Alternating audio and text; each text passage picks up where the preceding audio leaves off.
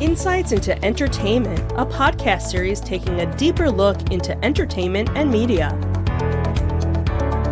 Our husband and wife team of pop culture fanatics are exploring all things from music and movies to television and fandom. We'll look at the interesting and obscure entertainment news of the week. We'll talk about theme park and pop culture news. We'll give you the latest and greatest on pop culture conventions.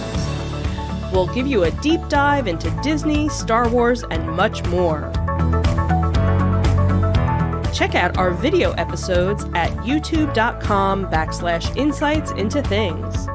Our audio episodes at podcast.insightsintoentertainment.com, or check us out on the web at insightsintothings.com.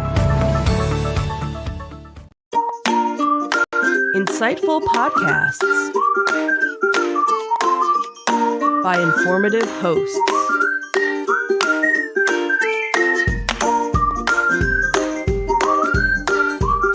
Insights into Things, a podcast network.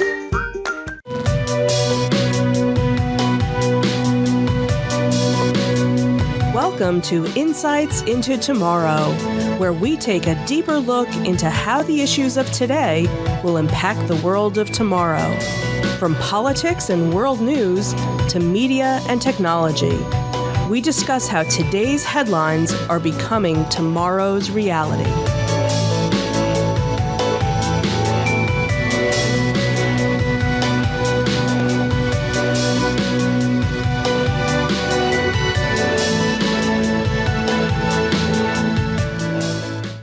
Welcome to Insights into Tomorrow. This is episode 10, Decision 2020, Trump versus Biden. I'm your host, Joseph Whalen, and my co-host, Sam Whalen. Hello. How you doing today, Sam? Doing all right. The weather's kind of lame, but, Yeah, it is pretty rough out there, isn't it? Cold and rainy, but, inside's warm, so. That is true, and I don't mind the cold. I like the cold. So we've danced around politics on this show for a little while now. We've touched on it a little bit as impartially as possible. Last episode, we deliberately avoided talking politics and opted for a bit of a softball topic. But I don't think we can avoid it this week. No, we are shooting this on Sunday, the Sunday before the election on the 3rd on Tuesday, so. Indeed. Given the number of early votes that have been cast, I don't think anything that we say here is going to change anyone's mind any more than any of the candidates campaigning out there are going to change anyone's mind. However, I do think it's a worthwhile discussion for us to have comparing the candidates. And I think we're going to kind of go about this in a kind of a different way. We're going to do it scored sort of like a boxing match. We'll do a tail of the tape between the two candidates and look at some of their key vital information. And then we're going to do 5 rounds that are based on a couple of surveys that have been done over the past couple of weeks. And we'll score on a 10-point must each round, what each candidate, how they perform in these polls. And then we'll give our opinions at the end of who won, why they won, and so forth. Good to go? Yeah, absolutely. All right.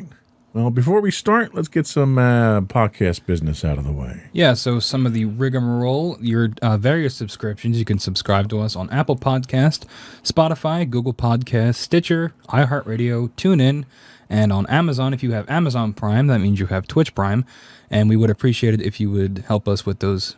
You get 1 free Twitch Prime sub a month. It would really help us out if you were to give that to this channel. You can contact us at, you can email us, at comments at insightsintothings.com. On Twitter, we are at insights_things.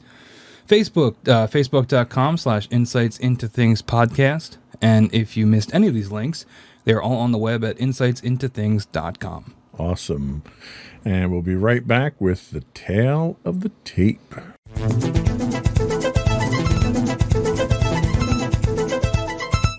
So we have 2 candidates that will be vying for the candidacy for President of the United States for the next 4 years. The first is the incumbent, the defending champion, Donald J. Trump. We're going to look at their political affiliation, their age, where they're from, a little bit about their history, their family history, some education, and some military status history that they have. I'll go down Donald Trump, and how about you go down Joe Biden's record for us? All right. So, Donald J. Trump's political affiliation currently is Republican. He was previously a reform-minded individual. He was a Democrat, registered Democrat, and a registered independent.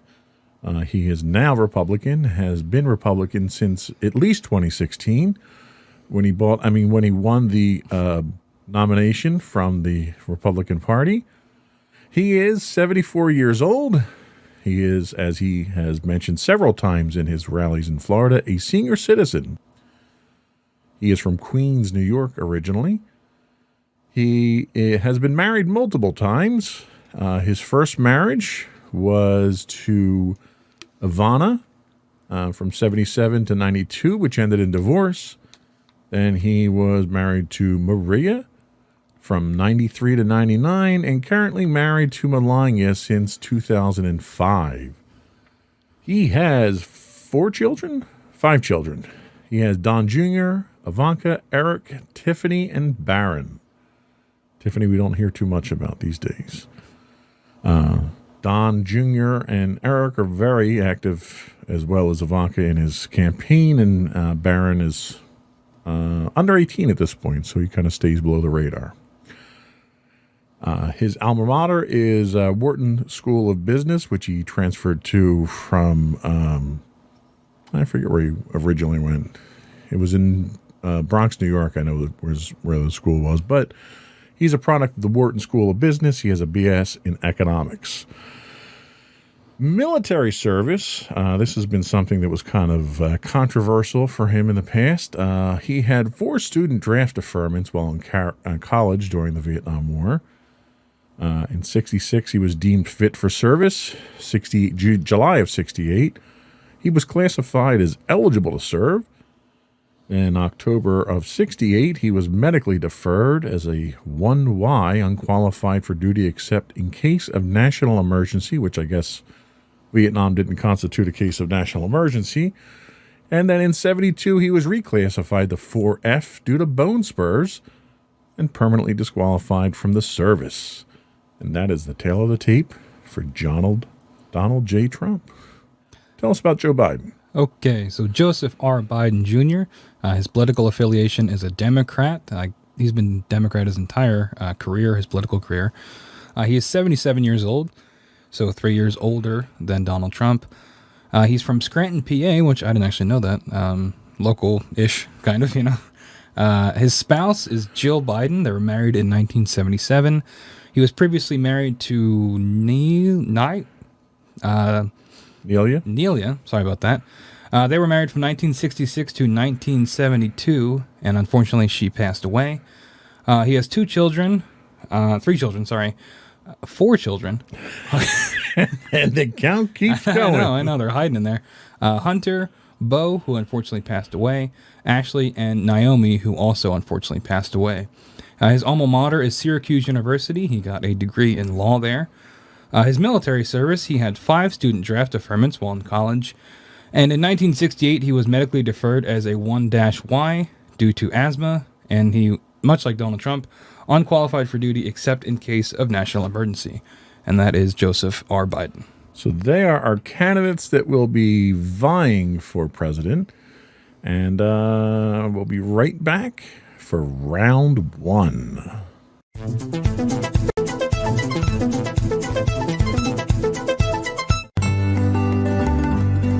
Insights into Teens, a podcast series exploring the issues and challenges of today's youth. Talking to real teens about real teen problems. Explore issues from braces to puberty, social anxiety to financial responsibility. Each week, we talk about the topics concerning today's youth. We look at how the issues affect teens, how to cope with these issues, and how parents, friends, and loved ones can help teens handle these challenges. Check out our video episodes on youtube.com/insights into things. Catch our audio versions on podcast.insightsintoteens.com or on the web at insightsintothings.com.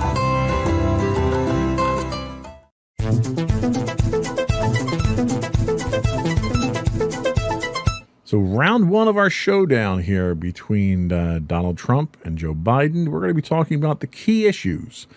This information comes from a survey done by a website called yougov.com.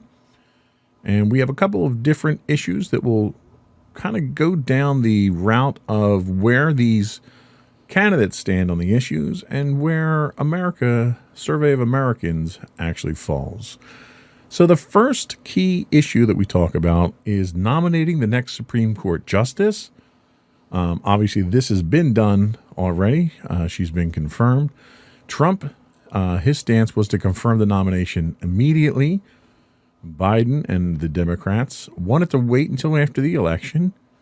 When America was polled on this, 53% of Americans said they would rather wait until after the election for the confirmation. So the majority of Americans sided with Biden on that one. What's our next category? So our next category is handling the COVID-19 pandemic. President Trump said he declared victory and wants to move on. He had the virus himself and proclaims to have been cured of it. Biden wants to implement mandatory masks, social distancing, and other recommendations from medical professionals. 45% of America was confident in Biden, while 37% were confident in Trump. So it looks like most people side with Biden on that issue. Yes, they do. The next is the economy and fixing the economy. Trump thinks the economy is doing great and it's the best there ever was. Biden acknowledges the impact of COVID on our workers and our families. America thinks 37% think things will get better under Trump, and 32% think things will get better under Biden. So America is siding with Donald Trump on this one. The next category, race and violence in our cities. Trump doesn't think there's systematic racism in the country and condemns any violence. Biden acknowledges racism in the country and condemns the violent protests and supports the more peaceful ones. Americans, 39%, think they are mostly violent riots, while 32% think they are peaceful protests. So it looks like most people are swinging towards thinking they're violent riots and are against that. Correct. The next we look at, and the last item we look at in this round, is integrity of the election, which has been quite controversial over the past few months. Trump is attacking mail-in voting as ripe with fraud. Biden encourages people to vote any way they can, especially considering the conditions we're in under a pandemic. America was asked if they have confidence in the election. 16% have a great deal of confidence in the election and the electoral process. 8% have no confidence at all in the election. Now, it's interesting to point out that there were a number of other levels of confidence that were in this survey. I took the top and the bottom here. So the vast majority of people did fall in the middle. I was kind of looking for those extremes here to see where people had that high degree or complete lack of confidence. So it looks like by a margin of 2-1, people are siding with Biden, saying that they are confident in the election and process itself. Now that does bring an end to round one here, and it was pretty well divided, I think. What are your opinions on round one? Yeah, I mean, it looks like most things were pretty split the way you'd think they would go. One thing that did surprise me was the 8% having no confidence at all in the election. I'm not sure what I thought the number would be, but 8%, honestly, I thought it'd be a little bit higher, given the issues we had in the 2016 election and elections in the past, and all the rhetoric surrounding voting in general. I thought that the number would be higher, honestly. Yeah, and I agree with you. I'm surprised it was below 10% there. I kind of figured it would edge a little bit higher. But it is good to know that the vast majority of people do think that they have confidence in the election. So we are scoring these rounds on a 10-point scale, 10-point must, and we will tally up our totals at the end of the matches. Do we want to do our scores for each round, or just count it all at the end? Well, I would pencil in your score now, and then we'll do the math at the end there, and we'll just give the totals. So that's it for round one. We'll be back in a minute with round two.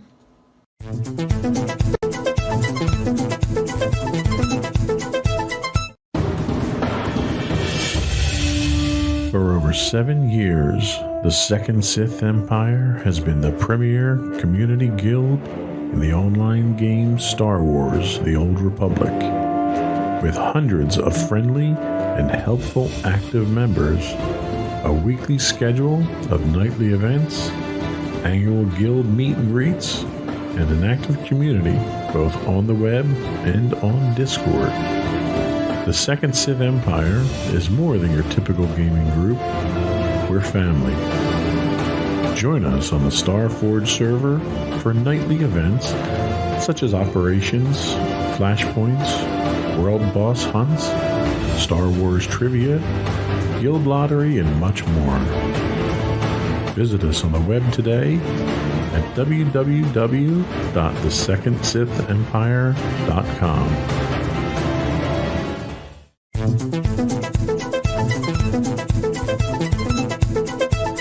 So round two, we're actually drawing our information from a survey done by Pew Research, and all of the links to the surveys will be available on our website in our show notes after the podcast. So round two, we're looking at the top reasons for voting for each candidate, and we're looking at Donald Trump. We're looking at both candidates. We're looking at both candidates, and we're looking at several different categories. So the first category we look at was leadership and performance. So Americans were asked to rate each candidate on each of these categories.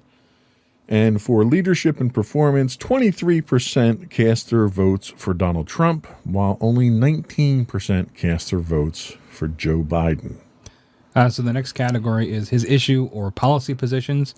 In this instance, 21% of people voted for President Trump here, and only 9% voting for Biden. So Biden definitely scoring low in that category. The next category is he's not the other guy, which seems whimsical, but given the divisive nature of politics in our country today, I think it's pretty significant. 56% of people said they would vote for Biden because he's not Trump, and only 19% said they would vote for Trump over Biden. Now, again, this is not a category that has any kind of concrete, provable evidence. It's literally just opinion of candidates. Yeah. So the next category, he is for the American people and values, the candidate's representation of American people and values. Trump scored 17% in that category, and Biden only scored 6%. So again, Biden falling in the low percentages. The next category we have is people who vote along party lines. So Republicans vote Republican, Democrats vote down the Democrat column. 16% said they would vote for Trump, 7% vote for Biden. And I think that is more a statement of party loyalty more than anything. And I also think that's kind of reflective of what we saw coming out of the primaries, where we had 20-some people as candidates that emerged on the Democrat side, where the Republicans obviously maintain a fairly single-minded race the whole time. And I think that statistic is reflective of that. Yeah. So the next category is their personality, and temperament. Biden scoring 13% here, and President Trump scoring 11%. So Biden pulling ahead with 2 extra percent. And it's interesting, given the nature of the first debate, which this survey occurred after the first debate. I'm surprised that margin isn't greater in Biden's favor because of the amount of criticism that was lambasted against Trump for his seemingly overbearing, bullying tendencies during the debate. The next category is simply other. It was not, they had a prescription of what questions they asked people, and people who answered for voting reasons outside of those wound up in the other. And this is a statistical tie here. Biden at 13%, Trump at 12%. I think the margin of error on this poll was 4 or 5%. So statistically insignificant to the overall poll. And the final category is people that did not know or refused to answer. And again, these are pretty close. Biden with 14% and Trump with 13%. Yeah, so I think the last two here we kind of can throw out from a statistical standpoint. Looking at the rest of these, I think it's pretty clear that Donald Trump won round two on this one here. Let's move right into round three here, since that was a quick, decisive round. Round three, using the same poll, looks at personality traits. So we look at energetic being our first one. 56% of Americans think that Donald Trump is more energetic than 40% who think Biden is more energetic. The next is courageous, or how much courage they have. Trump with 46% and Biden close with 45%. So just 1% difference there. And then we asked Americans, well, we didn't, but Pew Research asked Americans, who cares for the needs of ordinary people? And this is where we see a bit of a breakout here, where Biden scores 54% of the confidence level from voters, Trump only 41%. So that's kind of a opinion statement there as to who cares more. Yeah, and sort of in the same vein as that, the next category, a good role model.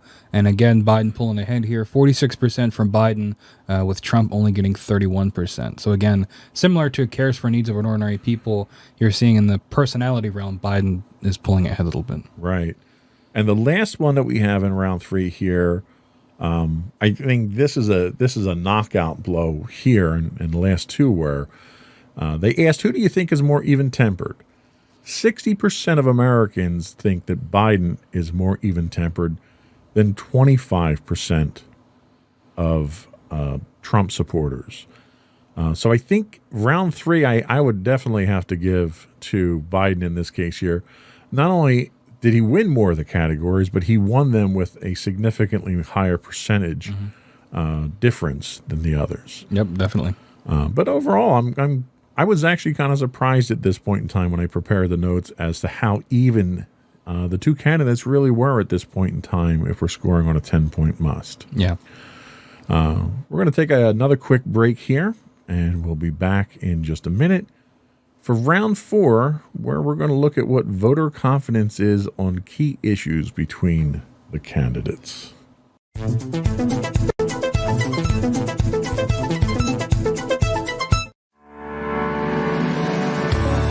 Insights into Entertainment, a podcast series taking a deeper look into entertainment and media. Our husband and wife team of pop culture fanatics are exploring all things from music and movies to television and fandom. We'll look at the interesting and obscure entertainment news of the week. We'll talk about theme park and pop culture news. We'll give you the latest and greatest on pop culture conventions. We'll give you a deep dive into Disney, Star Wars, and much more. Check out our video episodes at youtube.com/insightsintothings. Our audio episodes at podcast.insightsintoentertainment.com, or check us out on the web at insightsintothings.com.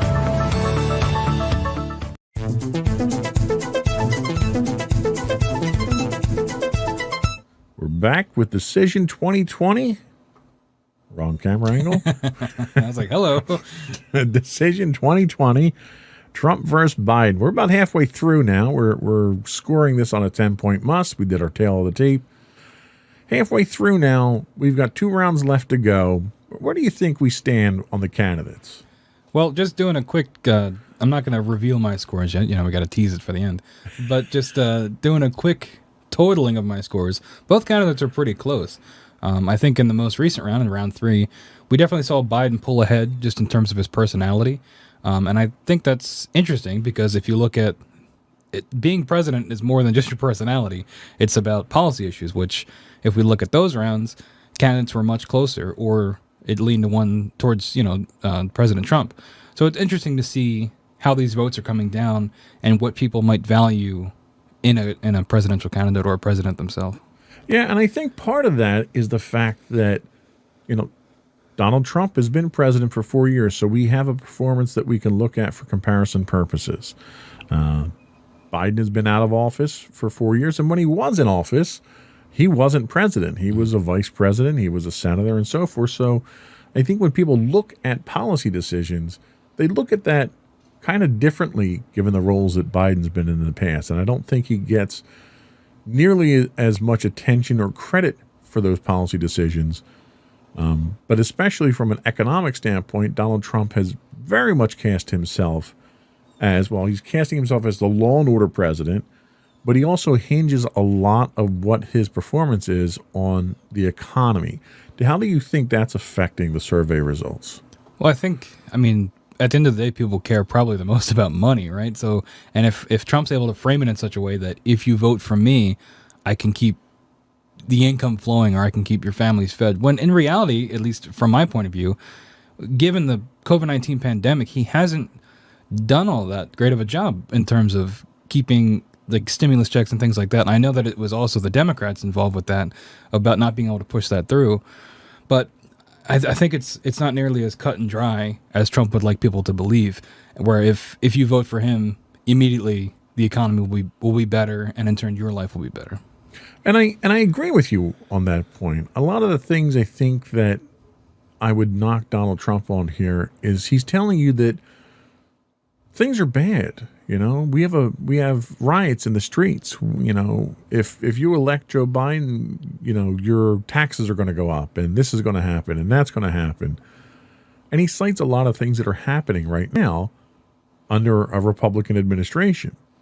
So I find it difficult to correlate that electing Biden would change things, since obviously we're still having riots in the streets now, most recently in our backyard in Philadelphia here. Yep. And that's happening on Donald Trump's watch. So why would that change on Joe Biden's watch? Yeah, those ads that make that argument, they perplex me, because he presents this image of an America that is burning, but he's the president. Right. And it's on one hand, I can't tell if it's smart or not, because some people are probably believing it. Yeah. And that if they give him another 4 years, he can stop it all. But in a lot of instances, he is at some fault for the state of things now anyway. Yeah. So, I know we don't want to turn it into a Trump bashing thing, but like you said, we've had 4 years of his performance to critique, and I guess that's probably why we're leaning that way. Well, and he makes a point of talking about the forest fires out in the on the West Coast there. And a lot of experts make a case for the forest fires being as bad as they are because of environmental issues, global warming, and so forth, the drought that's been out there. And Donald Trump tends to counter saying, well, it's forest management. Well, 2/3 of the land that's burning is managed by the Federal Forest Service, which is under his control. Mm-hmm. So if there's an issue with forest management, it's the administration that's falling down on that. And I look at that, the response that he has, and I have to question really the veracity of it. And then even getting to something as simple as the slogan, Biden is Build Back Better, which, okay, that's kind of lame, but sure, it's different. But Trump is sticking with Make America Great Again. And I have to wonder if that's really helping you out. You campaigned in 2016 with Make America Great Again. You got 4 years, and you're campaigning on Make America Great Again. Are you saying that in the first 4 years you didn't make America great? Yeah, I think go ahead. If that's the case, why would I vote for you again for another 4 years? Yeah, I think sometimes he'll change it up and say, keep America great. But if this is our definition of greatness, it's not one that I would like to subscribe to. Right. So it's just, we seem to get very confusing messages out of the Trump campaign at this point in time. But on the opposite side, we have a number of controversies out there that are brewing around Biden. We're talking packing the Supreme Court. We're talking the whole Hunter Biden laptop thing, which is or isn't an issue, and that's still up for debate. But a lot of the tough questions, fracking being another one, a lot of the tough questions that are being pushed at Joe Biden are basically being ignored. They're not being responded to. And I don't know if that's a good strategy, in that maybe his handlers are afraid of the response that he's going to give. If you look at his response on fracking, it's been fragmented. It's been inconsistent. And he's countered previous statements a number of times during the campaign. Or is he just avoiding answering the tough questions? Yeah, I think it's a little bit of both. And talking about fracking, when he talks about the pandemic, he is all in favor of science and things like that. But when it comes to fracking, which is, scientists say is a bad thing, he's all for it. So there's conflicting messages there. And obviously with every politician, you're going to have that. You're going to have them conflict with themselves. But I don't know. It's not necessarily directly lying, but it makes you wonder, if he does get 4 years in office, how that dichotomy almost is going to be reflected in the administration. Yeah. Should be interesting. Well, let's get on to the second half of the match here. So round 4, we're going to, the voters were asked what their confidence is on each candidate in certain key issues. And the first key issue, again, economic policy. So 51% of people are more confident in Trump's economic policy than Biden, who we only have a 48%. But again, we have a 4 to 5% margin of error. So that's statistically irrelevant in the grand scheme of things. Mm-hmm. So I'm not sure we can really choose a winner from that one. What's our next category? So the next category is law enforcement and criminal justice issues. Biden pulling ahead here with 46% of confidence, while Trump has 41%. And I think that's, again, having 4 years of Trump, I think that is a reflection in this poll, because President Trump is dealing currently with civil unrest, quote unquote, and his issues and his takes on law enforcement and how that should be implemented. So I think that, that's what we're seeing in these polls. And I would tend to agree. I don't think Biden really has any record on law enforcement in the 47 years that he's been in the Senate. So I'm puzzled as to why he's scoring so high here. I think it's more a matter of Trump scoring low than Biden scoring high. And I think that's just a product of he's different, right? So the next one we have is handling the coronavirus health impact. And here we get a significant percentage difference as well. Oh, actually, no, I'm sorry. I skipped a category. I would have just read that if you liked. Yeah, I skipped a category. Foreign policy issues. So in this here, we have a 6-point lead. So this is a statistical a lead that we can cite here. Biden has been graded with a 50% level of confidence versus Trump's 44%.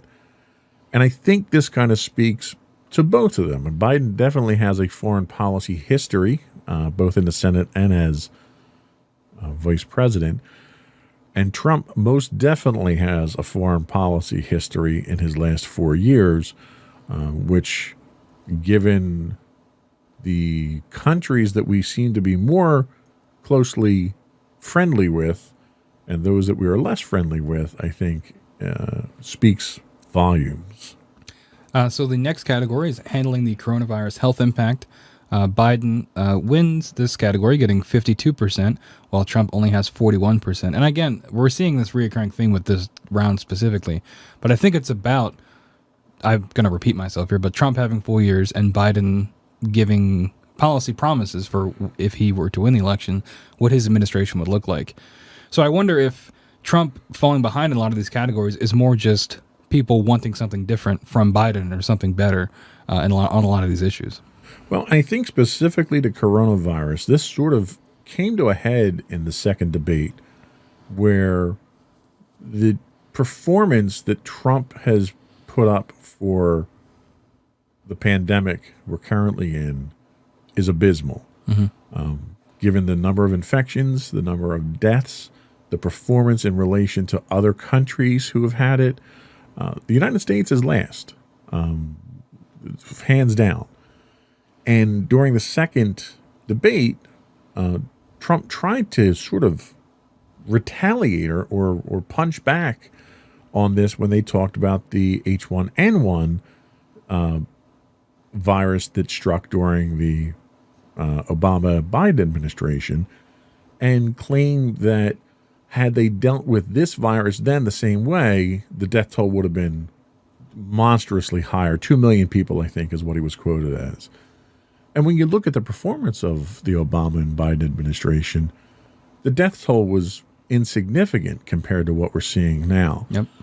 And I think Trump failed to make a case for a failure on Biden's part in the first pandemic, which in combination with his abysmal handling of it, and there's very few people I think that can provide a convincing argument otherwise.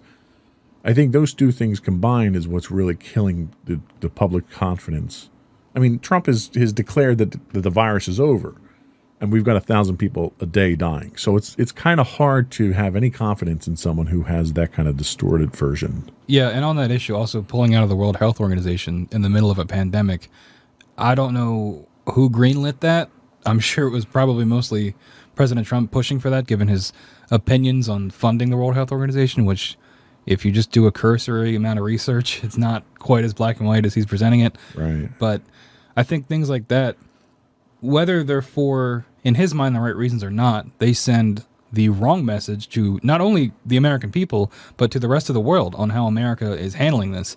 And you're seeing that with travel restrictions being put back on Americans going to other countries and cases continuing to rise every day. Yeah. Well, not only did he pull us out of the World Health Organization, he has a crusade going to repeal the Affordable Care Act, which would leave 20 million plus Americans without health care during a pandemic. Maybe the ACA maybe it needs to be recalled and needs to be reworked and something else put out. He doesn't have a plan. He hasn't put a plan forward. It's coming. Every 2 weeks it's coming. So until you have something that's a viable replacement that's better, you can't withdraw it. And it's already made its way to the Supreme Court. Yeah. We're waiting on a vote from the Supreme Court. Yeah, and it's easy to say all these things about Trump because we don't have a Biden in this situation. And maybe things would have gone just as poorly if Biden was in charge. But that's not really the point. The point is Trump was in charge, and these are the consequences of his actions. That's exactly it. So the next category we have, which is another clear victory for Biden, is race relations. 48% of Americans are confident in Biden versus 35%. And again, this is a direct reflection of the last 4 years of division that we saw under Trump. Now, looking at Biden's record, Biden does not have a stellar record on race relations. He's made comments in the past. He's had policy decisions in the past that were not in the best interest of minorities.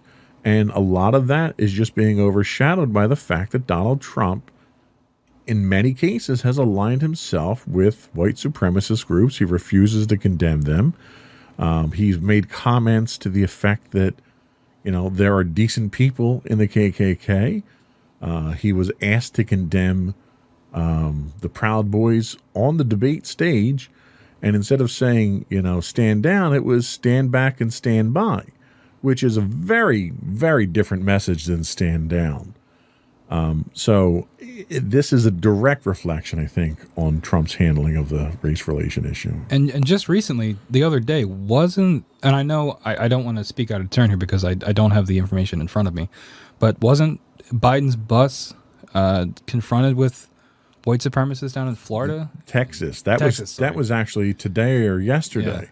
They were going to a rally. They canceled the rally because Trump supporters in pickup trucks surrounded the bus driving down the highway. Yeah, and I don't know if Trump has commented on that at all, but either way, it's difficult to argue that these things would not be happening if Trump President Trump was not in office. I agree. And you can't necessarily knock Trump for the actions of every one of his supporters. Yeah. What you can knock him for is his reaction to it. He should have immediately come out and condemned that type of action. And the other thing you have to keep in mind is presidential candidates have Secret Service protection details.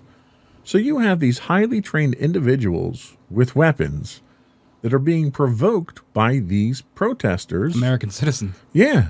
And the fact that this is being allowed to happen is extraordinary during an election. Yeah. I guess speaking of all that, the final category we have here is bringing the country closer together. Obviously, we're just talking about division and things like that. Biden here getting 45% and Trump getting 31%. So again, Biden pulling ahead. So how would you rate round 4 at this point? Well, it definitely looks like Biden overall winning more categories here. But again, is it just because we have 4 years of Donald Trump and people want something different? And I mean, with things like race relations, we talk about how Biden has certain issues with it in his past. But when you compare it to Trump, it's almost apples and oranges in terms of quantity of evidence. And I think that is the reason that Biden pulls ahead in so many of these categories is the amount of evidence for each of them on these issues.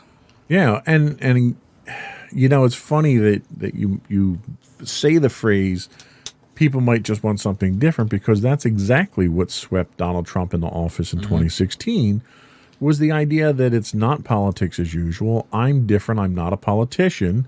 People are tired of politicians. I'm going to drain the swamp. So he swept into office under the premise of I'm different. And now he's under real threat of being swept out for people looking for something different. And his premise was, well, you've had 50 years of politics as usual. I'm different. We've had 4 years of Trump, and Americans seem to want something different now. So I'm not really sure where that statement actually leads the country. Yeah, and I think that happens anytime you have the incumbent president going against the other candidate from the other party. It's always, well, I didn't like what they did, so I'm going to vote for somebody different. Whereas if you have a president that is overall liked in their first term, they're more likely to get reelected because people want more of the same. And we're not seeing that here, I don't think. Well, and the one thing I think that's very different about this race than I think I've ever seen in the history of politics is you look at the national conventions for each party. And the Democratic National Convention quite literally had more respectable Republicans speaking in favor of Biden than Donald Trump had in total speaking at the Republican National Convention. When more Republicans show up for the Democratic National Convention, I think you're seeing a divide in a party where that party has been very consciously trying to cover up that divide at this point. And the race that we're looking at here is not really just a race for the president. It's a race for the Senate and the House. Right now, the Republicans control a majority there. So anything that the Democrats try to do is being thwarted.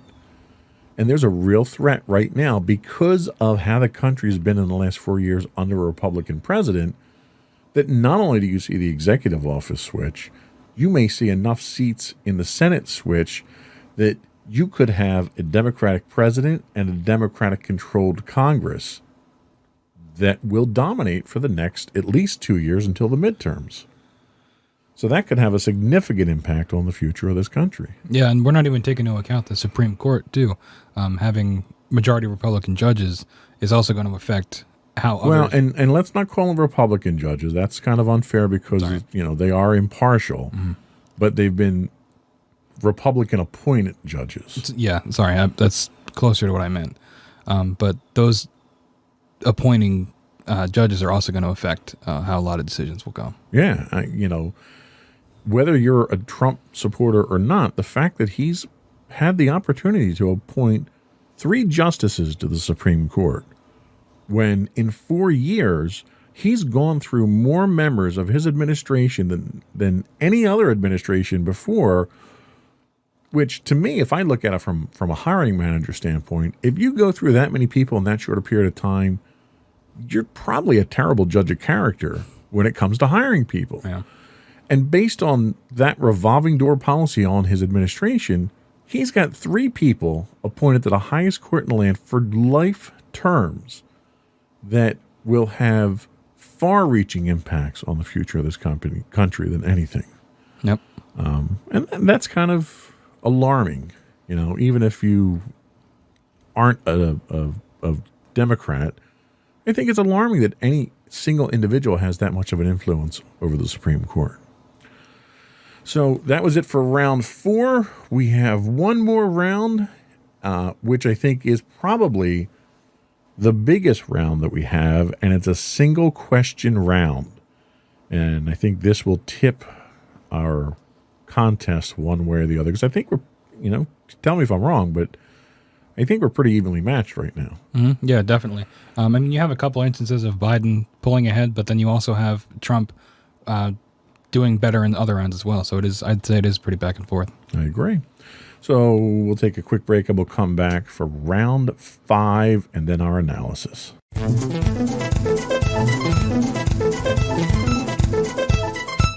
So round 5 is a single question, very simple.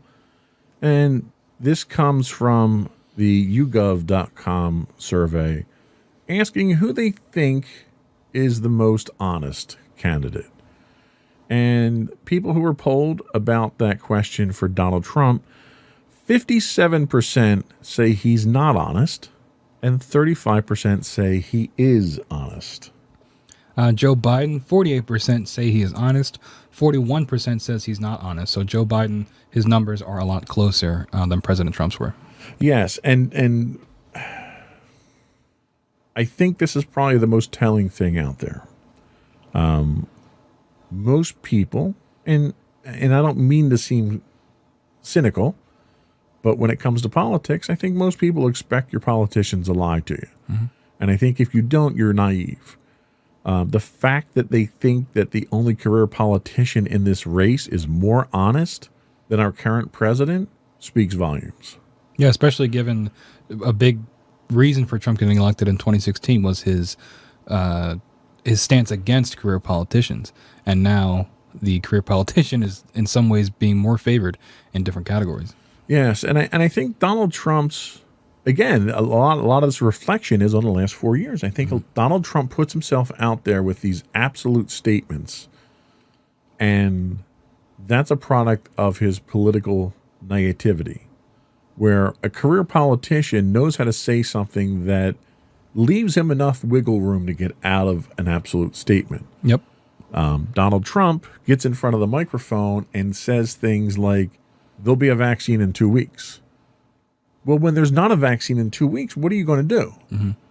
You've kind of painted yourself into a corner there. Yeah, and we talked about that with Biden having more of the career politician take, where he talking about things like fracking and his criminal justice background, where he gives himself that wiggle room. He doesn't have a concrete stance, right, which is a negative and a positive at the same time. It depends on how you look at it, because he can't. There's very few, except for a few unfortunate quotes that he said before, of things you can pull up to say, oh, well, here's evidence of this guy, not being fit to lead. Yeah, and Trump has shot himself in the foot a number of times here because Trump is a gambler.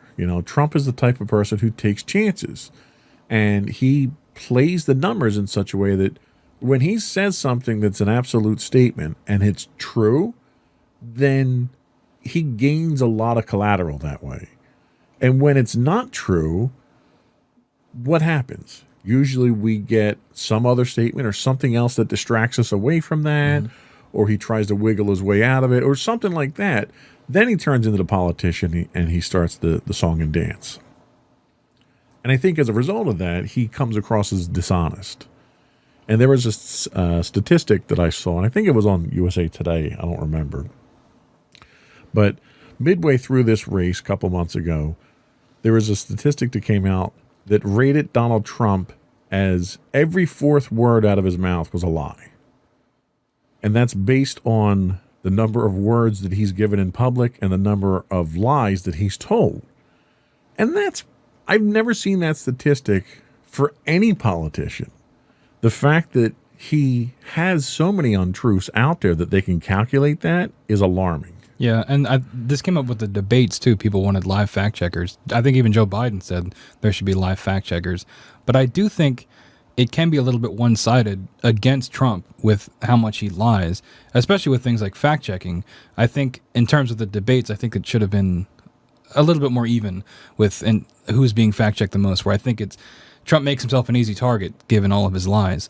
And I think that there has been a lot of attention on that, and maybe not as much on Joe Biden. Well, and Donald Trump has also put himself in compromising positions in the past, like the Woodward interviews, for instance, that were done months ago, very early into the pandemic. And Donald Trump came out acknowledging the fact that he knew how dangerous the virus was. He knew it was airborne, and he willingly chose to downplay the virus because he didn't want to panic Americans. And why you would say something that was so compromising on tape, knowing that you're on tape, boggles my mind. Yeah. And I don't understand what he thought he was going to gain from that. The way I see it is he doesn't care because that is already out of the news cycle, right? I mean, he admitted to this on tape, and it was major headlines for a couple days, but it's out of the cycle now. And I think that that has been a reoccurring thing with his administration and his presidency. He says something insane or does something insane that you would never think a president to do, and in the past would probably be extremely damning. But because it happens so frequently, we become desensitized to it, and it becomes, unfortunately, a new normal almost. And I think that he says things like this because he knows that it's not going to stick. Yeah, and I think you're right. And I think when he does something where he shoots himself in the foot, and the news organizations pick up on it and report on it, then we get it's fake news. They're not treating me fairly. Did you ask Biden the same questions? Yeah. And he goes on this defensive rant to distract away from everything. So I have to give him full props as a master manipulator. He really has perfected the methodologies of manipulating the media at this point in time. Yeah, I mean, that was kind of his reputation even before he became president, right? I mean, with his depiction in different movies, Back to the Future 2, the president and that being loosely based, or not the president, but older Biff being loosely based on Donald Trump, right, and things like that. I think he's always had this reputation. It was only before it was more normal because he was a greedy businessman. But when you put somebody like that in office, the standards are different. Yeah. Yeah. Interesting.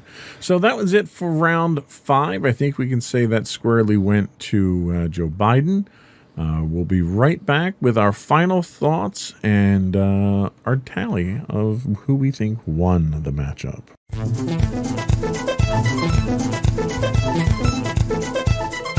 So in tallying up my numbers here, I'm showing Biden with 49 points and Trump with 45. What do you show? I had Biden with 49 and Trump with 41 points. Okay, well, you were much harder on Trump than I was. Well, I was harder on Trump in rounds 3 and 4, only because he scored so much. Those are the categories where he got destroyed by Joe Biden in terms of the percentage differences. So I thought that warranted lower scores for him. Fair enough. I think either way, we both agree that based on these polls from Americans out there from 2 different polling organizations, that Biden was the clear winner. What are your thoughts moving forward? Let me ask you a couple of questions that I think a lot of Americans have on their mind right now and get your reaction. One, how do you think November 3rd is going to play out? Do you think we're going to have a winner, or do you think it's going to take some time to count the votes? I think it's going to take a couple days afterwards. Just because of the influx of mail-in ballots, especially with the pandemic. And I don't know if you watched last week tonight, but he talked about this thing, John Oliver, about this thing called the blue shift, where because so many Biden supporters are mailing in their ballots, those votes might not be counted until a couple of days after election night. Whereas if a lot of people that support Trump vote in person, that might show him pulling ahead, which he could then capitalize on to declare victory. And I think that that's a scary prospect. And I think the official tally will probably be a couple days later, due to the mail-in votes. So let's say a week, 2 weeks into this, we have decisive numbers that come back after everything's counted up. And let's say, hypothetically, Donald Trump loses the election in the Electoral College. Do you think we'll see a peaceful transition of power, or how do you see that going down? I don't really know, honestly. I mean, obviously he says all these things like, I'm not a good loser. I will, he's spoken to the idea that he might try to resist the peaceful transition.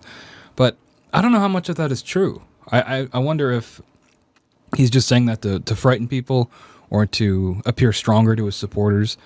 But honestly, I have no idea. I have no idea how things are going to go if he does end up losing the Electoral College, if he does. I don't know, unfortunately. Well, let me ask you the same question. If Biden loses, what do you think is going to happen? How do you think the country's going to react? I think his supporters are going to be disappointed. I know I would personally be disappointed by it. But I do think that Trump would probably run with it and maybe use it as fuel to extend, his power even more because he won again. Right. And that for him would be a confirmation that he's doing the things the right way. So it probably will just lead to more of what we have now. Now, can I ask you, have you voted? Yeah. And you did mail-in voting, or I you did in person? Yeah, no, I mailed back in whenever I got it, which was like October. Now, let me ask you a question, and this is a question that I ask a lot of people when it comes to politics. Putting all the other issues aside, everything we talked about here, the one thing I ask people when they look to vote is, are you better off today than you were 4 years ago? Me personally, I would say no, but I realize that I'm in a privileged position, and there are a lot of people less fortunate than me that are in much worse positions, and I do take that in consideration when I vote. I'd say the biggest thing that the Trump presidency has affected me is the coronavirus pandemic, and it limiting my options in my life in terms of social options and things for school, having to do school remotely. But like I said, other people have been affected in much worse ways from the presidency. Should we see a change in administration here and Joe Biden come into power, do you think the coronavirus will be dealt with better? Do you think we'll see a more involved government in addressing of it? I do. I at least I hope so. I hope that funds will be better allocated. I think that if the leader of the country admits that there is a problem and is working towards it, I think that will help at least some people in the country take it more seriously as well. Because I know in at least my life, a lot of people are not taking it as seriously as they should. And I wonder how much of that comes from the kind of rhetoric they're hearing about it from their leaders. Right. And economically speaking, who do you think the country would be better off with, Trump or Biden? I am not super well versed in economics. I know that a lot of people are citing Biden's taxing of the wealthy, which I am in support of. I think that that's a good thing. I think people that are wealthy should contribute more. But like I said, I'm not familiar as much as I should be with the economics. Is there any outstanding issue that you think sticks out more than anything else that we've discussed that would decide who do you think should be president? I know that before I said that it's not all about personality when you're picking a candidate, but for me, I just don't see voting for Trump as the moral right thing to do. And that's the biggest thing for me. I don't support Biden on a lot of issues. I don't agree with him on a lot of issues, but I just don't think Trump is a good man. And maybe Biden isn't either, but I think there's something about Trump that for me, he's just not the right person to be in office or to be in power. Fair enough. That was all I had. Did you have anything else that you want to get into? Nope. All right.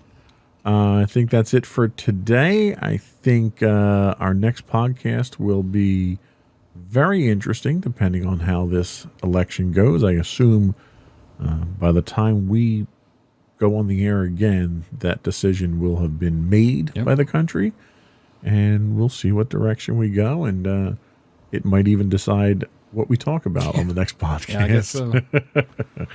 That was all we had. Thank you for watching today. Before we go, I would invite folks to subscribe to us. You can get video versions of our podcast if you look for Insights into Things. You can get audio versions if you look for Insights into Tomorrow. We're available on Apple Podcasts, Spotify, Google, Stitcher, iHeartRadio, TuneIn, and Amazon. We would also invite folks to reach out to us and give us your feedback. You can email us at comments@insightsintothings. We're on Twitter at Insights Into Things. We are on Instagram at Insights Into Things. Facebook, you can catch us at facebook.com/Insights Into Things podcast. Or you can get links to all of our social media contacts, as well as transcripts and show notes on our website at www.insightsintothings.com. And I think that's it. Another one in the books. Bye.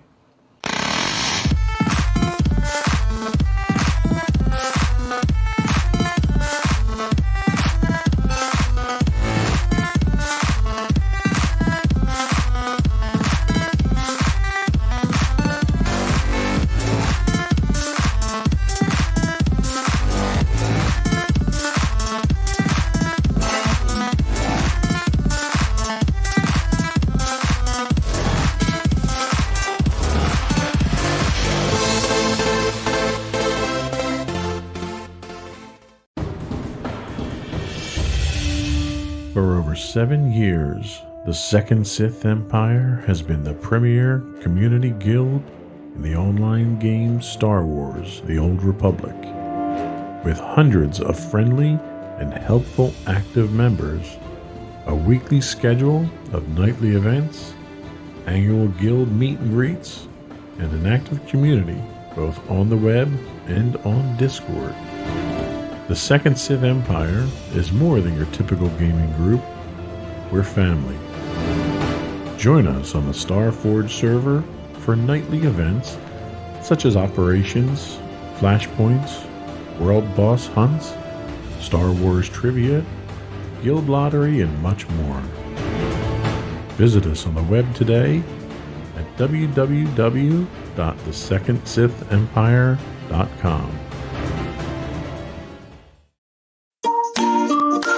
Insightful podcasts by informative hosts.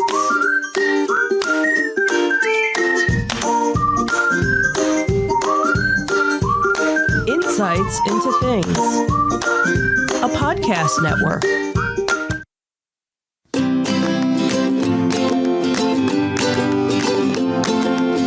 Welcome to Insights into Teens, a podcast series exploring the issues and challenges of today's youth. Your hosts are Joseph and Madison Whalen, a father and daughter team making their way through the challenges of the teenage years.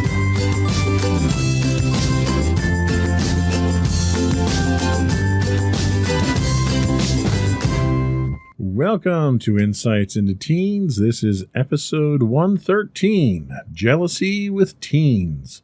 I'm your host, Joseph Whalen, and my mature and intelligent co-host, Madison Whalen. Hi, everyone. How you doing today, Maddie?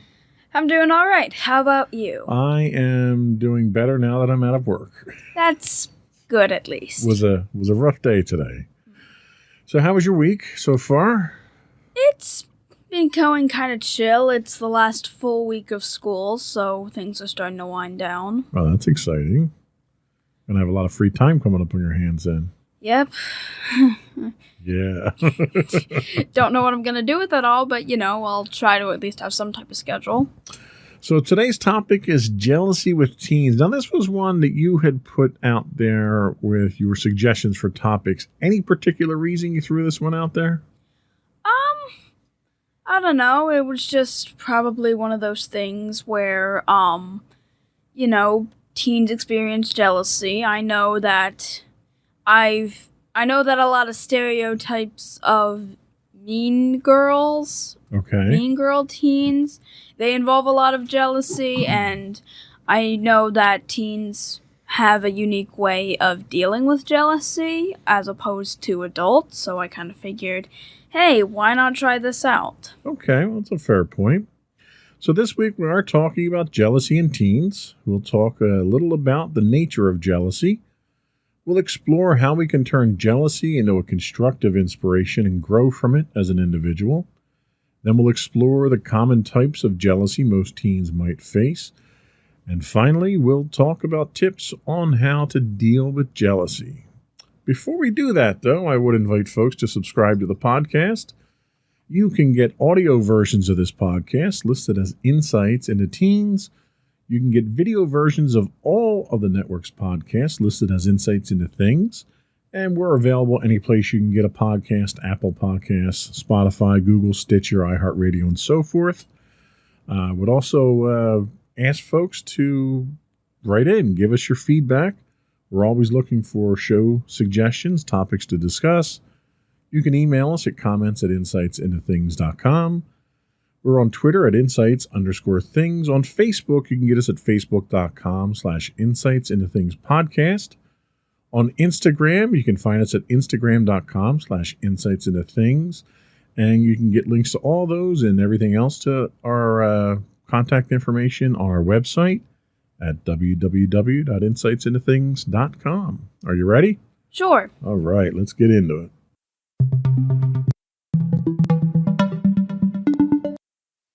So you did the bulk of the research for today's episode, and this first segment came from modernmom.com, not yourmom.com. I knew you were going to mention that.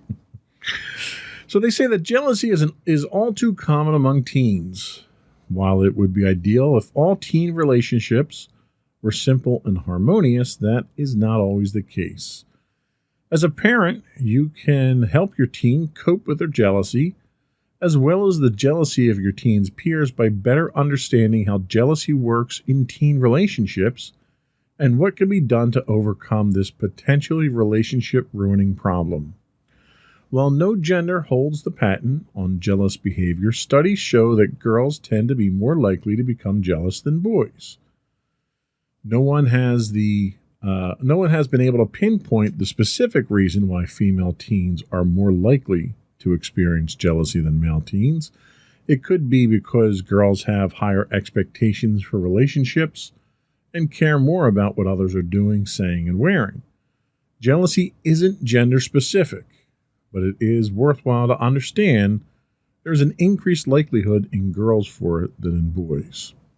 Understanding this can help a parent be more proactive in combating what can otherwise turn into a painful situation.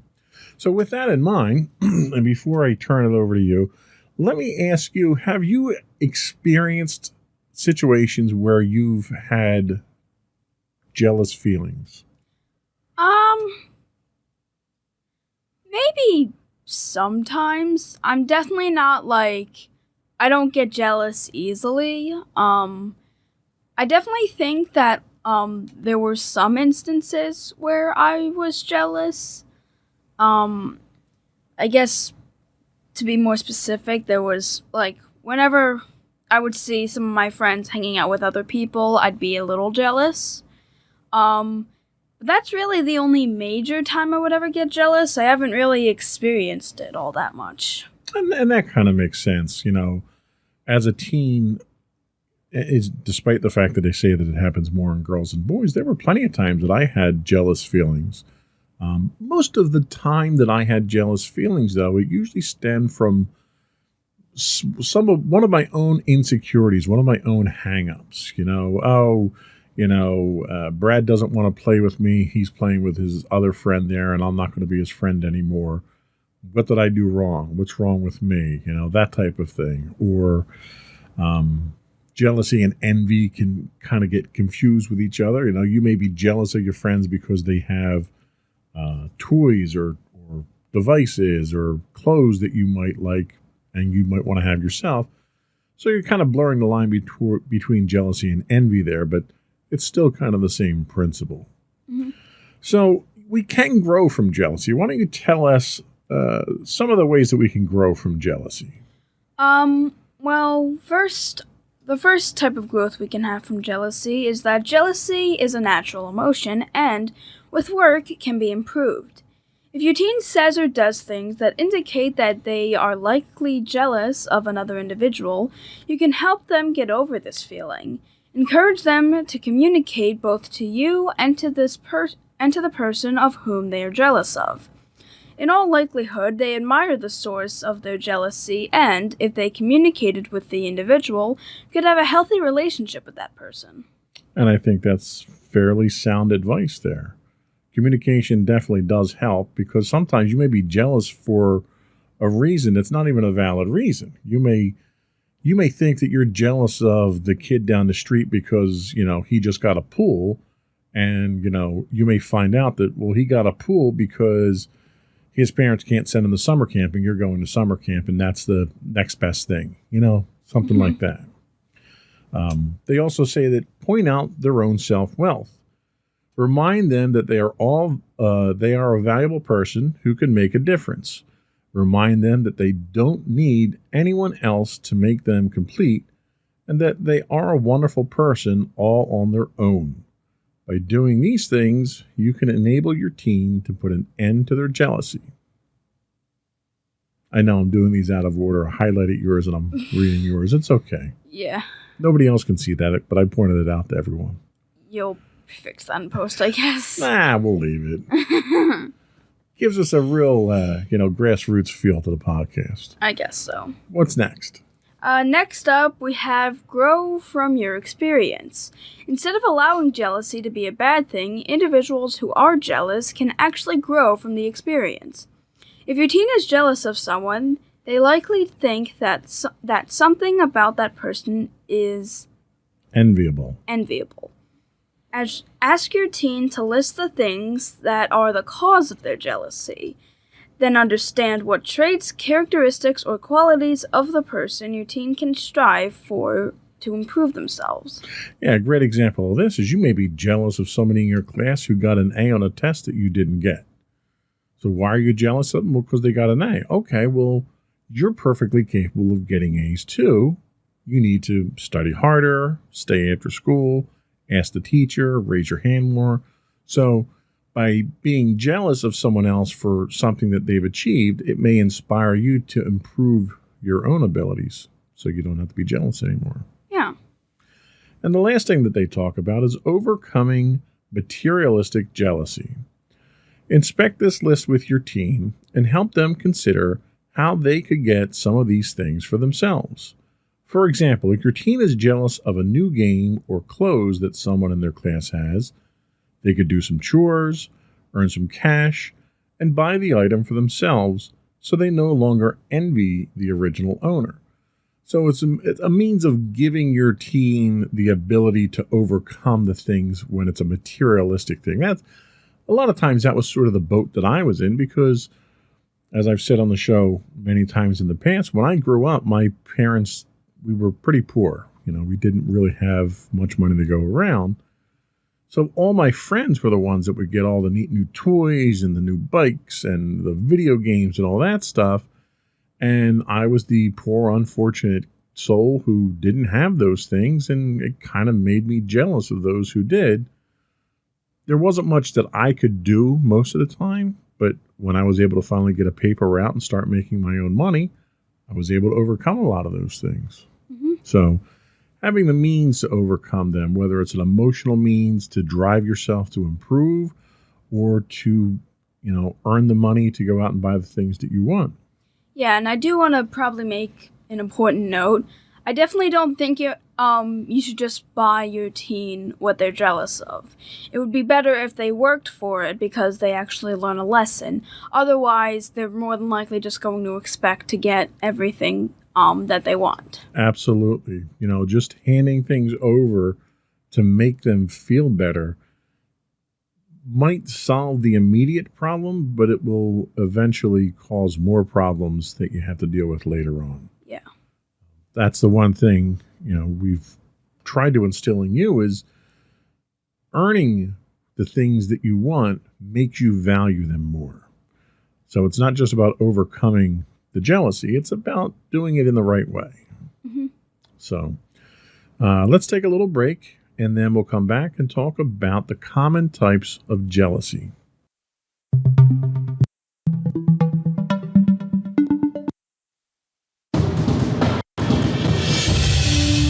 For over 7 years, the Second Sith Empire has been the premier community guild in the online game Star Wars: The Old Republic.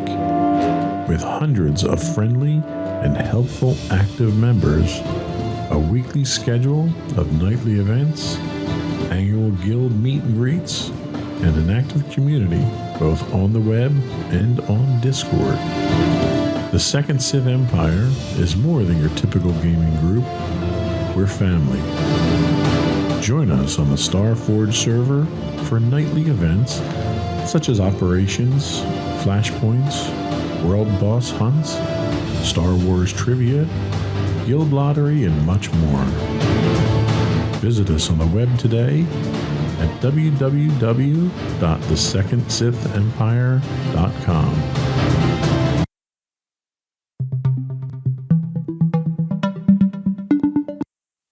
Welcome back to Insights into Teens. This week we're talking about jealousy with teens.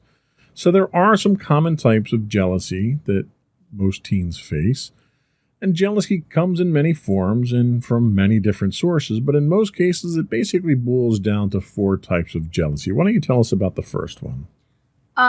Okay, so the first type of jealousy, is the jealousy from romance. This is the most common and frequent type of jealousy. There is a sense of security in the relationship if love is given from the partner. However, if the relationship creates insecurity and vulnerability in the mind, then a feeling of fear and jealousy gets generated. Then, there's a constant fear of losing one's importance in the relationship.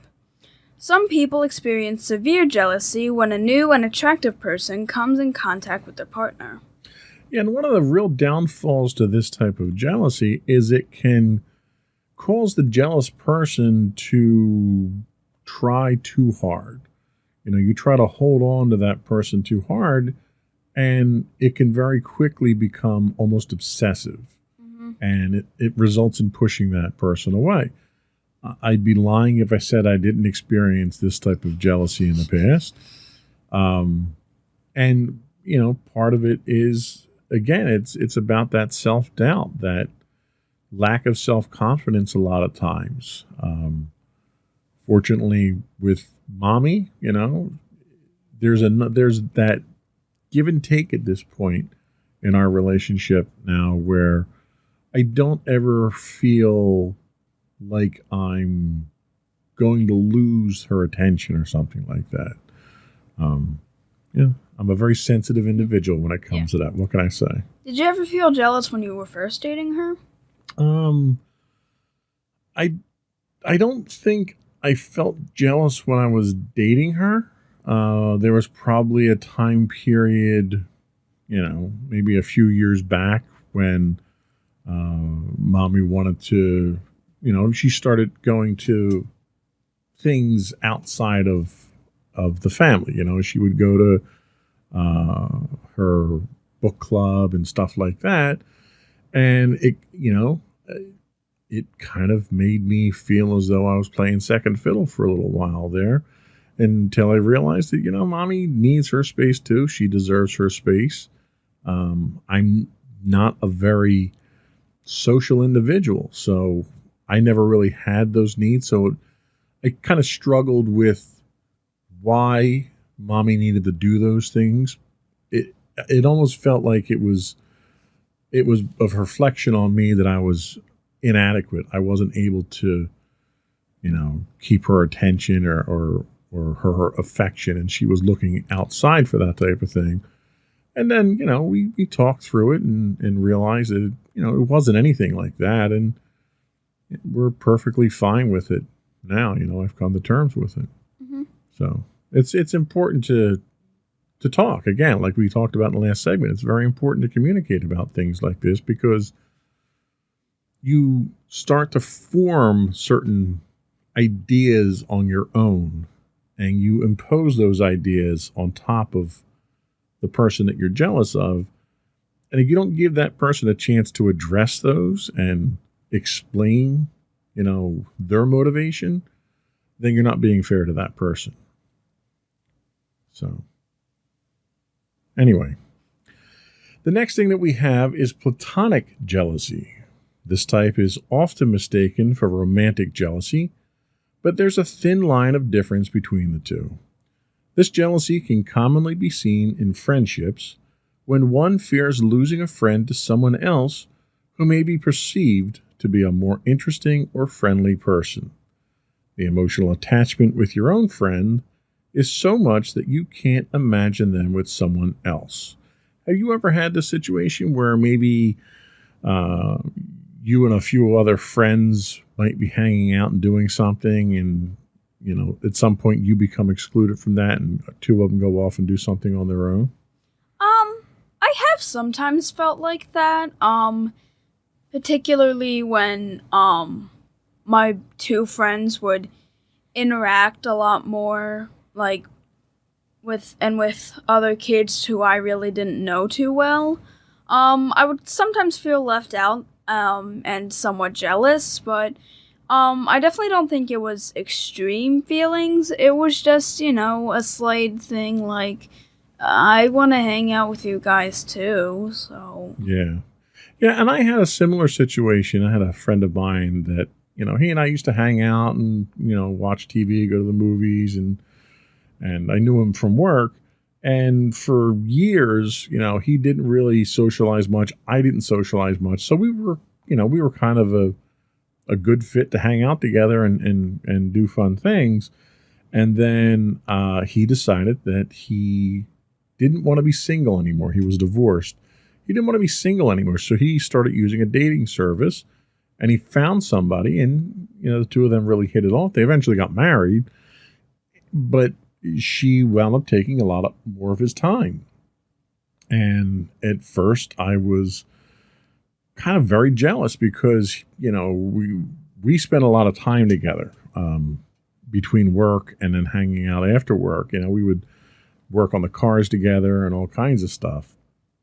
And I kind of felt a little left out. I got along with his wife, but, when his wife came into the picture, he stopped doing a lot of the things that he and I would do. We would go out on his boat a lot. We'd go up to the river and we'd watch the fireworks or listen to the concerts up in Camden and stuff like that. And he just sort of stopped doing that sort of stuff. And his wife he started doing the things she liked. And it got to the point where we kind of drifted apart. But when I was in that situation a few years later, when I didn't want to be single anymore, I understood his point, of how life has to change sometimes. So it took a little while for me to get the perspective that I needed to really understand his position there. Okay. What's our next one? Next one is jealousy amongst siblings. Sibling rivalry is commonly seen in families across the world. There's a general sense of competition amongst siblings to be their parents' favorite child. There's often a display of jealousy in the following situations: on the arrival of a new sibling, on being made to share favorite toys, clothes, or other items, on being shown less affection, experiencing less love than other siblings, experiencing a negative comparison made between siblings by parents, or when a sibling is smarter or more talented than another. Have you ever had a situation where you felt jealousy of Sam, or that Sam was jealous of you? I don't personally, I think Sam probably experienced more jealousy than I really experienced with him. I think that part of jealousy was more or less the factor that kind of split him off for a few years. Because I guess he felt that you had pretty much had a new family and had forgotten about him. I see. And that kind of makes sense. Yeah, but personally, I've never really been too jealous of Sam. The only instance I can really think of, which really isn't that big of an instance, is when you two would hang out more on the weekends. But I can more or less understand it because you really didn't see him all that much and you still wanted to hang out with him, so. Yeah, we spent a lot of time. We used to go out and do our gaming on Sundays and stuff like that. And we would pretty much be out all day long. Mm-hmm. So I could certainly see how that could spawn some jealous feelings. Yeah, but it wasn't anything serious. It didn't really make me dislike him in any way. It was just, you know, I didn't really see you that much. I didn't really do much with you on the weekends. Right. I understand. So the last one that we have here is kind of a catch-all, and that's abnormal jealousy. This is a baseless type of jealousy triggered by no possible reasons except psychological problems such as delusions, paranoia, or schizophrenia, or things of that nature. Under some extreme cases of abnormal jealousy, a person is known to display immaturity and insecurity along with a controlling nature. Such people tend to assume that their family members, friends, and partners are unfaithful to them. So that gets into, much more complicated type of relationship issues there. But what they're saying here is that jealousy is usually unfounded. There isn't evidence to suggest that there's any unfaithfulness. That happens to just be a delusion or a paranoia that you might have. Mm-hmm. So those are really the four main types of jealousy that we're dealing with here. We're going to take a quick break and we'll come back and I'll get something to drink so I stop choking. And then we'll talk about tips for dealing with jealousy.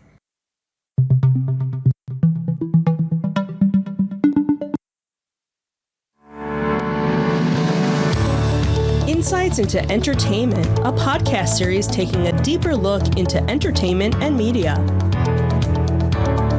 Our husband and wife team of pop culture fanatics are exploring all things from music and movies to television and fandom. We'll look at the interesting and obscure entertainment news of the week. We'll talk about theme park and pop culture news. We'll give you the latest and greatest on pop culture conventions. We'll give you a deep dive into Disney, Star Wars, and much more. Check out our video episodes at youtube.com/insightsintothings. Our audio episodes at podcast.insightsintoentertainment.com, or check us out on the web at insightsintothings.com.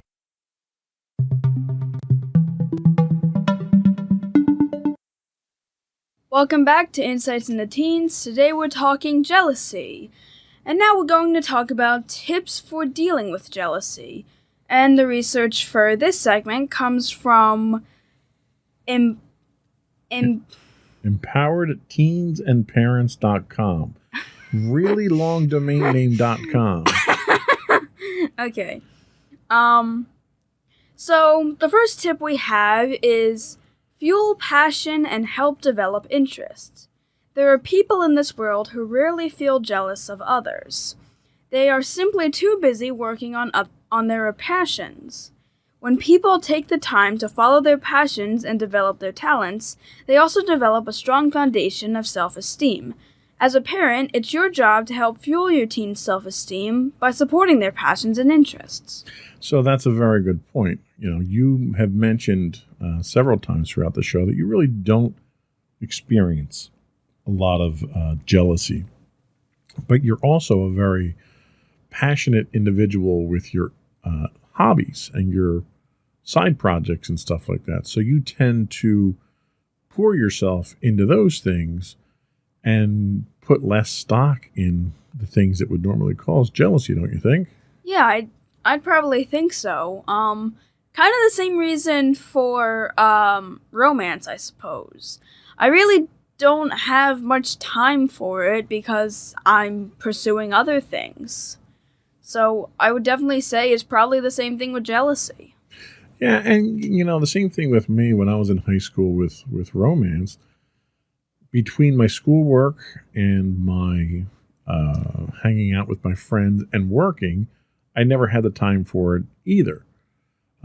But I think that probably fed into any jealousy that I did have, because what little time I did have with my friends, if that was taken away from me because they were hanging out with someone else, I would take that personally, because I had a limited amount of time that I could spend with them, and they chose at that point to do it with someone else.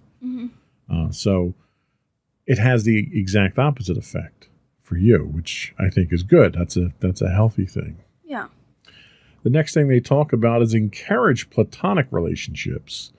It's important to support and encourage your daughter to have platonic relationships with friends. Romantic interests come and go, but platonic friendships can last a lifetime. Cultivating strong friendships throughout the high school years can have a profound effect, helping teens develop good communication skills and promoting self-esteem that could continue to grow after they reach adulthood. And that's one of the things that I think Mommy and I are hoping we see with your high school years, is making friends with more kids in your grade level, your age level, or higher, and cultivating those friendships as you go through high school. Because to me, they were probably more important than the friendships that I had in grade school earlier on. They're the ones that lasted the longest. Have you given any thought to that type of friendship development? I mean, yeah, I definitely thought about it. Going into marching band and concert band, I'm more than likely going to see a lot of the kids in school, and I have actually been communicating with some of the kids in marching band, some of which I wouldn't really communicate much with. Like, I saw the one girl I used to sit next to when I was in history in 7th grade was actually doing marching band, and we communicate a bit more when we do practices. So I definitely think that I'll more than likely meet other kids, and I'll more than likely make friends with them, and depending on what clubs I join, I'll probably make friends there. Yeah, that's good. And there's a lot of opportunities. Like one of the advantages that I had was my best friend growing up, who I knew before I was even in kindergarten, he happened to be 2 years older than me. So I only had a limited run with him in my grade school, but when I got into high school, he had already been, he was a junior at that point. He was already established there.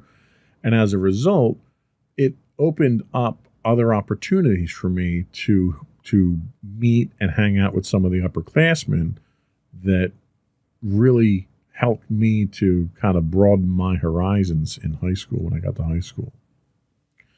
What's the next one we have? The next one we have is teach acceptance with rejection. Your teen will get rejected by a romantic interest at some point. It's also very likely that they will have to watch that romantic interest pursue someone else. Teach your kids that it's okay to get rejected. Not everyone is going to love them, and that's perfectly fine. And that's a very good point. We actually have a podcast coming up talking about rejection in more detail. But this is probably where teens face jealousy the most, is rejection, whether it's a friend rejecting you or a romantic interest rejecting you. That rejection, by its very nature, tends to cause people self-doubt. And self-doubt fuels jealousy. Mm-hmm. So it's a very natural state to get jealous from a rejection or a breakup or something like that. Yeah. It happened to me. I happened to be friends in my junior year. I was friends with this one girl. And she had a boyfriend, but her and I hung out. I actually had helped her mom do some work around the house, stereo work or something like that at the time. It was technical stuff. And got along great with her younger sister, everyone. And I grew very attached to this girl. And she had a very rough breakup with her boyfriend.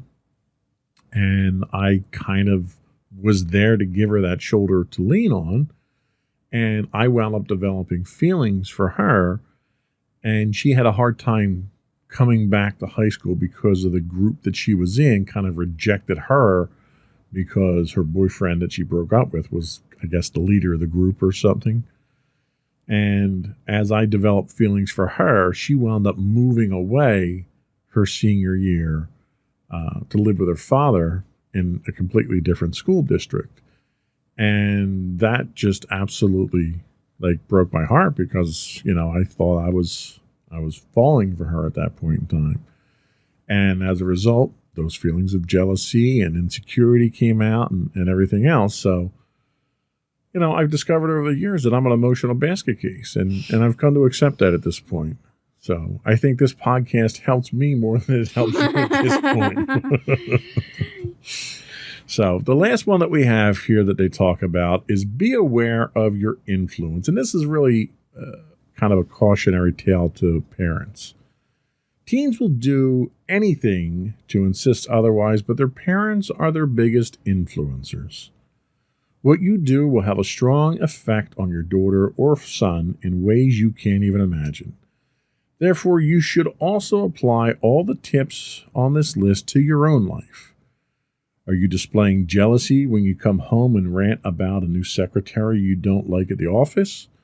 Are you teaching your daughter that it's okay to talk badly about others? It's that example, the one thing that parents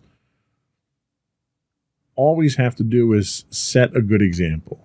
Our kids look to us for how to behave in the world. And as a result, I'll be honest with you, it's made me a better person. Knowing that my children look to me for guidance, for inspiration, for the ability to tell the difference between right and wrong, makes me think significantly about the things that I say and the things that I do, because everything that I do in front of you is setting precedent. And if I conduct myself in a way that I don't want you to conduct yourself, then I don't really have much room to complain about how you're acting. I have to set a good example.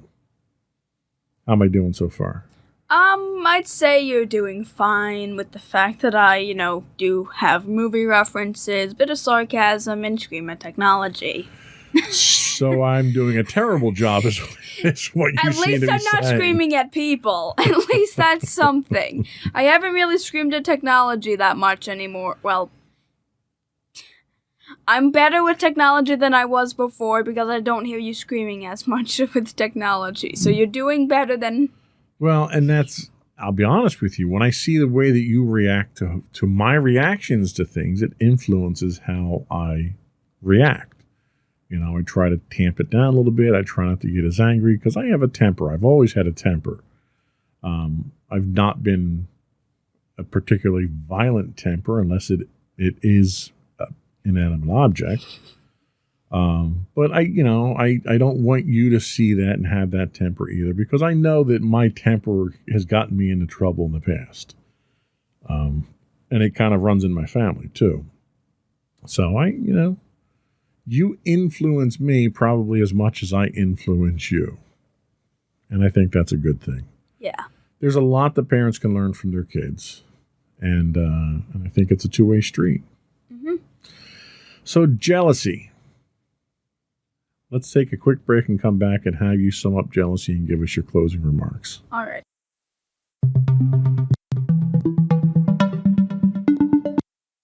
Go for your closing remarks. All right. So to parents out there and to teens as well, jealousy, like we've mentioned before, is a common emotion.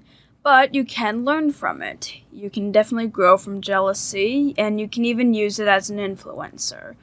And parents, you are just as much of an influence to your kids as they are to you. So basically, you can all learn from each other and try not to spread jealousy. Jealousy is not something you want to constantly have in your life. Don't be jealous. Jealousy's bad. Wise words as always. Thank you. Before we do go, I would again suggest you subscribe to the podcast. You can't buy this entertainment anywhere at this point because we don't charge for it. So You can find the audio versions of this podcast listed as Insights into Teens, and the video versions of all of our shows, podcasts, listed as Insights into Things on Apple Podcasts, Spotify, Google, Stitcher, etc., etc. I would also implore folks, give us your feedback, give us some suggestions for topics to talk about. Tell us how we're doing. Help us. Help us help you. Yes, Madison has come up with about a half dozen topics, so we're good for the next few shows, but we're always looking for input.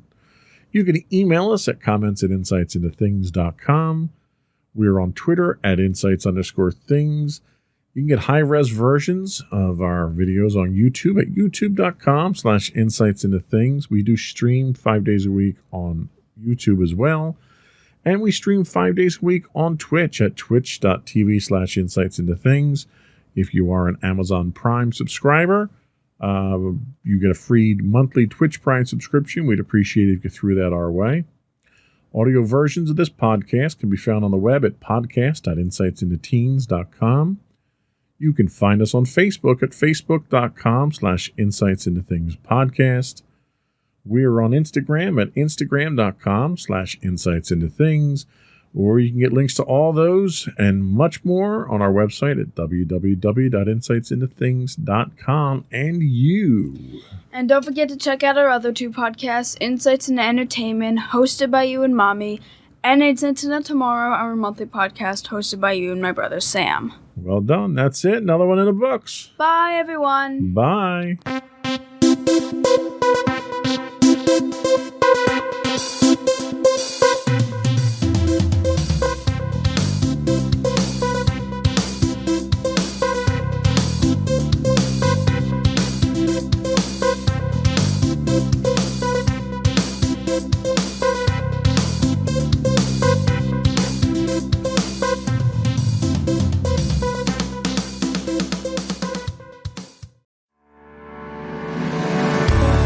Insights into Entertainment, a podcast series taking a deeper look into entertainment and media.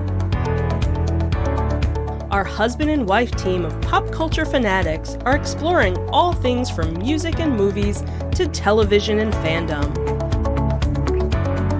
We'll look at the interesting and obscure entertainment news of the week. We'll talk about theme park and pop culture news. We'll give you the latest and greatest on pop culture conventions. We'll give you a deep dive into Disney, Star Wars, and much more. Check out our video episodes at youtube.com/insightsintothings. Our audio episodes at podcast.insightsintoentertainment.com, or check us out on the web at insightsintothings.com. Insightful podcasts by informative hosts.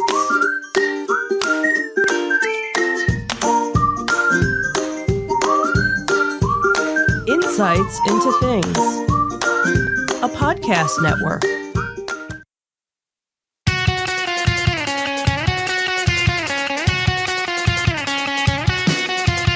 Welcome to Insights into Entertainment, a podcast series taking a deeper look into entertainment and media.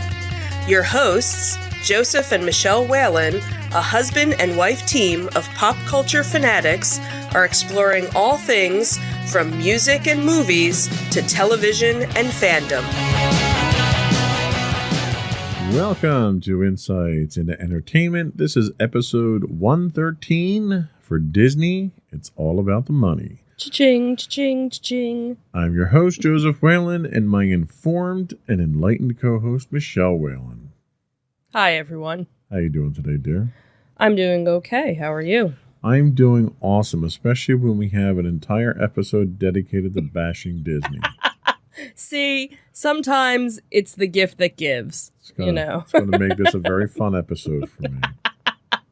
I thought you'd like that.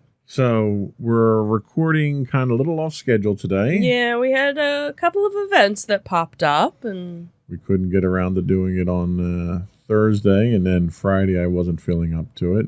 And why didn't we do it on Thursday? On Thursday, we had a moving up ceremony We sure did. for our Insights into Teens co-host, Madison. Yeah, I'm Michelle. You're Michelle, yeah. Our I daughter wrote would be that down so I know. And what is a moving up ceremony for those that aren't familiar with that terminology? Isn't that where you sit around and sing the theme to the Jeffersons? No, that's not it. No, it was her 8th grade graduation. Oh, right. That. I was there for it. Yeah, you were. I even have video of it. Yeah, we do. But we're not showing that today. No. No. And then Friday was Loki night. Friday was just an off night for us. Right. Because we didn't watch it on Wednesday. Right. Because that's when you guys do That's when we do insights Insights into into Teens. So we have to. Yeah, so we opted to watch Loki on Friday, Mm-hmm. and our schedule's all off, so we're recording on Saturday. Which is today. what we used to do Correct. a while ago. So we're, Yeah. But so- don't worry, next week we'll be back on Thursday. Yes. So now that we're all over the place with what we're discussing, today's episode in our Disney Detective, we'll talk about nobody who wants to go to Disneyland can afford it, which I can sympathize with. Mm-hmm. And we'll also look at a new version of Fast Pass coming to the Disney parks. Then- Possibly. Probably, Maybe. knowing Disney. Yeah. If they can make a buck off of it, they will. Yeah. Then in our Tales from the Edge of the Galaxy is another iconic Star Wars villain getting a Disney Plus series. Sure, why not? Everyone I gets was their own going to series. say, and you get a show, and you get a show. And I you think get the a pit droids from Watto's Shop are getting their own series now. Shh. They just might. Now that you said that. And is Gina Carano returning to Star Wars? Maybe, but not how you expect. Nope. No. Then in our entertainment news, Pink is Feeling the Love and By Zoe and all the other shows that are not coming back this year. And then we'll finish up with our insightful picks of the week. Are we ready? Yes, we sure are. Sure. Before we do get into it, I would implore folks to subscribe to the podcast.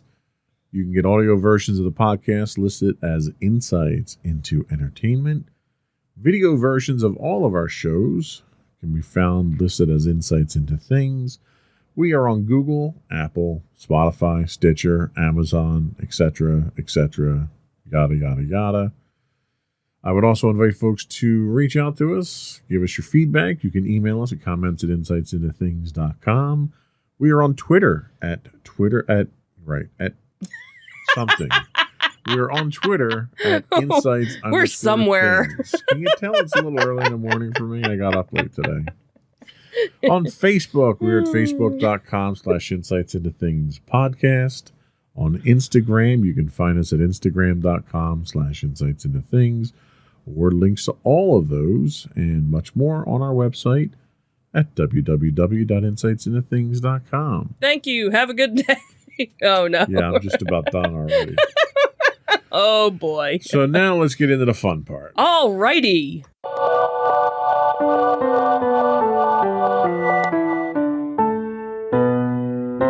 Go for Disney Detective. So our first story comes from fatherly.com, and it talks about how nobody who wants to go to Disney can actually afford it.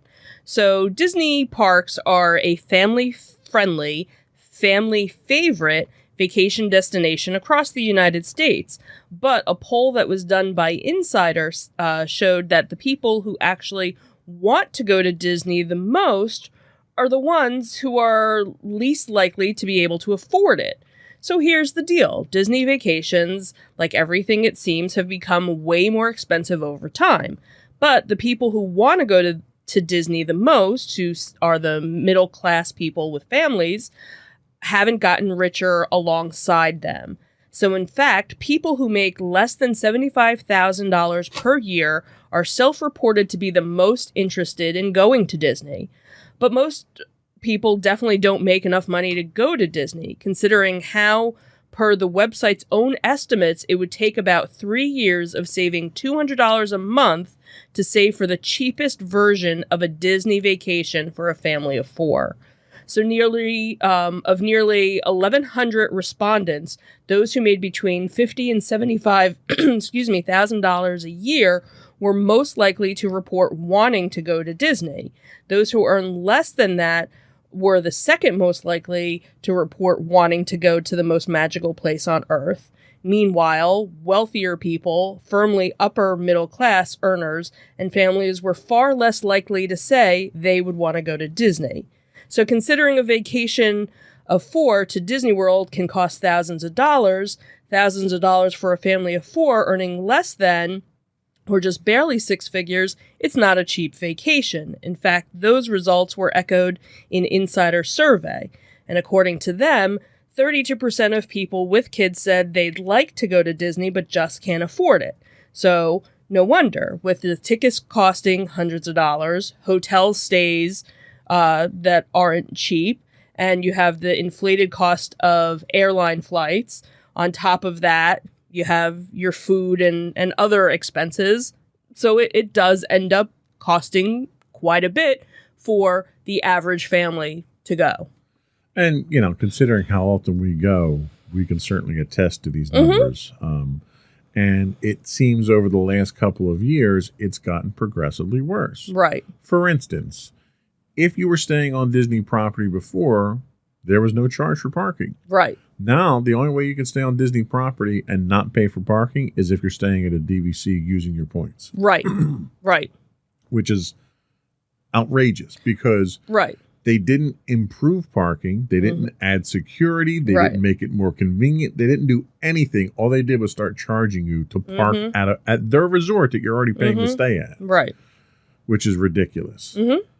And that problem seems to continue, especially with the pandemic, because they've cut back services, they've cut back attractions, right? They've cut back shows, yet they didn't bother to cut back the price of the tickets. Right. So you're getting 30% less of an experience and paying 100%, 103%, because I think it went up 3%. Right, and there are lots of people who were longtime Disney vacationers who decided to stop going because of that, because they weren't seeing anything extra for their money. Right. Now, granted, you know, in their defense, the average park ticket, $115 roughly, maybe, if that, you know, per person per day. Now, the more days you buy, the cheaper it does get. So there's that. Think about when you go to a concert. How much do you pay for a concert venue? Well, it depends on who you go to. Right. Anywhere from $50 to $150. Right. And when you go to a concert, you're only going for 2 hours, right? 3 hours tops. So if you try and balance it out, again, not taking sides, paying $115 for a full day at an amusement park. But I pay $115 a ticket. I go on 2 rides. Right.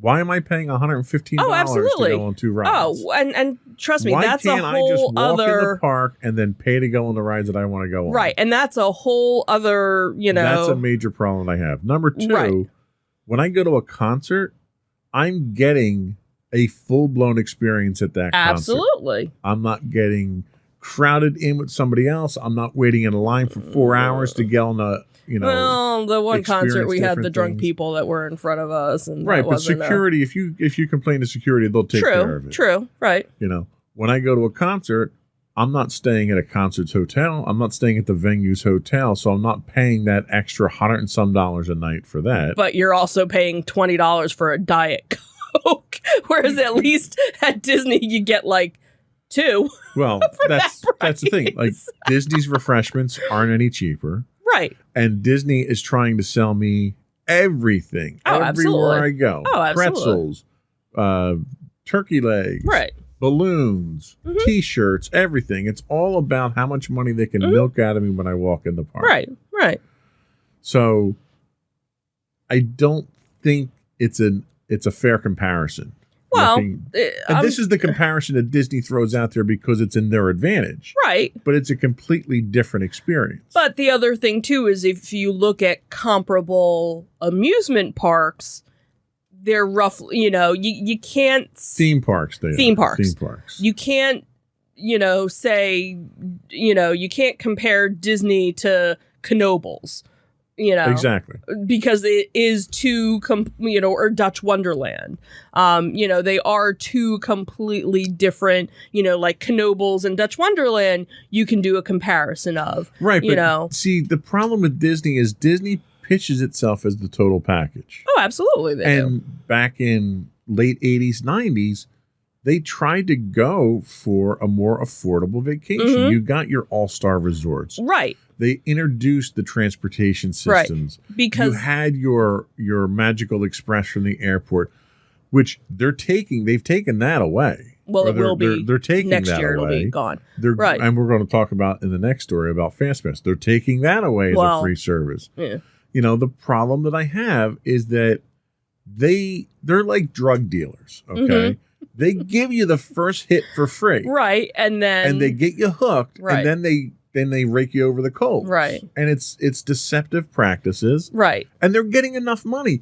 Disney has more money than God. Mhm. They don't need to find more ways to milk me for Well, money. and that's the thing, because like you were saying, Disney always was that, back in the the 70s, the 80s, it was that dream vacation, Right. that once in a lifetime trip. And then they started realizing, okay, everybody's been here once. How do we get them back? Oh, let's do a DVC. Now you can own part of Disney and come here once a year. Right. Well, then, like you said, they made, affordable hotels, because back in the day, there weren't, if you wanted an You were staying in a affordable $400 hotel. a night hotel minimum. Right. If you wanted a affordable hotel, you stayed off property. And, so they got their guests that way. But when they realized, hey, if we build hotels, people will stay here. Well, let's do different tiers, because obviously not everybody can stay at the Grand Floridian.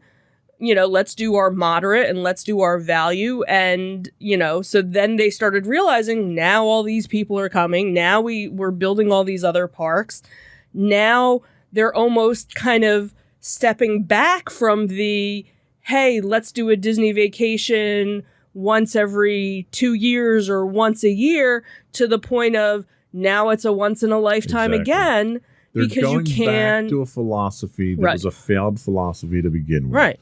And what they're doing now is completely contrary to the vision that Walt Disney had. Mm-hmm. It's a slap in the face to what Walt Disney wanted. He wanted an affordable place Mhm. that families could go that Right. was clean, safe, and Mhm. fun. Right. And what Disney is doing is the exact opposite of that Mhm. now. Well, and remember, we have a week's vacation coming up.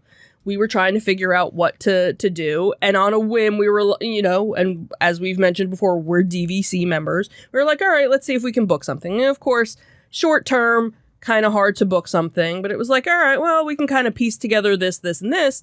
We couldn't even get park reservations Right. this short out, but then it was like, oh, well, if you have annual passes, you could. Like, that seemed to be the only thing available. You can't buy a new annual pass right now because they have that block. So if we had renewed our annual passes from a couple of years back when we actually had annual passes and kept them, those that would be the only way that you could buy a current annual pass. So right now, they're not even letting new annual pass people get passes. And that's another point. Even how they're dealing with their annual passes, they're not satisfied with the recurring revenue that they're getting. Right.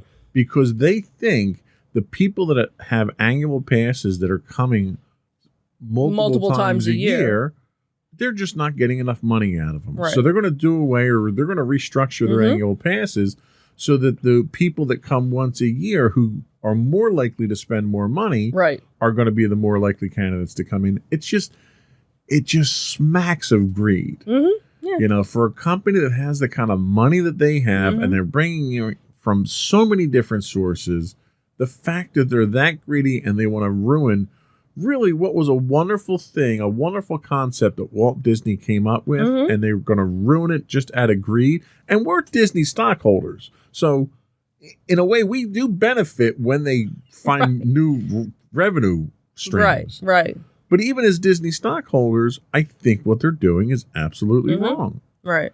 So let's talk about the next thing that they're doing wrong. So now I will kind of, once we talk about our next topic, I have a little bit of an update, so it might not be as bad. So this came from the Orlando Weekly, talking about how Disney may soon change something that they've been giving away for decades, as we were kind of hinting about. So since reopening last year after the pandemic-related closure, Walt Disney World has been without the Fast Pass system. So for those of you who have never been to Disney or know what it is, Disney offers a free skip the line program. So if you happen to be staying on Disney property, you are able to make these Fast Pass quote unquote reservations 60 days out. If you are not staying on property and you have a park ticket, you can make these reservations 30 days out, I believe. And what it is you basically go online, you tell it what park and what day you're going to go, and you pick certain rides. And depending on the park, it's either, kind of tiered, where it's like you choose one from column A and one from column B, or others, it's, other various rides. And they give you times and things like that. But the biggest thing is, again, if you aren't an experienced Disney planner or get help from somebody, it can be very confusing, because basically you have to kind of map out your day. You have to know exactly what park you're going on what day, and if you have dining reservations or if you want to do dining or something, you kind of have to make sure that your day kind of all fits together. It's very much a military operation. There are people that spend hours and weeks planning things out and putting spreadsheets together to try and, maximize the most of their fast passes. And again, it was something that was free. They actually started it almost 20 years ago. It's the Fast Pass system's almost been around for 20 years, and it has its hiccups. But for the most part, it works if you know how to use the system.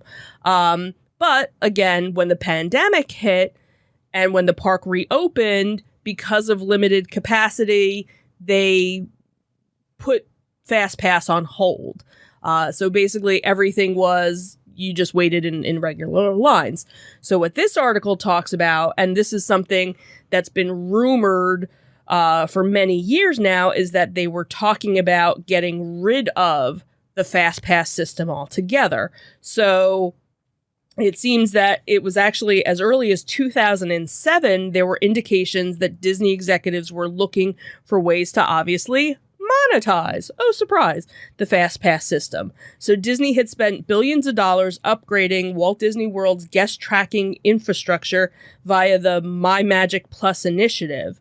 And that's why they were looking to kind of monetize the Fast Pass, but that kind of took a back seat when they were updating everything for the Magic Band system, because the Fast Pass system, if you remember, were actually just little tickets.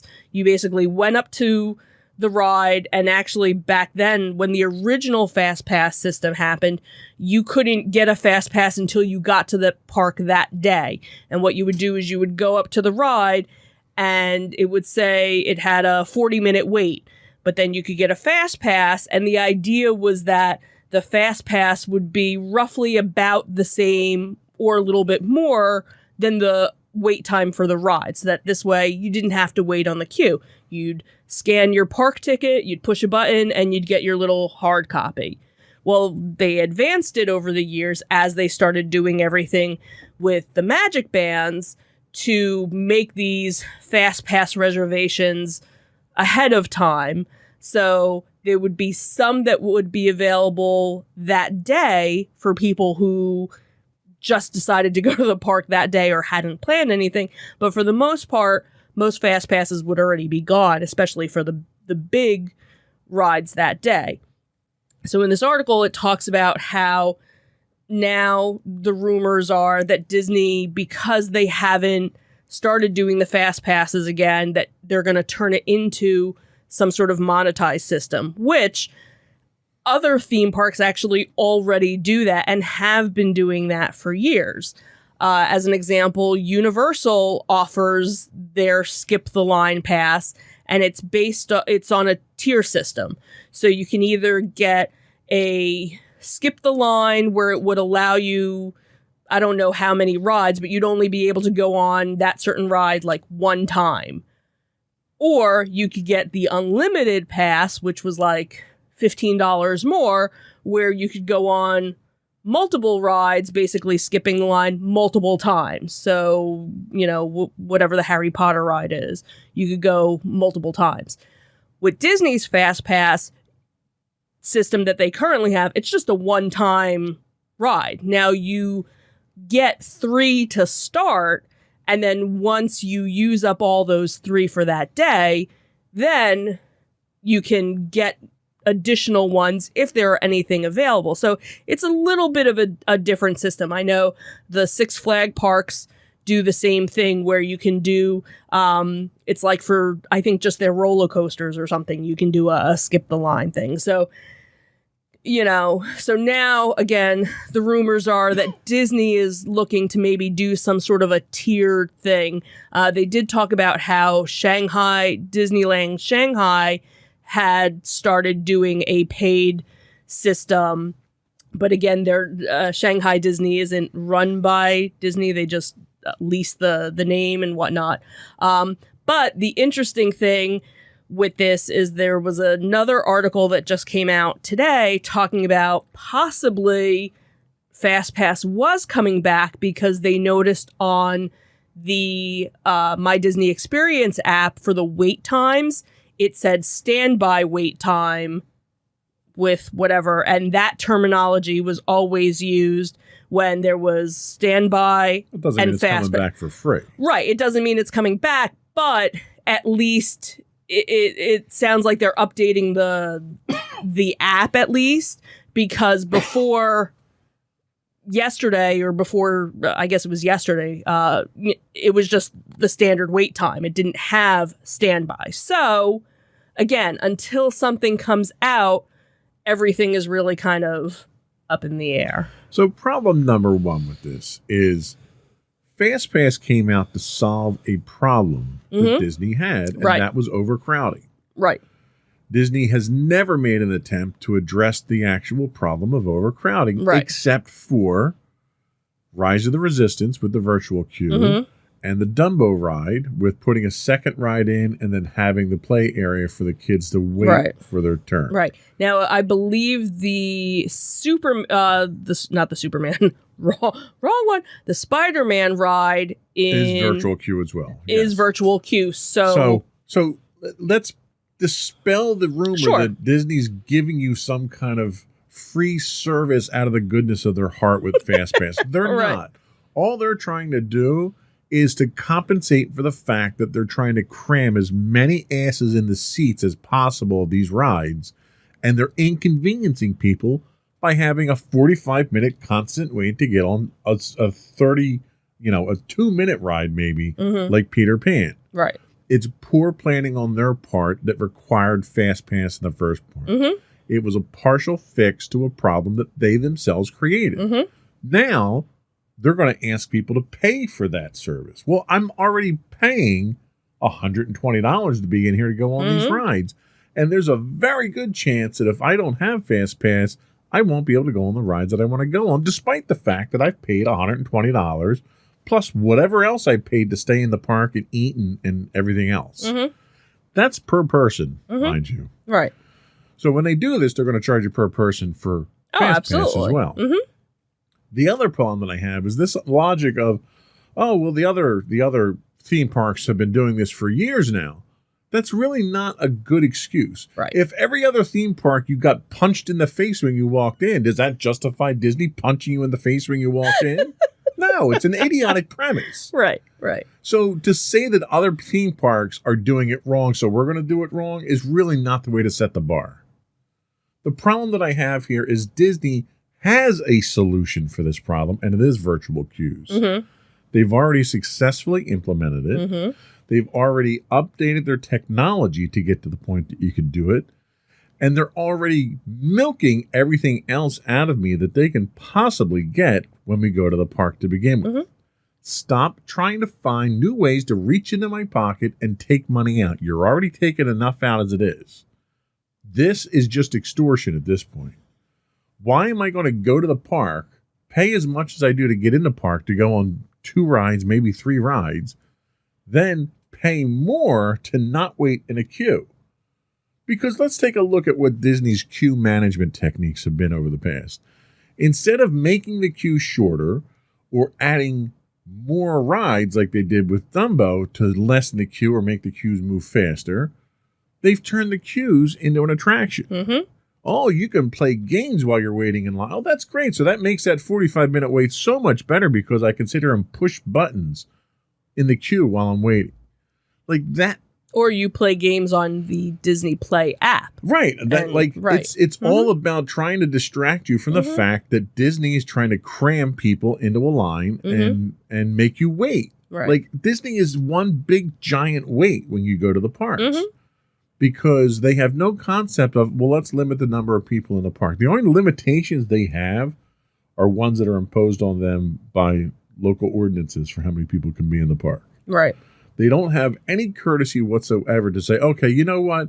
We've got too many people on this ride. Let's shut this ride down for right now. Let's not even try to get people in the queue. No, what they do, and you see it with Pirates of the Caribbean, they'll just keep extending the line. They'll put you in the cattle corral, and they'll have you walk back and forth for an hour and a half while you try to get on a 3-minute ride. Right. It's a terrible user experience. It's a disservice to your customers that you're trying to get money from. Right. And it's overall, it ruins the vacation experience. Well, and I think that's, and one of the things we talked about a couple of weeks ago is the patent for the upgraded virtual queue coming into play. So, and they basically said if people are waiting in a queue, again, they're not spending money on drinks or refreshments or something like that. So for them, don't make us pay for a virtual queue, because if you're not having us wait, we're going to go get something to eat and something to drink. Right. And you're going to... Don't penalize me right. by extorting more money out of me. Right. So I I'd don't have to rather pay for a refreshment, for a thing of popcorn, for a drink, than have to pay to not wait on a line. Absolutely. Don't extort the money out of me so Give I me don't have something to wait. for my money. Incentivize me to spend my money so that I get some kind of benefit from it. Right. And it sounds like you have two competing philosophies here that are going to clash. Right.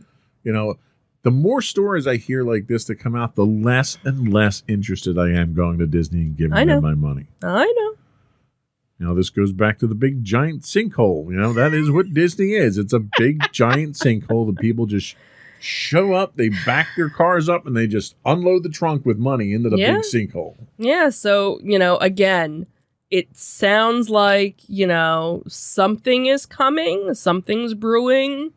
Is it something that's going to happen right away? Is it something, because the other thing, too, is now capacity limits have been, lifted. So the wait times are going up. That was one of the things, if we had decided to go, last August when, the park first opened, we would have had the run of the park. Right. We could have done everything like 5 times, but it was a pandemic. So I have to wonder what this fundamental change in philosophy is to go from the standard Disney money grab to this let's shake them down when they walk in the park money grab. Is it the change of management? Yeah.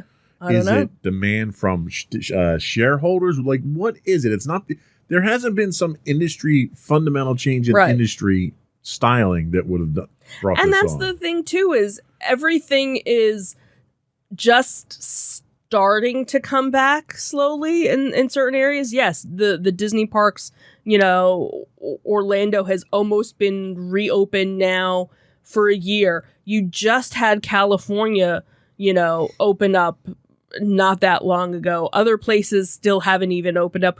Why would you, there are still people that are out of work. There are still people that have been out of work. Right. Why would you try, if anything, do a discounted rate, do something. Well, and it's almost You like know. Disney's like, oh, well, we lost so much money over the last year. We need to make it all back now. Well, Right. I got news for you. Everybody did. Right. You've got people that were out of work. You've got businesses that Mhm. closed down. You've Right. got a lot of people, a lot of businesses that took a loss last year Mhm. because of the pandemic. Right. They're not trying to rake their customers over the coals to make it all up in a month. you Right. know? Right. Disney needs to back off and realize that they're supposed to be offering you a value proposition. Mm-hmm. You cannot expect to get more money out of people if you're not going to give them something back. Yep. And unfortunately, that's been the Disney philosophy the last 10 years. Every year they raise their ticket prices, whether or not they add anything new to the park. Right. And they're already ridiculously overpriced. So, Do you feel better now? anyway. Okay. Let's have a moment of zen. Glad I got that off my chest. We're going to take a quick break while I take my blood pressure medication. And we'll be back with our Tales from the Edge of the Galaxy.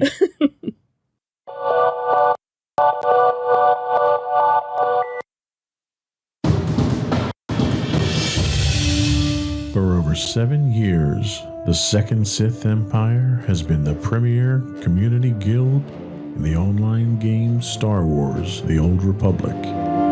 With hundreds of friendly and helpful active members, a weekly schedule of nightly events, annual guild meet and greets, and an active community both on the web and on Discord. The Second Sith Empire is more than your typical gaming group. We're family. Join us on the Starforge server for nightly events such as operations, flashpoints, world boss hunts, Star Wars trivia, guild lottery, and much more. Visit us on the web today at www.thesecondsithempire.com.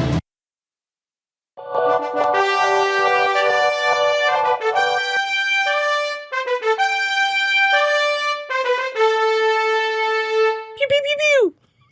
Go for Tales from the Edge of the Galaxy. So, hey, guess what? Another Disney villain might be getting his own Disney Plus series. Who might that be? Oh, I don't know. That guy. He's half the man he used to be.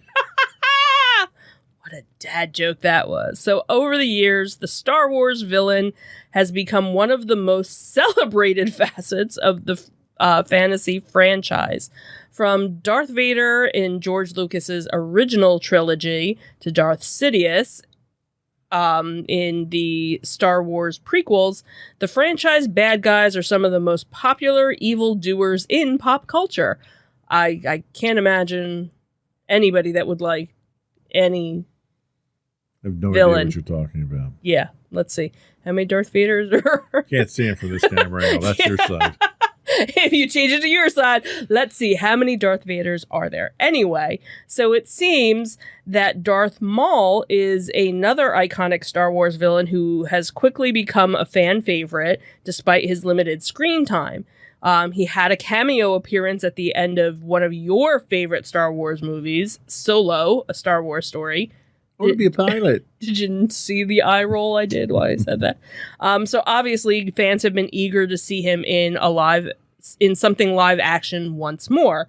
So the good news is that it seems Lucasfilms and Disney are rumored to be working on a live action series featuring Maul, with a story that picks up sometime during the time frame of the same as the Solo movie. Darth Maul made his Star Wars villain debut in 1999's, God, that was a long time ago, Star Wars Episode 1, The Phantom Menace. And that was also the first appearance of Darth Sidious. And although he seemed to have been killed by Obi-Wan at the end of the film, he returned in 2008's animated series Star Wars The Clone Wars and in 2014 Star Wars Rebels. So throughout his Star Wars appearance, Maul has been portrayed as a villain and a disgraced Sith Lord who renounced his Darth status after it became apparent that Sidious never cared about him. Aww. Poor Sith Lord. I almost feel bad for him now. Not really. So a powerful crime lord in his own right, Maul is also Obi-Wan's relentless arch nemesis. Yeah, that would kind of be interesting if he shows up. Well, I don't know. Is he still really dead by the time Obi-Wan? No, he's still alive. Okay, so he could maybe make an appearance in the Obi-Wan series. Sure, why maybe. not? So, obviously it's worth mentioning that everything is still in the early, planning stages. As we talked, I guess it was last week, of all the different Star Wars things that are projects that are in the works. This is not one of them. So this is kind of one of those, hey, we got rid of that one. Look, we have a free spot. We can, do this one. However, it does seem that Ray Parks, who was the actor who's been in these live action roles, it seems that he probably won't be making the return as Darth Maul, because he got into some hot water after some videos got posted on Instagram of him and a mysterious woman doing some not so mysterious things. So now, fans are trying to figure who would replace the live action version of Darth Maul, but obviously, looking at it, you could almost put anybody in it because it's full makeup and the horns and everything. So it really kind of doesn't matter who is playing him.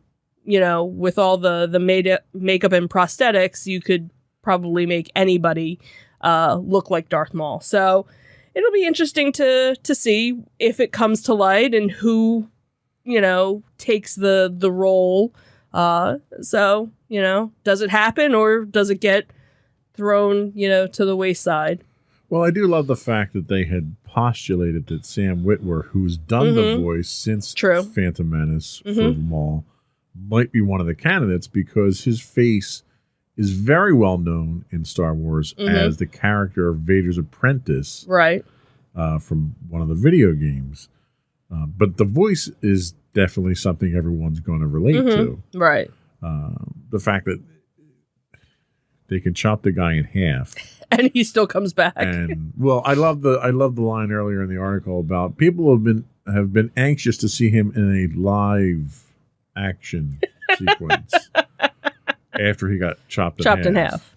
So yeah, okay. I mean, I think Lucas realized a mistake that he made later on. He even acknowledged that he had a great villain on his hands and kind of wasted that opportunity, and then we wound up getting the geriatric Sith Lord and Christopher Lee. Not to take anything away from Christopher Lee. He was a fantastic actor. He portrayed some of the greatest horror villains of all time. Yeah. But by the time he took on the role of Count Dooku, he was like 90 and not even convincing in the role as someone who could best a Jedi or something. Right. So I don't think they need any more shows at this point in time. Right. But if they are going to, cancel Rangers of the Republic because of another controversial Disney star, then I wouldn't object to Darth Maul getting his own series. As long as they don't have Solo in there. I don't want to hear any more. I want to be a pilot. I'm a pilot. That's just don't put that in there and we should be good to go. Okay. Speaking of Gina Carano, always seems to be in the news. Let's talk about that one. So Lucasfilm has made its view on about Gina Carano crystal clear. There is no force in the galaxy compelling enough No to- force. I like that. to bring back Cara Dune back, whether the fans like it or not. The studio has severed ties with the Mandalorian star a while back, and we all know why, because we've talked about it multiple times. But it seems that it's not quite the case where Disney merchandising is concerned. So Lego is still offering mini figures of Gina Carano's Cara Dune, evident by an upcoming bumper pack marketed in a recent Japanese catalog. So the images were kind of fuzzy, but the one figure's stocky build and wavy dark hair is unmistakably Dune. The minifigure is part of a Lego Star Wars set that is scheduled for release this summer. The set also features Moff Gideon's gun-touting light cruiser front and center, including in the lineup of Mandalorian figures. So Cara Dune is accompanied by the Mandalorian, Grogu, Moff Gideon, Fennec, and a Dark Trooper. So it's a whole bunch of different characters with it. Lucasfilm is one of Disney's many subsidiaries, so it makes sense for the company to double back and hit off the switch on any prospective Cara Dune action figures to keep its distance from the actress. But obviously certain things kind of were already in production when things happened. Hasbro reportedly canceled any future Black Series Cara Dunes the same week that she was fired. The action figure was a huge sellout when it hit the shelves in 2020, motivating Hasbro to rubber stamp another production run. Then you had Big Bad Toy Store, who told The Hollywood Reporter that it was accepting pre-orders for the action figures when Hasbro had aborted the whole line. And that was something like eBay was going crazy for a little while with people that were, selling it, for crazy amount of money because you couldn't get them anymore. But fortunately, the brick owners... Lego wasn't deterred by her firing in any way and continues to manufacture the minifigures related to the character. So she's also going to be part of a AT-ST Raider set that's inspired by The Mandalorian. Then there's a couple of other different sets, like 4 or 5 different sets where she'll be one of the different characters that comes with it. Now, I don't know if these are only going to be in Japan or if they're going to be coming to the US, but it looks like it might be available online possibly in August. So it'll be interesting. Are you going to see the same kind of flood of people going and buying it just because, you can't get it? But if technically, like, Lego is still making them and they're just coming out, there probably, I'm guessing, won't be that whole... You're probably not going to have that rush because you're not going to have Right. that limited availability. Right. And you kind of can get away with it by having it in Lego because none of the Lego stuff is really canon. Right. True. So, you can use that as your out for the most part. Yeah. As long as that character doesn't start showing up in some of the Lego shorts that they do, you should be okay. Right. She kind of stays in the background. And, Yeah. And nobody sees her. the problem that you run into, and this is why they should have recast the part. The problem that you run into is that you've put this significant character out there. Yeah. And you can't just ignore the character now because it played such a significant role in 2 seasons of The Mandalorian. Mm-hmm. So it would have been logically more sensible to recast the part if you're going to blacklist the actors Right. than to just pretend the character never existed. That's a mistake. That's going to screw up your continuity. Yeah. And you've kind of got a character gap now in your storyline as to, okay, how are you going to explain where she's at now? Right. Oh, she went for coffee. Right. Haven't seen her since. Do you just not go back to that planet where she was? Or do you kill know. the character off in a means that doesn't require you to have the face like actor the there? like the first 5 seconds of the show, you see a ship and it blows up. Like, dude, wasn't she on that? Yeah, and that's sort of been a very popular technique. You know, they did it back in Star Trek: The Next Generation when Denise Crosby decided that she didn't want to be on the show anymore because she didn't like the role that her character, the direction her character was going. Right. So Roddenberry just killed the character off in like this really lame death scene. Right. So you never had questions about it. Mm-hmm. So you either need to recast it or you need to kill the character to finish that story arc for her. Right. So, but I doubt that Disney's going to do either of those things. I guess we shall see. We shall see. And that was all we had for our, what was that? Our Tales from the Edge of My Sanity, right? Right. Right. We'll be right back with our entertainment news.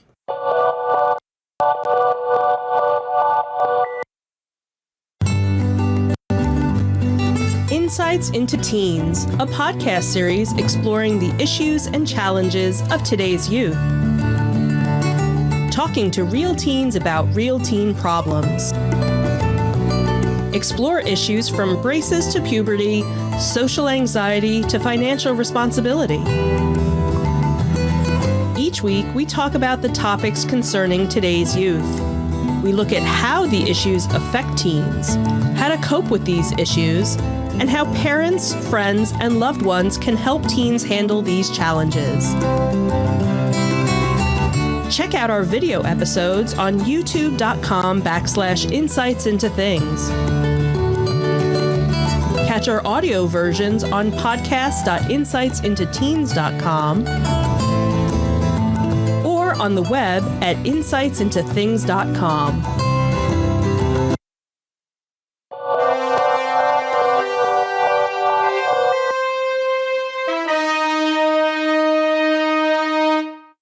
Go for entertainment news. So Pink is feeling the love. So on Monday, the 41-year-old singer shared a clip on Twitter of a performance video made by students of Central Bucks High School West singing her hit, What About Us? The video, which features students from Doylestown, Pennsylvania, is special to the pop star, whose real name is Alicia Moore, since she also attended that school. Shouting out to her high school choir teacher in her post, Pink recalled that the instructor used the famous quote to her, "Alicia is not a solo," she wrote. "But I love this and it brought me to tears," she added. You all sound amazing and I'm totally overwhelmed with love." Although Pink didn't actually graduate from the school, she later earned her GED. So this was a really sweet story, and the video was very well done by the choir singing one of her hit songs. Every now and then they kind of threw in pictures of her from high school, and so it was a really touching tribute, and it was really sweet that she posted it so that other people could see it as well.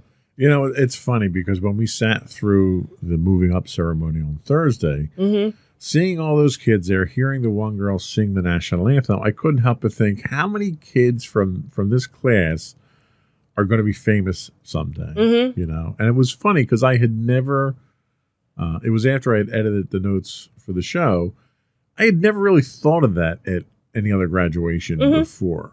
And like nowadays, it's such a likelihood that you could make it as a pop star, a YouTube star, or like there's so many different avenues. Well, and that's the thing is there's so many things that are available, not even, you know, the American Idols or things like that, just the people that are finding some sort of notoriety on TikTok or YouTube or things like that, and how creative, you know, these kids are or how talented they are. It's astonishing. So, you know, it was sweet that her, you know, alma mater was paying tribute to her, and that she in turn, you know, gave them, you know, some love. How much inspiration does that serve to those kids in the high school now to go out and excel now and to see that as an example? I think that's a great story. What's next? So this was sad news for me, and I'm sure, you know, millions of other people. This is that time of year where, the upfronts happen for the different networks, and shows get canceled and shows get renewed. So it seemed that earlier this week, Zoey's Extraordinary Playlist has now been canceled after 2 seasons. It was just confirmed earlier this week. It was something where it was kind of back and forth. They weren't sure if it was going to happen or not. They were actually hoping that if NBC didn't pick it up, that NBC's streaming service, Peacock, was actually going to pick it up, because there was an article that I saw a couple weeks ago that talked about the viewership had gone down for watching the show live, but that for streaming, the show had been doing really well. So they thought, okay, well, maybe if, NBC doesn't pick it up, Peacock will pick it up and it can still continue streaming. But unfortunately, we have to say, goodbye to Zoey. It was, for me, I've always been, a musical kind of gal. So, musicals, movies and TV shows I always liked. I was a huge fan of Glee. So this was kind of the next step. It was the, older version, I guess, of Glee in a way. It was an interesting concept that, all these people would start singing these musical numbers, but yet they didn't know that they were singing the musical numbers because, Zoey kind of had this special power type thing that happened. So it would have been interesting to kind of see where the story went along, but obviously, at this point, it looks like it won't be happening. And of course, this kind of goes along with, a bunch of other shows that we've really enjoyed for the past couple of years that, it's funny when you look at the list of shows that didn't get renewed, it's actually kind of small. There was one article that listed, by network, here are all the shows that are returning, and here's like the 3 shows that aren't coming back. And it was like, of the shows that weren't coming back, they were the ones that we really enjoyed. Zoey being one of them, Prodigal Son, which was another one. And then obviously Netflix is a whole, different animal with their shows that, seem to do really, really well. And then all of a sudden get canceled. Now, again, is it because of the after effects of the pandemic? Not really sure, what it is, but it, kind of sad to see them go. I just want it to be noted on the record.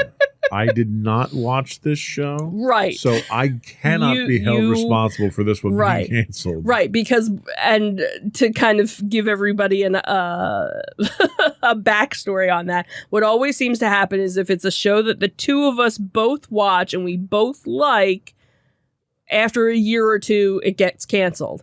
So there have been shows where I watched all on my own, and the show was doing fine, and all of a sudden you start watching it, and it gets canceled. And within a year and a half, It gets canceled. So, and we do the same thing to restaurants too. Right, so right. We try not to eat out very often unless it's a restaurant we don't like. Right. So yes, Zoey was not a show that you watched. Yeah, so it's not my responsibility. No, this one. Yeah. So that was all we had for entertainment news. We'll be right back with our insightful picks.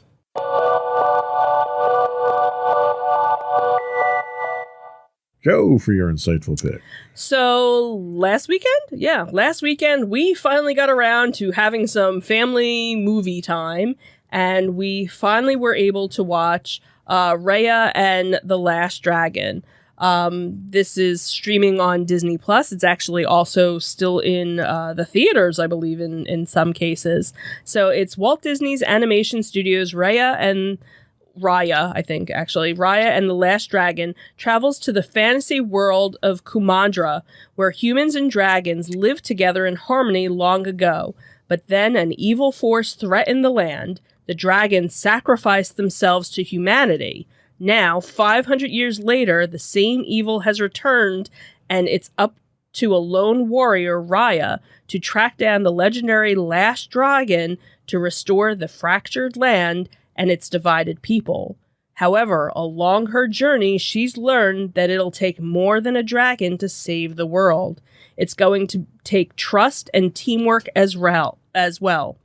Raya and the Last Dragon features the voices of Kelly Marie Tran as Raya, the warrior whose wit is as sharp as her blade, and Awkwafina as the magical, mythical, self-deprecating dragon named Sisu. Characters also include a street-savvy 10-year-old entrepreneur and the formidable giant Tong, with the thieving little toddler and her band of orgies, little monkeys. I don't that they were probably the cute ones of the group. So it's a very interesting, hey, we need to work together as a team kind of movie. We all enjoyed it. There were definitely some humorous moments. There were, some teary moments as well. But overall, I think we all really enjoyed it. Yep, good pick. Thank you.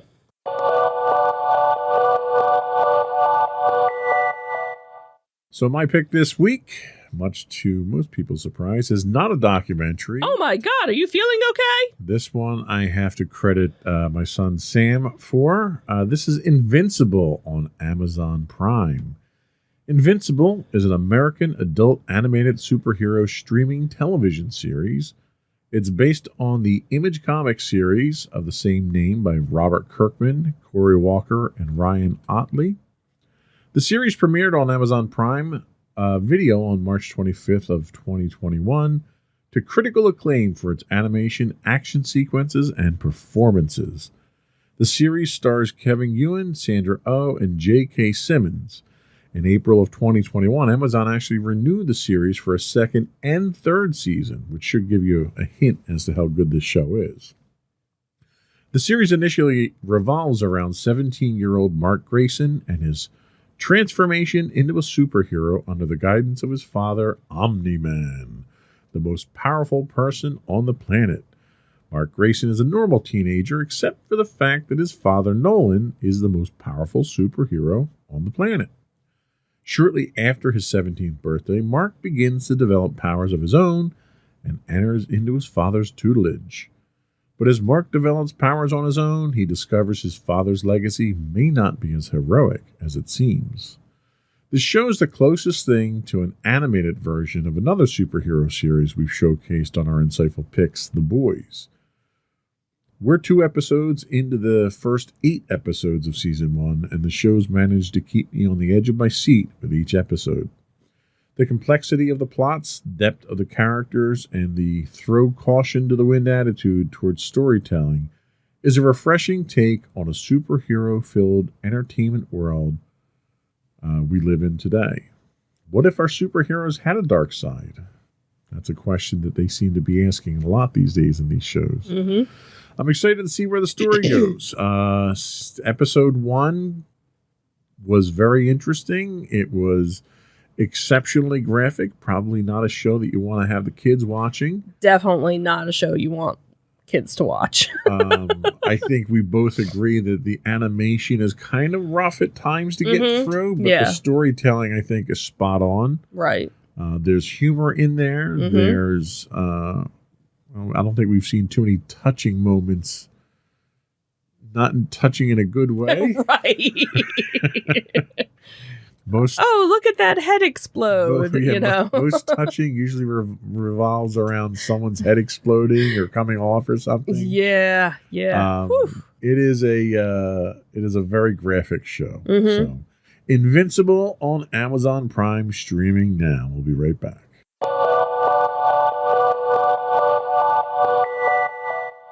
I think that's it this week. Mm-hmm. We didn't have any afterthoughts. We don't have anything that we're doing this weekend to highlight. No highlight reels to run. Unless you wanted to show the graduation, which I don't think anybody else would really care about. No, and I didn't prep it, unfortunately. It was a very shaky camera, too, because it was zoomed in a lot. Right. So I don't want to give anybody motion sickness. That's my job. So before we go, I would once again ask folks to subscribe to the podcast. You can find audio versions of the podcast listed as Insights into Entertainment. You can find video versions of all of the network's podcasts listed as Insights into Things on Apple Podcasts, Spotify, Google, Stitcher, iHeartRadio, TuneIn, pretty much any place you can get a podcast. Would also ask folks, write in, give us your feedback, tell us what we're doing right, what we're doing wrong. You can email us at comments@insightsintothings.com. You can find us at Twitter at insights_things. We're on Facebook at facebook.com/insightsintothingspodcast. You can find us on Instagram if I ever post to it at instagram.com/insightsintothings. You can find audio versions of the podcast on the web at podcast.insightsintoentertainment.com. You can find the video versions of all of our podcasts, all three of them, at youtube.com/insightsintothings. We do stream 5 days a week. This week we stream 6 days a week on Twitch and YouTube, by the way. But on Twitch, we're at twitch.tv/insightsintothings. And if you're an Amazon Prime subscriber, you do get a free Twitch Prime subscription, which we'd appreciate you throwing our way. And if you miss links, anything that we've mentioned, and you want to go to our main site, which has links to everything, and hopefully maybe this weekend we'll have profile pictures. We might. There's rumors. There's rumors of profile pictures possibly finally going up. Because, if you're a listener of the show, you don't know what we look like unless you watch the video. Right, exactly. So, hey, if you want to see what we look like in a certain form, hint, hint, you can go to our main website at www.insightsintothings.com. I think that's it. Another one in the books. Have a good week, everyone. Bye. Bye.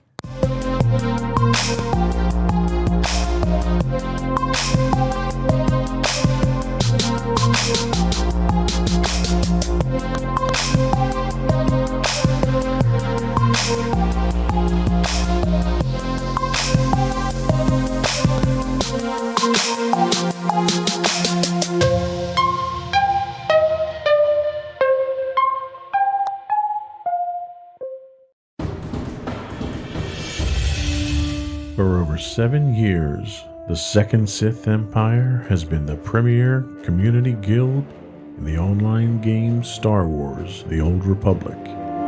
With hundreds of friendly and helpful active members, a weekly schedule of nightly events, annual guild meet and greets, and an active community both on the web and on Discord.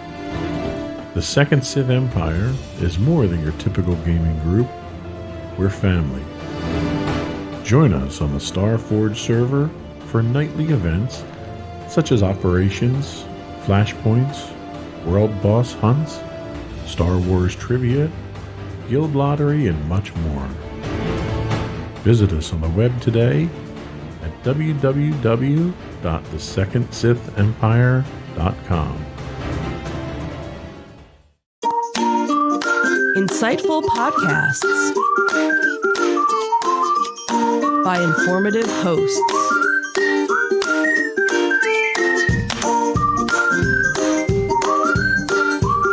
Insights into Things, a podcast network.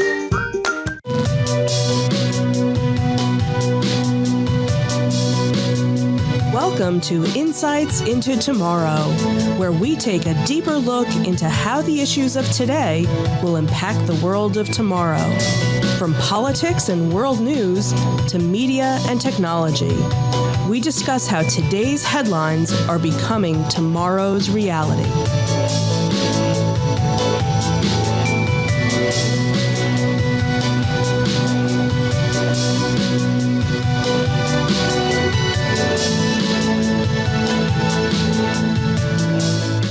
Welcome to Insights into Tomorrow. This is episode 11, The Trump Legacy. I'm your host, Joseph Whalen, and my co-host, Sam Whalen. How you doing today, Sam? Doing good. It's been a little bit of a while since we've done a podcast, but looking forward to another great show. Yeah, we took a little time off over the holidays to redo the studio and so forth. In the process, we have a new president. So I thought it would be interesting. We had originally discussed doing a podcast on the insurrection on January 6th. And I thought that was probably, while it was a worthwhile topic, it might be a little too focused. I think it would be probably more interesting and more helpful to look at the Trump legacy in a more general sense. I don't want to, I'm trying to be as fair and impartial as possible. I don't want to just look at the negative stuff from Trump. And I think the insurrection reflects very poorly on him. So today we're going to look at what some of his notable accomplishments were over the last 4 years. We'll look at some of his failures. And then we'll have kind of an open discussion about what the lasting effects of Donald Trump on the U.S., the world, the presidency, and so forth are. And then just a candid talk about where we think the future is under Joe Biden for the next 4 years. So, ready to get into it? All right.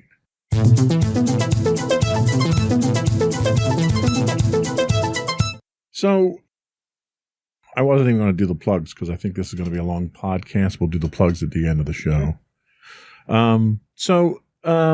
Notable accomplishments. I kind of broke these down into a couple of key ones that came out of the whitehouse.gov website prior to the changeover. And the first one, and one that I think really is probably the biggest, is the reshaping of the federal judiciary. So everyone knows that Trump appointed 3 Supreme Court justices that are life terms, but he also appointed 220 judges to lower courts, which are all lifetime appointments as well. 25% of U.S. Circuit Court judges that are in place today were Trump nominees. And Trump's influence as a result of that will live on through the judiciary for the foreseeable future. Do you think that is a good thing, a bad thing, indifferent thing? What are your thoughts? I think it depends on what these judges are going to be ruling on in the coming years. And especially since it's impressive as a president to be able to do that in only 4 years to appoint that many judges and 3 Supreme Court justices as well. So whether or not the judges will, rule on certain things in the coming years, it's still, it's something that'll be in a history book looking back at the presidency of one of his accomplishments. Absolutely. And I think the one thing that we've seen so far is the 3 Supreme Court justices did not tip the balance of power in the Supreme Court at this point in time, given the number of cases that Trump brought to the Supreme Court during the election phase that did not go in his favor. So I think, if nothing else, the impartiality of the Supreme Court seems to still be intact, which is a good thing. The next thing that we look at is Space Force. Space Force is the first new branch of the U.S. military since the U.S. Air Force was created from the Army Air Corps after World War II. It's supposed to be a more centralized version of the military missions in space. Now, that's not fighting aliens or anything like that. What they do is they handle satellite surveillance. They handle all the military satellites. They're responsible for the GPS system that's both civilian and military use. They're monitoring the various debris that's in space to make sure that it's not dangerous to future missions. What do you think? Do you think, I'll be honest with you. When I heard that we were creating Space Force, I couldn't help but chuckle. Mm-hmm.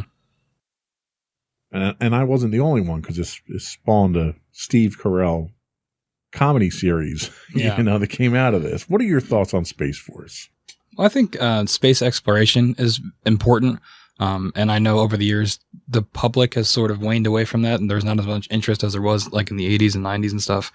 I do think if Space Force is going to actually do something, and it's not just a dumping ground for money like a lot of other of these types of programs, they spend a lot of money, especially when it comes to the military. There's a lot of money put into that. But I think if they do monitor things like the debris around the Earth, which is getting really, it's becoming a real problem, and satellites and things like that. I think that's a good start. And maybe they'll segue into actual exploration missions in the future, hopefully. Yeah, we don't really know what direction they're going in right now. They really inherited a lot of things that the Air Force had already been doing. They're not doing exploration at this point. Yeah. That is still the domain of NASA. But, we have missions up there. You have an International Space Station up there that occasionally needs to be moved so it doesn't get hit by a refrigerator-sized piece of debris that brings it down. So that's really what they're working towards. And you also have private companies like SpaceX that are going a lot more in, they have a little bit more of a budget than NASA does for the funding. So they're able to do a lot more missions into space. Sure. Yeah. In fact, speaking of space junk, one of the things that's really starting to crowd the low Earth orbit are these new internet-enabled satellites. SpaceX, Elon Musk is putting a huge constellation of satellites, some 400 or 500 satellites up there, all of which are moving obstacles that are flying at 17,500 miles an hour. So it's not a small job monitoring that stuff for safety. What's the next thing that we have? So next up, we have the tax reform. It was the biggest overhaul of the nation's tax code in 3 decades. It slashed corporate tax rates from 35% to 21%. Some critics argue it was a windfall for massive corporations at the expense of the middle class. Administration officials predicted GDP boost by 3 to 6%. Now, we haven't seen the GDP boost that they expected so far. However, I can say, at least in my experience, that slashing of the corporate tax was enough of an incentive for my company to give more back to its employees. I think my company is an exception to that rule. I think a lot of companies take that as a windfall and they absorb the profit themselves. Right. This kind of goes back to the early 80s with Reagan economics of trickle-down economics, where, give the rich people more money and then it'll trickle down to other people. Which I don't think that worked then, did it? That has never worked in the history of mankind, actually. Turns out the rich just get richer. You don't get rich by spending it, that's for sure. So the tax reforms definitely are there. A lot of those went in place before the COVID pandemic happened. And I think a lot of the benefits that happened from that tax reform are largely wiped out because of the debt the country has incurred as a result of a lot of these COVID relief packages. Yeah, but that tax plan, that corporate tax rate is going to stay in place until the new administration could put something together to overturn it. So it's something to think about. That's correct. Yeah. So the benefits will still be there for a lot of that. Let's talk about the reform of the justice system a little bit. So one of the things that Trump tried to do was address the mass incarceration in the federal prisons. For several decades, they've been severely overpopulated. A lot of it had to do with lower level drug arrests for minor infractions. But he also overhauled the federal sentencing to reduce the minimum mandatory sentences. And that's kind of a concept that a lot of people aren't familiar with, is that the federal guidelines for sentencing for just about every crime out there, there's a minimum amount of time that you can sentence someone. And even if it's an insignificant issue, but you have to sentence someone, they have to get that minimum amount of time.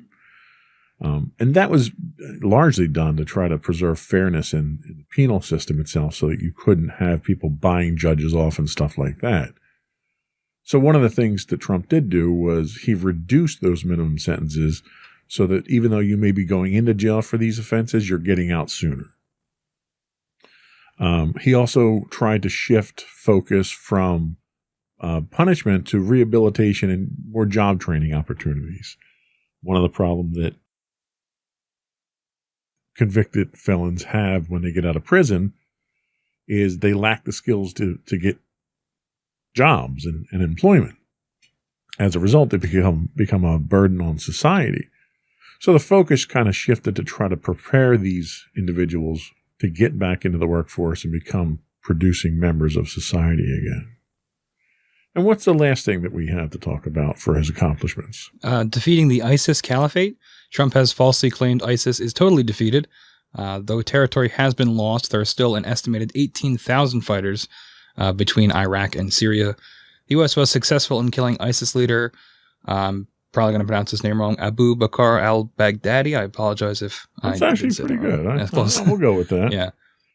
So, yeah, I mean, it's no different than when George Bush landed on the aircraft carrier with the big giant banner and said mission accomplished. Right. Progress has been made. More progress has been claimed than has been made, I think. At this point in time, ISIS is lacking territory, but they're not lacking support. They're getting support through other countries like Syria and Iraq and Iran. So they're being funded by these countries, but they might not have the territory that they once had. Yeah, I think conflicts like this in this area of the world are always going to be this messy, and they have been since the U.S. began to get involved way back in the 70s and 80s. It's always been a difficult, not war, but difficult conflict to manage, whether through proxy or through direct involvement from the U.S. And I think that this is no different. I think, and it's going to continue to be this way because it's too difficult of something for us to manage and certainly not fix. Sure. Yeah, no, I agree 100%. One of the things that I didn't put in here that was related to this was the drawdown on troops in Iraq and Afghanistan, which Donald Trump has made significant progress there. He had wanted to get us out of that area completely, but because of the sensitive nature of that territory, we couldn't pull out entirely. Yeah. But the number of troops that are in that area have been reduced, ironically enough, to the point that we had more people in Washington, more soldiers in Washington for the inauguration than we had in Afghanistan and Iraq. Wow. Yeah, it's difficult because I'm obviously not like a general or anything, but it seems like we make the progress with the troops, and then the second the troops are gone, all that progress is lost, sometimes overnight. So it's a difficult call. It's easy to say we're going to get everybody out of here, but it's a sticky situation. It's not that easy. Yeah, and when you think about it, you figure this is the longest war the United States has ever been involved in. You know, the closest one to this was Vietnam, which was roughly 10, 12 years, but figure we've been fighting this war in that territory, this war on terror, since September 11th attacks. Yeah, and we could probably do a whole show comparing that to Vietnam. I mean, they're somewhat similar in terms of a difficult terrain, the language barriers, things like that, guerrilla tactics, and all that. It is just a mess. Absolutely. So that's some of the notable accomplishments that Trump had in office. Let's take a break. We'll come back and we'll talk about some of the failures that I think a lot of people have focused on.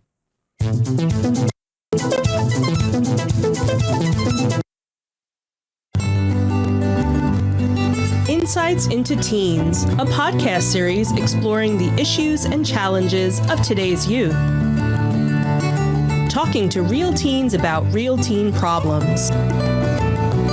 Explore issues from braces to puberty, social anxiety to financial responsibility. Each week, we talk about the topics concerning today's youth. We look at how the issues affect teens, how to cope with these issues, and how parents, friends, and loved ones can help teens handle these challenges. Check out our video episodes on youtube.com/insightsintothings. Catch our audio versions on podcast.insightsintoteens.com or on the web at insightsintothings.com.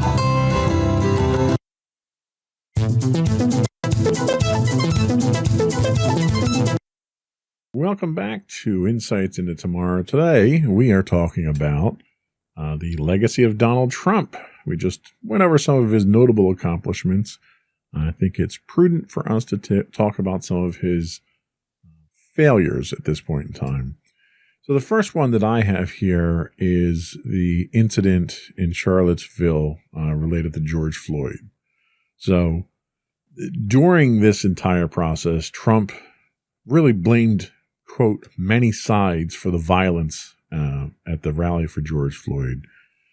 And at the time, he claimed that there were, quote, very fine people on both sides. One side being the Black Lives Matter group who were protesting the death of George Floyd. The other side being made up largely of white supremacists and the KKK. This statement itself really stirred up a bit of a hornet's nest here when he was describing these white supremacists as very fine people. And he took criticism from both Democrats and Republicans, including traditionally staunch supporters like Lindsey Graham. What are your thoughts on this particular failure of Trump's? I think it seems like such a simple thing, right? You see white supremacists and KKK leaders on one side. You just have to condemn them. And he couldn't do it. And he was directly asked, I remember multiple times by reporters, to just condemn them.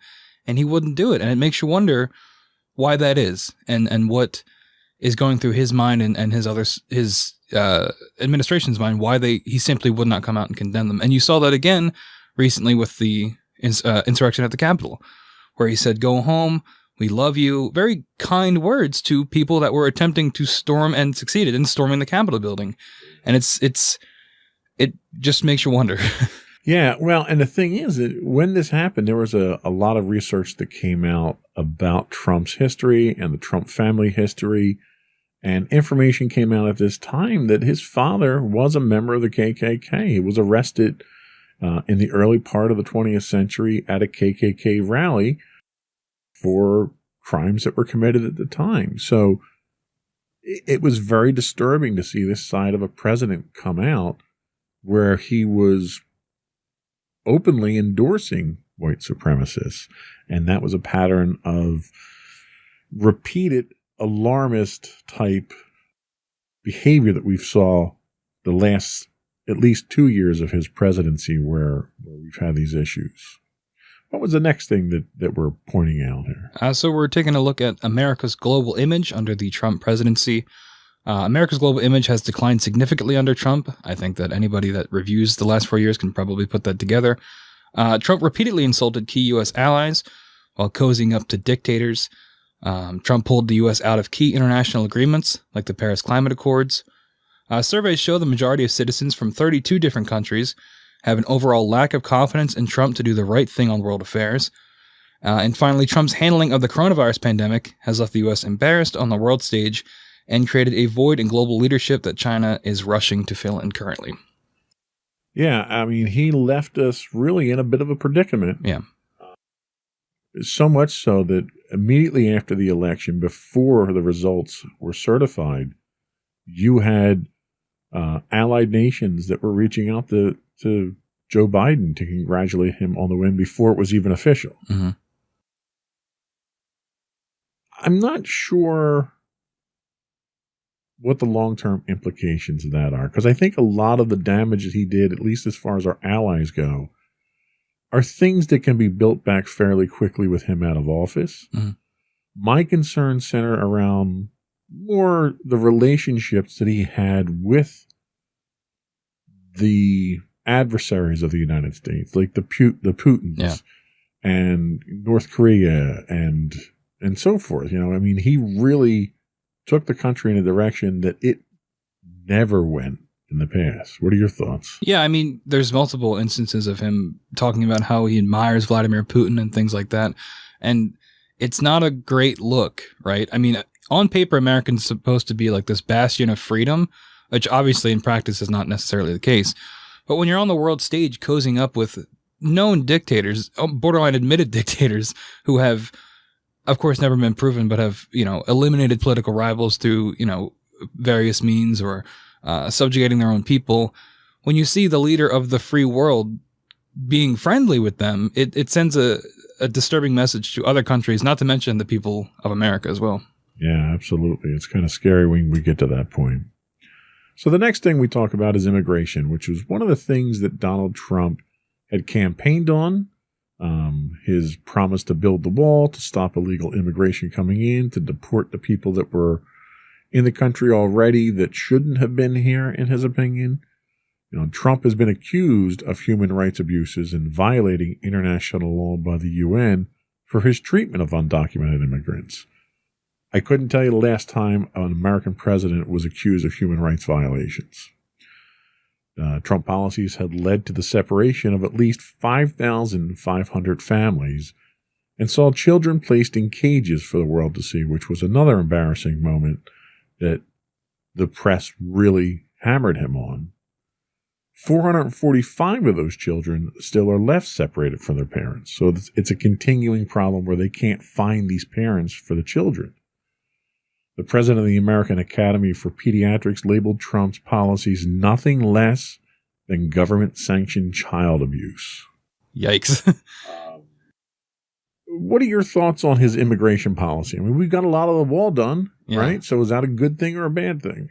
I don't think the wall was a great idea. I mean, it for people that think that we should take a strong stance on immigration, I think it's a very good physical thing to see. But I think in practice, I don't know that the wall really works. And not to mention, speaking back to the ICE situation, we actually talked about doing a whole episode on ICE, but doing the research, we found it would be better to just lump it in with this. But the fact that 545 children don't have their parents or any real person to take care of them still, and for this long is horrifying. And the fact that it's still happening. Yeah. Yeah. And Trump tried to defend his actions by claiming that a lot of these children were not brought over by their parents. They were being brought over by criminals and mules and, people that were trying to get into the country illegally and using the children as a means to get into the country. And there just wasn't any facts to back that claim up. As with a lot of the things that we deal with Trump, there's a lot of misinformation. There's a lot of what the Trump administration has labeled alternative facts. And I think you have a difficulty in sifting through. There's so much misinformation thrown out about these things that it takes an effort to sift through that you shouldn't have to make such an effort to do. Yeah, I think that, we'll probably touch on it more later in our concluding thoughts, but I think that's part of the plan, is to put as much false things out there that you question what is real and what is true. And then from there, you can make your reality whatever you want. Right. So what was the next thing that we're going to ding him on here? So the handling of Iran, Syria, and Afghanistan, we touched a little bit on this with the troop withdrawals. Trump's decision to withdraw from the U.S. from the 2015 Iran nuclear deal induced chaos throughout the Middle East. It remains one of Trump's most unpopular decisions in the global arena. Trump has failed to thwart Iran's aggressive behavior through his maximum pressure campaign. He exacerbated the situation by ordering the killing of Iran's top general, another name I'm going to probably mispronounce, Qasem Soleimani, which was huge when it happened. I remember we talked about it on one of the previous shows. Yeah. About how insane that was. And it's almost like we forgot it happened, but here it is again, looking back at everything. Iran has since abandoned the nuclear deal and is actively working towards nuclear weapons. Again, Trump pulled U.S. troops out of Syria, abandoning U.S. allied Kurdish forces. I remember that was extremely controversial too, especially I saw a lot of veterans on Twitter talking about that when that happened, about how that was wrong to do because you left these people hanging to dry. The withdrawal induced a humanitarian crisis in the region and the security vacuum that Russia, Iran, and accused war criminal Syrian President Bashar al-Assad benefited from. Trump started a massive pullout of U.S. troops from Afghanistan, essentially surrendering the country once again to the Taliban. And finally, Trump dismissed published reports that Russia paid bounties to Taliban-like militants to kill U.S. troops. So we're getting a little bit of the cozying up with dictators again in this section as well. And overall, it's not a great look. Yeah, no. And if you look, at the big picture of weakening our position in the Middle East by all these troop pullouts, by pulling out of the Iran nuclear deal, which is just going to incite additional chaos. It's going to rile the Israelis who won't stand for Iraq having nuclear weapons, so they're going to act unilaterally on their own if we do not maintain a coalition in the area. You're basically lighting the fuse on a powder keg. And I look at what he did, and I can't fathom why you would have done that. He claims that he doesn't want America tied up in these long-term wars, but we're almost like the control rod in the nuclear reactor there. And if you pull that control rod out, the nuclear reactor is going to melt down. Yeah, it's kind of like what we talked about before. Like it's easy to say, oh, I don't want America involved in these situations. But when you've got nuclear deals signed with these countries, that's more than just a war. There's larger implications there on both the world stage and for that local area. And it's like you said, it's lighting a fuse that I guess the new administration is going to have to deal with. Yeah, and it's a headache. I mean, not only is it weakening the U.S. position and our allies' position in the region, you're directly strengthening our adversary's position at the same time, which makes you wonder what team Trump was really playing for at the time. So the next big one that Trump has been trying to take care of since day one was the repeal and the replacement of Obamacare. Trump lost the vote for a full congressional appeal, thanks to, at the time,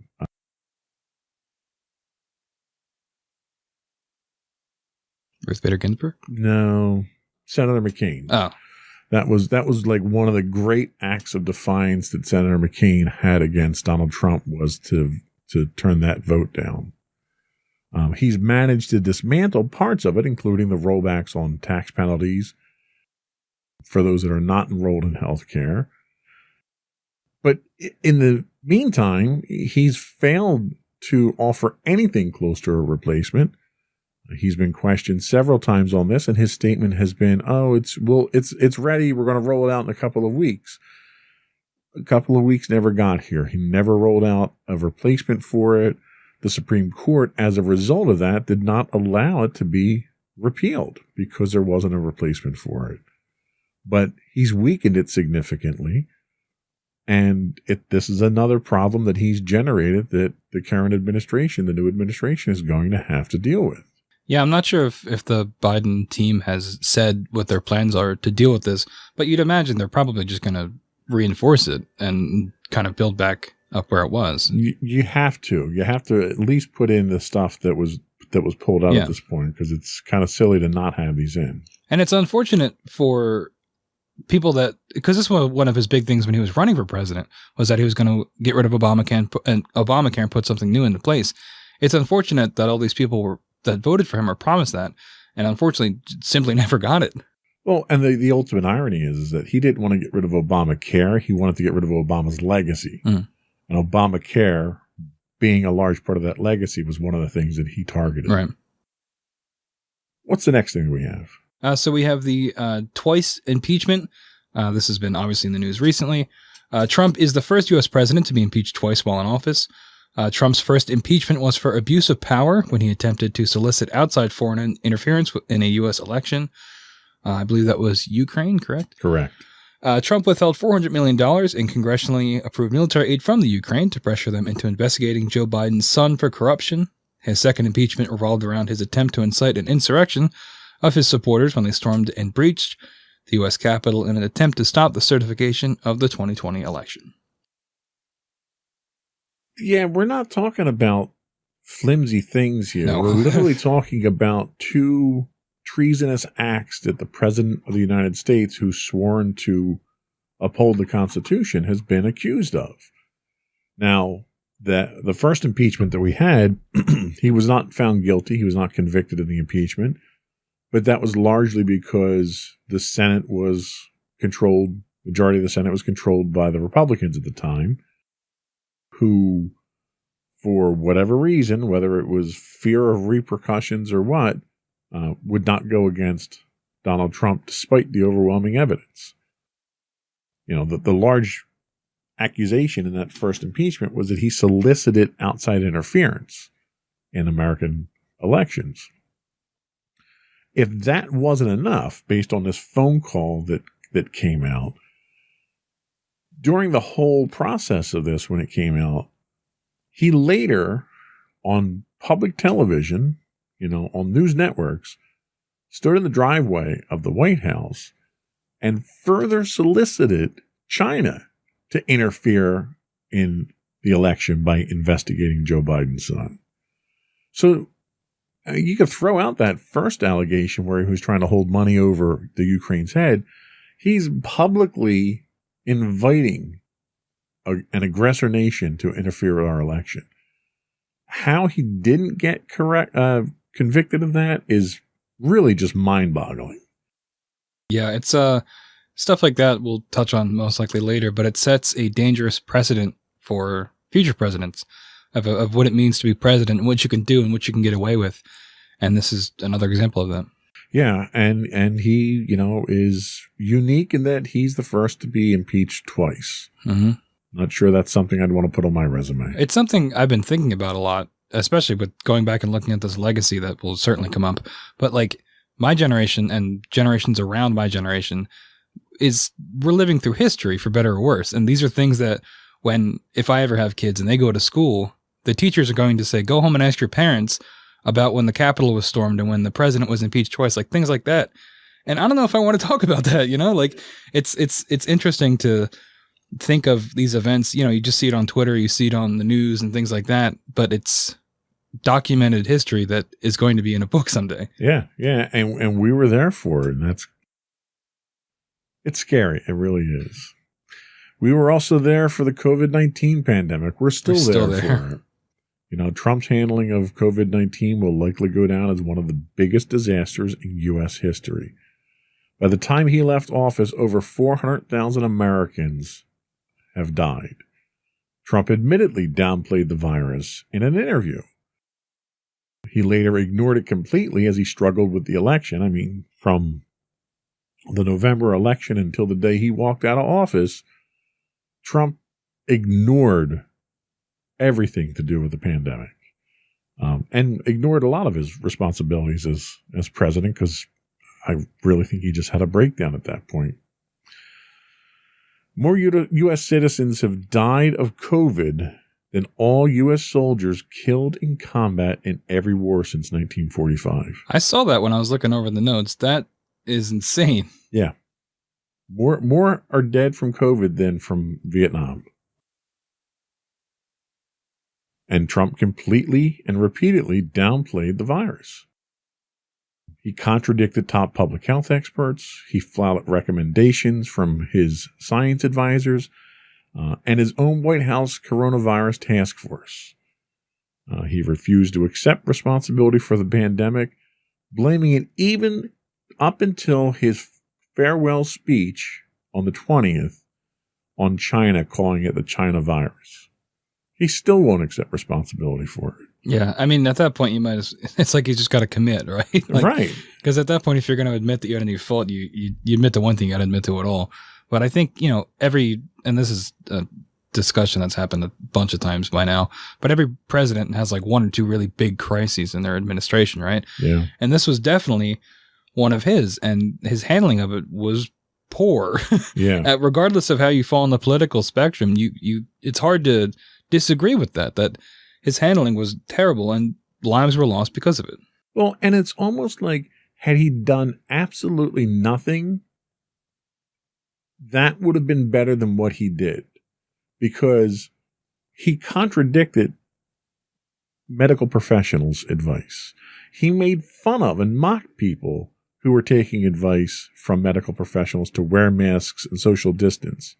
He deliberately exposed his Secret Service detail when he himself contracted COVID so that he could have a publicity stunt driving around the block for the press.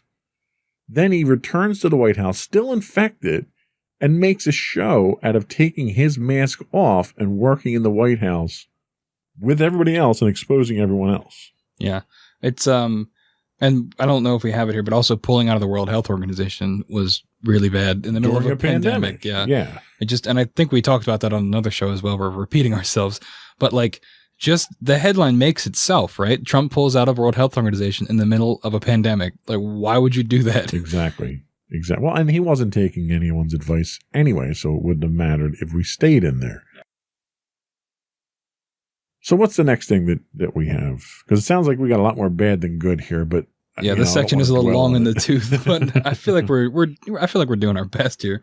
So the next section is about the U.S. economy.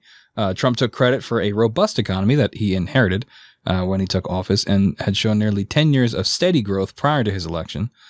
The U.S. now faces one of the worst economic crises in history, linked to his disastrous response to COVID-19, which we just talked about. Over 22 million jobs were lost. Unemployment is at 7.9%, more than double the 3.4% of the pandemic.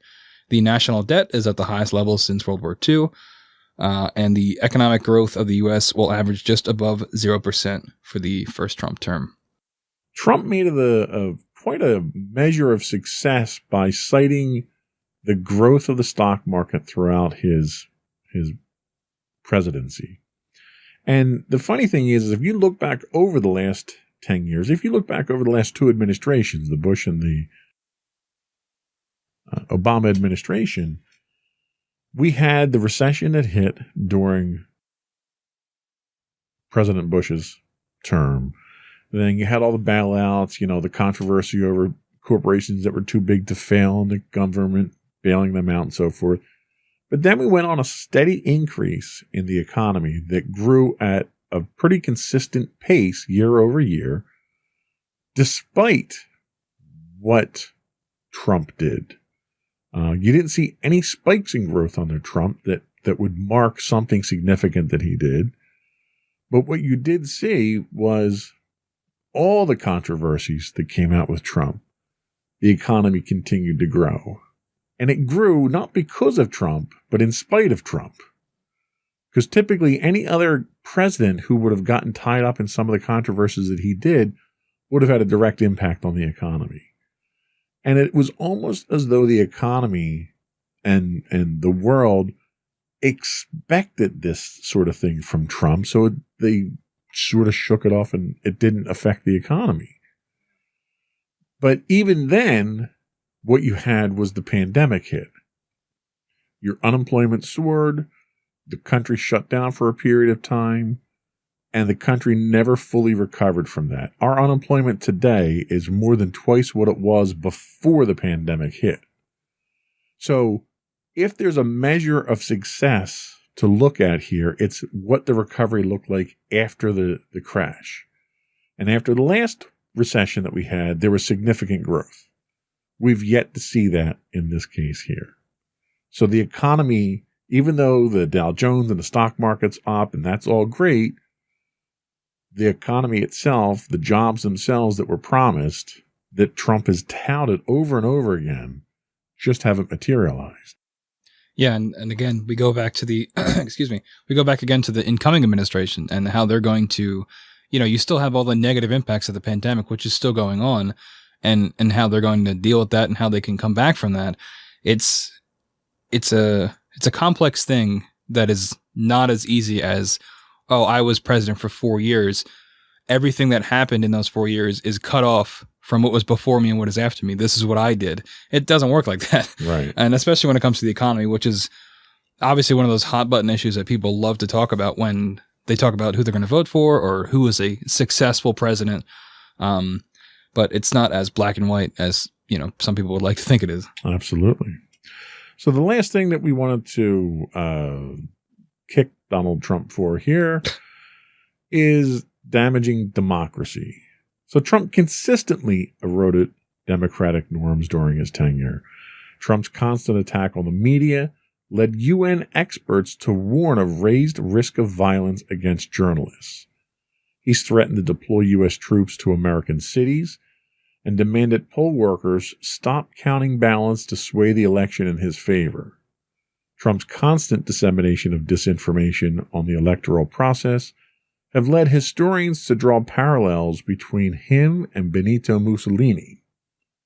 Trump has refused to accept the clear-cut results of the election and failed to provide any substantial proof to his claims for election fraud.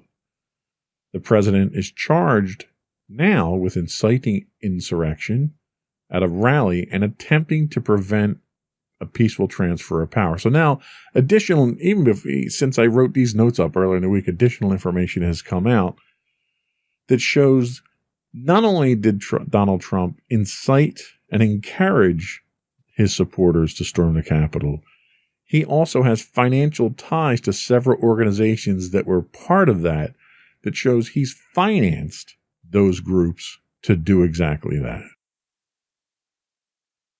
I don't think democracy has ever been threatened like this since the Civil War. What do you think? Yeah, no, I completely agree. And the difficult part is these are all facts, right, that we've just stated, but I can still guarantee you that there's somewhat half of the country that would disagree with this. And that's where the real damage is, the erosion of a common reality that we all have, right? Because, and I think that is, and I mentioned it before, but I think that that's part of the tactic, is to put so much information, false information out there, and to do all these things that for any other president, any one of them would have got them out of office, most likely, or a terrible scandal. But to just keep doubling down and to keep, moving facts around, it has eroded just average people's way of thinking. And I've seen it in my own life personally, people I know, that we can't even talk about it because we don't agree on the facts and what is real and what is not. And just because I have facts, it makes me, I'm only saying that because I hate Trump, but it's not that's not what is true. And I think that is a thing that we're going to see in the coming years, is this difficulty of telling what is fact and fiction. Even if Trump is no longer in office, I think that stain is going to remain with the country for a while. Yeah, you could have your own opinion. You're entitled to your own opinion, right, but you're not entitled to your own facts. The facts are the facts. And regardless of how much effort is put forth to disseminate misinformation, to skew those facts, the facts are still there. It's unfortunate that we have to go through the effort, almost like an archaeological dig, to get through all of the lies so we can get down to the facts themselves. And even then, the diehard supporters of someone like Trump still just simply refuse to accept the facts. Whether or not you choose to accept the truth doesn't make it any less true. And there are people out there that are having a very difficult time accepting that. One of the networks we stream on here, we stream on a network called Vaughn Live, and there's a lot of Trump supporters that watch that particular service. And there's been a couple of instances where people, during our replays there, have directly questioned, what are we talking about? Trump won the election in a landslide. And it makes me stop to wonder, despite all of the information that's out there, none of which points to a Trump victory, how could somebody possibly think that he won when not a shred of evidence has been produced, despite there being dozens of court cases that have been shot down by the Supreme Court, mind you, which has a majority of conservative justices that he put on the court, have shot down so many of these lawsuits that he's brought. How could people still think that he won just because that's what they want? Yeah. And I think, and it's something that I've noticed a lot too, there's a lack of accountability in that mindset, where especially when we had the insurrection at the Capitol, immediately the conspiracies from that side of politics were trying to blaming on Antifa and things like that, where in reality, that's not the case. I don't think there was any evidence for that. It's a lack of accountability where it can't be me. It can't be my fault. And I think that's what you see a lot. And especially now, Trump has made himself out to be a martyr, especially with the election results. And I think that just feeds more into the cycle of a lack of accountability, and, Trump can do no wrong, and, it was robbed, it was stolen from him, which none of that is true. Yeah, I agree 100%. Well, let's take another quick break. We'll come back and we'll have a kind of an open discussion about the lasting effects of Trump and what the future under Joe Biden is going to look like.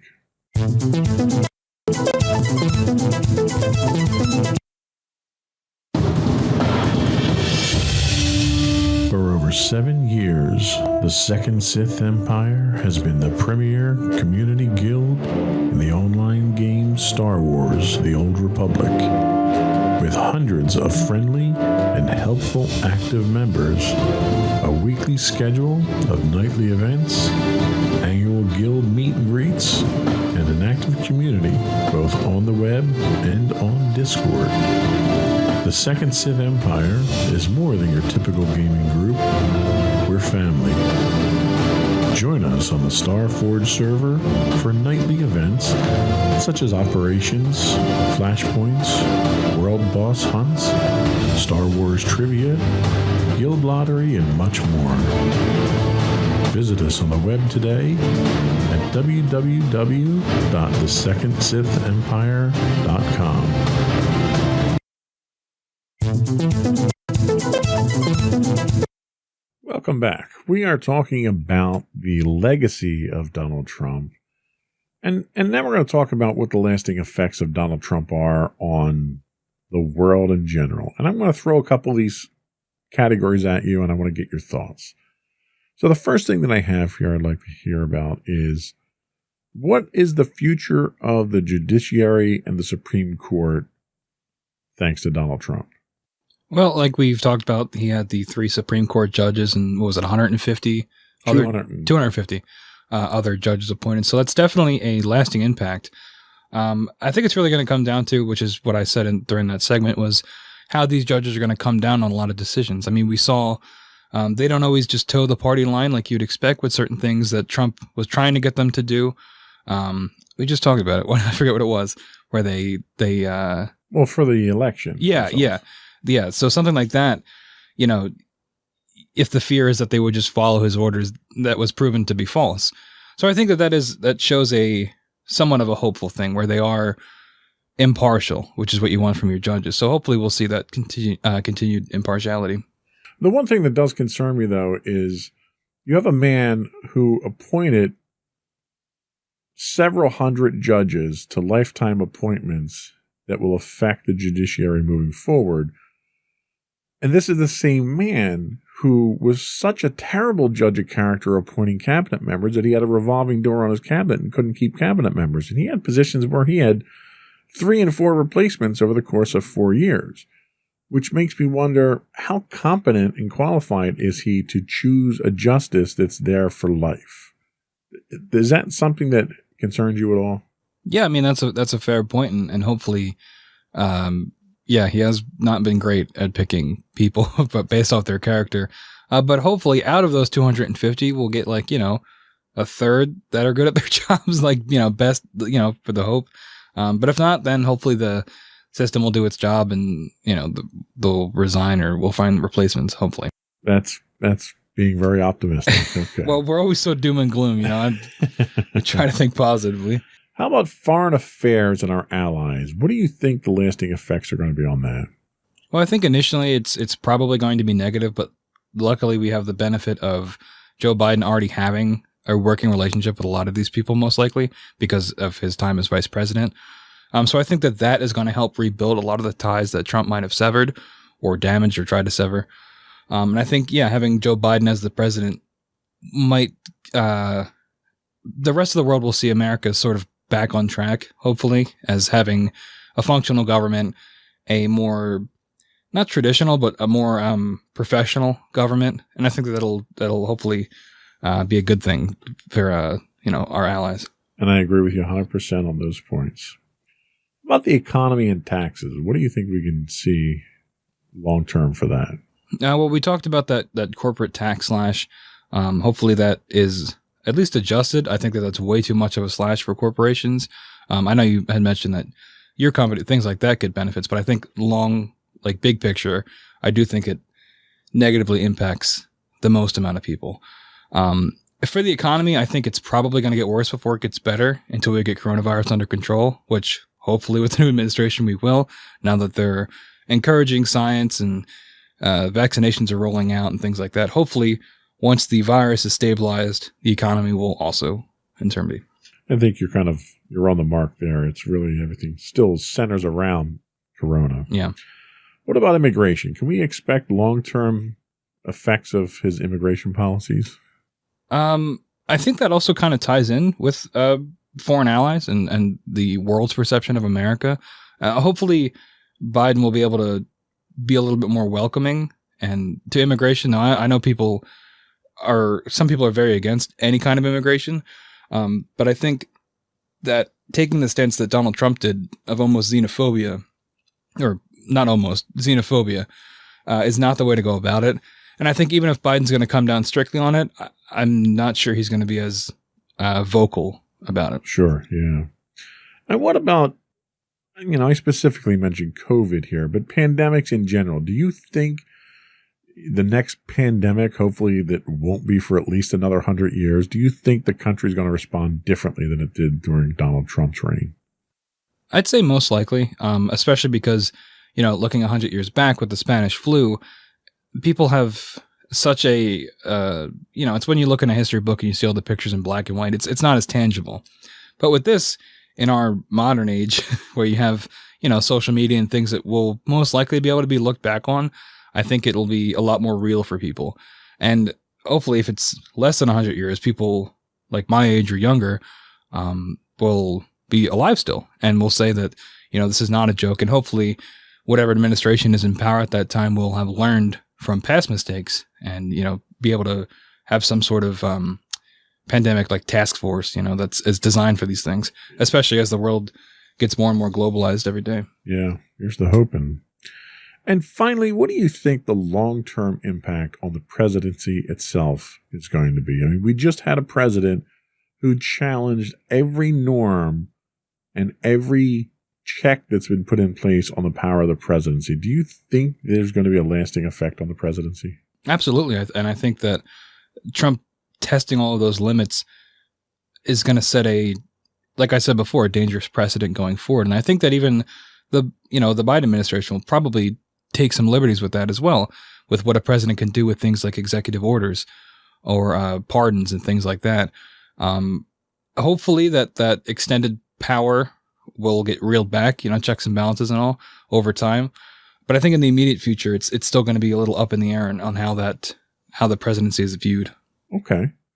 So the future. All right. Let's turn our attention to the future under Joe Biden. He's got 4 years. I don't think he's going to do a second term. So he's got 4 years to accomplish what he wants. And the first thing really is to unify a nation that is more divided now than any other time in our history, save for the Civil War. Do you think Joe Biden has what it takes to unify the country, given the staunch support of 70 million people who voted for Donald Trump? Honestly, I don't know. Because it's just, in his speech during the inauguration, he talked about it not being about parties, which I feel like every president says, but that doesn't work. It's not how that works. And in my experience, I don't think that that's possible. I just think that, and I don't know what it is, but I think people are much too focused on their political parties and that divides us so much. And I'm not really sure how you can fix that. I think the best way to go about fixing it would be in the government, seeing, handshakes from both parties, agreeing on things. But if that's not going to change, then I don't see how that's going to change for the public either. I agree. Handling of COVID. So there's been a number of things in the first couple of days of the Biden administration that he signed by executive order to address COVID. Do you feel more confident in Biden's ability to handle COVID than Trump's? Do you think we're going to get ahead of this? Where do you think we're going with this, and are we going in the right direction? Overall, I am more confident in Joe Biden. My only fear is that so much damage has already been done by the Trump administration and how Biden is going to be able to, if he wants to be effective, if he'd be able to be as effective as he can, given the things that Trump has done. Hopefully using those executive orders, like you said, he'll be able to reverse a lot of that and speed the process up and get vaccinations out and get the resources to people that need it. Again, a lot of hoping. We'll see what actually happens. So foreign policy. So you had mentioned already that Joe Biden has an established working relationship with a lot of our allies. Over the 4 years that he was in office, Trump did a lot of damage to those through insults, through, pulling out of treaties and military movements and various things. Do you think Joe Biden has it within him to rebuild those alliances in the short time that he's probably going to be in office? I think, yes, I do. And I think part of that comes from, and it's one of the criticisms people might have of Joe Biden of being a career politician. But I think that when it comes to foreign policy and foreign affairs, being a career politician can be a good thing because, you saw Trump, who's not as experienced of a political leader, how that worked out dealing with other world leaders. So I think having someone that was already vice president and has met all these people, but has also been in the quote unquote business for his entire life, I think that you pick up some skills along the way that make you a better diplomat, and hopefully that those skills are put to use. Very good point. So some of those executive orders that Joe Biden has signed into law at this point dealt with undoing some of the things that Donald Trump did. Do you think that Biden should be focused on erasing the Trump legacy, or do you think his efforts would be better focused elsewhere? Well, I think it's kind of a double-edged sword, because erasing the Trump legacy will also benefit a lot of the American people, especially when it comes to things like the COVID-19 pandemic, because part of Trump's legacy was hindering the process of getting people vaccinated and the resources, like I said, that they need. So I think in those instances where erasing Trump's legacy would benefit the American people, I think that is a good thing. But just turning it into a contest of, if I can erase this guy's name from the books of history, I don't think that's worth your time. So the last one that I wanted to talk about here is the chance of success. You mentioned that Joe Biden is a career politician. He's been in the White House, administration before as vice president. He's spent, an eternity in the Senate and the legislative branch. So he comes to us with a wealth of experience. But he's also the oldest president to take office at this point in time at 78 years old. Do you think his age is going to contribute to his ability to be successful? And do you think he'll have the support that he needs? Because right now, there's a small majority, but there is a majority of Democrats in the Senate, and there's a majority of Democrats in the House. So the Democrats really hold the power right now, at least for the next 2 years. Will that help his success? Do you think he can be successful in his platform and what he wants to do for the next 4 years? I've said it before, but I certainly hope so. I do think his age is definitely going to be one of the main points of contention for people that criticize him. I hope that in terms of his mental facilities, he seems like he's all there in his speeches and things like that. He speaks very eloquently, except for a few stutters occasionally, which, people will harp on. But I think in terms of leading, I think he'll do what he needs to do. And I think the people behind him will also be extremely helpful. And, the presidency is obviously a huge burden for someone to undertake. We've seen the before and after photos of, when people come into office versus when they leave. I think despite his age, I think he'll be able to, fulfill his duties to the best of his ability.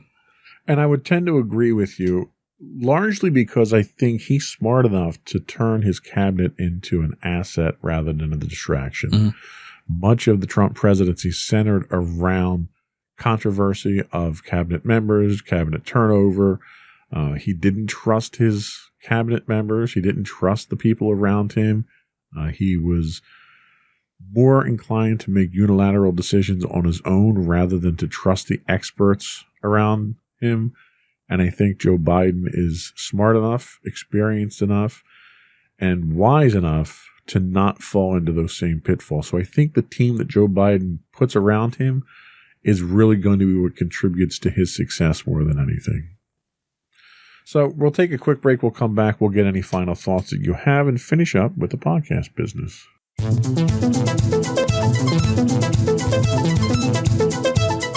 Go for your final thoughts. So I think looking back at the Trump legacy, one of the biggest appeals he had when he went into office was people didn't want another career politician. They wanted something different. And they got that. And it overall, I don't think was a good thing. We've broken it down into various different topics, but I think overall it had a negative impact on the country, right? And you ask yourself, I forget what president did this, but are you better off 4 years? Hang on, I'm messing this up. Are you better off now than you were 4 years ago? And I think most people would say no, whether it's for economic reasons or the impact the coronavirus had on them. And obviously you can't blame all these things just on Trump. However, he was the president and he's supposed to be the leader. And I think it's hard to disagree that he failed as a leader. And hopefully, there's obviously detriments to having a career politician in power, But I think now that is what the country most likely needs. Yeah, I think this was a case of we got what we asked for, and what we asked for was not what we needed. It was a learning experience, I think. The country will continue to feel the effects of for years to come. But I think it's a learning experience that we won't make that same mistake again. That was all we had for today. Thank you for your time. I appreciate you coming to talk about this volatile subject. Before we go, I do want to throw the plugs out there. You can get the audio version of this podcast listed as Insights into Tomorrow. Video versions of all of our podcasts can be found if you look for Insights into Things. We are listed on Apple Podcasts, Spotify, Google, Stitcher, iHeartRadio, Amazon, Pandora, and something else that I can't remember.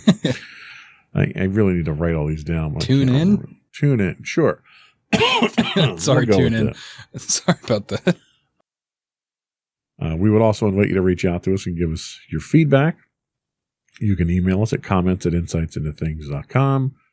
We are on Twitter at insights_things. We are on Facebook at facebook.com/insightsintothingspodcast. On Instagram, you can find us at Insights Into Things, where you can get links to all that and everything else on our website at www.insightsintothings.com. Anything else? That is it. All right, another one in the books. Bye.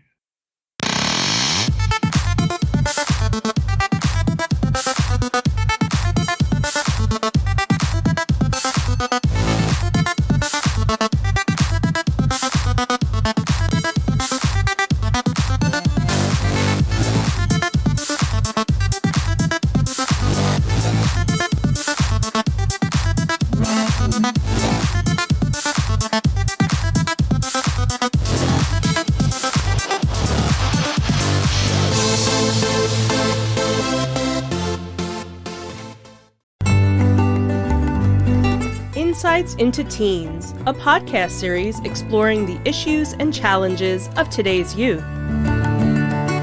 Talking to real teens about real teen problems. Explore issues from braces to puberty, social anxiety to financial responsibility. Each week, we talk about the topics concerning today's youth. We look at how the issues affect teens, how to cope with these issues, and how parents, friends, and loved ones can help teens handle these challenges. Check out our video episodes on youtube.com/insightsintothings. Catch our audio versions on podcast.insightsintoteens.com or on the web at insightsintothings.com. Insightful podcasts by informative hosts.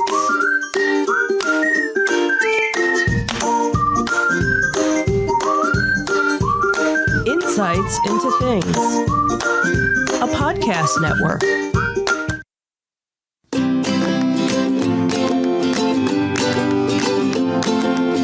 Welcome to Insights into Teens, a podcast series exploring the issues and challenges of today's youth. Your hosts are Joseph and Madison Whalen, a father and daughter team making their way through the challenges of the teenage years.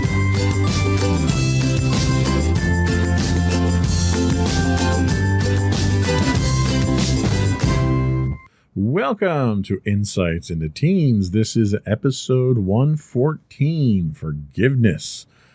I'm your host, Joseph Whalen, and my caring and understanding co-host, Madison Whalen. Hi, everyone. How you doing today, Maddie?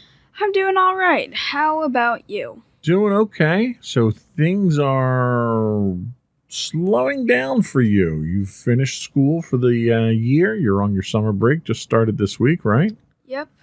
So big plans for the summer? Maybe. not so I don't really know. So you've got some projects that you're working on, some of which we've talked about on the podcast. Yep. Because last year we kind of did a podcast on what you were doing for the summer. Yeah. We're picking up with, what was the online? Varsity Tutors. Varsity Tutors. So you signed up for a couple of classes there as well. And that's probably a subject that we should do a podcast on and kind of highlight what they do and talk about what they do and the benefit that you get from that. So maybe we'll do a topic on that. Okay. We've got vacation, some day trips planned for later in the summer. You've got a couple of movie projects you're working on. You've got the work for the podcast. So chances are you'll be pretty busy for a good portion of the summer with that and your summer work and reading and stuff, right? Mm-hmm. No worries though, right? That's okay. You can lie to me here. Yes, no worries. There we go. That's what we like to hear. So today we're talking forgiveness. So this week we'll understand what forgiveness truly is, the three major forms of forgiveness, and why forgiveness is so important for our adolescents and teens.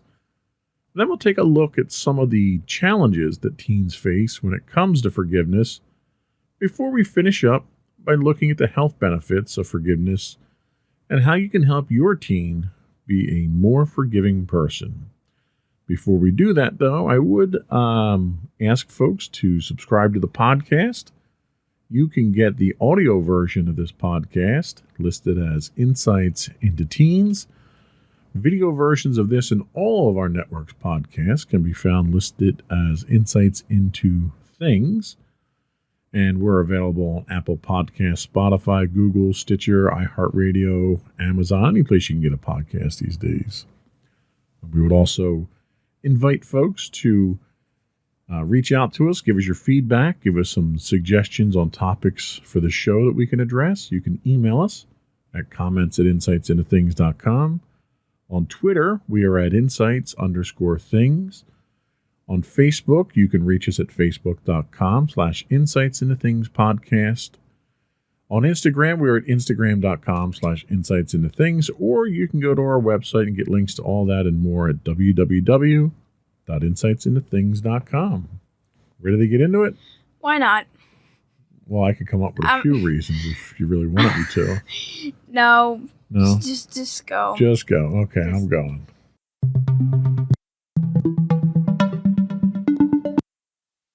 So, forgiveness. Today's research was gotten or obtained from scholarsandstorytellers.com. Forgiveness, they say, is a tricky thing. It's something that emotions and the ego could get in the way of. It's something we need to do to move forward in certain situations. It's something that often involves our relationship with others, and sometimes it's even something that only we can give to ourselves. And I think self-forgiveness is one of the toughest things a lot of people face. Mm-hmm. Forgiveness comes in three forms. You can have forgiveness of others when one forgives someone else for something. You can get forgiveness from others when one is forgiven by someone else for something. Or you can have forgiveness of yourself when one forgives themselves of something they've done, a disappointment, not reaching a goal, saying something or doing something that you'd wish you hadn't done, and so forth. So forgiveness also needs to be genuine. Simply saying the words, "I'm sorry," doesn't mean that someone actually is sorry. A lot of parents get into the habit when their kids are young. If they do something wrong, they say, "Well, go say you're sorry." And the kid goes over and says, "Oh, I'm sorry," and walks away when they're really not sorry. So it doesn't really solve anything. It probably sets a bad precedent. Mm-hmm. Saying these words is something that's often encouraged in childhood and continues to be put to practice in adulthood because it's a polite thing to do to say you're sorry. Yeah. In order to teach young people how to really apologize, they need to be guided to understand what wrongdoing is and how they should have approached the situation differently to do it right the next time. Additionally, they need to be taught how to express their emotions. And I think adolescents and teens, that's one of the biggest struggles there is you feel things that you don't really know what they are. You don't have labels or words or ways to describe them. And you need to learn that. It's an important part of growing up.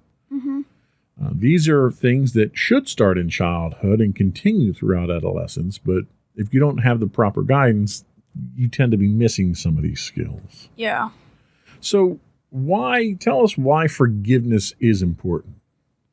Well, forgiveness is important, one, in order to, at least... Oh, I thought you were asking me that. Yep, I was, but I kind of wrote, we have the notes there for it, so. Let's just cut that out in post. Forget that ever happened. So, kids can be cruel. A 2012 study talks about how an adolescent's adjustment is related to just how they cope with negative experiences among others in their age group. They took a look at just what kind of potential forgiveness has as a way to cope with these kinds of negative experiences. So before we get into that for real as we go through the notes here, you had obviously some ideas of why forgiveness is important. Let's hear your thoughts on why you think forgiveness is important before we get into the technical study information. Well, I definitely think that forgiveness is important because you don't want to be be on bad terms with people, because that can lead, I'm pretty sure that's led to pretty bad events, and while it might not be extreme, it's still good to at least be on good terms with someone, and at least, in a way, just agree to disagree, at least. And that's a very good point. And let me ask you, have you ever had an instance where you may have had a disagreement or an argument with a family member or a friend, and in retrospect, you had an opportunity to go back and look at what you said or did and realize what you did was wrong, but didn't forgive that person right away? Did that ever happen to you? There was one time where I'd gotten into somewhat of a fight with Lindsay. Now, we had gotten into fights, kind of a lot, mainly, I guess, mainly because I wasn't I didn't know how to control my emotions at that point. Right, that was a tough time for you as, growing up. And I was normally the one who started the fights anyway, and usually we'd make up by the end of the day, but there was this one point where it had took an entire week until we eventually made up again. And during that week, how did it make you feel not making up? It was definitely one of the hardest weeks I had to go through, because Lindsay was one of the only friends I actually had, and she was like one of the only kids who stayed around because I had to stay in aftercare for a pretty long time, and she was one of the only kids who went to aftercare and stayed there for a decent amount of time. So I really didn't have any friends until I ended up making up with her. But emotionally, how did you feel carrying that baggage for a week?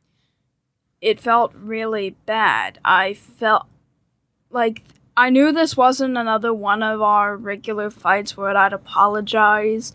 And honestly, I was just an emotional package that week. I hated the fact that I didn't apologize. I didn't know what was the right way to fix it, and I felt like we weren't going to be friends anymore. Yeah, and we'll talk about that a little bit more, but that's exactly what they're talking about here, is why it's important, because carrying that emotional baggage, knowing that maybe you did something wrong or you hurt a friend's feelings, takes a toll on you emotionally. And it can be emotionally exhausting for you to carry that around without clearing your conscience, so to speak. Tell us what they talk about as far as the study goes. So it turns out that adolescents who are more forgiving were more likely to engage in more effective forms of coping and less likely to seek revenge when bullied. Forgiveness might be a valuable coping strategy for both victims and bully victims, because youth who respond to bullying are in more negative ways perpetuate victimization, and other relationship problems with their peers, and the act of forgiving may also help the development of the ability to identify remorse and express empathy. Right. So what they're really saying here is that kids that don't forgive, whether it's from bullying or something else, perpetuate that cycle of violence or abuse or bullying, and it continues further down the line. The kids that can forgive and kind of patch up those relationship problems are more empathetic. You know what empathy is? Mm-hmm. So empathy, for the audience, empathy is the ability to feel the emotions or sense the emotions of others. So if I say something to hurt your feelings and I see that your feelings are hurt and I'm empathetic, it then bothers me because I feel sort of what you're feeling. Mm-hmm. And kids that can forgive tend to be more empathetic. And later on in life, that empathy is what makes us, kind, forgiving, accepting humans. So if you don't forgive, then it's a compounding cycle where it just gets progressively worse from there, which is another reason why it's very important to forgive. There was another point that they bring up as well. What was that? So further research confirmed that forgiving is good for you because it can reduce the burden on mental health. By being forgiving of others, of ourselves and others, the connection between stress and mental illness can be eliminated.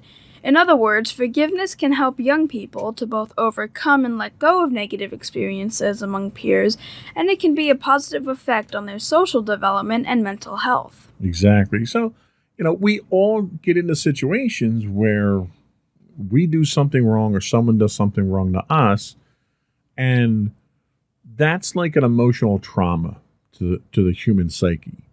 And the act of forgiving is really the first part of the healing process of the human psyche.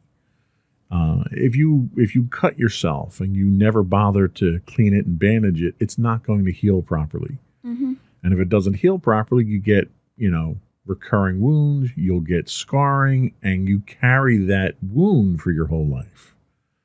And when you think of conflict with other people, you get into an argument with someone, and a lot of times the emotions run high, and you say things that you don't mean, but they are things that come out in the heat of the moment because of how high your emotions are.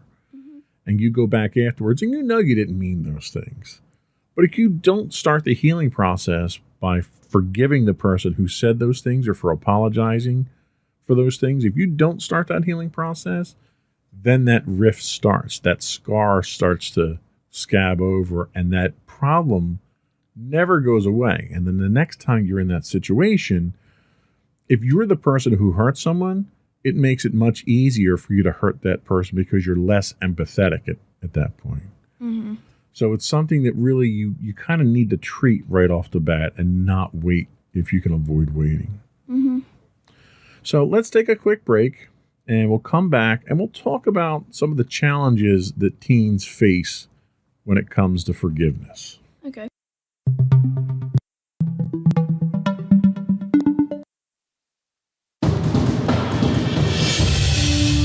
For over 7 years, the Second Sith Empire has been the premier community guild in the online game Star Wars: The Old Republic. With hundreds of friendly and helpful active members, a weekly schedule of nightly events, annual guild meet and greets, and an active community both on the web and on Discord. The Second Sith Empire is more than your typical gaming group. We're family. Join us on the Starforge server for nightly events such as operations, flashpoints, world boss hunts, Star Wars trivia, guild lottery, and much more. Visit us on the web today at www.thesecondsithempire.com.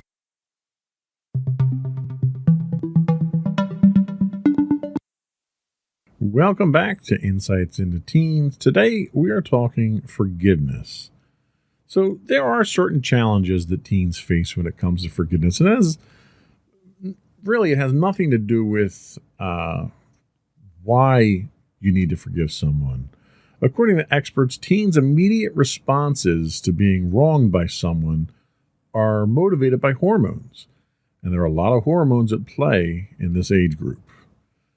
They also say that part of the brain that helps someone to have self-control and the ability to control their immediate responses doesn't fully mature until you're about 26 years old. Wow. So people under that age tend to be very impulsive.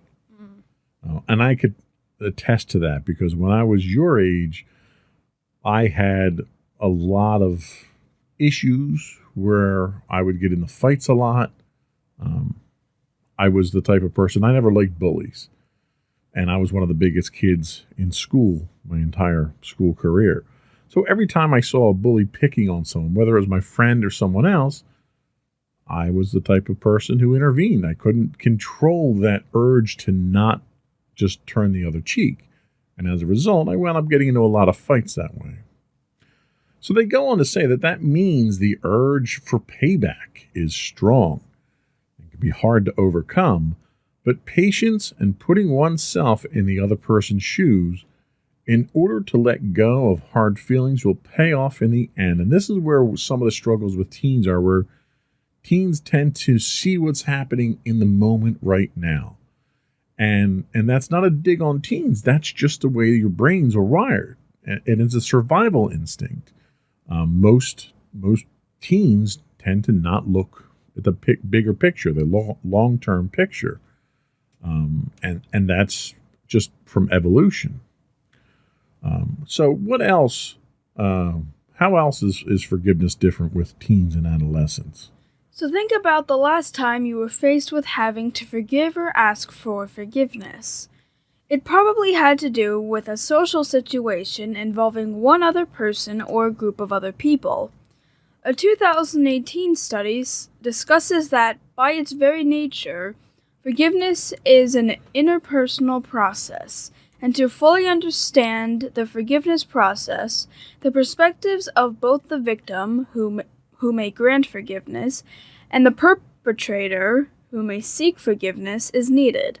Adolescence is a critical time for social situations, and research shows that there are differences in how different aged young people both understand wrongdoings and approach forgiveness. There's a sort of spectrum that kids move through as they develop an understanding of the consequences of their actions and the nature of forgiveness. For example, two opposite ends of the spectrum are that young children negotiate with forgiveness, claiming that they'll forgive in exchange for something they wanted or need. College-aged youth view it more as it means to maintain social relationships. Now, that's an interesting contrast that they show there, where forgiveness itself in this younger group is more of a tool, and that tool is used differently. You know, you can use one side of a hammer to put a nail in or use the other side to pull a nail out.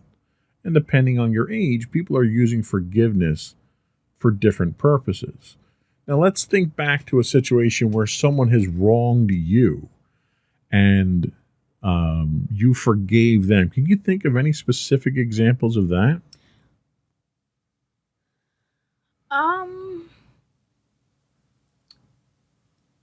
I guess maybe this one time, I remember this one girl who I was playing with. I don't know what she was doing. Basically, like, she wanted me to look away. Like, I had toys out, and basically, she wanted me to look away from them, where she was planning on taking them, but I ended up seeing it out of the corner of my eye. And we ended up having to tell the teacher about it, and I ended up forgiving her for doing so. And how did she react to you forgiving her? I'd say she thanked me for it. Now, did she actually acknowledge that she had done something wrong to you? Actually, I think it was only when the teacher got involved, because when I first said that she was trying to take my... Well, I think she did take my toys, but I had seen it out of the corner of my eye, and I, sort of called her out for it, and she denied it, and until I got the teacher involved, she didn't really admit it. So it wasn't until there was a consequence attached to it that she felt compelled to apologize. Yeah. And despite that compelling her to apologize, you still forgave her. Yeah. Well, and I think that's a testament to your character there, that you're still willing to forgive her. Now, did you continue to play with her after that? I think we kind of went our separate ways afterwards, because I really don't entirely remember what exactly we were doing. I don't think I was playing with her specifically. I think she just came up and was trying to do it as a joke or something. I see. I really don't know. So I guess the point is especially in situations where you have different age groups involved, the social rules, I guess, or the motivating factors of forgiveness become intertwined. They become complicated, much more complicated than just right or wrong, because certain people are trying to get different things out of the act of forgiving people or apologizing. So there's certain motivators there. It's important to consider just how much of an understanding of forgiveness youth have at their age and stage of life. Another consideration is that given the media and the technology-based culture that we live in, cyberbullying is a looming threat to young people as well. Research shows the promotion of forgiveness can help to prevent cyberbullying. There was something in the news just recently with a celebrity who was kind of called on the carpet for cyberbullying a couple of years ago. Today, she had been called on the carpet and finally came forward and apologized for it, and is trying to make amends for it now. So even if that apology and that forgiveness is delayed, it can still have a positive impact. Mm-hmm. They say this is a huge opportunity for those in content development and creation. So kind of a message to people like us, people who generate content and put it out on the internet, to send the right message to kids and to teens. Mm-hmm. The very virtual landscape in which cyberbullying happens could potentially prevent it through stressing its importance and educating on how to achieve it, ultimately helping youth to overcome wrongdoings by letting go and practicing forgiveness. And you can kind of make that, they describe it as exciting here. I would rather refer to it as rewarding. Like you think back to the time when you and your friend had got into an argument and you went a week without forgiving her. How did you feel after you forgave her? How did you feel about yourself? Not necessarily the incident, but how did you feel about yourself after you forgave her? I felt a lot better. It was definitely a turning point. I felt very happy that we ended up making amends and that I ended up forgiving her. Yeah, and I think the important thing, the real significant takeaway is when you can put yourself in someone else's shoes, look at it from their perspective, kind of try to figure out why they said something or why they did something the way they did. And you'll see a lot of times, someone may say something mean to you or rude to you, and it has nothing to do with you. They could have had a bad day. They could have gotten yelled at. They could have gotten in trouble. They could have had a bad night's sleep. It could be any number of things. And we all go through those things ourselves. There are nights that you don't sleep well. There are nights that maybe you didn't do well on a test, or you may be stressing about taking a test, and that influences how you deal with people. So being able to empathize and understand the other person's point of view goes a long way in helping to achieve forgiveness. And once you can forgive, it's emotionally liberating for you. Mm-hmm. And it's kind of cleansing, you feel better about yourself, that you're not carrying that negative feeling around with you anymore. Yeah. Because because, anytime you carry negative feelings, it can weigh you down, Definitely. So we're going to take our second break, and then we're going to come back and talk about the actual health benefits of forgiveness. All right.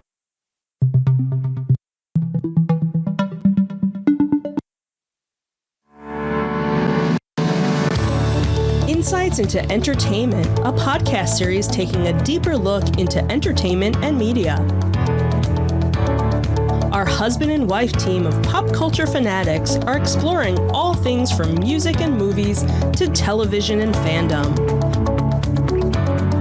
We'll look at the interesting and obscure entertainment news of the week. We'll talk about theme park and pop culture news. We'll give you the latest and greatest on pop culture conventions. We'll give you a deep dive into Disney, Star Wars, and much more. Check out our video episodes at youtube.com/insights into things. Our audio episodes at podcast.insightsintoentertainment.com, or check us out on the web at insightsintothings.com.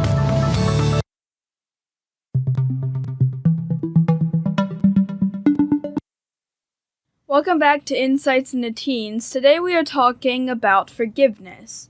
And right now we're going to be talking about the health benefits of forgiveness. Researchers have identified that forgiveness is associated with several benefits, including better physical and mental health.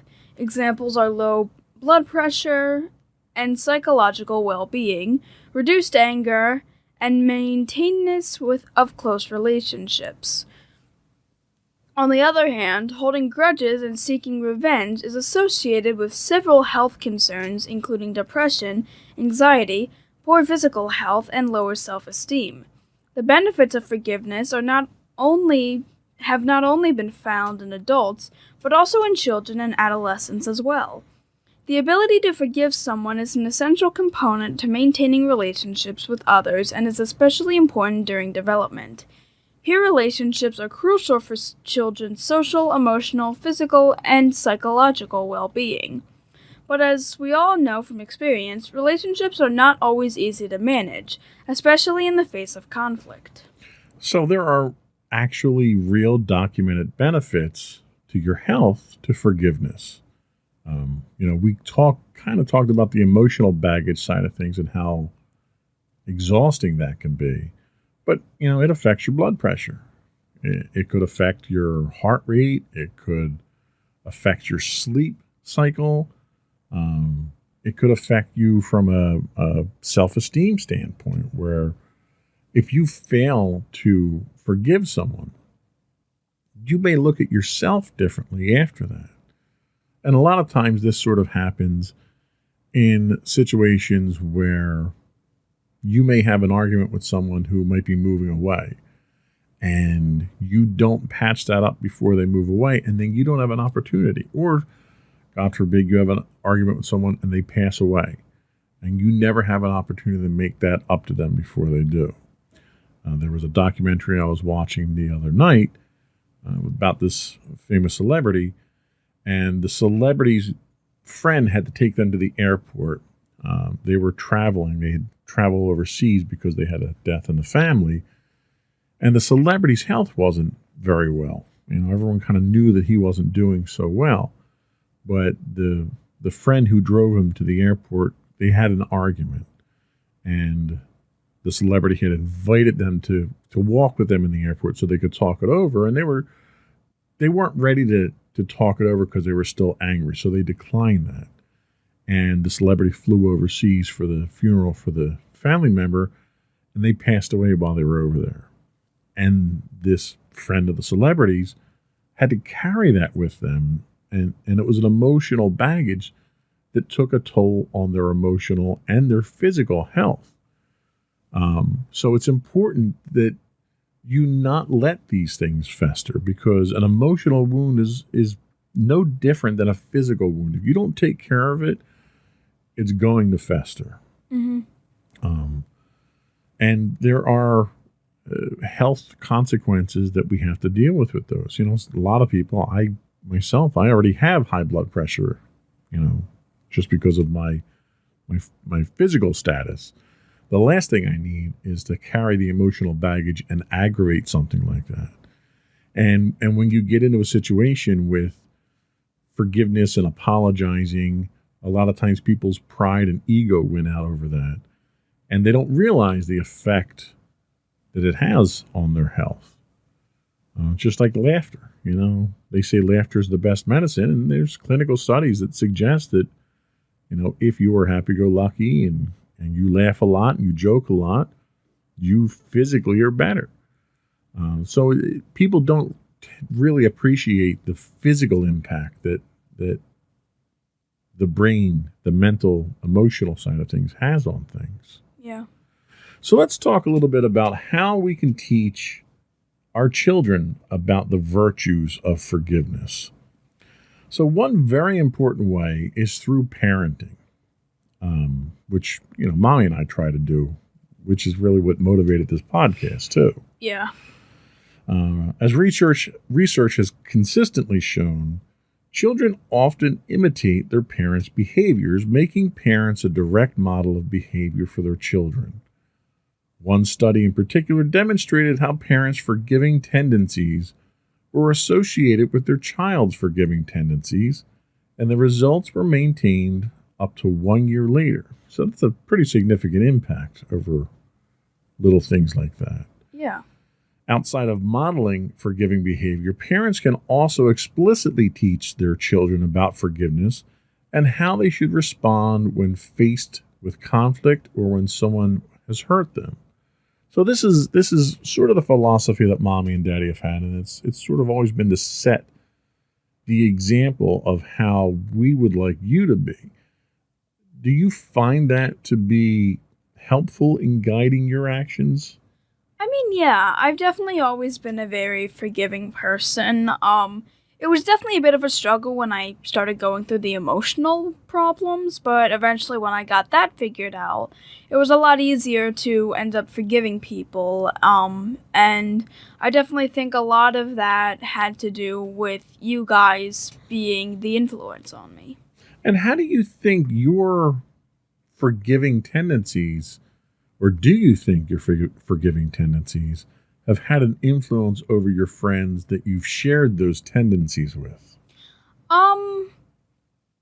I think that they also have received the positive feedback because I'm normally the one who whenever we get into fights, I'm normally the one who ends up apologizing because I normally was the one who started the fights. And my one friend Lindsay, after the 1 week where we didn't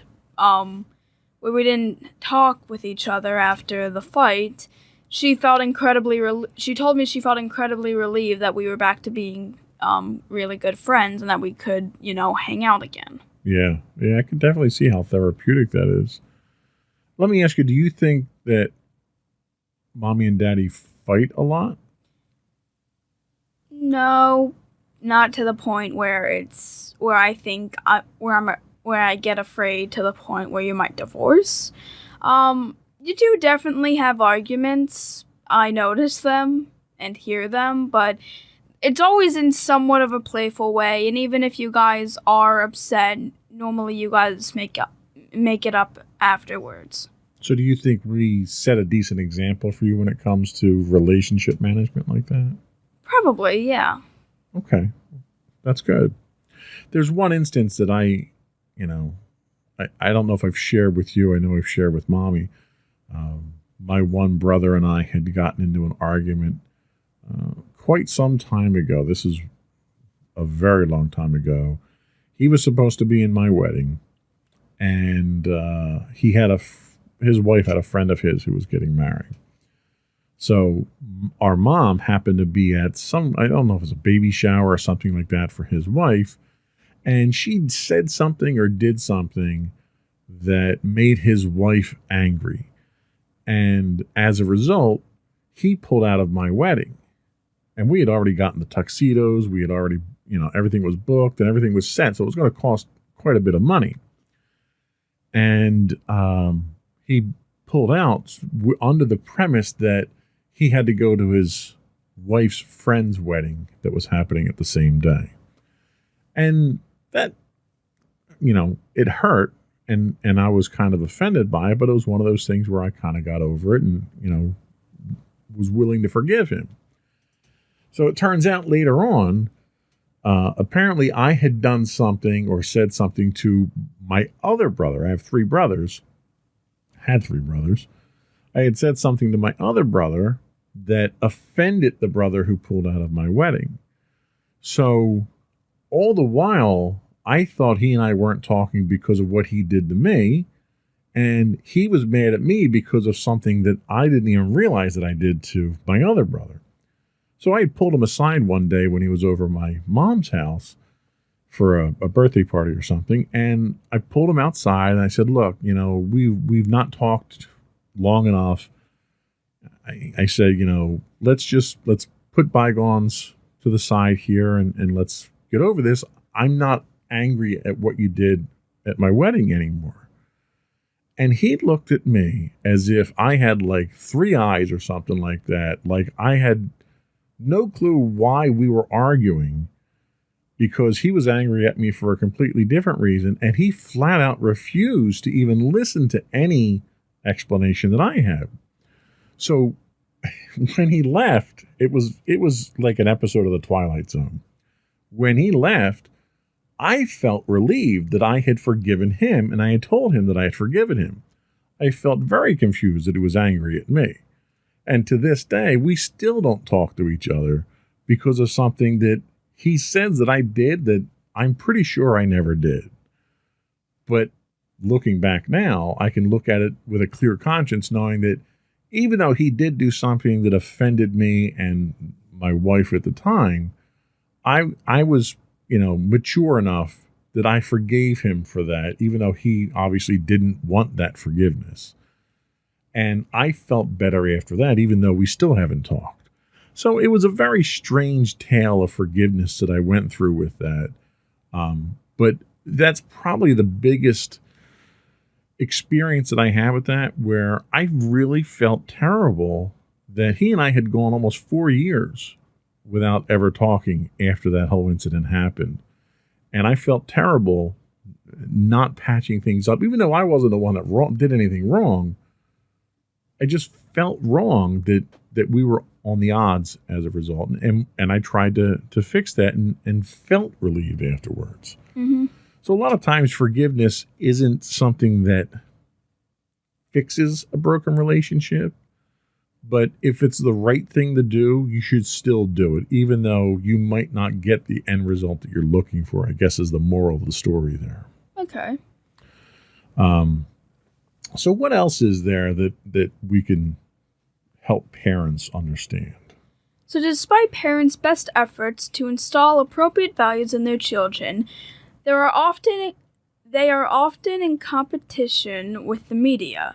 In today's society, media is a very powerful tool that can manipulate the beliefs, norms, perceptions, values, and behaviors of the society at large.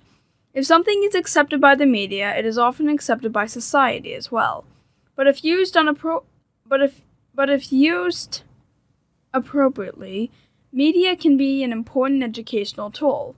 Therefore, what children see in the media they consume, like YouTube, television, and apps, will have an enormous impact on their development, and sometimes even more so than parents. In this sense, how characters and stories are represented in the media matters a lot. Oftentimes, representation of characters is talked about in terms of gender or race. However, what we must not forget is that representation can also be about a character's internal qualities, morals, and beliefs. Embodying forgiveness is no exception. Because of the many benefits that accompany the act of forgiving and being forgiven, it is critical that we create characters in the media who display the virtue of forgiveness and can therefore teach children and adolescents how to exercise this in their own lives. So I guess really what they're getting at here is what we consume in the media today has an influence over youth, and media always has. I mean, going back to the early days of radio, You had parents that didn't want their kids listening to rock and roll because of the influence it had over them, right? Mm-hmm. So influence of media on kids is not something new. I think today, though, because of the overexposure of media and the fact that it's so in your face, and there's so many different sources for it now. Anybody, can make a podcast.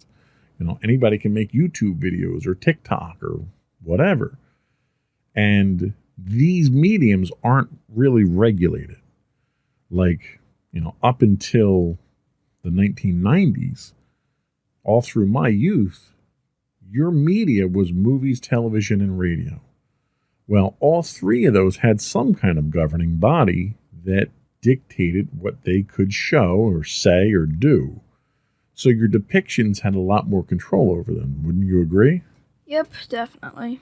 And nowadays, anybody can produce just about anything they want and put it out there for kids to consume.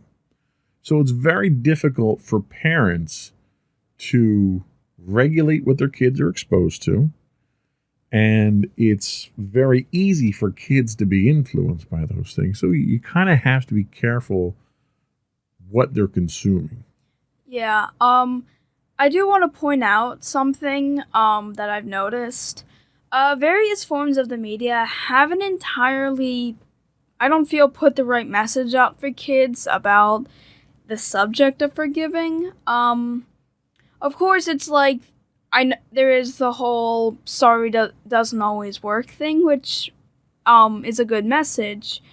But I've also seen things where, like, it's good for a character to get revenge on somebody, where I've learned that that's really not a good message to be putting out to kids, and it's still kind of a popular message that I feel kind of needs to die down, and we need to, talk about forgiveness in a different light. I just feel like revenge is just something that kids shouldn't really do because, well, it's really not going to help anything. Absolutely. The whole concept of getting even never gets anybody even. Yeah.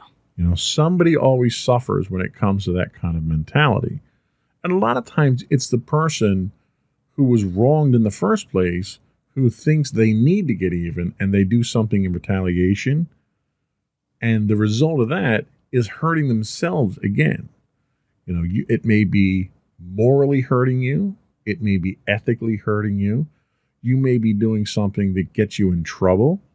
So again, that kind of speaks to that impulse control that kids don't have until you develop in that, physically in your brain in your mid-20s.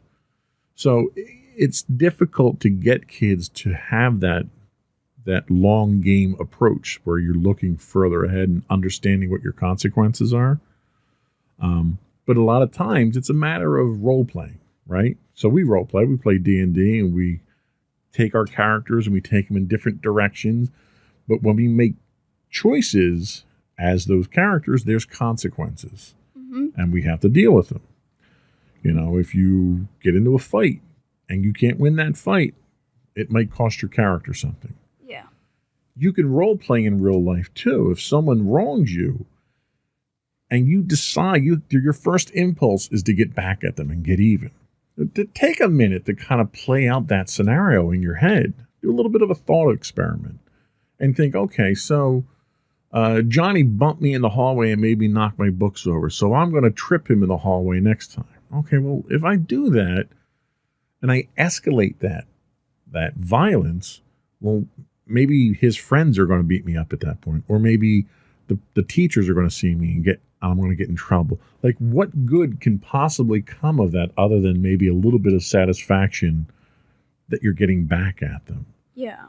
And look at it long game. Like, okay, so I got that satisfaction. Now what? Well, now I'm as bad as he is. Yeah. So take a moment to kind of play through those scenarios and see what you're getting. Where wouldn't it be easier to just walk away or go over to him and say, what's wrong? Did I do something? Did I offend you? Did I make you upset? What is it that made you do that to me?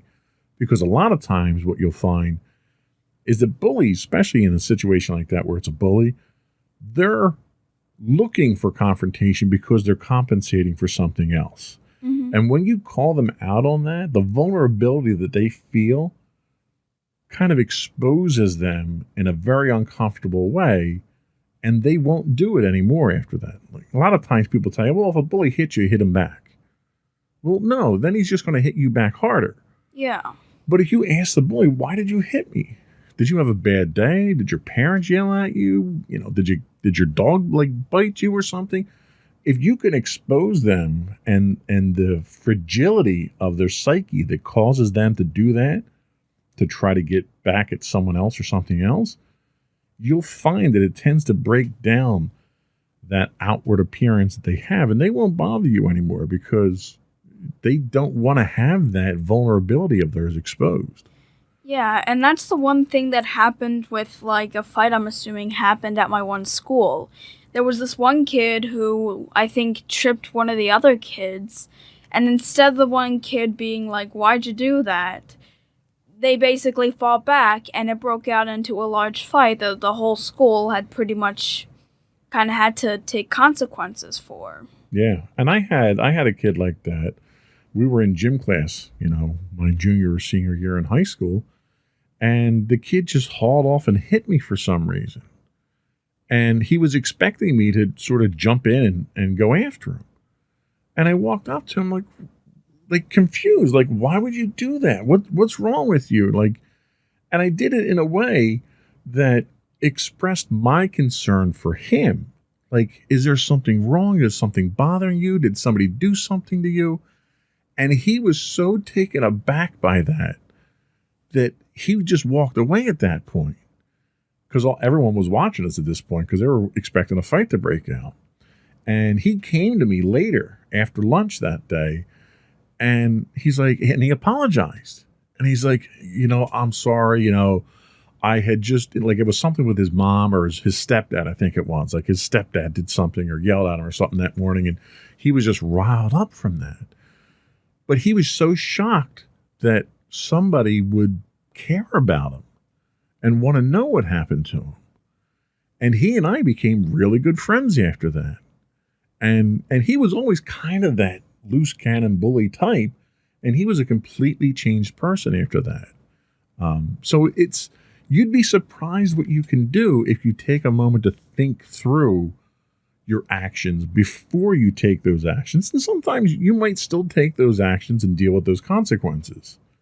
But sometimes thinking through you might find different options, and you might find better options. And I think that's the important lesson. So I think that was all we had today. Okay. Was there anything else that you wanted to add to the topic? I think that was really it. I just wanted to talk about the whole aspect of revenge and such, and how it's really not the best way, and how forgiveness, I kind of wanted to do more or less a compare and contrast kind of thing. Okay, I think that was a good point. We'll take a quick break. We'll come back. We'll get your closing thoughts and finish up the business of the podcast. Alrighty.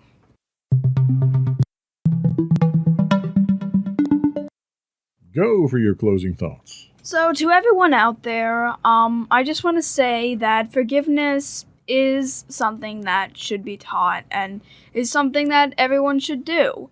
I want to talk again. Revenge is definitely not an option. It's just going to lead to even more consequences that you really don't want to deal with. And you'd be surprised how forgiveness can really be helpful. So, to parents, make sure you teach your teens the right values and how to forgive, and just never try taking revenge against someone, and at least try to patch up things. Okay. Wise words as always. Thank you. Before we do go, I want to remind folks you can subscribe to the podcast. You can get audio versions of this podcast listed as Insights into Teens. Video versions of all our shows are available, listed as Insights into Things. We're available on Apple Podcasts, Spotify, Google, Stitcher, etc., etc. Would also ask folks, give us your feedback. Do you have any experiences similar to what we talk about on the show? Let us know. Are there things that we should be talking about that we're not talking about? Shoot us an email. You can email us at comments@insightsintothings.com. You can get us on Twitter at insights_things. You can also get high-res versions of all of our videos on YouTube at youtube.com/insightsintothings. Or you can catch our stream. We do stream 5 days a week on YouTube and Twitch. On Twitch, we're at twitch.tv/insightsintothings. If you are an Amazon Prime member, you do get a free Twitch Prime monthly subscription. We'd appreciate you throwing that our way. Audio versions of this can be found on the web. If you don't have a podcast catcher, you can listen to it on the web at podcast.insightsintoteens.com. You can reach us on Facebook at facebook.com/insightsintothingspodcast. You can get us on Instagram, which we occasionally post to. We need to get a little bit better at that, but occasionally we'll post on Instagram at instagram.com/insightsintothings, where you can get links to all those videos. We have a whole new page up now for our hosts. That was recently updated this weekend. Let me pull that up real quick. We have some new character photos from an app that we discovered that gave us sort of cartoony photo shots. So all of our hosts are up on there now. If you're an audio only listener, you can get an idea of what your hosts look like. You can get that at our website at insightsintothings.com. And you. And don't forget to check out our other two podcasts, Insights into Entertainment, hosted by you and Mommy, and Insights into Tomorrow, our monthly podcast, hosted by you and my brother Sam. Nicely done. And I think that's it for today. Another one in the books. Bye, everyone. Bye.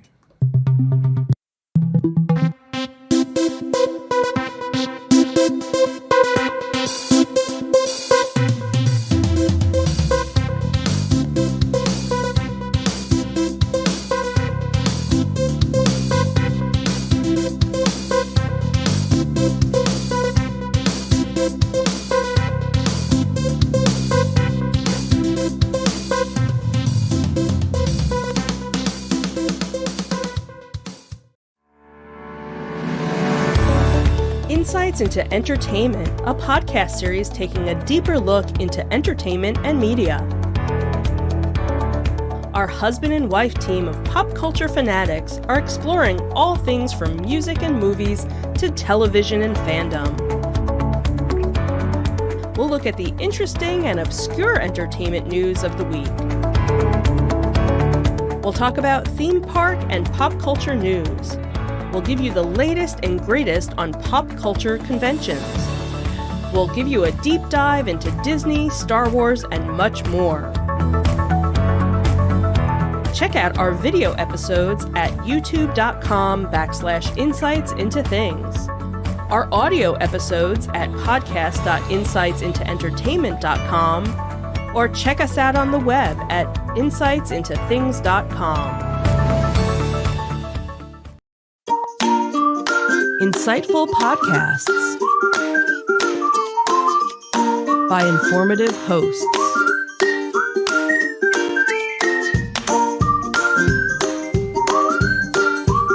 Insights into Things, a podcast network.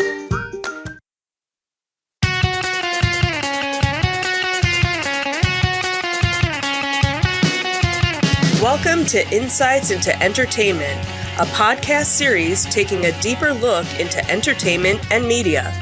Your hosts, Joseph and Michelle Whalen, a husband and wife team of pop culture fanatics, are exploring all things from music and movies to television and fandom. Welcome to Insights into Entertainment. This is episode 114, Wrath of the Mouse. I'm your host, Joseph Whalen, and my informed and insightful co-host, Michelle Whalen. Hi, everyone. How you doing today, sweetheart? I am doing fabulous, and you? If I was doing any better, they'd have to arrest me.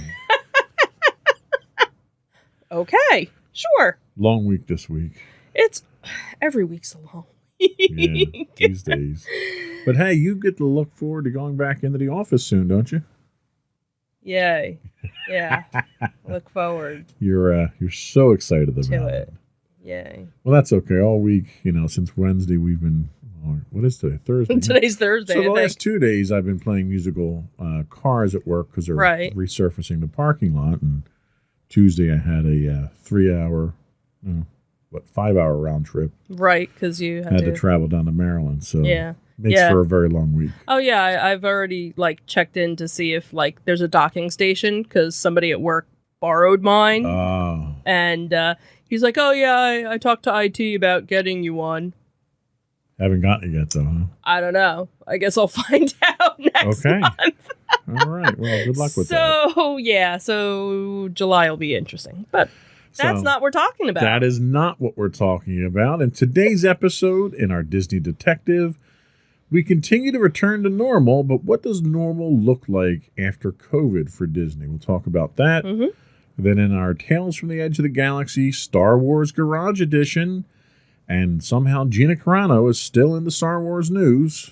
I'm getting tired of talking about her. I'll tell you that right now. I'm sorry. Then in our entertainment news, Ricky Schroeder doesn't like the Foo Fighters concert requirements. Oh, boo hoo hoo. Plus, Diana Ross thanks us with a new album, her first new album after 25 years. Then we'll finish up, but not really finish up, with our insightful picks of the week. But we have a few quick afterthoughts that are another sign of a return to normal. Yay. Are we ready to get started? Sure. Okay. Well, before we do, I got to do some podcast business. Before we do, Take I your want business. I'm not that kind of business. I gotta. Oh, okay. Before we get started, I do want to invite folks to subscribe to the podcast.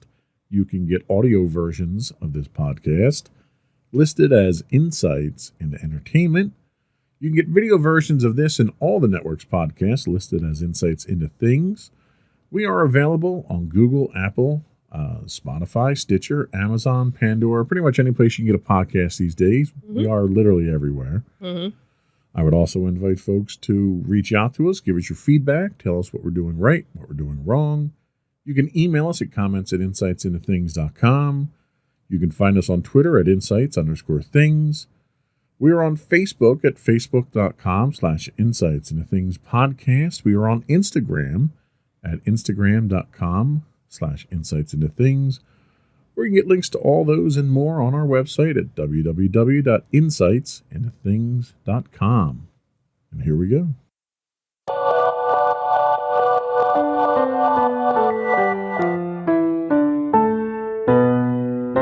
Go for Disney Detective.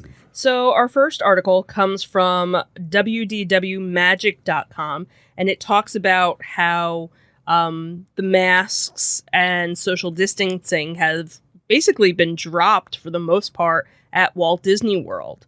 So Walt Disney World theme park is, starting to feel kind of more and more normal each day, as a new mask guideline means that guests no longer need to wear face coverings anywhere inside the actual theme parks. So as the parks reopen from the COVID-19 shutdown, Disney has been slow and cautious, choosing to use a phased approach to reopening, and its latest milestone is no different. Hey, look, there's my car. So what has actually changed? So it seems that there's the crowds are obviously back. The end of mask requirements gives guests who were holding back a reason to go to the park an opportunity to finally visit. Most guests are choosing not to wear a mask, whether indoors or outdoors. Masks, however, are still present on some guests, and all cast members are actually still wearing them too. Shields are now optional for cast members, and there's a lot less of them being seen on. So there's a chance that Captain America might be out of uniform. Right. He's at a different park, though. Oh. They also had mentioned in the article that nearly all of the physical distancing markers that had been placed on the ground have been removed. There are still signs that are in place advising guests to maintain spacing, but there's nothing in place to enforce any kind of distancing. In fact, the person that wrote the article said that people were very much shoulder to shoulder in certain cases, kind of like how it used to be back in the day. On Disney buses, they used to have plexiglass dividers in various sections. That's pretty much been removed, but masks are required when you are on any of the buses. And this is also to help them with capacity issues. So they can put more people on if everybody's wearing a mask. There's also a plexiglass divider for the driver.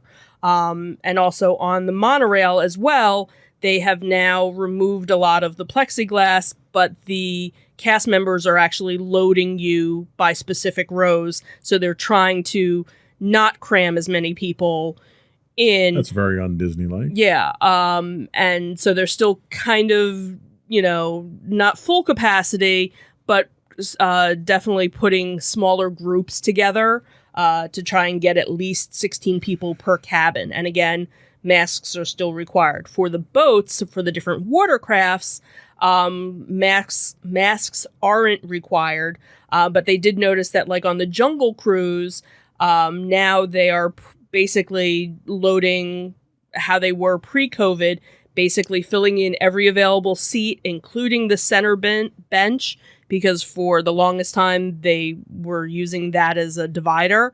But they still have the barrier up between the guests and the cast member skipper. So they're basically keeping all of the cast still safe, but all of the Sacrifice the guests. Right, basically. Other attractions still have their plexiglass dividers in their queue, such as Peter Pan's Flight, It's a Small World, and the Haunted Mansion. And some pre-shows are starting to return, such as Mickey and Minnie's Runaway Railway.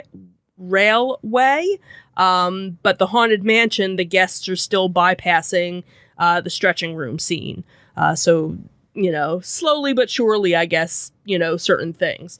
The other thing they talk about is mobile ordering is still being done for quick serve at 100%.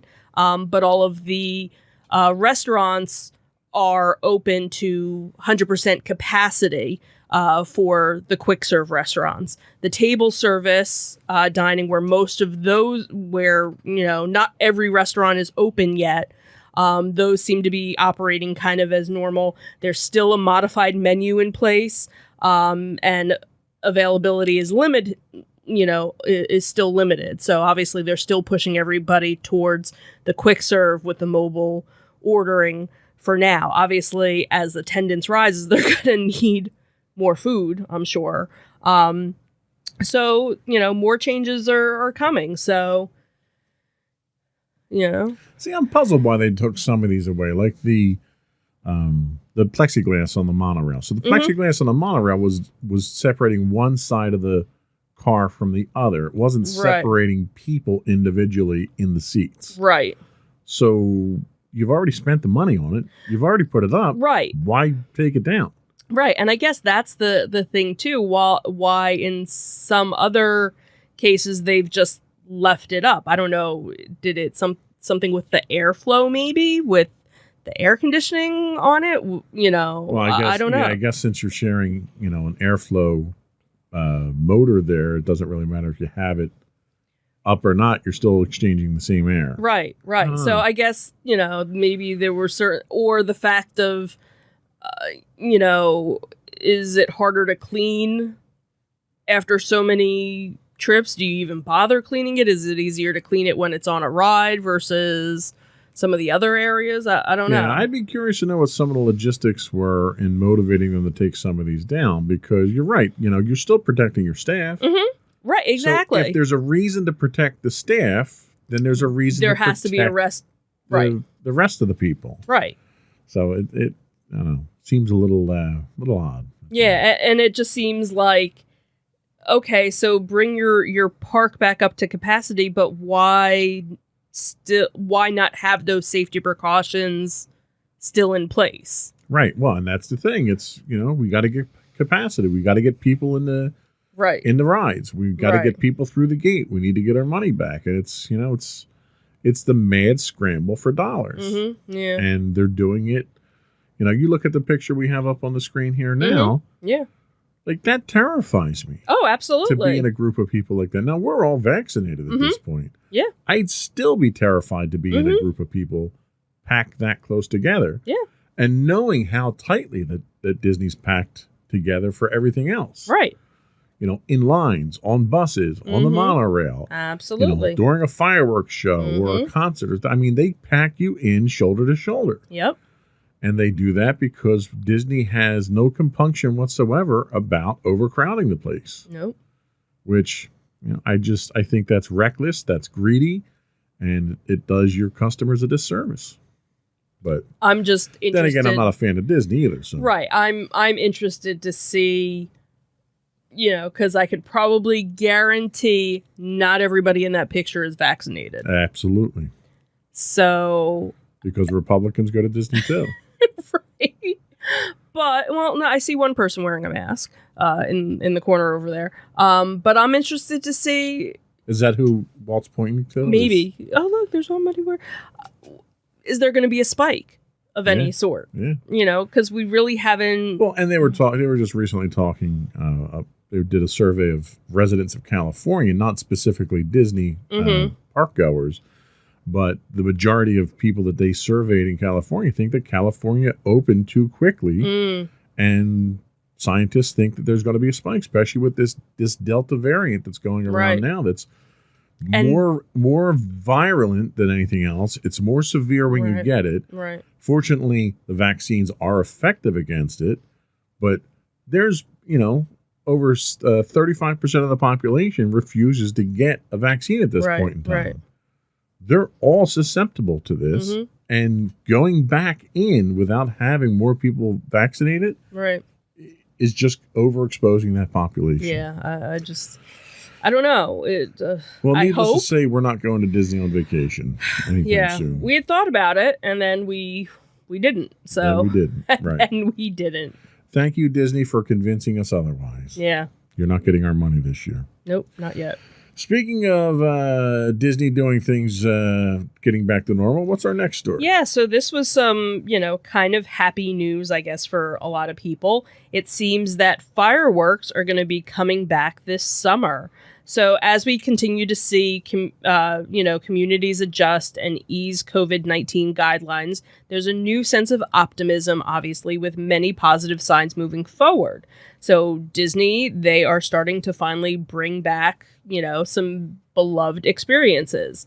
So a Disney tradition since 1957, fireworks shows are what Walt Disney always called the perfect goodnight kiss at the close of a magical day. Yes, flaming explosions in your face are a great goodnight kiss.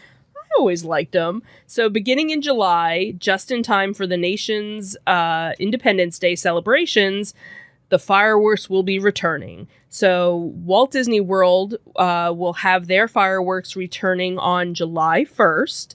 At the Magic Kingdom, the Happily Ever After show, which is presented by Pandora Jewelry, will transform Cinderella's castle with lights, projections, and pyrotechnics. And then, obviously, over at Epcot, you have the new Epcot Forever show, which will be going on. And then in California, starting July 4th, Mickey's Magic Mix will be their state-of-the-art show that will be going on over there.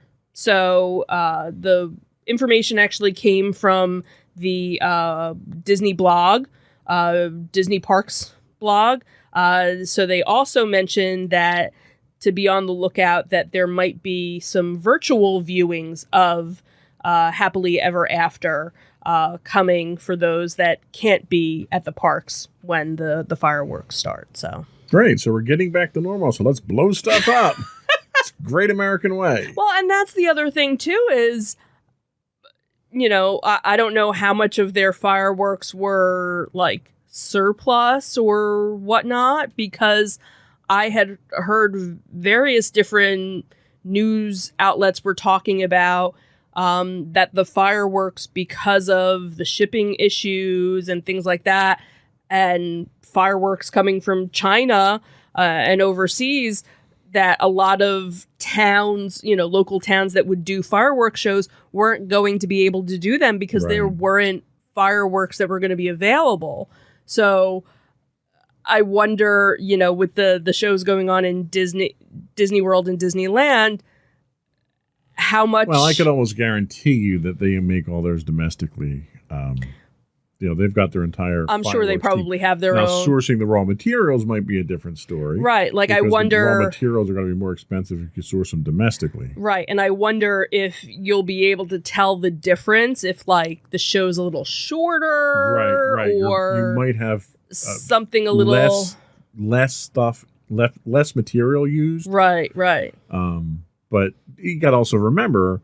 A good portion of the fireworks shows that they do are laser light shows now too. So they really cut down on the amount of fireworks. Well, and that's the thing off. Is, are they going to be doing more laser light stuff to kind of compensate mice for with frickin' laser beams? Mice with laser beams. So it'll be interesting. So that's kind of good news for people that, as we've been talking about, all of these experiences that. Yep. All the stuff they took away. That they're starting to finally, bring back. And I'll guarantee you when they start to bring them back, they're going to raise their prices again. Of course. Because, you're paying full price for 70% of the shows that you were getting before. So now if we go to 100%, we can charge 15% more per ticket now. Right. That's what they're going to do. Mm-hmm. So that was all we had for our Disney Detective. Mm-hmm. We'll be right back with our Tales from the Edge of the Galaxy.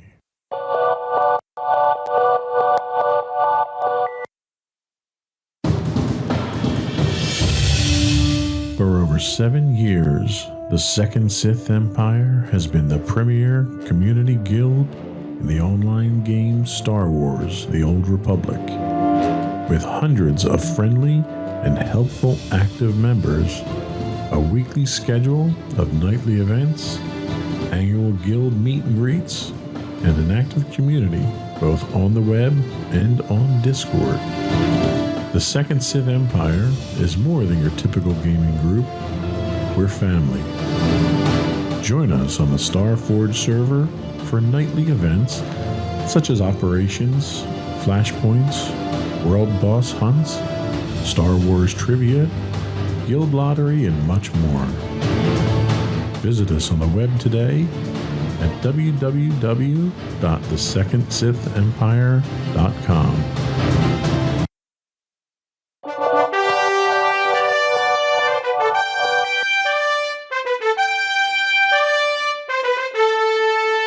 Go for Tales from the Edge of the Galaxy. Pew, pew, pew, pew, pew, pew. Pew, pew. Okay. So this was a really cool article that I found that was on avclub.com, and it was Parents Risk the Wrath of the Mouse by Creating a Very Cool Ride. So it seems that when they had asked their child what they wanted for their birthday party, they had decided that the child had wanted a Disneyland at home party for their birthday. So it seems that the parents, who remained anonymous in this video, and it was basically just uploaded with the title Disneyland at Home for Indy's Birthday. It seems that they modeled the original 1987 version of Star Tours in their garage, and it featured a big handmade space shuttle surrounded by distinctive Star Wars crates, a droid, and a guy that might possibly have been the dad who was dressed as Han Solo. They basically take you on this little trip. It moves around, you get jostled, and then when you emerge, kids get to meet Princess Leia, and then before they leave the ride, Darth Vader comes to try and take them, and Han Solo basically fights, and he hits something, so the garage door opens so the kids can escape. So the description basically said, requested a Disneyland themed party at our house for her birthday, which was in April back in 2019. It seems that the couple had actually built some other attractions, but the party was canceled because of the pandemic, and rescheduled to be held a year later. So no idea what other rides these parents had, in their house. The article talked about maybe they had like a bobsled in their backyard. But it was really very cute the way that they did it. And, to see all the smiles on the kids' faces, and even some of the parents that took the ride, it was pretty cool. So. Yeah, we watched through before we started the podcast, and I got to tell you, this was really probably the coolest thing I think I have ever seen somebody do at their house. Now, I had a friend of mine years ago who used to build out in his 2-car garage a full fun house, walls and scare things and drop floors and a elevator at one point. And I thought that was cool, but this totally takes the case. Because you would totally, Oh, man, this was just so cool to have Vader come in at the end. Right.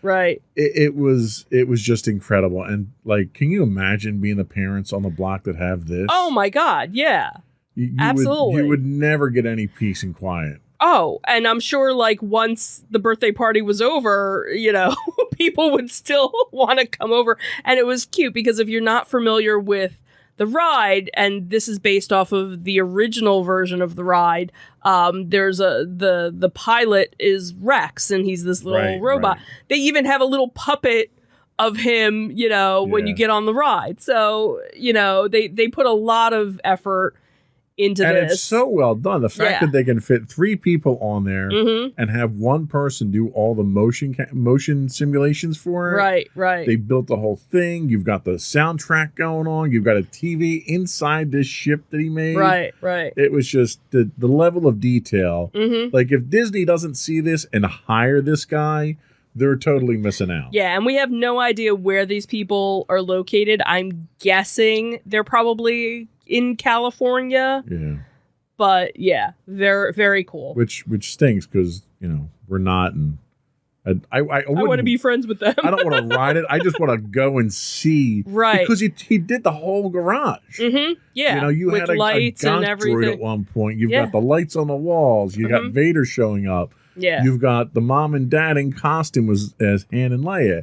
It's just, it was cool. It was cool. Yeah. And they do mention in their I guess interview or their post that they don't make any money off of this at all. Right. This is purely all for done the fun of the kids. Just for the fun of the kids. And exactly. and to see the look on the kids' faces when they get out of that, I can't imagine how much he spent, but just the look on the kid's faces. Yeah, the one kid said, how long have you been waiting to get on it? And they were like, an hour. Yeah. So it's just like Disney. So it's just like Disney. So you probably could be outside and get some cake. Right. And, a hot dog or something before you got on the ride. The only thing that I would recommend is fast passes. Right. Or a gift shop.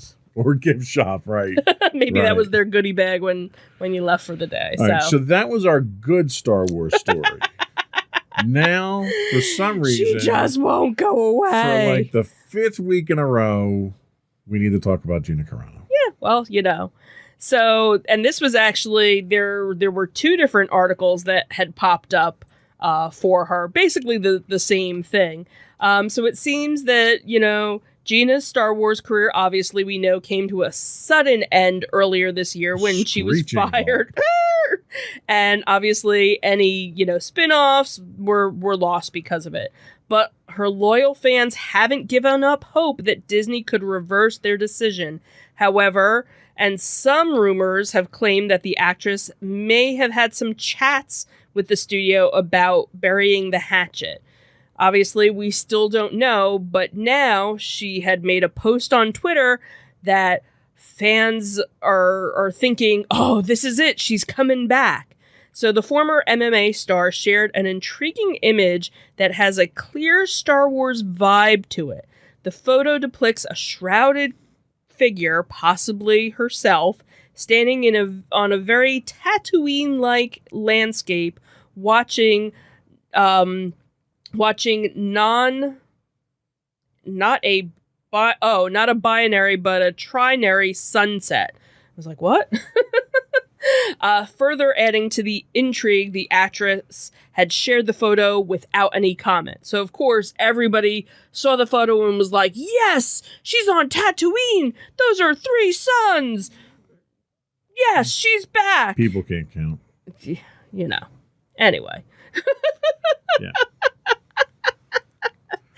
So obviously the fact that, Carano had actually recently made a surprise comeback on Disney Plus as her episode of Running Wild with Bear Grylls season 6 ended up airing despite the studio initially trying to bury it. So the minor decision reversal is a long way from her actually being invited back to Star Wars or back to The Mandalorian. So Disney obviously had some very strong words about the post that she had made, and she's obviously come back too, accusing the studio of bullying her and other actors. So is it a tease? Was it just her trying to get some sort of publicity because nobody, Well, and we had talked about the fact that she was in talks with engaging in another sci-fi project. right. So which who it knows that quite likely is a shot from that project that could she's be working on. right. You Or know. just, hey, that's a really cool picture. I'm going to post it and have nothing, You're right, because she could be making the whole thing up too. Right. And what was funny was the other article that had posted the story was very much more pro her. And it was all of these people that were posting on Twitter was like, yes, she's back. It's confirmed. Da, da, da, da, da. Yeah. This better not be a rumor. Not so Darn much. you, Who Disney. confirmed it? I don't know. There was no confirmation. Exactly. These are, Well, yeah, we know who they are, and it's Twitter. we know who they are, and they facts really aren't anything that ever stood Right. in their way. So I promise no story next week. Next of her. week, I absolutely refuse to introduce a Gina Carano story next Okay. week. Although I will say I'm a little disappointed in you this week. Why? You did not have any stories sourced from Giant Freaking Robot. You seem to get one in every week just because you like the name of the site. I do like their site. And you'd almost think JJ's giving us a kickback on it. I wish he would. I wish you would too. We do take donations Come on, JJ, just throw us a bone. just in case. Just We'll in give you a plug. So that was all we had for our Tales from the Edge of the Galaxy this Yep. week. We'll be back in a moment with our entertainment news of the week. I couldn't remember what was up next because we have so much going on today. Right. Entertainment news of the week coming up next.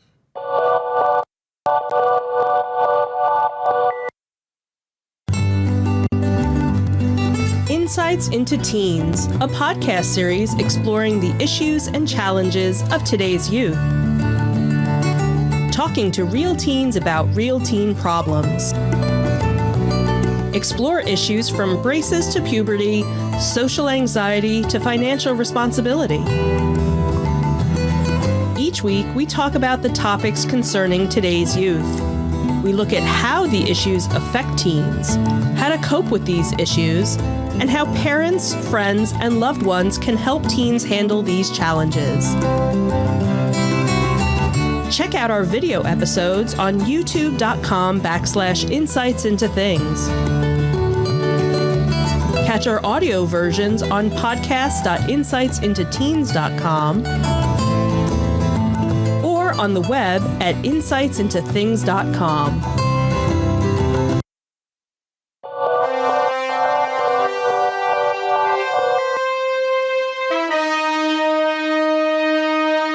Go for your entertainment news. I will.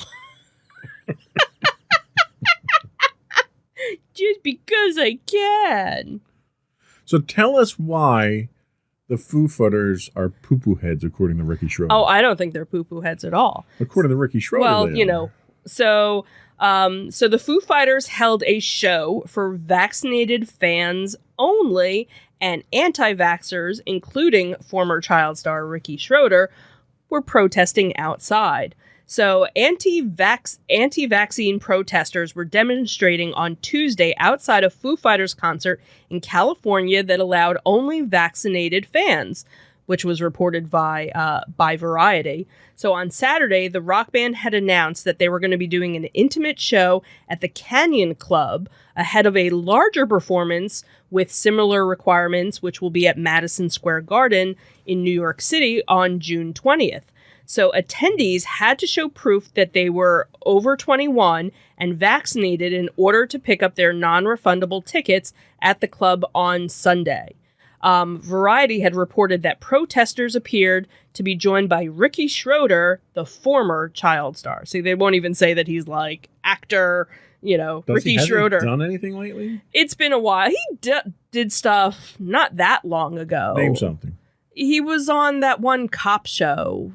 I can't. I didn't watch it, so neither did I. Well, it's been at least 10 years maybe. So you're saying Ricky's got a lot of free time on his hands. Right, exactly. So, and then of course maybe he and Kevin Sorbo can get together. They probably are like besties, I'm sure. And the My Pillow guy too. Right. And they sit around listening to who's the redneck rock guy? Oh, Ted Nugent. Ted Nugent. You sit around listening to Ted Nugent albums. So he had posted on his Facebook, Dave Grohl is an ignorant punk who needs slapped for supporting discrimination, referring to the front man of the Foo Fighters. Ignorance comes in all shapes and sizes. Kurt Cobain is laughing at you along with millions of patriots. Fool. He does know Kurt Cobain's dead, right? I know.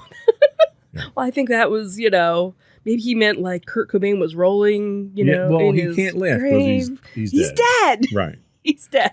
Maybe analogy like he's rolling over in his grave or something would work. Right, as opposed to he's laughing at you.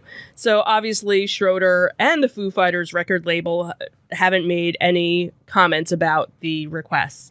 I had heard about the Madison Square Garden concert beforehand, and they were getting a little bit of flack from fans saying, that's it, I'm done, I'm never listening to you again, I'm throwing out all your records because, blah, blah, blah. Okay. And you bought them already, so you can throw them out. They're not making any money off of them. They're not making any money off of you. And basically, they had said that the reason why was to do with state mandates in the state of New York. So, it wasn't necessarily their rule. It was kind of everybody else's rule. And then because they were doing such a small, intimate venue, they were looking out, again, for the safety of their fans. Right. So yeah, God forbid these people look out for this. Unlike Disney, who doesn't. Right. You had the Foo Fighters who do. Right. And, I saw this article, and the first thing that comes to mind are the Darwin Awards. Mm-hmm. And I'm thinking, my God, do you have any idea how many candidates there are for Darwin Awards, in the last year and a half now? Oh, yeah. Ricky Schroeder now is chief among them at this point in time, in my opinion. Yeah. So, okay, well, the Foo Fighters are now the Pooh Fighters, according to Ricky Schroeder. But you know what? It's going to make me want to listen to them even more now. Absolutely. Absolutely. And I'm not going back and watching Silver Spoons either. I refuse to now. Exactly. Good. So, the last article we have in our entertainment news is a tribute from Diana Ross. Yeah, so this came from etonline.com. It seems that on Thursday, the former Supreme announced that her upcoming album, Thank You, is set to debut this fall. In a press release, Ross promised a powerful, inclusive musical message of love and togetherness that wholeheartedly acknowledges that we are all in this together. A collection of songs is my gift to you with appreciation and love, the singer said. I am eternally grateful that I had the opportunity to record this glorious music at this time. I dedicate this songbook of love to all of you, the listeners. As you hear my voice, your heart, you'll hear my heart. The album, which will be her first album in nearly 22 years, was entirely original music, and is her first album of any kind since 2006. The singer shared that she recorded the album during quarantine in her home studio with help from award-winning songwriters and producers such as Tyler Prax, Jack Antonoff, Troy Miller, Triangle Park, Spike Stent, and Nathaniel Ledgwick. The title track and the first single dropped actually today, along with the album's announcement. Thank You, the album will be available to stream in September. And I think this is another one of those feel-good things. Like, Mm-hmm. she's not doing this. I'm sure she's going to make money off it, but she's not doing it for the fact that she needs the money. She's doing this as a feel-good, a thank Mm-hmm. you, a give back to the fans. This is a time when we need to have a little bit of that healing spirit, Mm-hmm. And who doesn't love, Diana Ross's Oh, voice? absolutely. Incredible. Mm-hmm. Incredible. So that was all we had for our entertainment news this week. Mm-hmm. We'll be right back with our insightful picks of the week.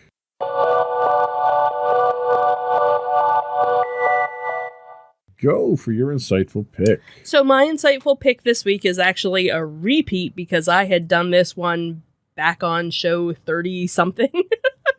A long time ago, galaxy far, far away. So my insightful pick this week is Lucifer, which is on Netflix. There are 5 seasons available. The second half of season 5 just dropped. I guess it was the end of May. And what was interesting was that season 5 was actually supposed to be their last season, but last June, I believe it was, they had announced that they would be coming back for a 6th and final season. So just when you think they were done, nope, they got one more season to go. So the premise behind the show is, bored with being the Lord of Hell, the devil relocates to Los Angeles, where he opens a nightclub and forms a connection with a homicide detective. Lucifer is an American urban fantasy superhero television series that had originally appeared on Fox in 2016. Was on Fox for 3 seasons, I believe. And then they canceled it, but fans were, so gung-ho with it, and Netflix actually picked it up for the other 3 seasons. And what was nice was that when they brought it to Netflix, they were able to be a little bit more edgy with the show. And I think that's when a lot of other fans kind of jumped on the bandwagon for the show, because it was available, on Netflix, and you could go back and watch all of them. So it was always a favorite show of mine, from the beginning. So I had remembered that this was supposed to be their last season. So I was kind of sad with that. But then hearing the news that we're going to come back and do one more. So that's kind of cool. So so the final season will actually just be 10 episodes sometime, I'm guessing, next year at this point, because again, things are slowly starting to ramp back up, with filming and whatnot. So Cool. Good pick. Thanks. Again. Thank you.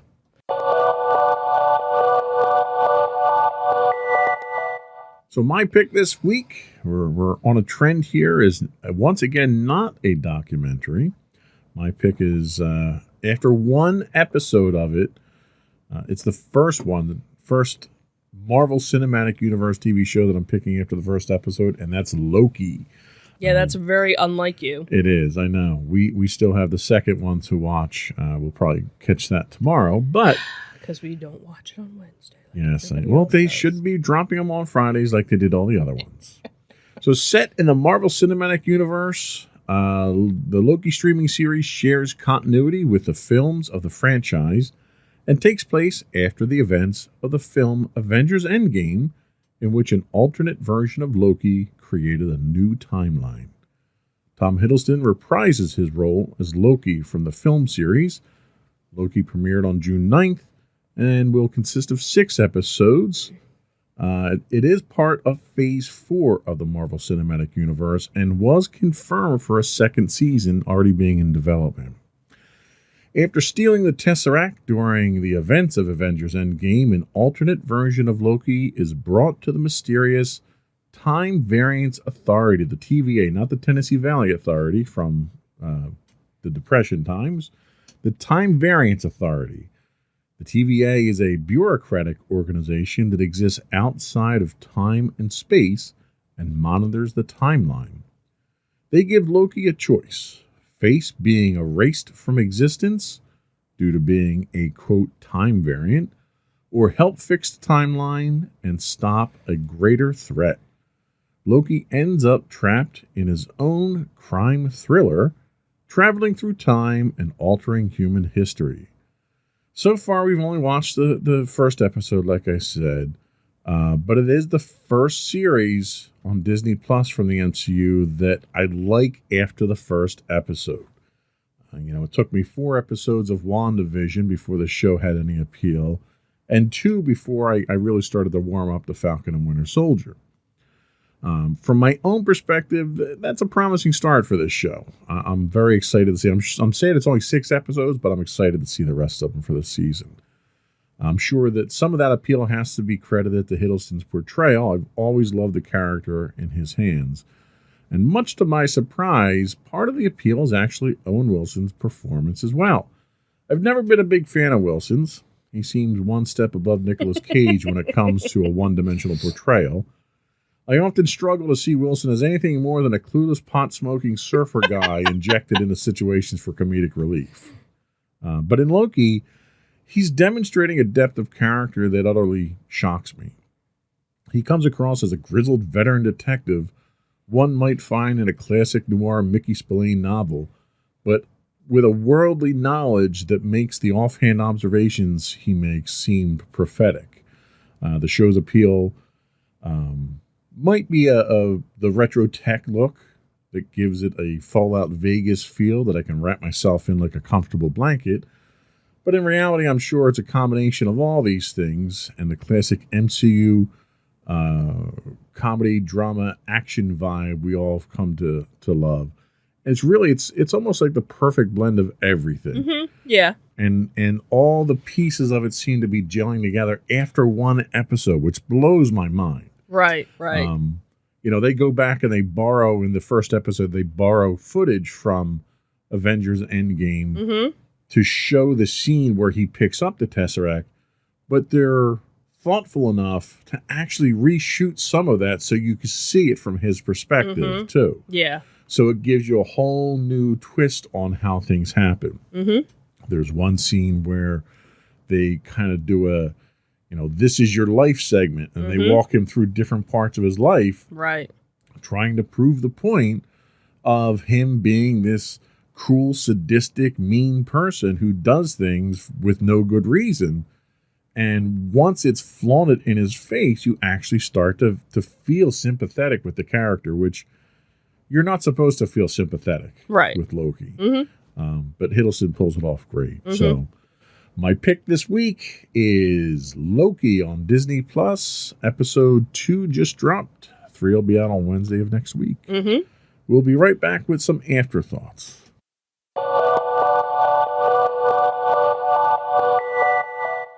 So we have some return to normal. Right? Yeah. So let's talk about that. So first off, we had gone over the summer, to the mini Monster Mania mall shopping experience, whatever it was. So the Monster Mania convention that was supposed to be held in May had actually gotten pushed to August, which is the one that they do in Cherry Hill. Then their September convention they do in Hunt Valley, Maryland, which is a little bit north of the Baltimore area, and just announced today they're going to be doing an October convention at the Greater Philadelphia Expo Center in Oaks, where they had done their little shopping mall convention. So this was just posted on their website today. They basically said, hey, everybody said you should really do something at the convention center. And they were like, you know what? We're going to make this happen. So it's a nice kind of halfway point for fans that go to the Maryland show and fans that go to the Cherry Hill show. It's going to be a totally different venue for them because those other two venues are basically done at a hotel where they kind of take over the hotel lobby and some of the conference rooms and convention areas. So here it's going to be, I think it's probably going to be a fantastic venue for them because they'll be able to fit a lot more people where people won't be on top of each other. There'll be, more spacing out. And, we've gone to Oaks for various different things. The parking, there's just a always fantastic venue. It's such a user centric or a shopper or fan centric venue. Right. It's easy to get to. There's places to eat afterwards. It's not for us. Being in South Jersey, it's not that bad of a drive for us. For anybody that's in Philly or other areas, it's pretty easy to get to. So getting in and getting out, because they've got 4 main halls in there that can be combined and reconfigured. Right. And getting in and out of there is so easy. They're so set up. They've got multiple entrances on major arteries. Yeah. And everything that we've ever gone to there has been run so smoothly. Yeah, we've never gone to anything there that we had an issue with. It's really one of my favorite expo centers. Right. And even when we went to the shopping mall where we were like, how is this going to work? Yeah. Is it going to be in a parking lot? And we were like, wow, this was perfect for them. They had a specific area for an outdoor venue, which was done perfect. Right across the street from the parking lot. Yeah, too. it was totally, and as we had mentioned when we had talked about it, really the only negative thing we had to say is that there could have been something for more shade because nobody knew at that time of year. But nobody knew it was going to be 95 degrees that day. I cannot fault them for that. Right, exactly. Like if you would plan to do that like in the middle of July, and still didn't have any kind of protection, then I could fault you for it. Right. And that's the thing is, other than that, it ran smoothly. Yeah. Everything was perfect. So I'm kind of looking forward, like as we were talking, even though the Cherry Hill location is much closer for us, we don't have to pay to go over the bridge or whatever, I would be more inclined to actually drive a little bit further and go to Oaks because the Cherry Hill experience, parking is always a pain in the butt. It's always very crowded. Yeah, it's nice, but it's just so packed in there. It's just it's not set up. And maybe in the early days when the show wasn't so big, it worked out well. And now it's just so big that it doesn't work there. So I'm kind of excited to be able to go, and it's close to our wedding anniversary. So, maybe it'll be a cool, hey, wedding present. Yeah. The ticket prices were basically the same as their other conventions. $25 for Saturday. I believe it was $30. Your pre-COVID pricing. Your pre-COVID pricing. Guests haven't been announced yet, but as they do, they're going to have. And there's going to be some themed reunion because they do it in almost. Yeah, there's every always some sort of themed reunion where they get 3 or 4 stars from some 80s or 70s horror movie all together. So very cool. They even had blocks of hotels available for people that aren't from the area who are driving a bit. So if you go to monstermania.com, all the information is there.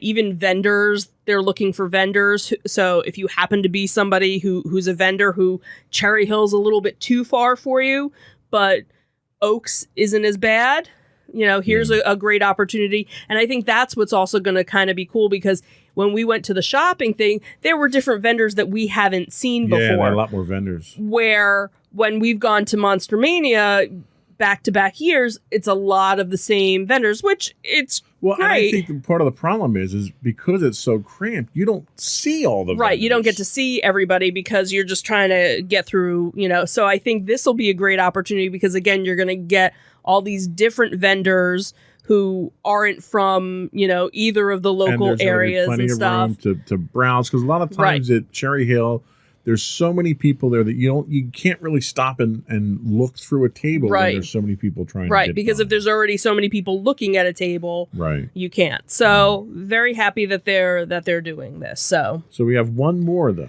Yeah, so we have one more, and this one when you had to go to Maryland for work, one of your co-workers down there who knows you're a geek had given you the flyer for it, and it is the Ocean City Comic Con, and they are coming back in 2021. And that's Ocean City, Maryland, Ocean not New City, Jersey. right? Ocean City, Maryland, with all the vendors, guests, cosplay, panels, video games, screenings that you've come to love, and adding some new surprises. So it is at the Roland E. Powell Convention Center in Coastal Highway, Ocean City, Maryland. It's just one day that they do it. It is Saturday, December 11th from 10 a.m. to 5 p.m. Cost is really, almost nothing. It's $10 for adults. Kids 9 and under are free with a paying adult. If you come in costume, you get $1 off.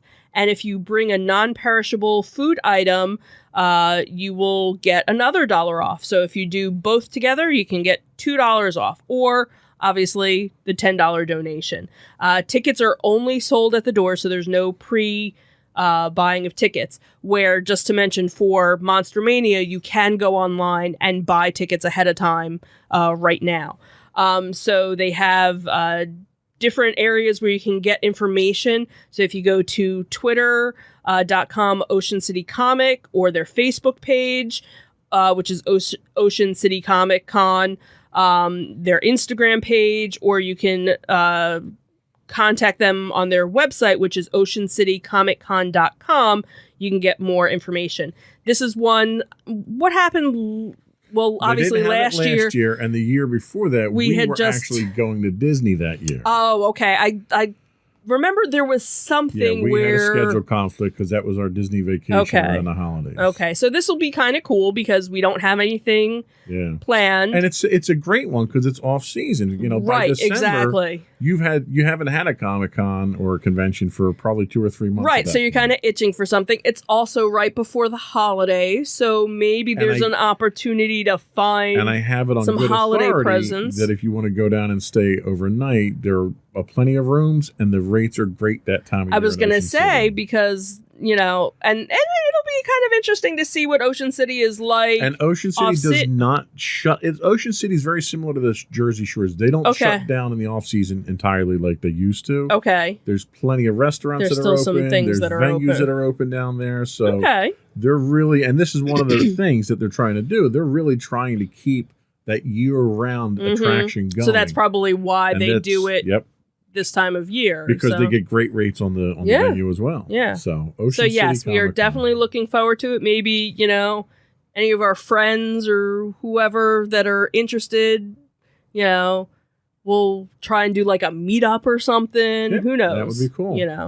Maybe we'll get a booth down there and we'll do a podcast on location. You never know. You go. You never know. But I think that was all we had today, right? Yep.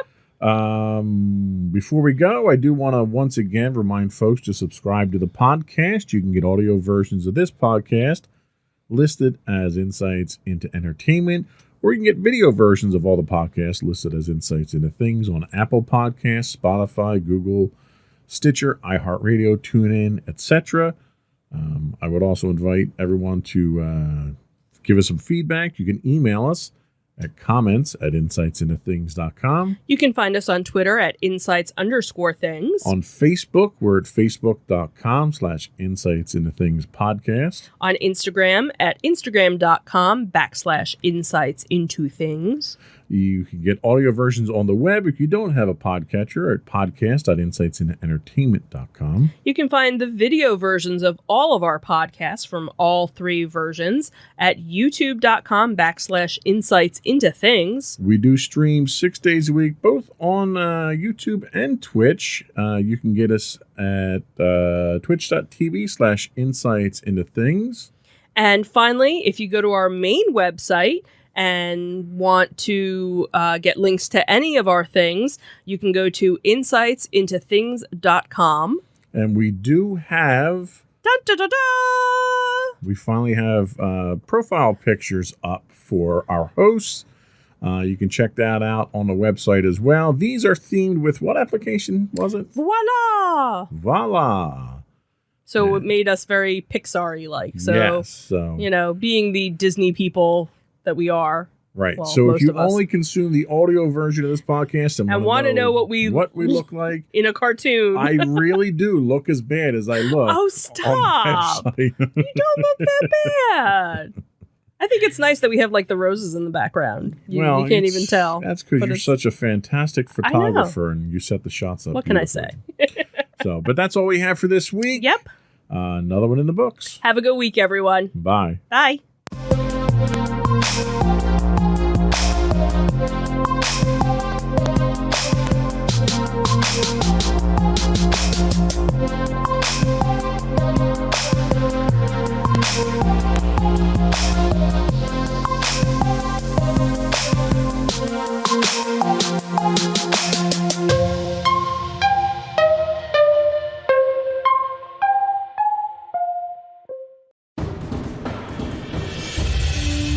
For over 7 years, the Second Sith Empire has been the premier community guild in the online game Star Wars: The Old Republic. With hundreds of friendly and helpful active members, a weekly schedule of nightly events, annual guild meet and greets, and an active community both on the web and on Discord. The Second Sith Empire is more than your typical gaming group. We're family.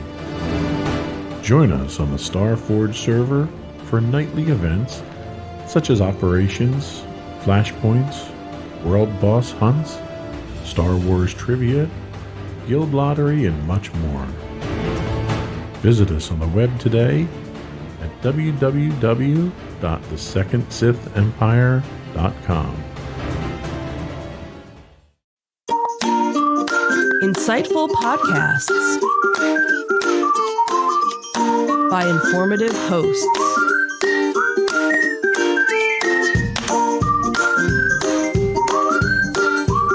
Insights into Things, a podcast network.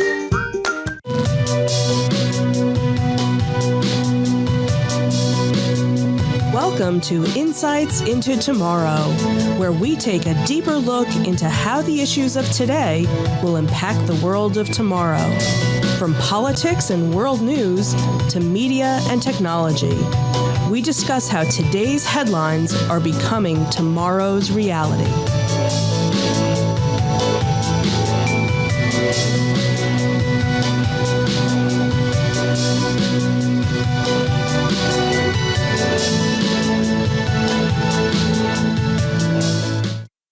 Welcome to Insights into Tomorrow. This is episode 12, The Cryptocurrency Conundrum.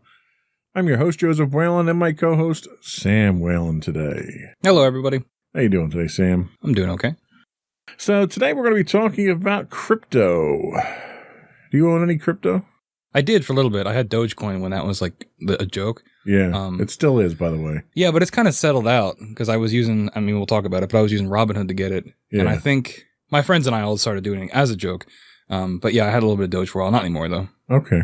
Doge actually is not that difficult to generate. It's not like your Bitcoin and stuff like that where it's finite and crypto complicated. Yeah, I mean, I don't know how any of it works, though. That's the point of this show. You'll explain it to all of us in great detail. Yes, I will, hopefully, in terms that we can all understand. But before we do that, I would suggest folks subscribe to the podcast itself so you get it first thing Monday morning at 8 o'clock when they come out. You can subscribe to the audio version of the podcast by looking us up as Insights into Tomorrow. The video versions of the podcast and all of our network podcasts are listed as Insights into Things. You can get us on Apple Podcasts, Spotify, Google, Stitcher, pretty much any place you can get a podcast these days. I would also invite folks to give us your feedback. Email us at comments@insightsintothings.com. Let us know how we're doing on Twitter at insights_things. You can give us feedback on Facebook at facebook.com/insightsintothingspodcast. Shoot us a note on Instagram at Insights Into Things, or you can reach out to us on our website at www.insightsintothings.com. So today, what we're going to be doing is we're going to take a look at what cryptocurrency is. We'll understand a little bit about what blockchain technology is. Then we're going to take a look at some of the real-time or real-world impacts that cryptocurrency is having on today's economy and whether it's worth investing in. And then finally, we'll wrap up by looking at how cryptocurrency is changing the world and what the future of crypto looks like. And we'll talk a little bit about a new phenomenon in crypto called NFTs. So hopefully by the time we get done here, we'll all have a good understanding of what crypto is. And we'll be dumping money into the market to buy some. Shall we get started? Yes. All right.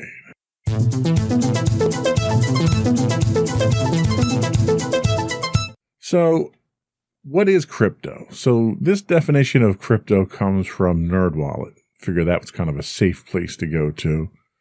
So, cryptocurrency or crypto is a digital currency that can be used to buy goods and services, but uses an online ledger with strong cryptography to secure online transactions. So when you, unlike a nationalized currency, there's no borders to crypto at this point. It exists entirely online, and it's basically tied up inside of a cryptographic algorithm. Much of the interest in these unregulated currencies is to trade for profit, with speculators at times driving prices skyward, as we've seen recently with Bitcoin. Many companies have issued their own currencies, often called tokens, and these can be traded specifically for goods or services that company provides. Everyone's familiar with microtransactions, and nowadays you can buy currency with a company that you then use to buy things inside that company. It's no different than when you used to go to the arcade and the arcade machines didn't take quarters, they took tokens. So you put a dollar bill in a machine and got 4 tokens out instead of 4 coins. And that kind of kept that money tied up inside of that establishment. So cryptocurrencies also use technology called blockchain. So we'll talk about blockchain in a second. That's really the driving technology behind blockchain.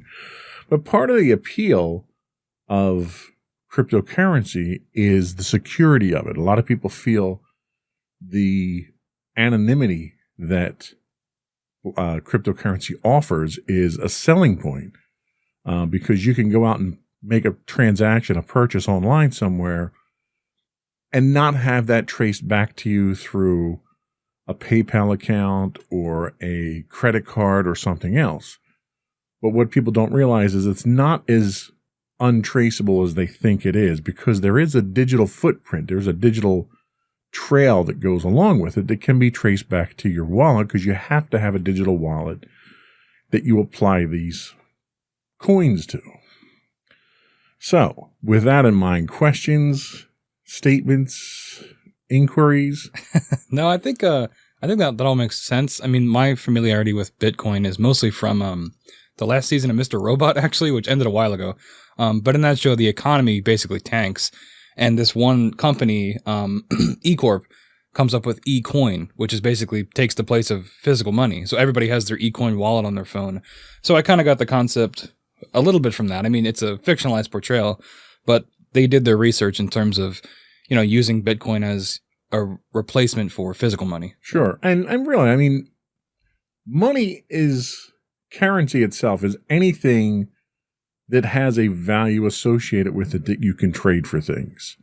Whether it's paper money that we have, whether it's gold coins because the material that it's made from has a value associated with it, or nowadays with U.S. currency where there isn't a backing to it. There's no silver or gold backing to it. There's an intrinsic value based on the current economic state. So as a result, the dollar goes up and down depending on what our trade state is and other factors in the world. Cryptocurrency is the same sort of scenario, but it's affected by things very differently.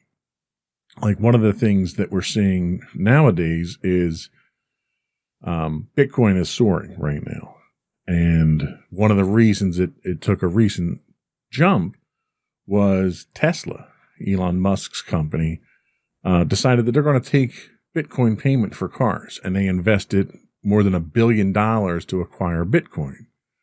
Well, anytime a commodity is purchased in volumes like that, the cost of it goes up just because of the perceived value of it at that point.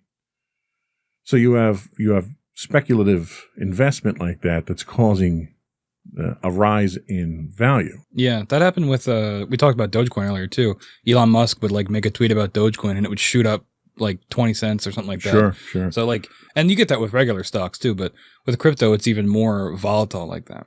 Well, and Elon Musk is a great person to pick on because he's the type of person who stock in Tesla goes up significantly, and then he tweets and says, "Oh, well, that's overvalued," and then the stock plummets. Mm-hmm.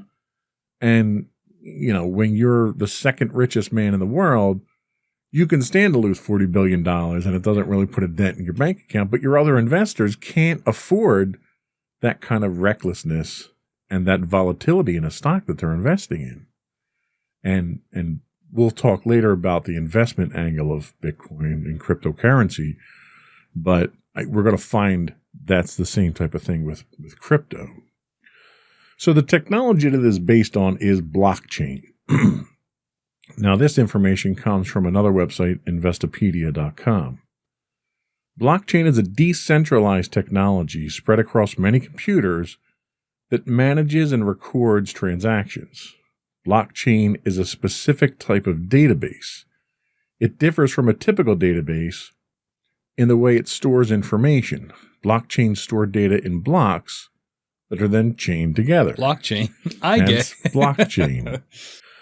Once a block is filled with data, it's chained onto the previous block, which makes the data chained together in a chronological order. So one of the problems that you have with this is that as you continue to mine coin in a blockchain, the blockchain gets larger and larger and larger, which requires more storage capacity, it requires more bandwidth to handle, it requires more computing power as it gets progressively larger. Different types of information can be stored on a blockchain, but the most common use so far has been as a ledger for these transactions. In Bitcoin's case, blockchain is used in a decentralized way so that no single person or group has control. Rather, all users collectively retain control. So when you're going to mine Bitcoin, you download whatever the current version of that blockchain is, the entire thing. And as you're churning through it and you fill up the block itself, you're sending that data back out to this collection of computers. So when we're talking about downloading it, is this like terabytes, petabytes? I don't know, how big does it get? I don't know what the last count was, but you're talking a massive amount of data right now. Like it would take, I think I was looking at numbers earlier, and it took 8 hours or so over a gigabit line to download the current one. Once you have it, though, you get incremental updates to it. But that's just a sign of how large this is. And the larger it is, the more computations have to be done. So the problem a lot of people are running into is that in order to mine Bitcoin now, people are using very sophisticated hardware. In fact, NVIDIA just came out with their latest line of video cards, and they cryptographically crippled them through a driver update so they couldn't be used for blockchain. Because what's happening is you're actually burning more energy in computational power and cooling to run these machines than you're generating in actual funds. So it's environmentally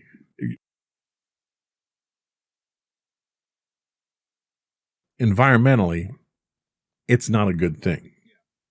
I mean, we're not drilling another hole in the ozone or anything, but this is not going down the right path. So in Bitcoin's case, the blockchain's used as a way to store the ledger on here, and the decentralized blockchains are themselves immutable, which means that once the data is entered, it can't be changed. And for Bitcoin, this means that transactions are permanently recorded and viewable to anyone. And that's where that lack of anonymity comes from. Because in order for this whole system to work, you have to use a shared database for these transactions. Now, your existence in here is probably some, 64 character long random GUID number, not, Sam. So there's that level of anonymity. But it also records origins of these. So it can tell geographically by your IP address where it's coming from. So when you process something on the blockchain, it knows what your ID is. It might not know who you are, but it can see where you're at. So a lot of cyber forensic analysis is going into some of these because a lot of people in the criminal underworld are using Bitcoin to fund their terrorist organizations and criminal organizations because of that level of security. So as a result, federal authorities and government authorities around the world are developing new tools to try to de-anonymize some of these transactions to track it down so that they can generate evidence against criminals. So that's really what blockchain is. It's the technology behind, it's the database behind cryptocurrency. Questions, comments? No, I mean, it seems relatively straightforward so far. So my only thing is, how does this translate into actual value? Because, I understand how you get it and how it's made, but, is it just because there's so much of it that it gives it value? It's not that there's so much, it's that there's so little. So, for instance, if you look at Bitcoin, the way that you compute or the way that you mine Bitcoin computationally, there's a finite number of Bitcoins that are out there. And the more that are found, the fewer that can be found. So it's almost think of it like a baseball card. 10 Ricky Henderson rookies are made. That's all that will ever be made. And they're all in packages that are sitting in stores. So when the first one gets purchased, it's worth, say, $1,000. But when the second one gets purchased, that there's only 8 more out there. So the value of the ones that are found go up until all 10 are found. And then there's a fixed value because they exist. They're the only ones that are going to exist. So that's why you have Tesla getting a bunch of it. Exactly. And then it skyrockets. The problem that you run into is as people trade it and buy and sell and companies start to adopt it as an actual currency, it gets more precious because you have a finite pool of resources now that are now being traded in large blocks. So people fight over it and then... Exactly. Then you have governments. Like, for instance, Russia has outlawed Bitcoin. So you can't use Bitcoin in Russia to do anything. Where in the United States, I could spend Bitcoin to buy a pizza. It's literally that simple.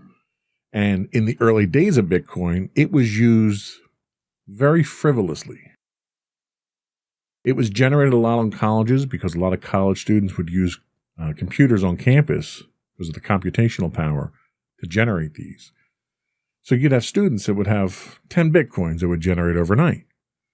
Then they'd want to order pizza. Well, they didn't have any cash, so the local pizzeria would accept Bitcoin. So you'd spend 2 Bitcoin to buy a pizza. And 1 Bitcoin now is worth $10,000 or something like that. Right. So you have people that spent over $20,000 on pizzas when they were in college. So that's why the volatility of it kind of makes for opportunities, but it also makes for misuse of the currency as well. So we're going to take a quick break and we'll come back and we'll talk about what the impact of cryptocurrency is on today's society.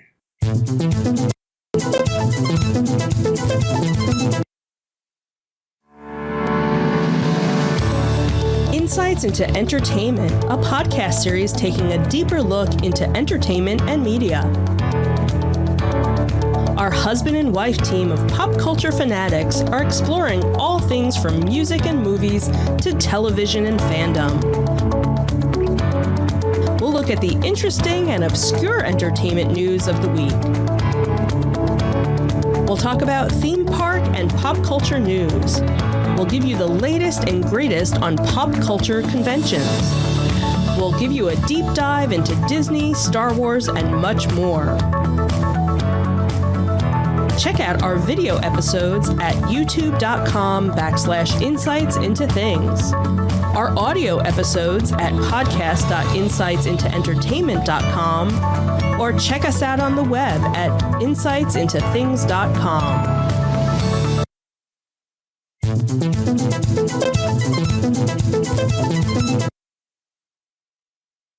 Today on Insights into Tomorrow, I find the button on the board to actually hit the right scene. Today we're talking about cryptocurrency, and we're going to talk a little bit about the impact of cryptocurrency on today's economy. So we've talked about Bitcoin, we've talked about Dogecoin a little bit. There's actually more than 6,700 different cryptocurrencies that are traded publicly today. And this is according to CoinMarketCap.com. Cryptocurrencies continue to proliferate, raising money through initial coin offerings. You've heard of IPOs, initial public offerings for stocks. ICOs are what crypto coins actually use to generate their funds. The total value of all cryptocurrencies as of February 18th, 2021 was more than $1.6 trillion according to CoinMarketCap. And the total value of all Bitcoins, the most popular digital currency, was pegged at about $969 billion. Now, you can't have that much market cap and not have a huge influence over the economy. I mean, I can't, it's hard for me to imagine another segment of the economy other than like Apple, that's $1 trillion company, that has that kind of influence over it. So just that value alone gives you a footprint and a place at the table that countries, I mean, that's more value than most countries in the world actually have as far as value goes. What are your thoughts on that? I mean, that's an astounding amount of wealth. And like going back to the pizza analogy from earlier, like to think that it's come from that, using it to get a pizza to $969 billion in what, 20 years? Yeah, not even that. Yeah, less than that. It's just interesting, and stocks in general, or the market, how that works, it all kind of mystifies me. It seems like it's gambling with extra steps, and like how things get value, and in this case, how things can skyrocket in value over time. It fascinates me, but it's not something I have any idea how to get involved in. Well, and that's one of the real distinguishing factors between a cryptocurrency and a stock. A stock is a piece of something. It's a piece of a company, and its value is based on the value of that company, its revenue, its profit, and how that company is being run. And all that information, when you're a publicly traded company, is publicly available.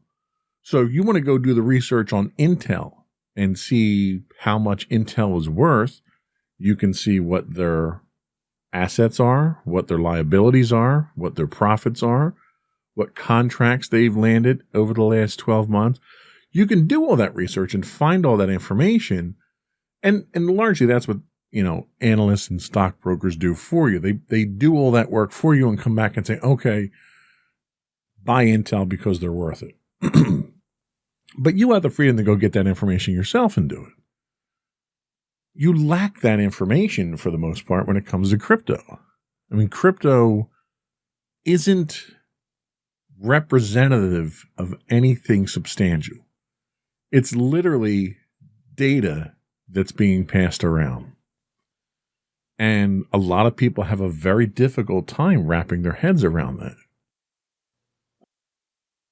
It's hard to understand why you would need something like that. Granted, you can have a currency that doesn't have borders. So, for instance, you have the euro versus the dollar. And the euro traditionally trends a few cents higher in value than the dollar does, depending on what's going on from a geopolitical standpoint. But that currency itself is based on gross domestic product. It's based on manufacturing output. There's a measurable metric that you can look at for it.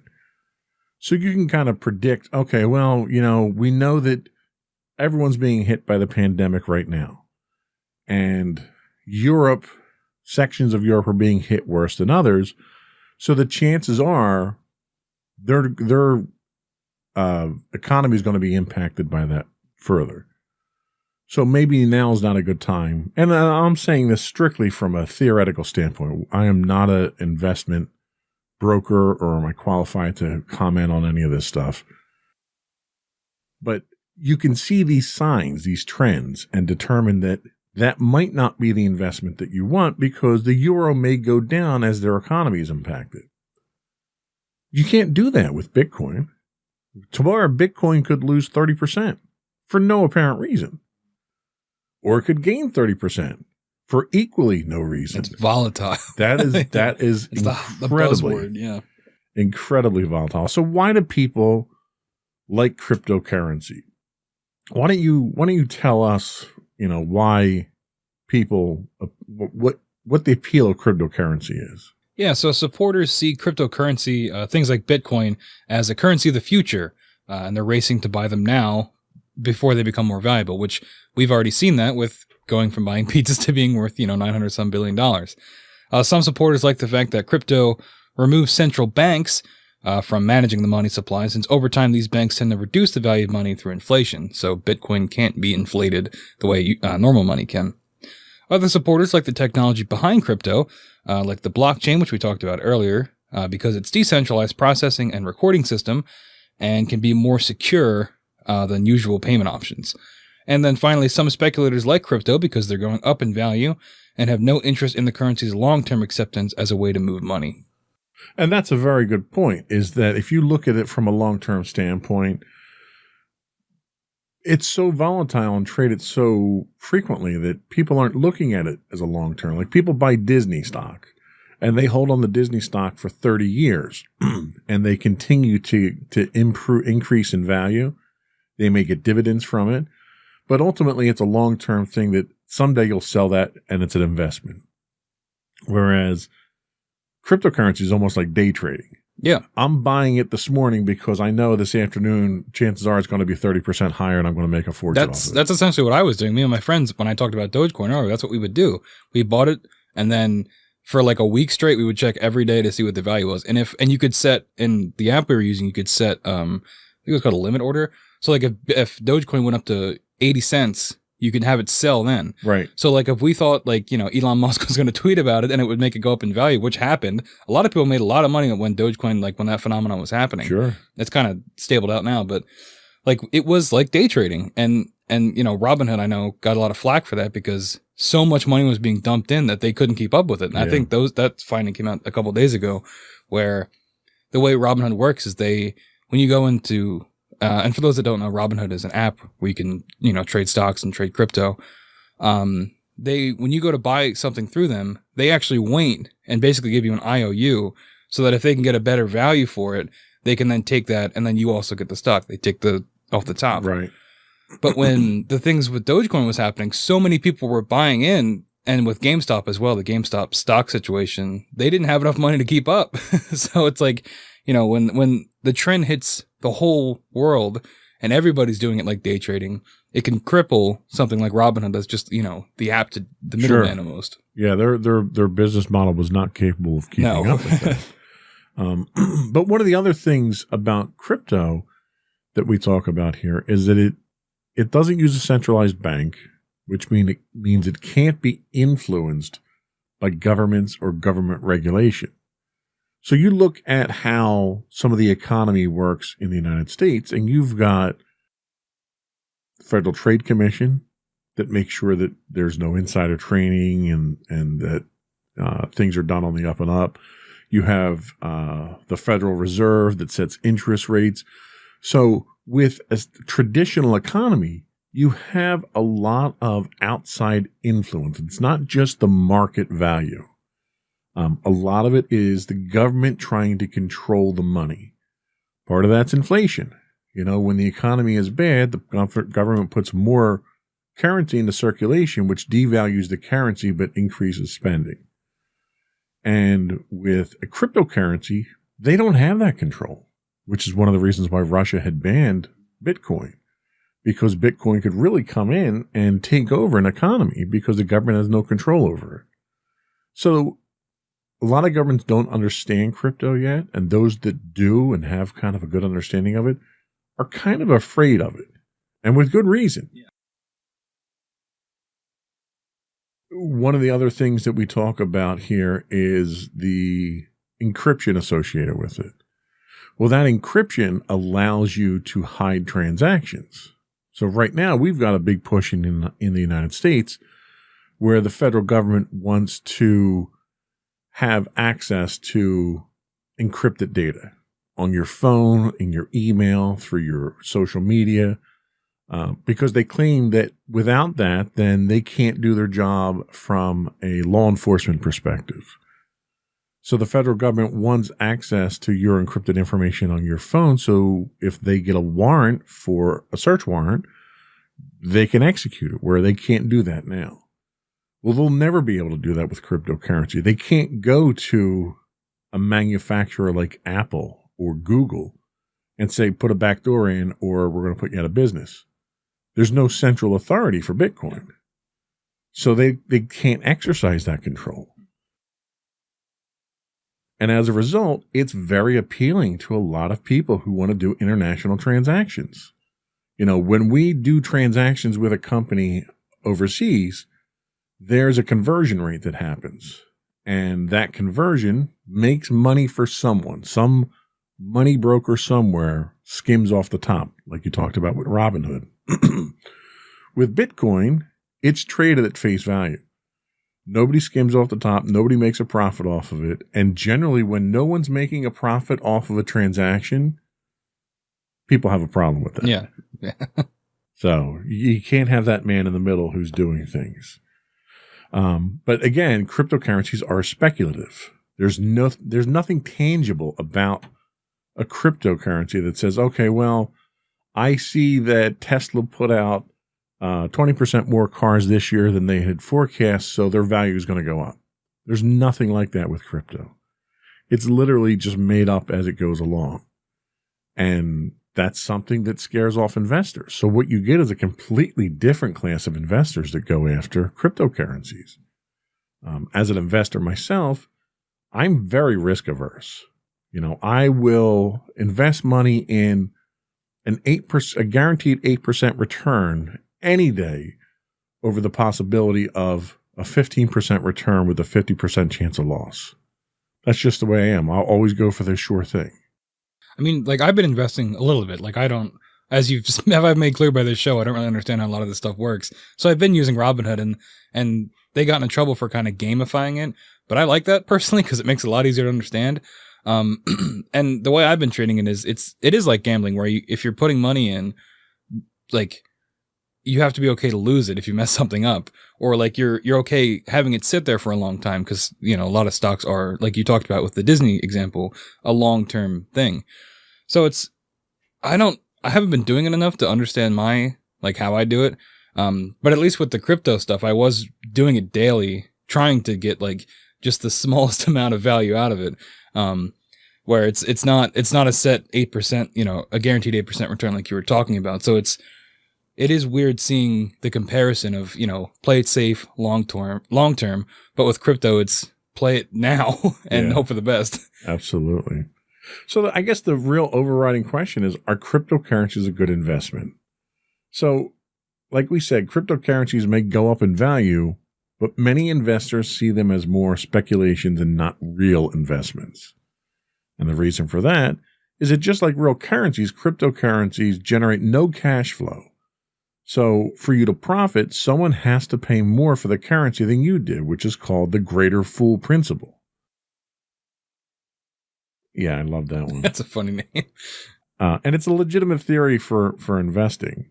But if you contrast that to a well-managed business, which increases its value over time by growing the profitability and cash flow of an operation, experts note that cryptocurrencies such as Bitcoin may not be that safe. And some notable voices in the investment community have advised would-be investors to steer clear of them. Because it's gambling. Yeah, it's just gambling. You hit the nail on the head. You're probably better off going to Vegas and betting, $5,000 on black at the roulette, then you aren't putting it in to cryptocurrency. Of a particular note, Warren Buffett compared Bitcoin to paper checks, saying, quote, it's a very effective way of transmitting money, and you can do it anonymously and all that. A check is a way of transmitting money, too. Are checks worth a lot of money just because they can transmit money? And I think that really boils it down, because in order to do anything with Bitcoin, you either have to generate them through very complex, very costly computational efforts, or you need to buy them. So if you invest the money to buy them, you've paid somebody money for money. Really. Yeah. And you're paying that conversion rate. Mm-hmm. If you generate it, then you're paying the money to actually, it's not free. Like a lot of people think that, and that's part of the problem, is that people think that, oh, well, cryptocurrency, I can generate that, I can quote unquote mine that on my computer. Well, I already own the computer, so it's costing me nothing. If I can mine 3 Bitcoin, that's a fortune. Well, you're not mining for nothing. You're paying the electric bill. You're paying to cool it, because it generates so much heat to do these computations. People have actually turned mining computers into heaters for their homes. Oh, wow. What they've done is they build a computer with 5 or 6 graphic processor units, high-grade graphics processor units, and they channel that heat into their house, and that's how they heat their house. That's insane. I saw one person who lived out in Colorado or something like that, and he actually funneled the heat from his cryptocurrency computer to a chicken coop, and that heats the chicken coop outside. Well, there you go. But that's no different than, because you're still paying to use that power. One of the latest trends now is they're putting a lot of crypto mining farms in Alaska so they don't have to pay for the cooling costs. So they're just pulling, Put them in the ice. yeah, they're pulling outdoor air in, and that's cooling these machines off. Yeah, I know there was this was a while ago, probably like a year ago, but the Nintendo Switch had a thing, the gaming console, where people couldn't figure out why when they played this one game, it was like some cooking game, why their Switches kept overheating. And it was because they were using it to mine Bitcoin in the background for the game. So people's Switches would overheat and turn off, and they couldn't figure out why, because it's not like, the Switch is like that big. It's not like it's a PS5 or something. Yeah. So people were like, what's going on here? And they looked into it, and they were mining Bitcoin in the background when you played the game. It was insane. Yeah, it's scary. It really is. Yeah. For those who see cryptocurrency such as Bitcoin as the currency of the future, it should be noted that a currency needs stability so that merchants and consumers can determine what a fair price for goods is. So let's take the instance of Tesla. So they're going to be selling a car, and they're going to price the cost in Bitcoin out to what the equivalent dollar value would be. So let's say, for instance, you buy a Tesla for $80,000. Let's say that's, for the sake of easy math, that's 8 Bitcoin. All right. Say Bitcoin's at $10,000 each. Well, if Bitcoin drops in value at any point in time while you're still paying for that car, then you just got, like, if it drops to 5,000 per Bitcoin, you just paid half price for that car. What merchant is going to deal with a currency that's that volatile and that prone to have them lose money? Like, it just, for Tesla to go that route, I think puzzled a lot of people. Do you think that it's going to end up becoming regulated if enough businesses get involved? Do you think it's just going to sidestep the government and they're just going to regulate it themselves? Especially if they have the majority of it, like a Tesla or another big corporation? Well, and that's actually a very interesting proposition. You can't regulate it. You can't, because of its decentralized nature. So even if you own the majority of it, like owning the majority of a company, you control that company. If you own the majority of Bitcoin, you can't dictate the price of Bitcoin, because Bitcoin is only worth what the market will bear. So if Tesla owned 60% of the available Bitcoin out there, they could ask whatever they want, But if nobody wants to pay that value, then it's not worth that, right? Like, think of selling on eBay. Oh, I can put my Star Wars figures up on eBay and ask $5,000 for them. Doesn't mean they're worth $5,000 if nobody's going to buy them. And that's what you're looking at with Bitcoin, is that you can't deregulate it. So I don't know why at this point in time someone like Elon Musk would get into it, if for no other reason than just for publicity. I'm pretty sure he had an SEC filing the other day where they have to call him like Crypto King now or something like that. Yeah, I saw that. Which one of my friends, it was half joking, but he was like, well, that's so they don't have to say he's a CEO. So when he does dumb stuff like this, he can say, well, I'm not CEO, I'm the Crypto King. Right. It's different. Right. But I don't know. He does things like, this is the man who sold flamethrowers to promote his boring company, his mining company. So we could do a whole show on him if we wanted to. Yeah. He's like Tony Stark, but not as cool. But as we said, Bitcoin and other cryptocurrencies have been anything but stable through much of their history. For example, while Bitcoin traded close to $20,000 in December 2017, by 2020 it was trading at record levels. It dropped as low as $3,200 later that year. That's 70% of your value. That's ridiculous to have a drop like that. And then by 2020, it was back at record levels again. So the price volatility creates a conundrum. Hence the title to the show. Hey-o. See, you made fun of me circle. for the title. I did make fun. It was funny. If Bitcoins might be worth a lot more in the future, people are less likely to spend and circulate them today. So I'm going to stop buying pizzas with my Bitcoin. And I'm going to hold on to them, making them less viable as a currency. So think of it almost like a commodity, like gold. So gold rarely drops in value. And what happens is a lot of people buy gold and they hold on to it because it's a good investment because it doesn't drop in value. Nobody deals in gold as a currency anymore. It's not practical to deal in it. But because it's stable, people are going to hold on to that and use that to back other ventures. Because this is volatile and could drop or increase dramatically, people don't want to spend that because they don't want to spend $20,000 on a pizza. Even though it may only be $20 today, a year from now it could be $20,000. So it doesn't lend itself to being used to transmit money.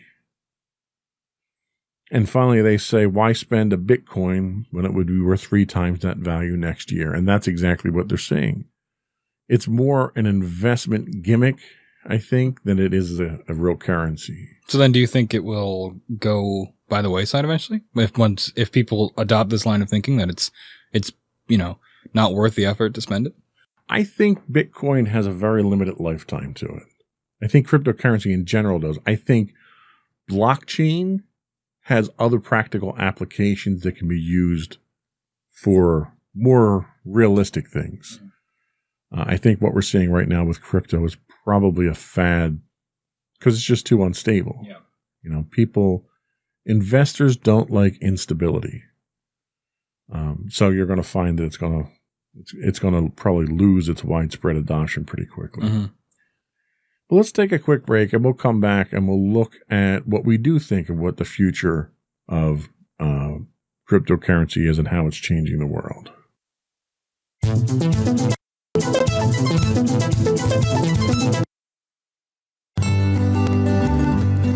Insights into Teens, a podcast series exploring the issues and challenges of today's youth. Talking to real teens about real teen problems. Explore issues from braces to puberty, social anxiety to financial responsibility. Each week, we talk about the topics concerning today's youth. We look at how the issues affect teens, how to cope with these issues, and how parents, friends, and loved ones can help teens handle these challenges. Check out our video episodes on youtube.com/insightsintothings. Catch our audio versions on podcast.insightsintoteens.com or on the web at insightsintothings.com.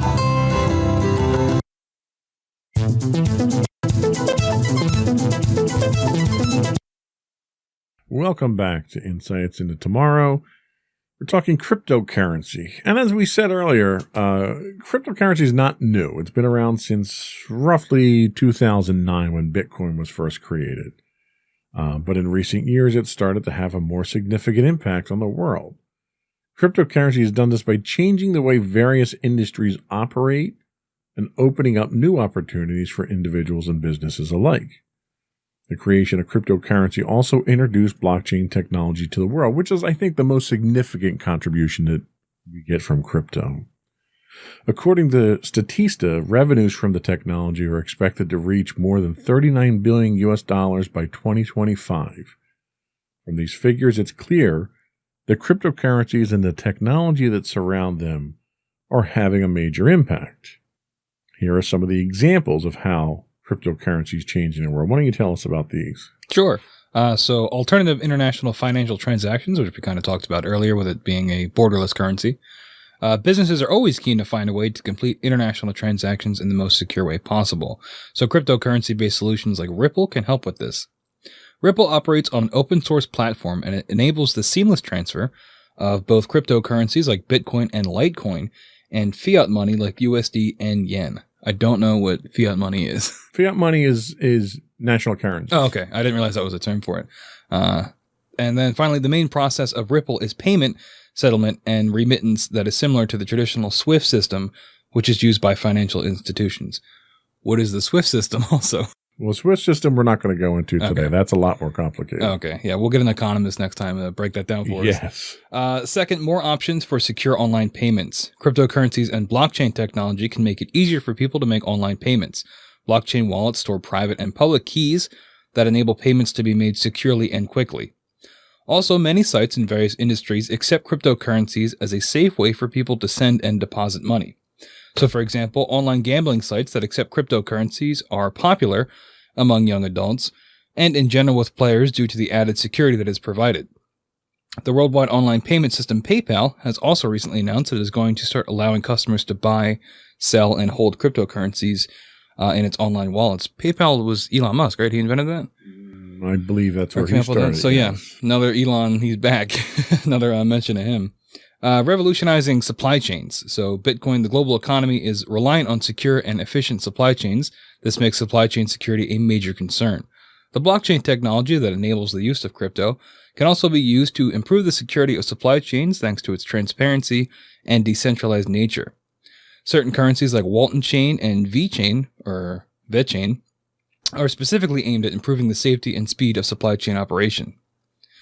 Providing a platform for creatives, it can often be difficult for professionals like musicians to sell content without interference from middlemen like producers. So they can use crypto like XRP to allow them to sell content directly to consumers. This is because consumers can access the content and pay for it using a real-world payment solution. That's an interesting note. I never thought of that, of how it can be used to actually help people that might be, scammed by a producer or something like that. Changing the way NGOs deal with money. Non-governmental organizations, NGOs, engage with crypto as a way of getting currency to underprivileged areas of the world. During the current crisis, the Red Cross in Italy has also started accepting Bitcoin donations from people in order to boost its fund and help it provide the support that people need. So using it for more humanitarian efforts. Sure. And the other thing we kind of have to make note of here is that we talk a lot about Bitcoin because that's in the news a lot. And Bitcoin's a form of crypto, but it's obviously not the only version. Crypto in general can be used for other different things depending on how it's generated. Like, for instance, we talked how Bitcoin has a finite number of Bitcoins that you can ever get out of the blockchain. But other currencies like Dogecoin, it's unlimited. So you can continue to generate Dogecoin, which is why the value never really soars, because there's an infinite amount of it out there. But it's also a legitimate form of currency because it is digitally signed through a very strong encryption. So something like that, you can easily use that to do electronic transactions back and forth online, or to transfer large sums of money, or things like that, where you want to have secure, borderless transactions. That's not to say that Bitcoin's the best crypto for that, But crypto can be used for these things. It does away with that decentralized bank. It does away with these conversions. It does away with the regulations that you get bogged down in. One example, which is probably not a good example, is North Korea. Okay, so North Korea is under all kinds of sanctions. They can't trade, tea at this point in time without having some kind of sanction slapped on them. But they can trade crypto because it's unregulated. Yeah. There's no way to stop that. I didn't even think of that. Now, that's a bad example of that, but the good example of that is if you're in a oppressive third world regime that you're trying to fight for the freedom of the people there and the government is oppressing you. You can fund those operations through cryptocurrencies and still manage to get the funds that you need. Yeah, it sort of cuts out the red tape and the middleman and all that to just get the currency where it needs to be. Exactly. I think personally moving forward, cryptocurrencies themselves are going to be more of a medium than they are an asset or an investment. They're going to be used for transactions. Like a lot of business transactions use EFT fund transactions now, and you get a lot of hands touching that type of stuff through the banking industries. And I think cryptocurrencies eliminate a lot of that stuff. So I think there's a future for cryptocurrencies. I think it's very different than what we see today. I think we're going to see them take on a different role. I think we're going to see them be used by different people for different reasons. I don't think they're going to be a viable investment anytime in the near future just because of the volatility. But one of the things that we are seeing crypto use for, and again, this is a different use of blockchains, is something called an NFT or a non-fungible token. And these are a type of cryptocurrency created on smart contract platforms such as Ethereum. And they're unique digital objects that can be cool to own or even profitable to trade. Like it's World of Warcraft or something. Similar to that. You joke, Really? but it's similar to that. But for instance, Elon Musk's girlfriend was just in the news because she put up $8 million in artwork as NFTs. The NBA is involved in this. You can purchase an NFT, a non-fungible token of an NBA highlight, and you own that highlight. Like the footage? No, just the rights to the highlight. Okay. This is where it gets confusing. Yeah, I'm kind of lost. Think of it as, let's go back to the analogy of baseball cards. All right. So as a kid, I would buy baseball cards. You'd go out to the store, you'd buy a pack of them. You'd open them up and you'd see what card you got. And if you got a rookie card of somebody that you knew was good, you held on to it and it had value. I could take that to a trading card store somewhere and sell it. This is sort of the same type of thing, but you never get the card. So, for instance, you pay for an NFT, and that NFT happens to be for, I say Ricky Henderson because that's the only valuable baseball card I ever owned. So, you pay for a token, a digital token for Ricky Henderson's rookie card. And that card stays in the store in the window, and everyone can come by and they can look at that and they can gawk at it and they can ooh and ah and everything, but nobody can have it. They can just see it. You own it. Now you can trade it to someone else. You can sell it to someone else. You can sell that right to it, but you never actually own it. That sounds lame. Why would you want to do that? Especially if it's like Grimes' artwork. Wouldn't you want to hang artwork like in your house? You just have a thing that says you own the artwork. You don't own the art. Well, and that's like you can have copies of it, but you own the right to that item itself. So no one else can own the right to it. It seems like a pyramid scheme or something. And that's how it's been described. You own by the a lot of idea people. of art. That's how it's been described. So what is fungible and non-fungible? You're asking me? Yes. Oh, well, conveniently enough, we have a very well-produced show notes. Cryptocurrencies can be fungible, meaning all the currency's unit, i.e. tokens, are the same and equal, like grains of rice or dollars. Non-fungible tokens are the opposite. Every cryptocurrency unit or token is unique and cannot be replicated. This, quote, non-fungible property can be used for many things, even certain types of currencies. But the current NFT craze is mostly fueled by digital art and collectibles, kind of like we talked about. People have figured out that a unique digital object can be interesting, cool, and even have a significant monetary value. It's why the space has recently blossomed, encompassing thousands of projects involving artworks, gaming, and sports. So, how do NFTs work? So, it really depends on the platform, right? So, given the vast majority of NFTs that are created and traded on Ethereum, let's focus on that. So, NFTs created on Ethereum's blockchain, which is immutable, meaning it can't be altered, like we've talked about all blockchains. No one can undo your ownership of an NFT or recreate the same one. They're also, quote, permissionless. So anyone can create, buy, or sell an NFT without asking for permission. So if you're an artist, you can create your own NFTs. You don't have to license it through someone else. So how does that work with like the NBA? So the NBA creates their NFTs for these highlights. Okay. And they're the only ones that can create their NFTs. Right. Gotcha. They're the authority for it. Every NFT is unique and can be viewed by anyone, just like that card in the window. Anyone can walk by the window. So again, it's like the analogy I gave you with having a card that's forever available for people to use. I don't know why people would do it. Yeah. People are doing it. There's a huge budding industry, which is why I threw it in at the end of the notes here, because it kind of was an afterthought in my research in doing this.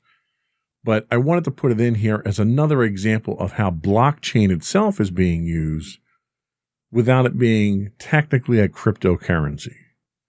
And I guess, let's take a step back and talk about where we think it's going to go. So we're going to take a quick break. Our last break, we'll come back and we'll talk about what the future of cryptocurrency is going to look like.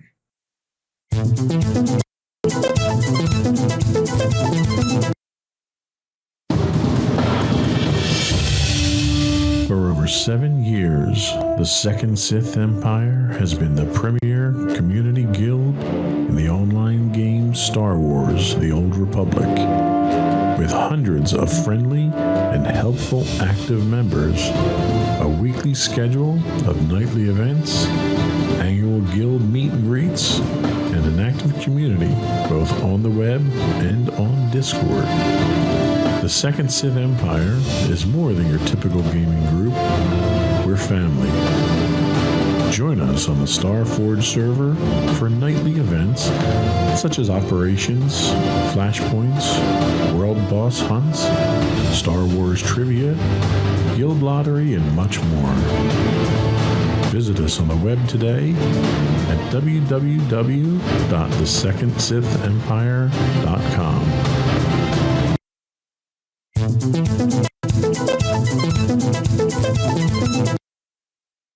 Investopedia.com says that the economic analysts predict a big change in crypto is forthcoming as institutional money enters the market.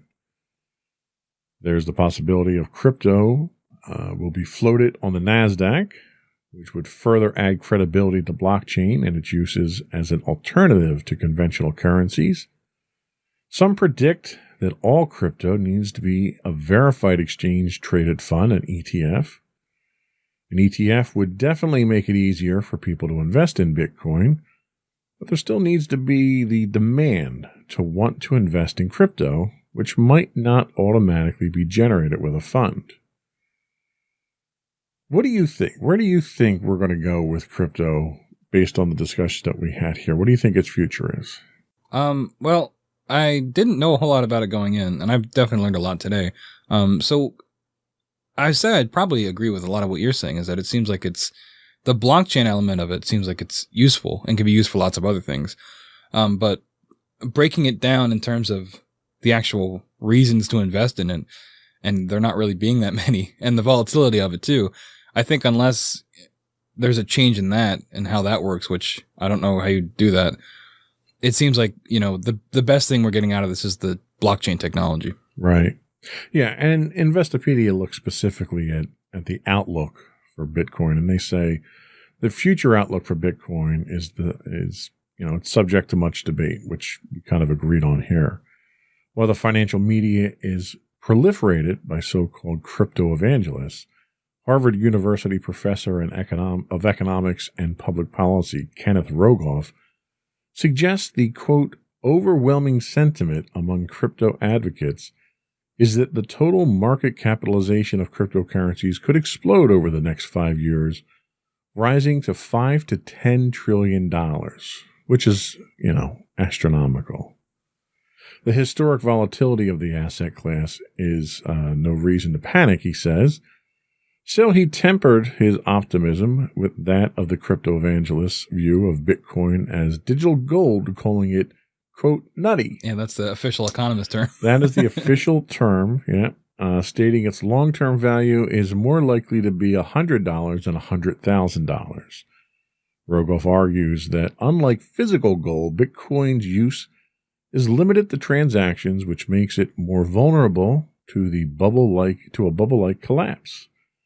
Additionally, the cryptocurrency's energy-intensive verification process is vastly less efficient than systems that rely on a trusted central authority like a central bank. And I think that's really a great place to make that distinction, is that the value or the viability of a Bitcoin is in its computational authority, whereas the value of a traditional currency or stock is in its institutional authority. And being decentralized with no institutional authority, you have to rely on that encryption to know what the value is and to know that it's a legitimate transaction. What are your thoughts on that? I mean, it makes a lot of sense, right? I mean, even this guy that we just quoted, he starts off with towards the more optimistic side, saying, it could be trillions of dollars in the next couple of years. But then once he thinks about it seems like he tempers it, being like, well, it's also very volatile. And, he say the word bubble.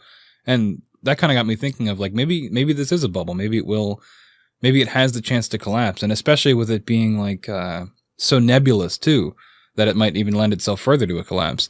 Like, .com and things like that back in, what was it, the 90s, right? When that happened? Late 90s, yeah. Yeah. So maybe, I hope that doesn't happen because it seems like it's interesting technology. I hope that it doesn't completely collapse. And if it does collapse, maybe it can come back in some way. But yeah, it just seems like overall it's better to just be safe than sorry. Sure, yeah. I think, we both agree that there's probably a lot more scrutiny to be paid to this. Bitcoin's main benefits of decentralization and transaction anonymity have also made it a favored currency for a host of illegal activities, including money laundering, drug peddling, smuggling, and weapons procurement. This has attracted the attention of powerful regulatory and other government agencies, such as the Financial Crimes Enforcement Network, the SEC, and even the FBI and Department of Homeland Security. In March of 2013, when this was an infant state here, the Financial Crimes Enforcement Network issued rules that defined virtual currency exchanges and administrators as money service businesses, bringing them within the jurisdiction of government regulation. In May of that year, the Department of Homeland Security froze an account of Mt. Gox, the largest Bitcoin exchange at the time, that was held at Wells Fargo, alleging that it broke anti-money laundering laws. New York's Department of Financial Services issued subpoenas to 22 emerging payment companies, many of which handled Bitcoin, asking about their measures to prevent money laundering and ensure consumer protection. So these are very real cases out there that the government, fearing what you can do with this cryptocurrency, and they're fearing it under the guise of illegal activity, which is legitimate, but their fear goes a lot deeper than just illegal activity. Their fear goes to a lack of control, a lack of regulation. I mean, the federal government does not like things it can't regulate. Yeah, and it seems like they're most likely going to use the crime angle to get their foot in the door, right, for increased regulation. And they were doing the same exact thing with encryption on your personal phones. And even the encryption on your phones, they're taking it even a step further, and they're hammering home this whole idea of child pornography and child exploitation. And that's why, let's do it for the children. Think of the children, yeah. Right. And that's really what they're hammering home to try to crack your encryption, but we're looking at the same type of thing here. So I think unregulated currencies like Bitcoin that are speculative and have a potential for high value are much more likely to come under the scrutiny of the government than a transactional thing like Dogecoin, where people are using it for legitimate things, and it doesn't have enough power behind it to really warrant being used for illegal activity. Right. But again, in the end, I think it's really the technology that comes out of this that's going to be the winner overall. I think cryptocurrencies, I don't think they're going to go away anytime soon, but they're not changing the economy anytime soon. Governments just aren't going to allow it. Yeah, it seems like it would be that simple, right? They could just say no. Yeah.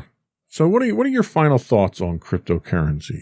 Well, I definitely learned a lot about it today. That was kind of nice. And I hope that our viewers learned something too, if they were as clueless as I was. But yeah, I mean, it seems like it's not as future-proof as, some of the jokes about it might make it seem like. But, blockchain seems like it could be used for a lot of really good things, and hopefully good things.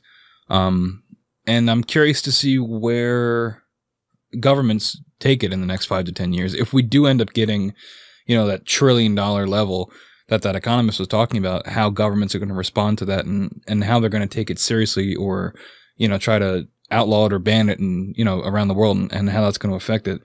All that is interesting to me. So yeah, it's just a matter of, see where it goes. Yeah, and I agree. I think a wait and see attitude is probably the best. I think we should not let Elon Musk, people of Elon Musk's nature lead the charge on this. Between selling flamethrowers and launching his Sportster into space for media gimmicks and stuff like that, I don't really think he's the authority that we want to use in this case here. I think it's probably best to, if you're interested in investing in it, I would suggest you do so very cautiously. I would not liquidate your 401k and dump it into Bitcoin, that's for sure. But, it's speculative. There's a chance that you could make some money off of it today. Why not get in on it like everyone else does if you do it smartly? So, but that's all we had today. Did you have anything else you wanted to discuss? No, I think we did it. All right. I think that is it. Before we go, I would ask folks once again to subscribe to the podcast. Audio versions can be found as Insights into Tomorrow. Video versions as Insights into Things. We're on Apple Podcasts, Spotify, Google, and any place you get your podcast feeds from. I would also ask you to give us your feedback. Let us know how we're doing. You can email us at comments@insightsintothings.com. You can get us on Twitter at insights_things. We stream 6 days a week on Twitch when I don't have technical difficulties like this week. On Twitch, we are at twitch.tv/insightsintothings. If you have a Amazon Prime membership, you do get a free Twitch Prime monthly. We would love it if you sent that our way. Helps us to keep the lights on around here. And we have a lot of really bright, hot lights around here we have to keep on. We don't use it to mine Bitcoin. I promise you that. You can get us on Facebook at facebook.com/insightsintothingspodcast. We're on Instagram at insightsintothings. You can get us on our website at www.insightsintothings.com. And that's it. We're done. Another one in the books.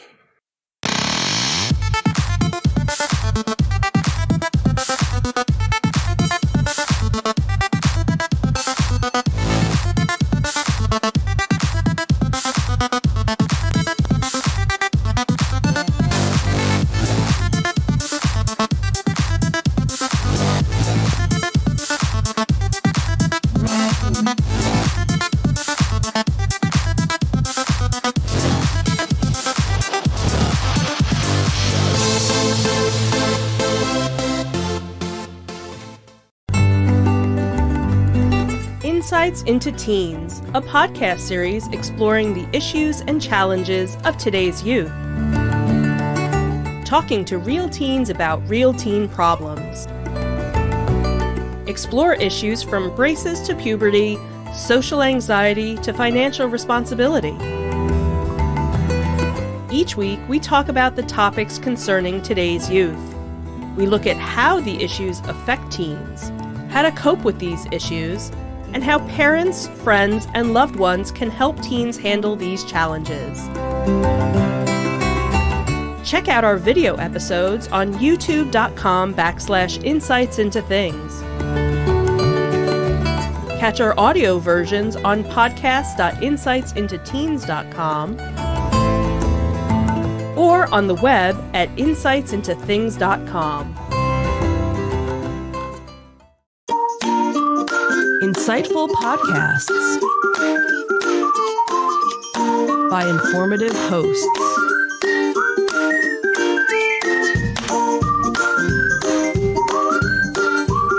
Insights into Things, a podcast network.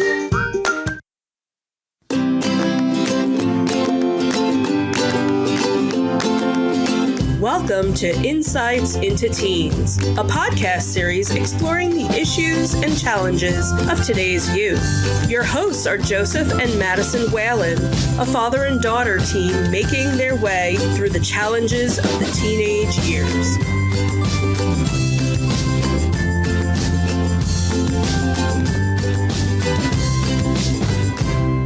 Welcome to Insights into Teens. This is episode 115, Morals and Ethics. I am your host, Joseph Whalen, and my fair-minded and ethical co-host, Madison Whalen. Hi, everyone.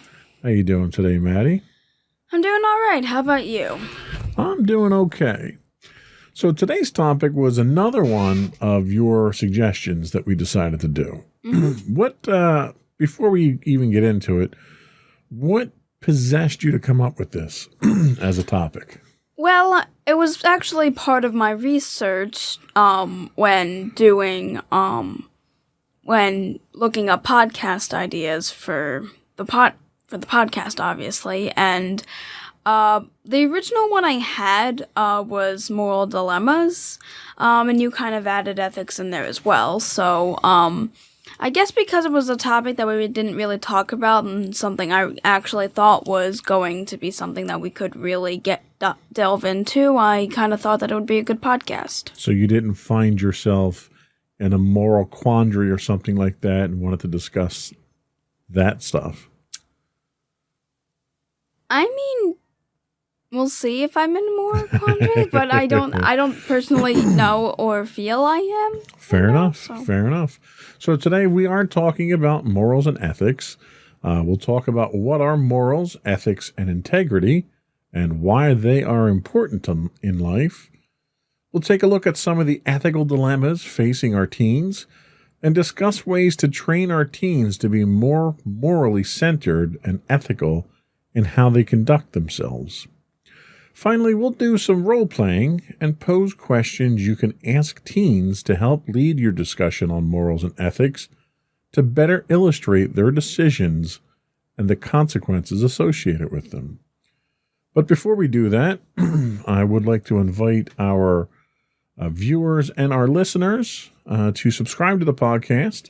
You can get audio versions of this podcast listed as Insights into Teens, or you can get video versions of all the network's podcasts listed as Insights into Things. We're available on Apple Podcasts, Spotify, Google, Stitcher, iHeartRadio, Amazon, and pretty much any place you can get a podcast these days.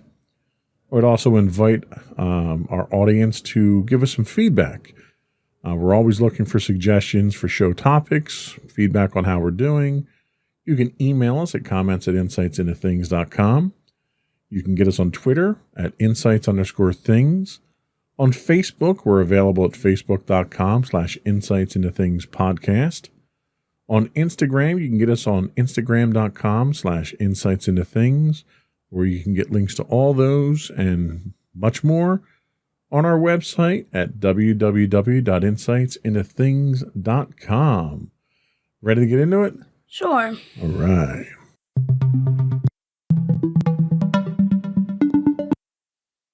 So, ethics, morals, and integrity. This week's source for this is kind of a off-the-wall source that we haven't used before called MiddleEarthNJ.org.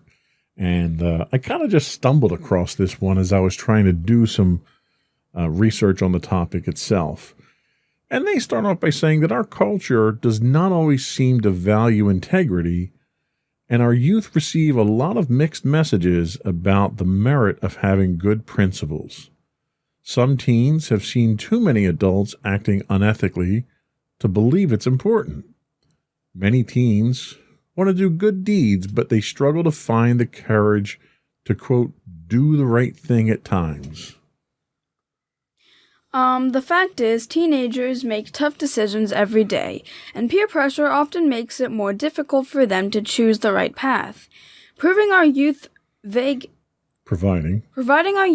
advice, such as do the right thing, does not provide them with the reasons and means to follow through, nor does it allow them the opportunity to think through the complexities of living responsibly in our culture.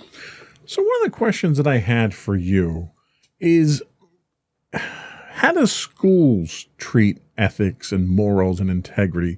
Are there is it included in lesson plans, or is this something that's sort of treated with special care and they don't talk about it all that much? Well, teachers are always telling you what you should be doing and what is good and such. I think the only real point where we discussed doing the right thing is with certain topics, like with drugs mainly.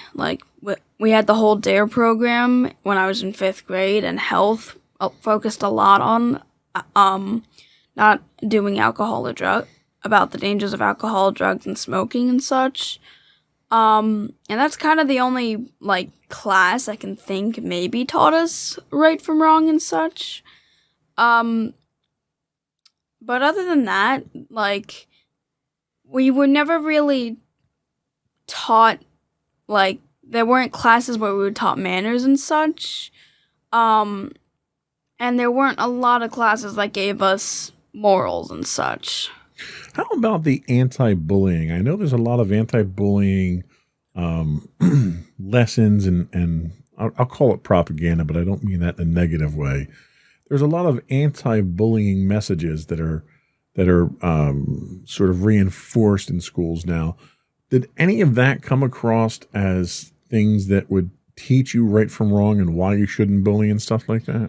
I mean, a lot of it was anti-bullying posters and such, but the thing is, they never really talked about why you shouldn't bully. It's just hey, bullying is bad. They never talked about, the effects bullying can have on people and, the extreme negative effects. And I guess I can understand when we were younger, because a lot of the extreme effects shouldn't really be talked about with kids, but they basically just said don't bully, and that's it. They really didn't give reasons on why you shouldn't bully, other than, hey, you're just gonna not make the other kid happy, and you shouldn't do it because it's not morally right.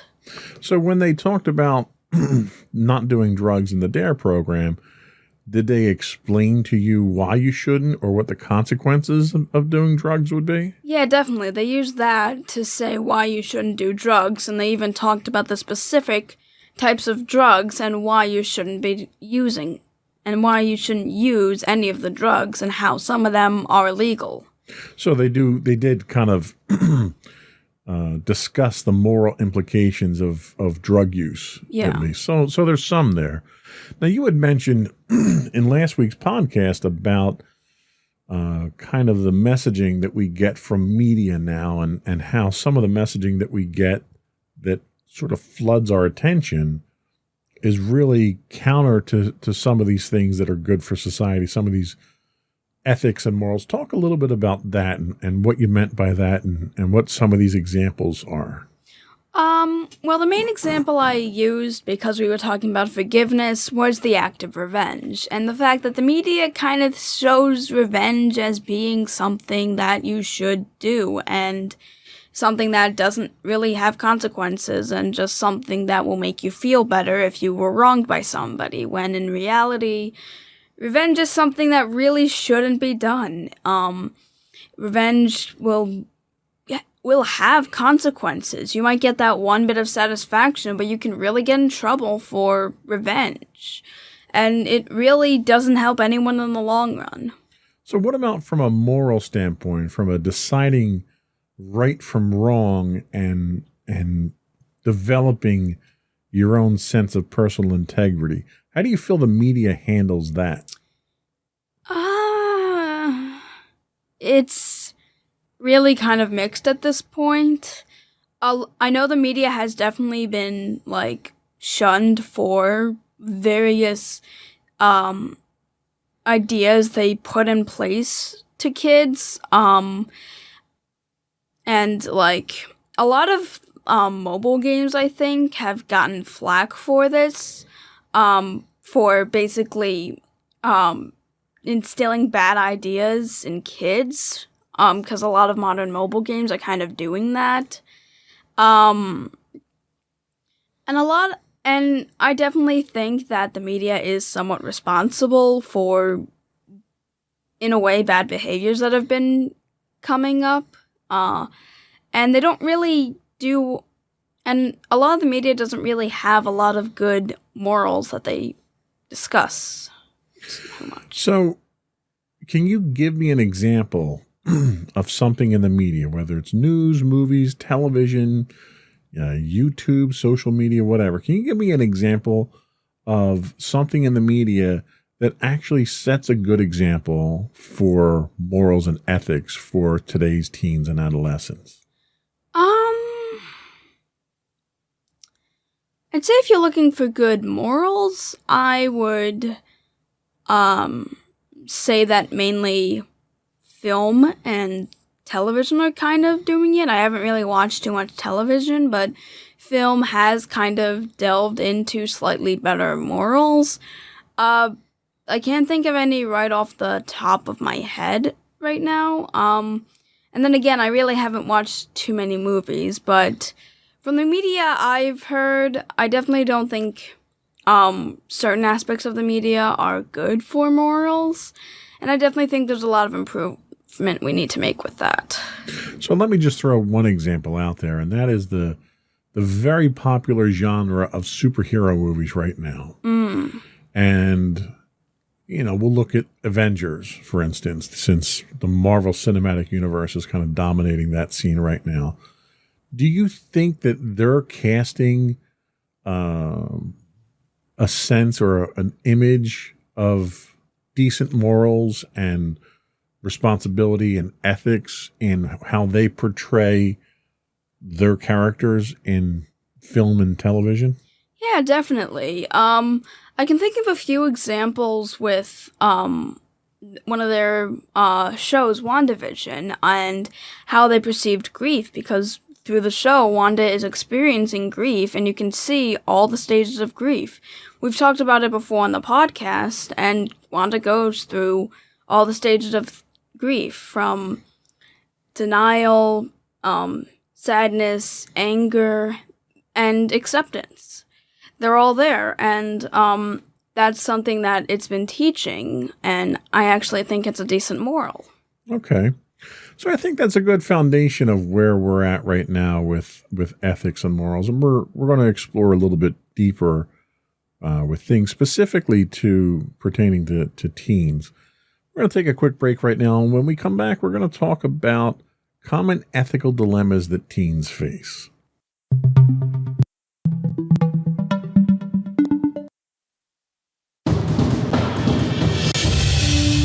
For over 7 years, the Second Sith Empire has been the premier community guild in the online game Star Wars: The Old Republic. With hundreds of friendly and helpful active members, a weekly schedule of nightly events, annual guild meet and greets, and an active community both on the web and on Discord. The Second Sith Empire is more than your typical gaming group. We're family. Join us on the Starforge server for nightly events such as operations, flashpoints, world boss hunts, Star Wars trivia, guild lottery, and much more. Visit us on the web today at www.thesecondsithempire.com.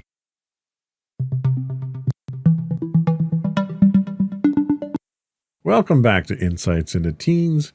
Today we're talking about morals, ethics, values, and all the good stuff.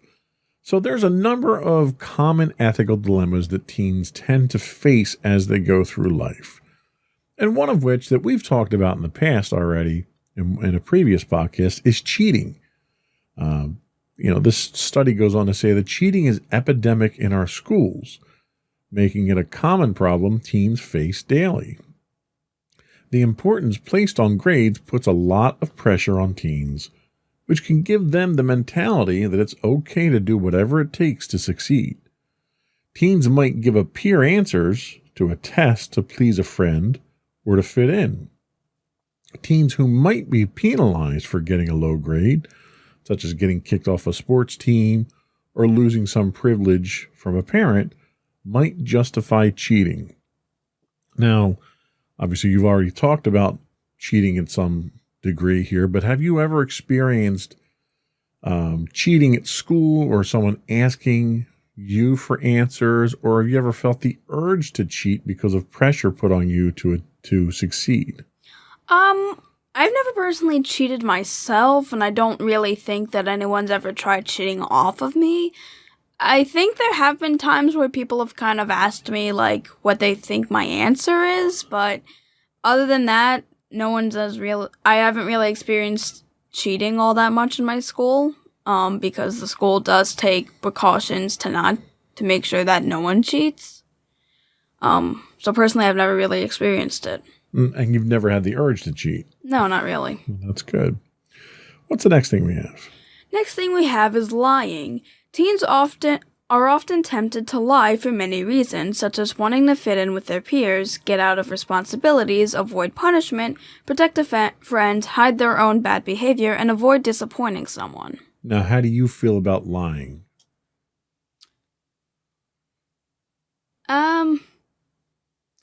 I actually don't really know how I should feel about lying. I know a lot of lying is bad, but I don't know if I can say that it's necessary. But I don't know if I can say it's like if it's good in different. It's confusing to me. I don't really know. I know a lot of in most instances it's really bad to lie, and I don't know if it's actually supposed to be okay to lie in other instances. But so, give me an instance where you don't know if it's okay to lie or not. I guess maybe when it comes to like. Mainly things with little kids. I just don't know how to, like, I don't know if I should tell them the truth about things, like, let's say their hamster or goldfish,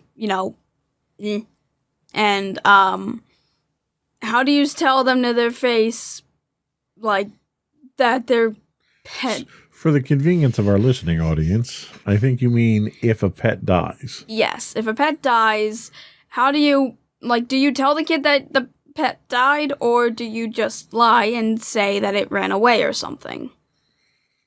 I'm not sure either of those is really a good answer. Yeah. Because of the impact that it's going to have.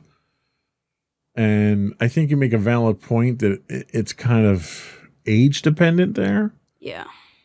But I think the general rule of thumb is if you lean towards the tell the truth side of things, that's probably the best way to go, because in a situation like that, you, one, don't want to perpetuate a lie. Yeah. Because that's never good. And on the other hand, they're going to feel the loss either way.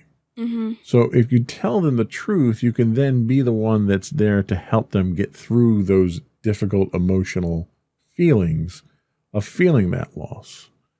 So, we never hid the deaths of pets from you, did we? No. And you've had some adverse feelings. You were very sad when Fluffer passed away. But, mommy and daddy could have lied to you about that, but it was important. It's an important lesson to learn. Loss, in this specific instance, loss is a part of life. You can't, as much as you don't want your friends and your loved ones to feel that hurt, you can't shelter them from it. Yeah. They're going to feel it eventually. So if you care about them, the best thing you can do is to help guide them through it. So in that case, you probably wouldn't want to lie. Yeah. There are times that you don't want to tell the truth, I'm sure. Mm-hmm. There are, and some people would refer to those as lies of omission. But if mommy comes to you and has a dress on and you don't really like the dress and she says, how do I look? What do you do? Yeah. At that point in time, you can be honest and maybe hurt her feelings. You can lie to her and think that the dress doesn't look good and then let her go out and let other people think the dress doesn't look good. But you can also err on the side of honesty with constructive criticism. Yeah, that's the one thing I definitely wanted to bring up because, like, another instance I kind of came up with was, like, if, your kid had, made a drawing of you and, your kid wasn't, like, Picasso or something. He didn't really, he used a bunch of crayons for it, and you don't really know whether to say that it's good or bad to tell the truth or not. And that's kind of how you are with my art. Like, if I show you my art, if there are certain aspects you don't like, you instead turn it into constructive criticism. That's a very good point. I don't want to lie to you and tell you you're the greatest artist in the world, because if you're not, then you'll never get better and get to be the greatest artist in the world. Mm-hmm. I'll tell you what I like about the things that you've done, the things you created, and then I'll try to help guide you to maybe fix the things that aren't so great. And let's be honest, I'm not an art critic. My tastes are different than other people's tastes. What I like and don't like might be different than what the next person likes or doesn't like. But I'll be honest about what I think. And it's not just about the end product there either. It's also about the effort and the feeling that went into doing it. I have a rock downstairs on my desk that you gave me. I don't know if it was for Father's Day or my birthday, that was your artistic expression of your affection for me. It's not a Picasso. It's never going to be. It was never intended to be. But the feelings that you put into that rock mean a lot to me. So I keep it because it means a lot to me. So again, it's one of those things where you don't have to lie to someone, but you can appreciate it for the aspect and the thought behind it. Mm-hmm. So it allows you to be honest. So the next thing that we have is snitching, what they call snitching. In the teenager world, snitching is perceived as a betrayal of your peers and can lead to harsh rejection. Teens often know they should tell an adult if they see someone stealing, cheating, using drugs, bullying someone, or acting suicidal. But the fear of the consequences from the peers is difficult to overcome. Have you ever had a situation where you saw somebody do something that was either bad, illegal, against the rules, or harmful, and went to an adult and tried to stop that? There were instances where that did happen. Because I do remember instances where people were kind of doing mean things to me, and I would go to the teachers about it. I guess mainly because they weren't, around my age, because I was around a lot of younger kids, and a lot of younger kids kind of annoyed me and would take my toys and such, so I would pretty much just tell the teacher. Well, and the other thing to keep in mind there is that if someone's doing something to you and you complain to an authority about it, it's kind of a self-serving act on the surface. Yeah. But in reality, you could be preventing them from then doing that same abuse to someone else. And I think when I think of this, I think of any kind of violent act, bullying, spousal abuse, something like that, where if you see someone harming someone or something, like if someone's out there damaging someone's property, well, if you just turn the other cheek because it's not your problem and it's not your property, it might very well be your property tomorrow or your neighbor's property the next day. Mm-hmm. So you kind of have a moral obligation at that point in time to bring that to an authority and let them know what this person is doing, because you know what they're doing is wrong and they need to be stopped. Mm-hmm. Especially if it's physically harming someone, because if you walk down the street and somebody's getting beat up by someone and you don't want to get involved and you just keep going because you don't want the trouble, well, the next day they could be beating somebody else up or really harming someone else, and then you're partially responsible for that, for not acting. Mm-hmm. You don't have to intervene and try to stop them there, but you have to at least alert someone in an authoritative position of what's going on and let them do something about it. Mm-hmm. So it's not snitching when you're doing the right thing. Yeah. That's the important thing. What's the last one we have? The last one we have is experimenting. Youth face the ethical dilemma of choosing whether to smoke, drink alcohol, or to try other drugs. Teens can develop many justifications for experimenting with these substances, and they face a significant amount of peer pressure in this area. Now, this is something that you've not faced a lot of, and I'm kind of grateful that you haven't, but it's something that's probably going to become more likely for you to encounter as you get into high school, because you're going to face a lot more peer pressure. And that experimenting could be something that's harmless, or it could be something that's habit-forming, or something that's flat out dangerous to you. What are your thoughts on this? What is your stance on, let's talk about substance abuse, just in general. What's your stance on it? I definitely feel substance abuse is horrible, and school always tries to tell you don't do drugs because it will be harmful, it's not going to be fun. And they mention how other people can really influence your decisions in that area. And like this said before, peer pressure is really vapid in this area. Like, you could be out with your friends who you've known for a little while, and like one of them could like bring out a pack of cigarettes and light that, and basically like ask you guys if you want to have a smoke. And like, because you have been friends with these people for so long, and because everyone else is doing it, you feel obligated to do it as well, because you're friends, and you feel as though if you're not going to do it, you'll be an outcast to them. Yeah, there was a group of friends that I hung around with when I was in high school. And I got along with just about every demographic that was in high school. I never really had anyone that I couldn't sit down and have a conversation with. But there was this one particular group that was in my town that I used to hang around with. And two of the people smoked, and they smoked as though they were adults. They'd go out, they'd buy their own cigarettes, and they'd smoke. And they would ask, but they would ask almost out of a courtesy of whether or not I wanted one. And I always said no. I lived with a mother and a father who smoked. And to this day, I thank them for completely turning me off from ever wanting to smoke. But I could tolerate being around my friends who did smoke. Well, one day, one of them pulled out not a tobacco cigarette, but a marijuana cigarette. And they lit up, and they asked me if I wanted to share in it. And I had no desire whatsoever to share. And there was an initial sense of peer pressure of, come on, what's it going to hurt? Just relax, lighten up, that sort of thing.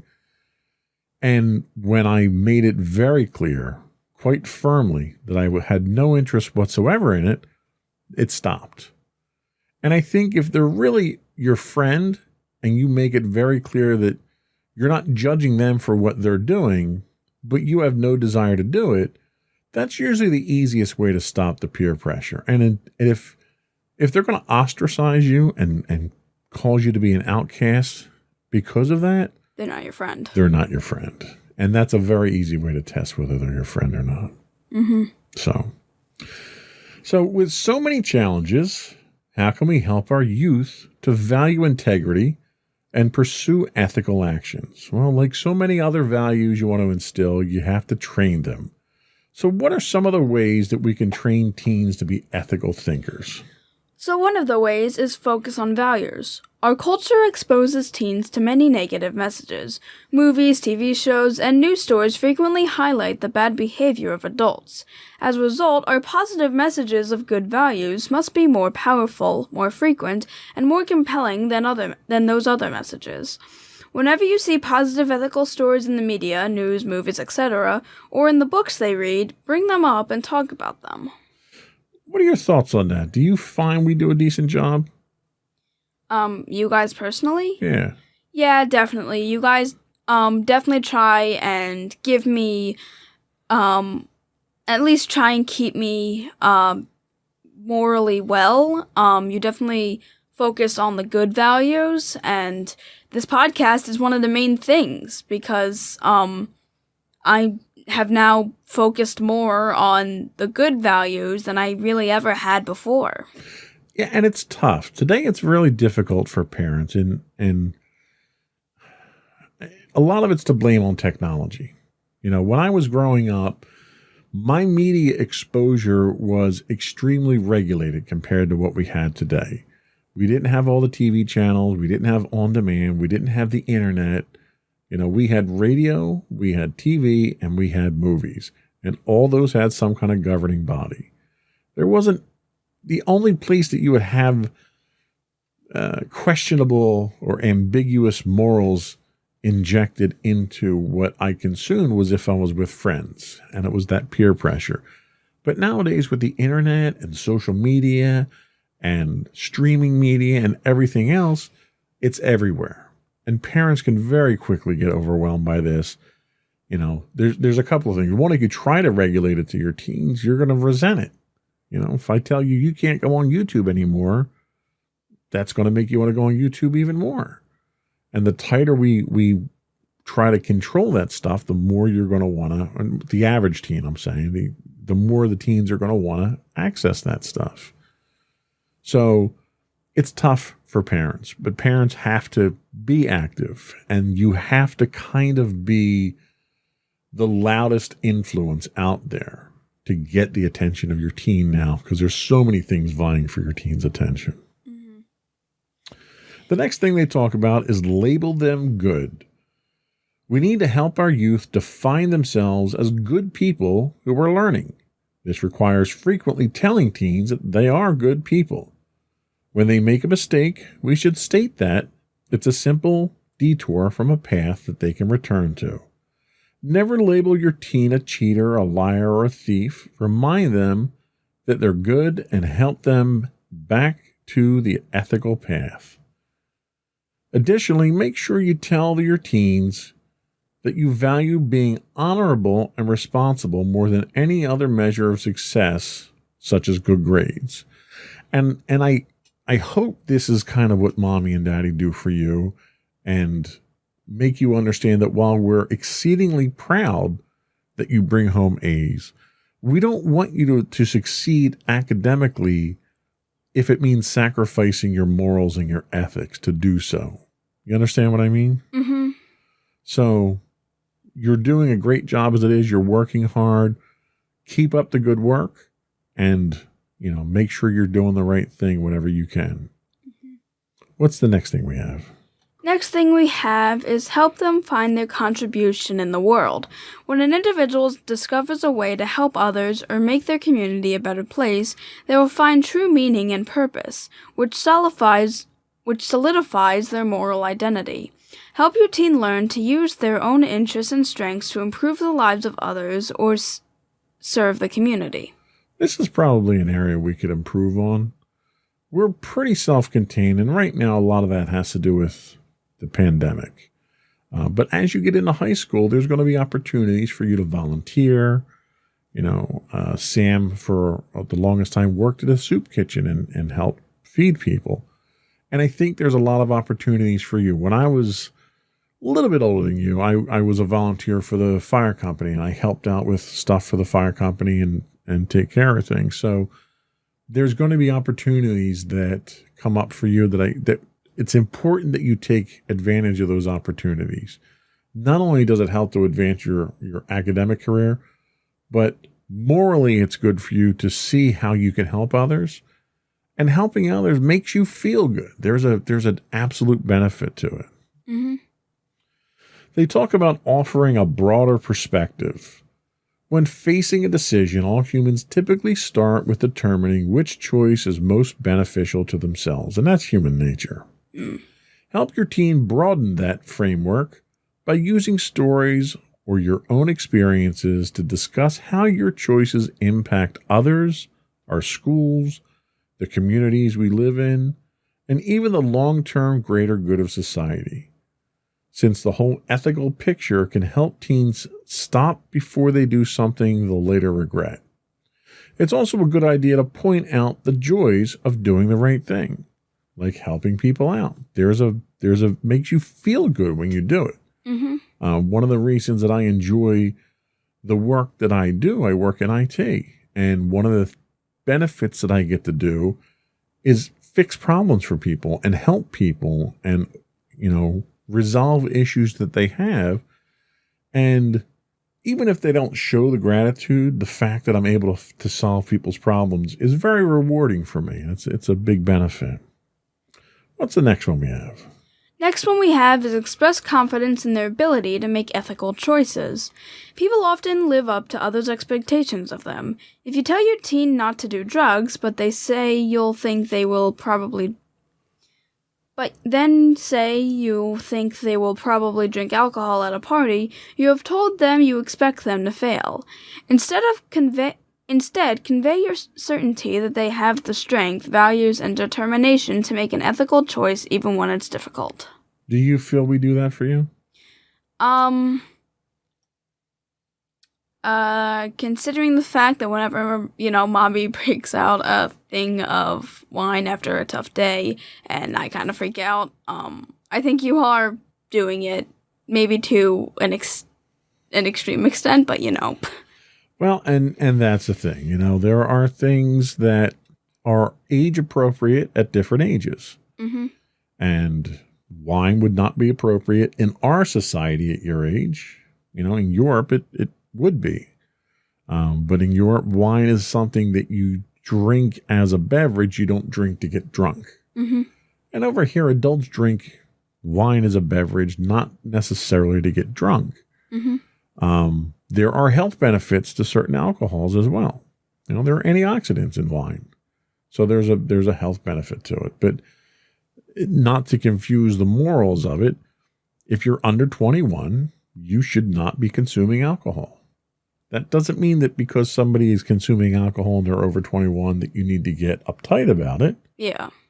Adults can make that choice because, like we talked about last week, our brains develop at different stages in life, and we can make those decisions more clearly. Mm-hmm. So, mommy and daddy are very confident in your ability to make the right choices. That confidence is going to be tested as you go through high school because there's going to be a lot more tough choices you're going to have to make. I think I can speak for myself. I don't want to speak for mommy, but I am confident that you'll look at things objectively and make the choice that you feel is the right choice. It's up to mommy and daddy to make sure you understand the difference between the right choice and the wrong choice. Mm-hmm. So it's a continuing, evolving process. The last thing they talk about is create open communication. One of the best ways to help you think through ethical dilemmas is to ask them open-ended questions. These questions, which can make great dinner conversations, get them thinking about different situations they may face in life and also allow you to share your values without lecturing or preaching. That's one thing that I will say I'm guilty of a lot of times, even on this podcast, is lecturing. It's probably not the best technique, but it's one of those things where I try to not just talk about something, but relate personal experiences to kind of give some credence to what I say. Like, I've lived through a lot of these things, and it's so much easier to learn from someone else's mistakes than to make the mistakes yourself. Yeah. And I'll be the first to admit I made a lot of mistakes in life. So I would much rather you learn from mine than you have to make them yourself. Okay. So I think that was all we had on our ways to train your teenager. We're going to come back and we're going to kind of do a question and answer session and role play. And I'm going to throw some questionable moral situations at you and see how you'd answer them, and then we'll work through those. We'll be back after this. Alrighty.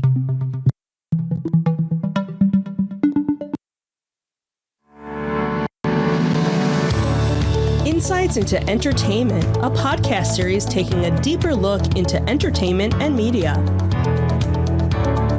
Our husband and wife team of pop culture fanatics are exploring all things from music and movies to television and fandom.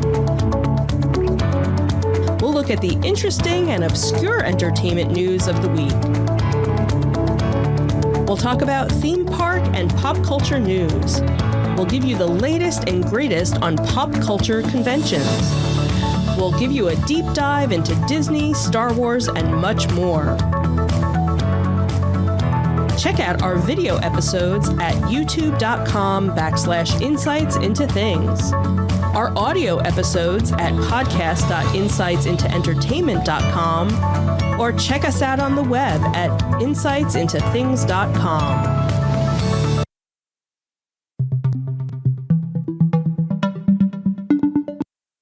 Welcome back to Insights into Teens. Today we're talking morals and ethics, and we're going to play a little bit of What Would You Do? Okay, you ready? Sure. So what would you do if you saw a kid cheating off of your test paper? So, my first reaction would probably be just giving the kid a look, like, quit it, and like covering my paper up to stop them from looking. If they didn't stop, then I'd probably tell the teacher. I definitely wouldn't go to the teacher right away, because if he became a distraction, or if he just kept on doing it, I would then tell the teacher, because then it kind of got to the extreme. I try, making him stop myself, but if he didn't, then I'd just go to the teacher to get some more Okay, so you're not authority. going to propagate it. You're not going to help him continue to cheat. No. Okay. What would you do if you saw your friend starting to make fun of someone? I'd probably ask them, what the heck? Why are you making fun of people? What's your motivation for this? Is something up, guys? What did this person do anything? What's going on? Okay. I would just ask questions. I wouldn't, I would get upset at them, but I wouldn't, immediately stop being friends with them. I just want to know why they were doing it. Okay. What would you do? And we already kind of addressed this, but what would you do if your best friend was wearing something you thought was ugly and she asked how she looked? I'd probably not say off the bat that I thought she looked bad. I'd more or less say what I think.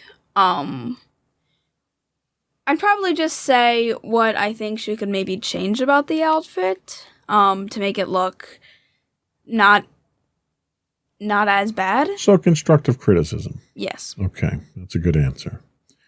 What would you do if someone put on a movie that you know isn't good for you to watch? I'd probably ask them to pause it, and then I'd probably want to have a conversation with them, why are we watching this movie? We really shouldn't be watching this. And if they still wanted to watch the movie, I'd probably say, you know what, if you want to watch the movie, fine, I've tried convincing you, but I'm gonna go into another room now. Okay. What would you do if you saw a friend of yours, shoplifting? I'd try telling them, hey, put that back, or if that didn't work, I'd probably have to I'd probably mention it to somebody. Okay.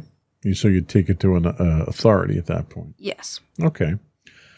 Let's see. What would you do if your friend was being abused in a dating relationship or by their parent, but they asked you not to tell anyone?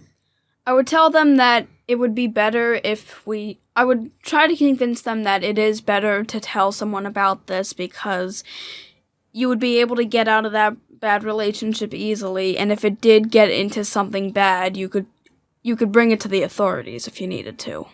I think that's sound advice. What would you do if someone offered you the answer key to a test you have to take?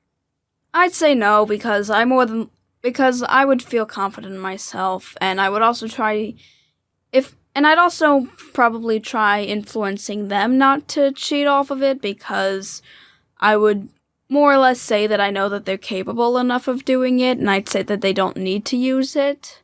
And I'd say that it would be better not to cheat off of it, and just try convincing them not to cheat. So you'd coach them into confidence. Yeah. Okay, I think that's a good answer. I didn't expect that. What would you do if you knew you could get someone you really don't like into trouble by telling a lie about that person? I'm not really one to start gossip, so I'd probably not tell the lie and hurt that person. Even if I didn't like them, I wouldn't resort to straight up gossip or just tattletaling on them. I would more or less just leave that person alone and basically be like, okay, if they don't mess with me, I won't mess with them. But if they mess with you, you get revenge. No. Okay. Even if they mess with That's kind of me, what you were suggesting. even if they mess with me, I won't mess with them. I'll be the bigger person. There you go. Take the high ground. Like Anakin did. Yeah, I was gonna say I have the Obi-Wan did. Yeah. I have the high ground, Anakin. What would you do if you found a $20 bill on the hallway floor at school? I'd probably bring it to the principal's office and see if they could maybe locate it. If not, I would still just bring it. Okay. And what would you do if a friend, not Fred, your friend could be named Fred, I don't know. What would you do if your friend said he sometimes thinks about killing himself? Well, I would definitely say that that's not going to be good in any sense, and I'd also offer him to go to, a therapist or call a suicide prevention thing, because that's really something that you really shouldn't do, and that's really bad, and you shouldn't kill yourself, and if you have thoughts of it, you need help. Yeah. That's actually a podcast that we've got in development now that's one of those that's a little more sensitive, and I want to make sure we do it right. Mm-hmm. So we're not ready to do it just yet. Let's see. What would you do if your friend asked you to lie about something so they didn't get caught? I'd probably ask them, what they would get caught for, and exactly why they think it would be good to lie about it, and also ask them what they think the long-term consequences would be of them lying, instead of telling the truth now and getting it over with. Okay. That's a very analytical approach to it. I like that. The last one that we have here, and I think you passed this test with flying colors. What would you do if you knew you could get accepted into a very good university by lying about your application? Or lying on your application? I probably wouldn't lie on my application. Even if it was a really good university, I would still be fine just going to a regular one. I definitely don't think I would want to lie on my application, because that would have really long-term consequences, especially if it's for universities. So I definitely say I would not lie, and I would just stick with whatever university I can get into. Okay, and I think all your answers to these questions were certainly on the moral and ethical side. They weren't too ambiguous. So as you're having these conversations with your teens, keep in mind that the fastest way to get a teen to clam up is to express disapproval, judgment, or horror at something they say. Remember, the teens often say things for shock value, but it doesn't necessarily mean they'll follow through.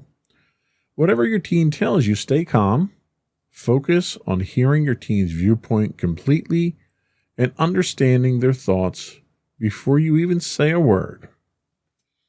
When you are ready to share your opinion, avoid using sentences that start with you. Stating you should be or you need to causes your teen to become defensive.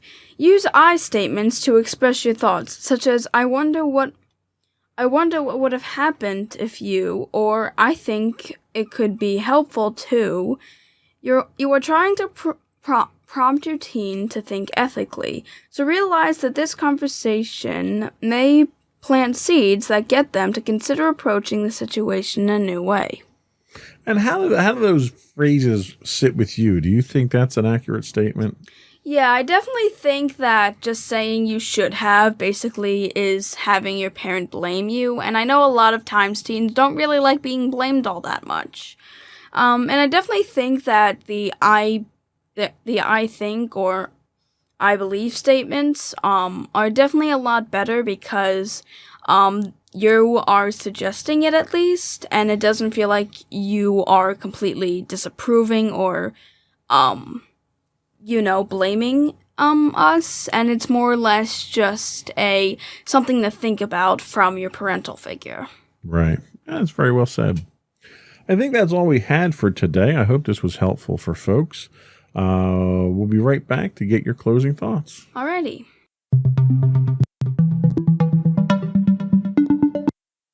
Go for your closing thoughts. Okay, so to everyone out there, I wanted to say that it's very important for teens to have good morals and ethics, and a lot of it needs to be influenced by parents. Unless the media has a sudden change of heart, a lot of the media is going to revolve around really bad morals and things that teens shouldn't be doing. And parents are really big influencers in this area, along with schools as well, and I definitely think we need to promote more of what teens should be doing and also talking more about the consequences of what they do if they don't do something morally right, instead of just saying, hey, you shouldn't be doing this. And, try these what if scenarios and, talk with your teen about this. And remember, don't sound like you're blaming your teen, just give them suggestions. Okay. Sage advice as always. Thank you. Before we go, I do want to remind folks you can get high-res versions of our videos on YouTube at youtube.com/insightsintothings.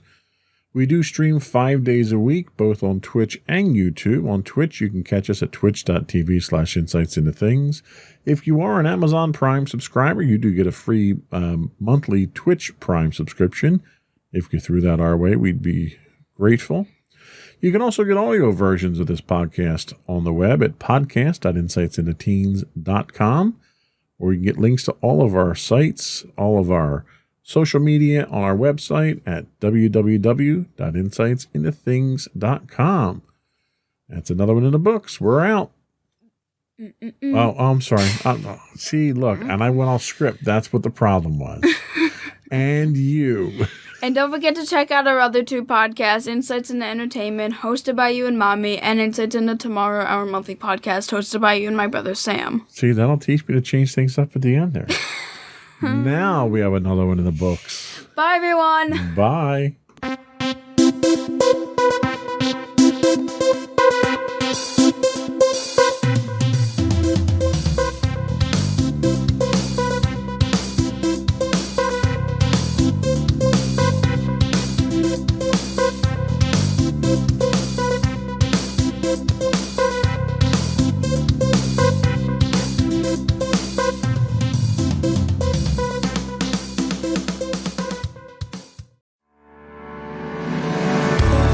Insights into Entertainment, a podcast series taking a deeper look into entertainment and media. Our husband and wife team of pop culture fanatics are exploring all things from music and movies to television and fandom. We'll look at the interesting and obscure entertainment news of the week. We'll talk about theme park and pop culture news. We'll give you the latest and greatest on pop culture conventions. We'll give you a deep dive into Disney, Star Wars, and much more. Check out our video episodes at youtube.com/insightsintothings. Our audio episodes at podcast.insightsintoentertainment.com, or check us out on the web at insightsintothings.com. Insightful podcasts by informative hosts.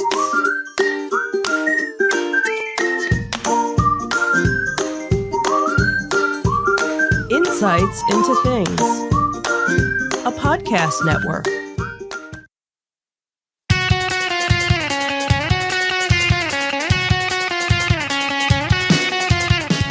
Welcome to Insights into Entertainment, a podcast series taking a deeper look into entertainment and media. Your hosts, Joseph and Michelle Whalen, a husband and wife team of pop culture fanatics, are exploring all things from music and movies to television and fandom. Welcome to Insights into Entertainment. This is episode 115, Bugging the Avengers Campus. I'm your host, Joseph Whalen, and my brilliant and beautiful co-host, Michelle Whalen. Aww. How are you today, dear? I am good. How are you? I am so good. I am actually going to pretend like I'm not fixing my soundboard right now and continue talking like I'm a professional. Wow, that is talent. That's how good I am. So how was your week this week? It was good. How was your Father's Day? My Father's Day was fantastic. It was a whole weekend celebration of Father's Day. Mm-hmm. Makes me wish I was that good of a father. No, it was nice. It was nice. We all got together. Sam came over. It was the first Father's Day in a couple of years that all the kids were around, and I thoroughly enjoyed it. We went to Dave & Buster's. We had some fun there. Yeah, it was kind of unique because we've done Dave & Buster's before, the four of us. Right. But we don't always play games together. Usually, Maddie and I go off and do something. You and Sam might go off and do something, or you go off and Sam goes off. But we, for the most part, actually did a lot of games together. Wicked game of Hungry Hippos. Good thing we didn't get any video of that. That was an incredibly violent game. That was a violent game. They are the deadliest creatures in the jungle. So, and now I know why. Yeah. So we did that. We did some air hockey, some axe throwing. Yeah. Some racing, although we were all individually racing and didn't realize we it. didn't realize we were finished. Right. What else? We did Pong. We did Pong that didn't work out very well. Yeah. But it was nice that they had a number of games where you could have, 4 people playing all together. So that was and the one nice. thing that we kind of missed was the 4-player air hockey that they have in Philly. Right. So, we did the squirt gun, the water gun thing, which too. I was so confused about. Because that one was, how that worked. it was basically you had to plot against everybody else. Right. It wasn't about getting to yours first. It was getting everybody else out before you. Yeah, so. You all conspired against me, though, so that's okay. Yeah, we did. That's great. It was Father's Day. But that's not what we're talking about today. Today in our Disney Detective, we'll talk about which COVID changes are here to stay at Disney. They've finally announced that. And we'll talk about a Bugs Land that may be gone but not forgotten at Avengers Campus. Then in our Tales from the Edge of the Galaxy... Nothing with Gina Carano. Yes, I know. I noticed that. Although I was going to crack open my Father's Day pack and do an interview with Gina Carano. But maybe we'll do that next weekend. Next week, maybe. Next week. We might have a special guest. Cara Dune, not Gina Carano. Right. So this week in our Tales from the Edge of the Galaxy, an X-Wing is landing at the Smithsonian, and which Star Wars character could replace Jack Sparrow? And then in our entertainment news, The Boys issues an appropriately harsh warning to those begging for Season 3, and Harrison Ford once again is injured while filming a movie, this time Indiana Jones 5. Poor guy. Yeah. Well, he's 78 now? Yeah. That's Stunt double. Yeah, Just really. saying. Just showing up, he needs a stunt double now. And then we'll finish up with our insightful picks of the week. I'm back to my old hats with what I have this week. Mm-hmm. And then we'll finish up with a quick few afterthoughts. We have another afterthought this week that we didn't have listed this week that recently was announced. So Right. Good news there. Mm-hmm. Before we get into that, though, I would invite all of our listeners and viewers to subscribe to the podcast. You can get the audio version of this podcast listed as Insights into Entertainment, or you can get the video version of this and all the network's podcasts listed as Insights into Things. We're available on Google, Apple, Spotify, Stitcher, Amazon, Pandora, etc., etc. I would also invite everyone to give us your feedback. You can email us at comments@insightsintothings.com. We're on Twitter at insights_things. You can get us on Facebook at facebook.com/insightsintothingspodcast. We are on Instagram at instagram.com/insightsintothings, or you can get links to all of those and more on our website at www.insightsintothings.com. Shall we get into it? Sure. All right.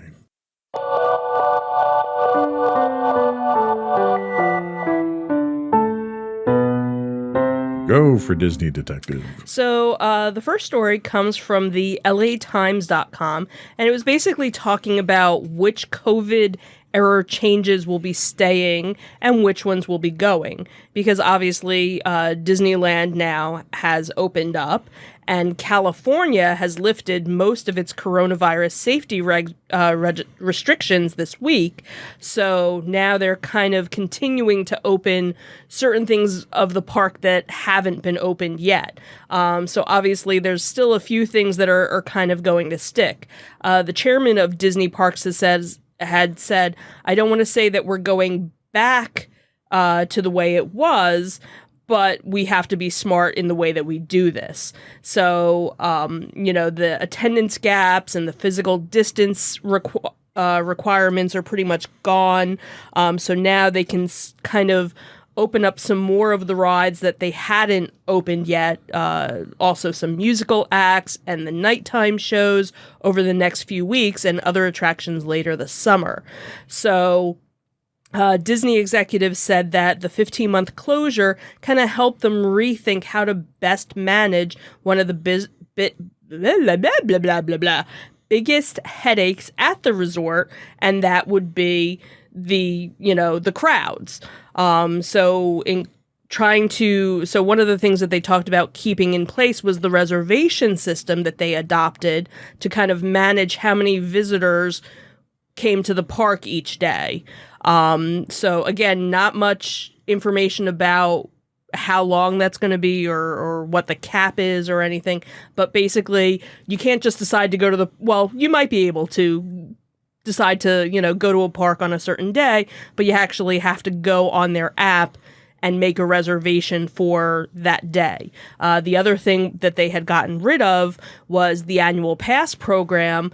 Now, they did make some sort of announcements, but not really a whole lot of information as to the replacement membership program that's supposed to be released relatively soon. So before the end of the year, probably even before the end of the summer, they'll discuss what that whole thing is. Obviously, things that have gone away is no longer do you have to have your temperature checked, even though if you're fully vaccinated, you don't have to wear a mask. They're not asking for proof. So it's basically on the honor system for mask wearing. The other thing, too, that they are starting to use a little bit more is the virtual queue system. When they opened up Avengers Campus, the Spider-Man ride has the virtual queue as well. So originally when the park first opened, they had a virtual queue system to just be able to get into the Avengers Campus to try and limit the amount of people that were in there. That they've now stopped using, but they do still use it for the one ride. Some of the other things that are set to open later on or come back would be the Disneyland Band. Some of the other musical acts are supposed to be coming back this summer. Buzz Lightyear Astro Blaster and Storybook Land Canal boats are supposed to reopen next week. The fireworks are coming back in July. We were talking about that last week. Parades and opportunities to meet costume characters are supposed to come back at some point. The one thing that they did say was that the monorail and the Finding Nemo submarine voyage ride are still remaining closed with no date yet as to when they will be opening. So, although they do have a lot of attractions that aren't available, the other part of that is that the wait times are increasing because there aren't as many attractions. So the Indiana Jones ride and Rise of the Resistance and Space Mountain, as of Thursday, which isn't a peak day, already had 40-minute wait times at one point. So they're obviously trying to kind of work through everything, and it's kind of in phased openings, I guess, for different things, and kind of see where it goes and what they continue to add maybe to the virtual queue, because that's something we've talked about a couple of times, them hinting to add more rides to the virtual queue to help keep those wait times down. So the reservation system that they have in place right now, do they publish how many reservations they allow people to have in the park during the day? How many people they're allowing in? No, there's nothing. So the reservation system is basically bogus. Because Probably. You can also get park hoppers now. Park hopper passes are available. Right. And park hoppers don't require you to reserve multiple park reservations. Right. So you can hop from park to park to park. Well, and I don't know how it works in California, because in Florida it's a little different, because in Florida you have to make a reservation for one park and you can't park hop until 2:00 or something. Right. You can't, just all of a sudden go from one park to another. I don't know how it is with California, so I don't know if they have park hopper availability in California yet. So they did away, or they're doing away, or have done away with the Fast Pass system, because it was complicated and you had to plan it out ahead of time if you're going to take advantage of it. Right. And then what they do to combat the overcrowding that they did nothing to combat was they implement a reservation system that's basically a Fast Pass for the entire park just to get into the park. Basically. Which you now, and they talk about the fact that you have to, they're booked 2 weeks out at a time. Mm-hmm. So you potentially could book a vacation, get your park tickets, and they won't even let you buy park tickets until you can book a reservation in the park now. Right. So I'm not sure how this is solving any problems if they have the reservation system in place and your wait times are still unacceptably high. So how is that solving anything? Because I can almost guarantee you they're allowing more people in the park than they can support, which is why the wait times are so high. Probably. Mm-hmm. So the reservation system doesn't do you any good if you're still going to allow too many people in. Mm-hmm. And they're not going to stop people from coming into the park when they can get money for it. Absolutely. So that's window dressing. So if they're going to solve the problem with overcrowding and long lines, your virtual queue really is the only thing that you have going for you at this point in time. So Disney, once again, not quite doing it right. But I think the moral of the story here is that things aren't going back to the way that we thought they were going back. And it's not because of safety reasons. It's because of monetization reasons. Disney realized they can make more money by doing these other things than by allowing you to come back in the way things were. So even less interested in going to Disney at this point in time. But hey, that's not the only Disney story we have. Thank God. We're not going to just bust on Disney today. That was last week's episode. Right. What's the next one we have? So from InsideTheMagic.net, we have a story that talks about how Disney left one big tribute to A Bug's Land at Avengers Campus. So on June 4th, the highly anticipated opening of Avengers Campus happened at the Disneyland Resort Disney California Adventure Park. So Marvel fans had been waiting for this day for quite some time and still can't believe that they're now able to visit Disney's first Marvel-themed land. If you haven't seen any of the videos or pictures of it, it is really, really amazing to see. And I'm sure it's one of those things when you see it in person, it's even more so. So obviously from Captain Marvel to Spider-Man to Iron Man, Captain America, Black Widow, the Avengers Campus guests, you never know who's going to pop up in this immersive Disney park area.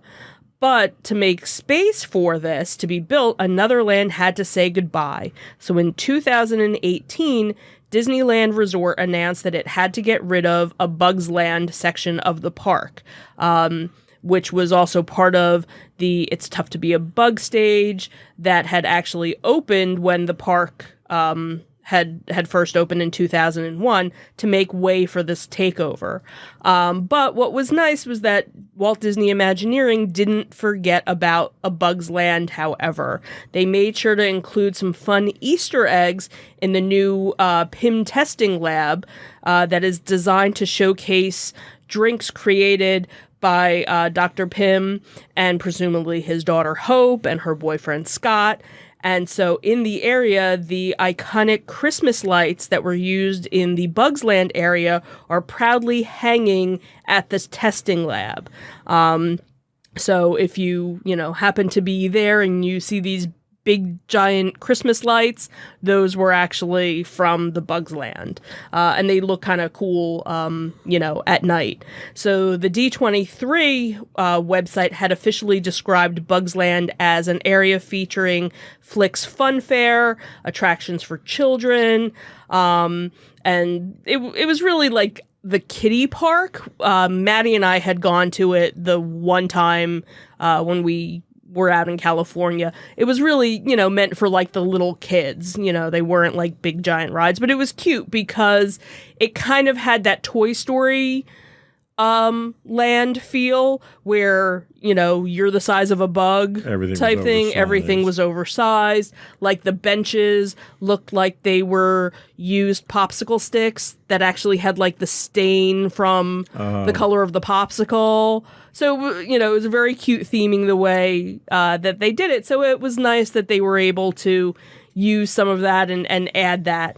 So it's always one of those things that, Disney doesn't always get rid of things. They always like to reuse and repurpose. So it's nice that they were able to pay homage. Well, they're pretty tight on real estate out in California. Oh yeah, too, they can't so really. You can't expand out like you can in Florida, right? And that's the other thing too. Is in Florida they have so much land that they can just kind of extend out or go up or whatever. Where California, they're kind of boxed in. right? So Well, it's nice that they kept that that aspect of the attraction before. Yep. I'm curious though, was there any announcements of them doing an Avengers campus in Florida? nope.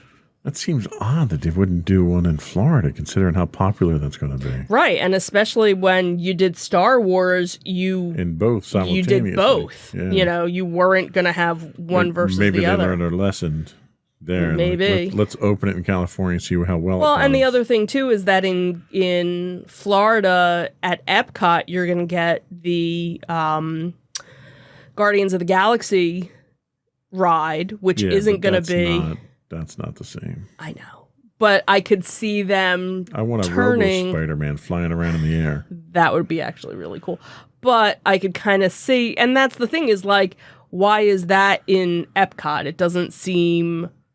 But I could see them building a Stark Technologies And in Epcot. turn Epcot itself into like the Stark Expo. Right. Right there That is what you would have. be, you could totally. The entire park could be themed that way. Mm-hmm. Because So- it's not what Walt originally Right. wanted it to be anyway. Right. So, I don't know. Maybe, Yeah. 10, 15 years from now, that's, Interesting. their plan. So. Well, at least a Bug's Land lives on in giant Christmas lights. Right. That's some sentimentality going on there.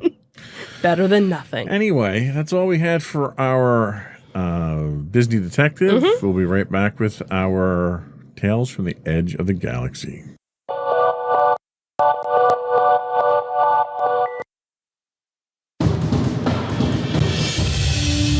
For over 7 years, the Second Sith Empire has been the premier community guild in the online game Star Wars: The Old Republic. With hundreds of friendly and helpful active members, a weekly schedule of nightly events, annual guild meet and greets, and an active community both on the web and on Discord. The Second Sith Empire is more than your typical gaming group. We're family. Join us on the Starforge server for nightly events such as operations, flashpoints, world boss hunts, Star Wars trivia, guild lottery, and much more. Visit us on the web today at www.thesecondsithempire.com.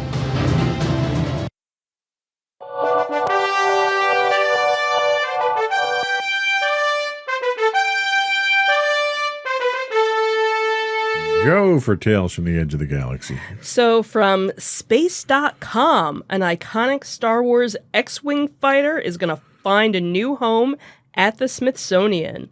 So, the Force will be with the Smithsonian in 2022 as an esteemed museum in Washington, D.C. rolls out their latest prize artifact next year in the form of an actual Star Wars X-Wing fighter. The iconic mosquito-like spaceship prop has been generously loaned to the Smithsonian by Lucasfilms Limited for an indefinite period. So the space history chair at the museum had said, despite taking place a long time ago in a galaxy far, far away, Star Wars introduced generations of fans here on Earth to outer space as a setting for adventure and exploration. All air and space milestones begin with inspiration and science fiction so often provided that sparked. The iconic X-Wing displayed amid our other spacecrafts celebrates the journey from imagination to achievement. So right now it's currently getting a proper shakedown and full conservation effort at the Restoration Hangar in Virginia, which happens to also house some World War II warbirds as well. I think that's kind of funny that you have. Well, that's what's neat. If you're watching the show, you can see it next to it. Looks like what's probably a B-17 bomber carcass, really, that's there. That's just pieces of it that they're assembling. Yeah, and you have the X-Wing there too.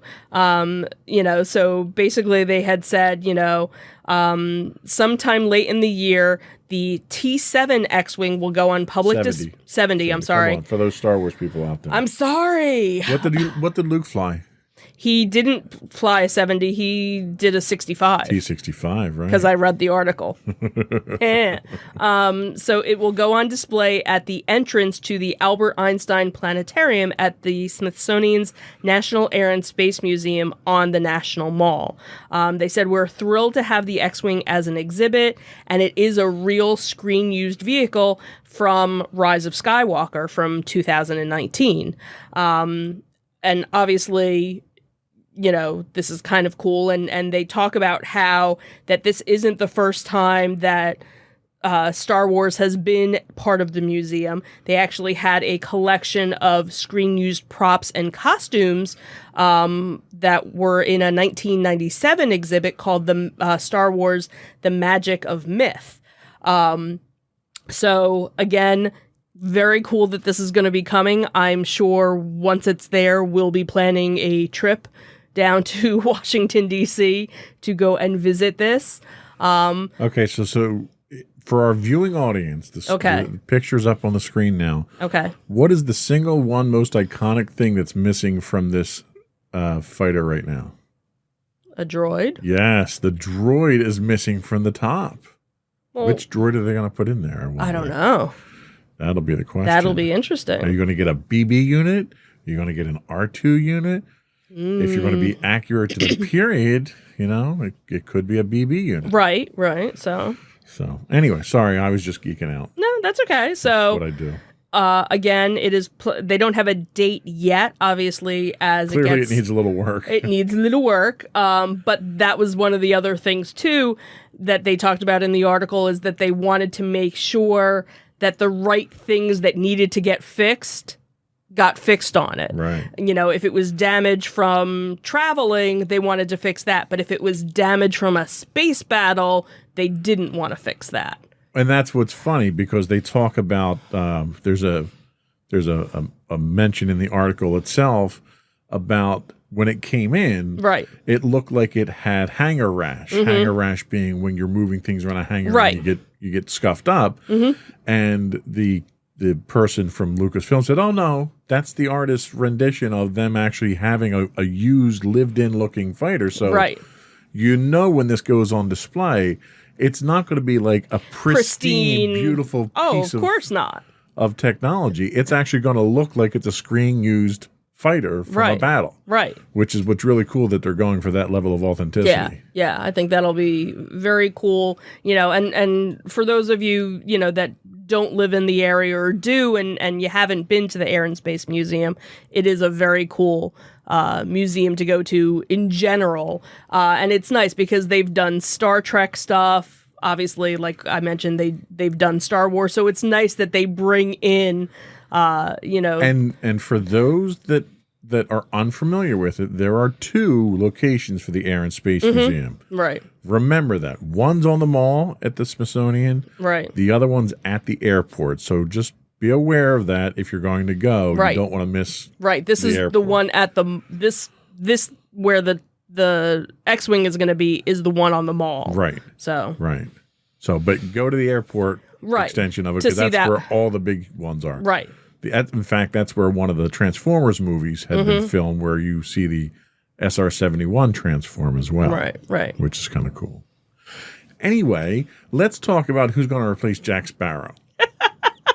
So this article came up and it's from InsideTheMagic.net, and at first I was like, oh, okay, so they're talking about somebody that's going to replace, a Star Wars character that's replacing Jack Sparrow. And as you read the article, nobody's really replacing Jack Sparrow. It's a completely... it's basically they were saying, Star Wars character, Jack Sparrow, how can I draw a line between the two? And it's so not there. Slow News Week is what we call it. So obviously, Johnny Depp, we've talked about it before. He had a whole bunch of, issues in his private life. And basically, Disney kind of said, you're out. He went the way of Cara Dune. Right, but not only did he lose out on Jack Sparrow, but he also lost out on being part of Fantastic Beasts as well. So basically they talk about how for the newest Jack Sparrow movie, they're bringing in a completely different character. So they're not even trying to replace Johnny Depp, Jack Sparrow. They're bringing in a completely different. Just think of the budget they'll save on eyeshadow. True. So Margot Robbie is actually supposed to be the helm of Pirate 6, and then for Fantastic Beasts, Beats is the musical version. right?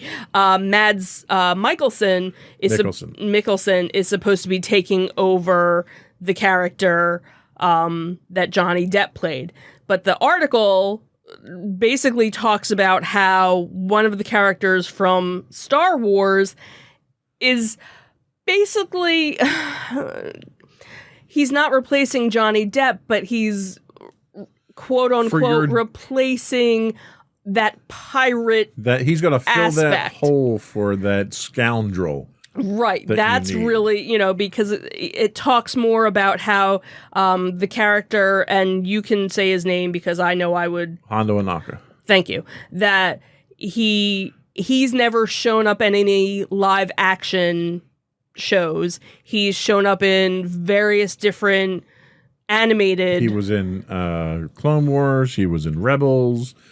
He hasn't shown up in the Bad Batch yet, but I suspect he probably will. Right, but that he's also part of Galaxy's Edge. He plays a part in the rides at Galaxy's Edge. He's now storyline based. He's a part owner of the Millennium Falcon. Right, so the idea is that he's kind of the space pirate. He's the space equivalent, I guess, of what Jack Sparrow would be. And now that you have all of these plethora of Star Wars shows, live action shows coming, don't be surprised if you see him pop up in something in a live action. Well, and the beauty of it is his audio animatronic is so realistic they can just They could bring that out on really. stage and use that. Yeah, really, they could.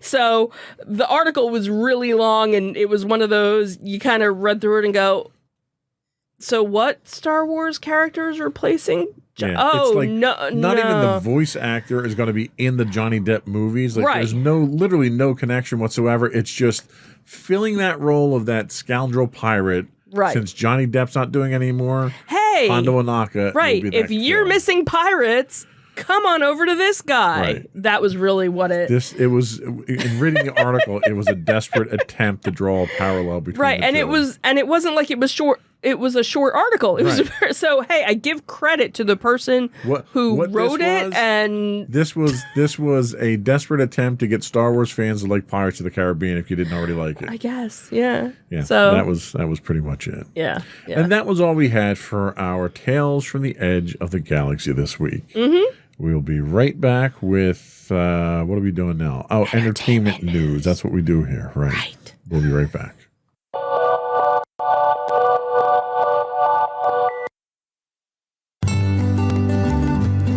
Insights into Teens, a podcast series exploring the issues and challenges of today's youth. Talking to real teens about real teen problems. Explore issues from braces to puberty, social anxiety to financial responsibility. Each week, we talk about the topics concerning today's youth. We look at how the issues affect teens, how to cope with these issues, and how parents, friends, and loved ones can help teens handle these challenges. Check out our video episodes on youtube.com/insightsintothings. Catch our audio versions on podcast.insightsintoteens.com or on the web at insightsintothings.com.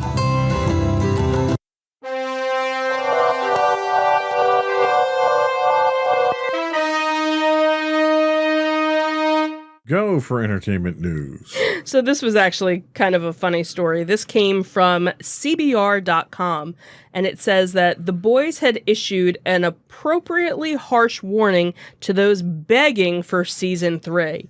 So Amazon Prime's videos, the boys has issued a warning to fans asking for a season 3 release date. So from their official Twitter account, they had said, every time you ask when season 3 is coming out, the release date gets pushed back one more day. See you in 2033.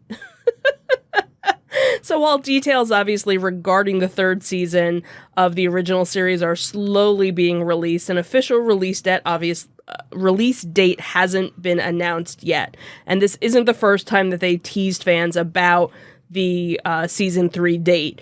In May, the account tweeted a post from the MTV Movie and TV Awards account where fans submitted questions for series star Jack Quaid to answer during the awards pop-up pre-show. And basically it was, when season 3? So everybody's obviously itching for it. But season 3 began filming in late January 2021 after production delays, obviously, due to the pandemic. So the showrunner basically had, again said that no date had been set, but teased that it would be a mind-blowing first episode, calling it both insane and special. The boys' Twitter account also had responded saying that the editing room floor is fully covered in gore already, and we're only working on episode 1. So I can only imagine what's going to be blown up and who's not going to survive. Well, you still have a superhero out there, blowing people's heads up. So that's right. You're going to see a lot of that. Right. So it'll And be babies with freaking laser beams. babies with laser beams. So obviously the majority of the cast that didn't get blown up at the end of season 2 will be back. Which isn't that many. Which I'll isn't tell that you many, right but now. there's a bunch, and then obviously they have some new people that are joining the cast as well. So I will say, as much as I'm looking forward to a season 3, Invincible is doing a very good job of tiding me over until then. Yes, that's a very good gap filler. So for those of you who are fans of the boys, who kind of need to fill that Jones for some superhero massacres, Right. That's a good way to Invincible, put it. also on Amazon Prime Video, is a good filler for that. But yeah, definitely waiting to see this one come back. Yeah. What else do we have? Poor Harrison Ford. So from Variety.com, it seems that Harrison Ford got injured while filming Indiana Jones 5. Did the Millennium Falcon door crash on him again? No, it seems he sustained a shoulder injury on the set of Indiana Jones 5, requiring the actor to take a hiatus from filming while treatment is evaluated. In the meantime, the director, James Mangold, will continue to shoot without Ford. Disney bringing in Chevys. That's funny. A Disney spokesperson had said, in the course of rehearsing a fight scene, Harrison Ford sustained an injury involving his shoulder. Production will continue while the appropriate course of treatment is evaluated, and the filming schedule will be configured excuse me, as needed in the coming weeks. The extent of his injury is unknown, though it's hardly the first time that he's hurt himself during the making of a movie. In the past, he suffered a serious back injury on Indiana Jones and the Temple of Doom, and then he had the leg trauma when he was filming The Force Awakens when the Millennium Falcon door Well, he had closed. that major injury when he did Indiana Jones and the Kingdom of Crystal Skull. That injury to his ego because the movie was so bad. It's like, wait a second, what? Oh, and who else is in this movie? Mads Mikkelsen. Right, because like he and The Rock are in competition for who can be in the most movies in a year, I think. True. And you figure what? He's done Star Wars. He's gonna do the Fantastic Beast. Now he's Indiana Jones. He did Marvel. He did Marvel, so he's kind of, Right, he's everywhere. Plodding around. So the production actually began earlier this month in the UK. The plot details for the sequel haven't been announced yet, though the 78-year-old Ford is reprising his iconic role. Indiana Jones had been delayed several times and is currently scheduled to debut in theaters on July 29th of 2022. And it's actually almost 15 years after the most recent Indiana Jones and the Kingdom of the Crystal Skulls. I didn't even think it was that long ago. It's so bad. It feels like it was just yesterday. Feels like I knew you were going to say that. And 4 decades after the initial installment of the 1981 Raiders of the Lost Ark. Now, Steven Spielberg, who directed the first 4 films of the franchise, was initially set to direct Indiana Jones 5, but he actually passed it off to Mangold. He's like, oh man, he's 70 and I'm out of here. I'm not directing this train wreck. Right. So Spielberg is still expected to remain hands-on as a producer, while George Lucas, who had created Indiana Jones with Spielberg, is too busy trying to weasel his way back into Star Wars. Hasn't officially been involved with Indy 5 yet. At 78 years old, this man needs a stunt double to go to the bathroom. How's he getting hurt in rehearsing a fight scene? Like, he shouldn't be doing anything that requires him to exert himself at this point in time. Right. Well, and the other thing, too, which I know I had mentioned it to you before, was when you figure out the time frame of everything, the whole paradox thing. So when Indiana Jones, first started, it was, what year was it or whatever. Now we're 40 years later. So it's technically like the early 70s it should be. So Indiana Jones has gone to Woodstock. Right. So Indiana Jones should possibly maybe be able to go to the movies and see Star Wars A New Hope. Right. Which would kind of be funny if it's Indiana Jones, get off my lawn, you damn kids. Indiana Jones at the nursing home. Indiana Jones and the Revenge of the Walker. Like, come on, man. Well, and that was the thing, because after Crystal Skull, it was kind of like, I'm passing it on to the next generation. Right, and he didn't. Because he picked up the hat and walked out of the church. Right. Had he let the kid pick up the hat, you'd have wacko Shia LaBeouf running around. Or you could have just Jones. Put somebody else in it. You could have recast. It's been 15 years, you could have been You anybody. could have recast someone slightly more sane in the part. I know who you could have had. Who's that? Your favorite actor. I want to be a pilot. God, no. I thought you were going to say Nicolas Cage. I wasn't gonna do that. All right. I think that's it. I don't want to beat the dead horse. No, the horse is. It's fine. I think they should be okay. He's going to survive as long as he doesn't get in a plane. He should be fine because he doesn't fly very well either. Maybe he doesn't fly anymore. So. Anyway, 78 years old, you shouldn't be flying or fighting. Yeah. That's just golden rule there. Right. Anyway, that's all we had for our entertainment news. We'll be right back with our insightful picks. Mm-hmm.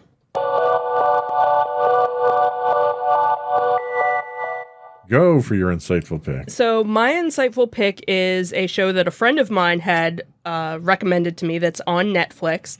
It is called Stiesel, and it is about an ultra-Orthodox family who live in one of the areas of Jerusalem that is not obviously, but where the ultra-Orthodox live, and basically talks about it goes through their love and loss and their basic dealings with daily life and how they surround it.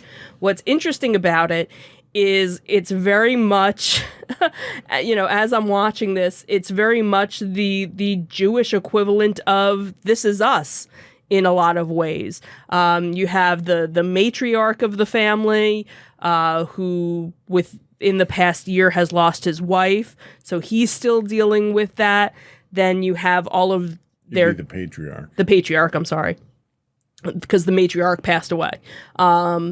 And he's dealing with that and how to kind of move on with his life. Then all of his children kind of have their own issues as well. The one son had a promising singing career, but was pushed to be a scholar and not a musician, and you kind of see that his dreams didn't come true. And then you have the one daughter who has marital problems and problems with her children and is trying to kind of move on. And then the one son, who's the youngest of the family, gets engaged like multiple times, and it isn't until like the third time that it finally kind of works out. So it's an interesting dynamic. Again, the themes are very much your normal family drama type thing. What's interesting is they do some flashbacks, kind of like This Is Us does, but they also do a lot of ghosts kind of showing up, people kind of having dreams about various relatives that are no longer there and kind of trying to get their opinion of things. So the series actually premiered in 2013. The first two seasons kind of were filmed back to back, and they were 12 episodes each. But then the third season actually didn't start until 7 years later. So I just started season 3, and what's interesting is it's a 7-year time jump, and they still have all of the same actors. So, from season 2, where somebody was 13 years old, now they're an adult, some of the grandkids and things like that. And so you get to kind of find out what happened in that 4-year, that 7-year time frame. From various articles, there is supposed to be a season 4. The biggest problem is trying to write it, because the reason why they had that gap was they kind of had writer's block. The writers kind of went and wrote some other things and then kind of came back to it. The other thing too is at the time when this was done, all of the actors were kind of unknowns. Like, they kind of knew, if you were from Israel, you knew the actors, but if you were from any place else, you didn't really know them. Now they have much more of a notoriety, so now, of course, the budget's going to be higher, and it's going to be harder to film, and things like that, so it might be a little while until the next one, but there is supposed to be a season 4. So, the other thing, too, is it's all in Hebrew or Yiddish, so... So it's subtitles for everything. So if you're not used to watching subtitles, it takes a little getting used to. It's definitely one of those things you can't look away when there's an argument going on because you're going to miss half of the fight. But very well done. And like I said, if you like This Is Us, if you're not Jewish, there might be some things that you might not really understand, but for the most part, it's not over the top with, certain things where you just kind of, it's just kind of part of the story, but you don't need to know certain things to follow it. Okay, good pick. Thank you. I'll read the book when it comes out.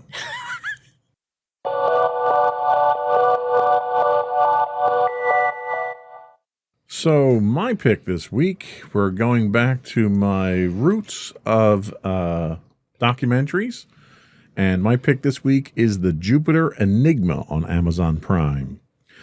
What can the giant planet Jupiter tell us about the birth of our solar system 5 billion years ago? Drawing on new findings from NASA's Juno mission, scientists are peering into Jupiter's stormy heart to reveal the very origins of our solar system, a chaotic early time when smaller planets were flung around space or sent into shattering collisions, and the fate of planet Earth hung in the balance. It sounds exciting, doesn't it, when they write it like that? Mm-hmm, sure does. The Juno probe is the most recent visitor to Jupiter. Orbiting and examining Jupiter with a variety of instruments, it provides a new understanding of the storms on the planet and Jupiter's interior. New simulations examine the impact of Jupiter on the evolution of the solar system. So using a mix of computer-generated graphics, artistic renderings, and actual high-quality footage from Juno, the Jupiter Enigma explores the solar system's largest planet in a detail never seen before. From its influence on the creation of our solar system, to the detail and incredible scientific potential of its dozens of moons, there's a wealth of knowledge about the planet revealed in the show. Did you know Jupiter is the fastest spinning planet in the solar system? I did not. Did you know that Jupiter's clouds are only 5 kilometers thick? Nope. Despite the size of the planet. Did you know Jupiter has its own system of rings similar to Saturn? Yes. Okay, well, maybe you learned it somewhere else. I didn't realize this was a quiz. Did you know? Where were you on the night of the... Sorry. These and many other interesting scientific facts are explored in great detail in the show, The Jupiter Enigma, available streaming on Amazon Prime. And we'll be right back with our afterthoughts. Right. I forgot what we called them. It was an afterthought to me.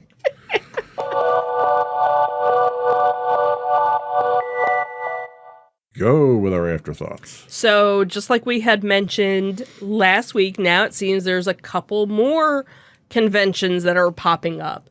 So we had mentioned Monster Mania, which you can find all the information on monstermania.net. So you have Monster Mania 46, which will be in August in Cherry Hill.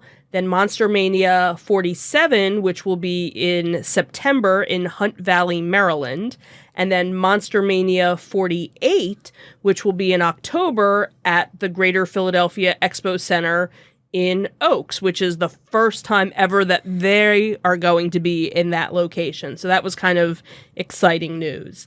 Then we have RetroCon. RetroCon! Which is also going to be at the Greater Philadelphia Expo Center. And that will be the end of September, the 26th and the 27th.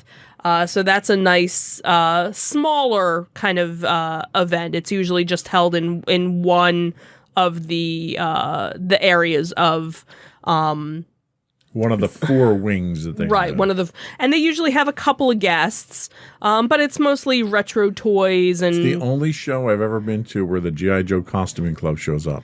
Yeah. Which is really cool. Yeah, that was cool. Then, big news, Wizard World Philadelphia. So they had, tickets, I believe they're on sale. But it was kind of weird, the site that they had available. Plus, the photo ops are already sold out. or maybe they just haven't opened them up yet Because it was originally scheduled for January. for January, was rescheduled.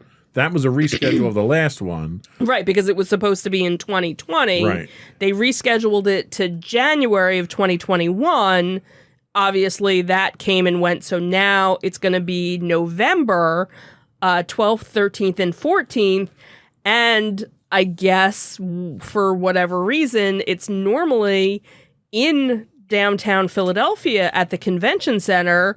This time, for the first time ever, this is going to be at the Greater Philadelphia Expo Center in Oaks. That convention center is just exploding now. I think people like have every just, if nothing else, the pandemic has caused people to discover the Greater Philadelphia Expo Center. Yeah, and as we mentioned, before, for us, it's a little bit further out of the way than going to Philly, but I'd rather do that than to deal with the city. you don't have to deal with the city. You don't have to deal with trying to find parking, because that's always a pain. And a fortune. So you drive a little bit further, but you got free parking, and it's, very open, and we've never been there at night, but very well lit. It's a convention center that we've enjoyed going to for various different events. Okay, we'll just keep going there. And then, as we had mentioned, that in December is the Ocean City Comic Con. This was one that we haven't been able to go to before, but now we are planning on doing this. The Ocean City Comic Con is just a one-day event on December 11th, where all the other ones are 2 or 3 day events. So it's neat, because if you look at the lineup, and we'll post it in the show notes, if you look at the lineup, there's literally a convention pretty much every month from here until December. Right. There's nothing until August. Right. So you have August, you have Cherry Hill. Then September, you have the RetroCon and Monster Mania, which are actually the same weekend. Then you have the other Monster Mania in October. Then you have Wizard World in November. And then you have Ocean City in December. Right. So, and I'm sure that, as restrictions are lifted and people start scheduling stuff, one of the other ones that we do like to do is the Classic Toy Show down in the Nurse Shrine down in Delaware. Right. They had to cancel those. Oh, you know what other one is supposed to be this summer?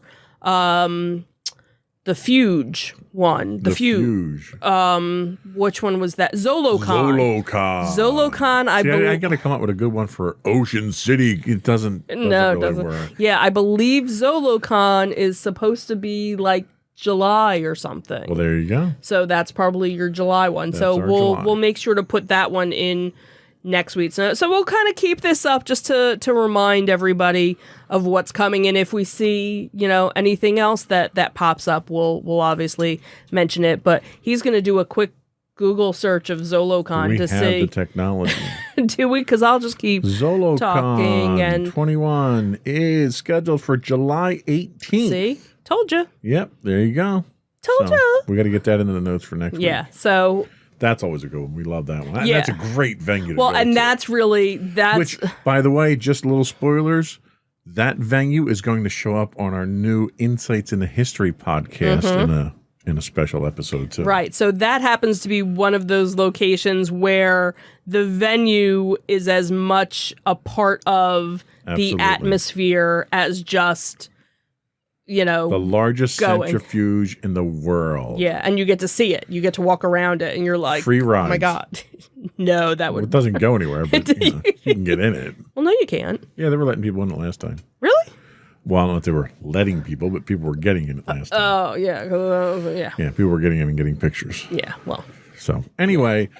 That's all we had for this week. I'm not going to do plugs at the end because we inundated people with stuff.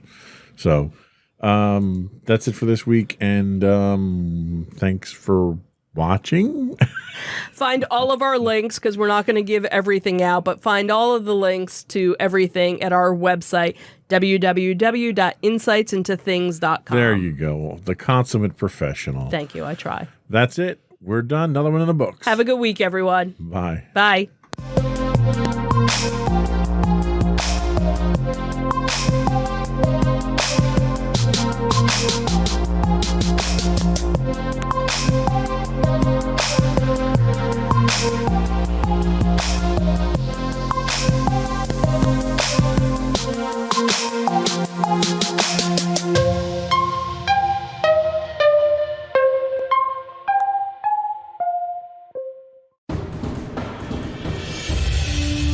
For over 7 years, the Second Sith Empire has been the premier community guild in the online game Star Wars: The Old Republic.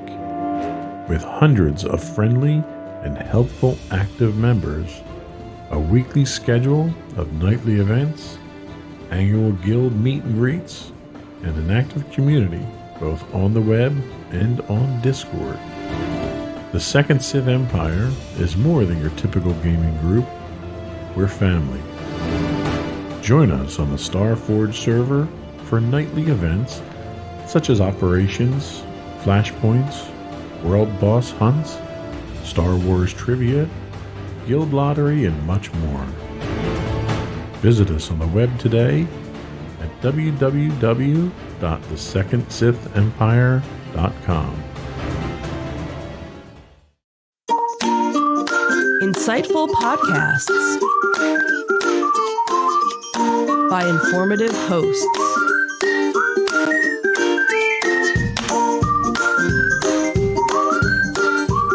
Insights into Things, a podcast network.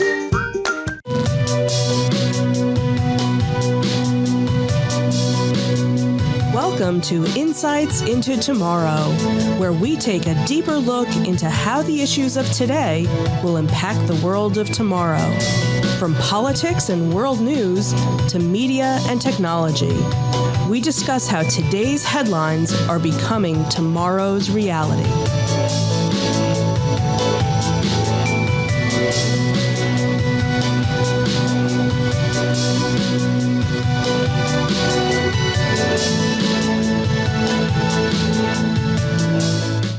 Welcome to Insights into Tomorrow. This is episode 13, Modern Monopolies. I'm your host, Joseph Whalen, and my co-host, Sam Whalen. How you doing today, Sam? Doing okay. How you doing?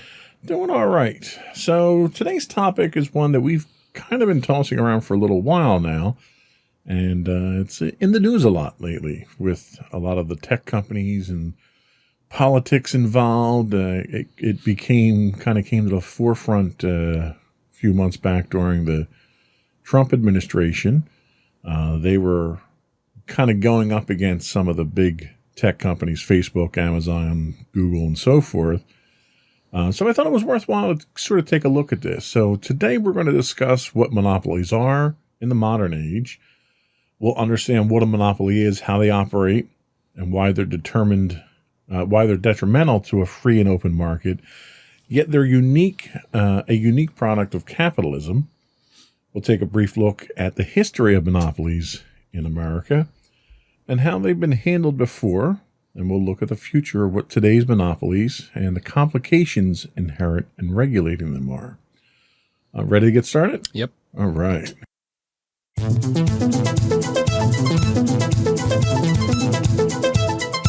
So what is a monopoly? So in doing research for today's episode, I went to a couple of different sites, and this definition, I think, captured it best. It came from Investopedia.com. They say a monopoly refers to when a company and its product offerings dominate a sector or industry.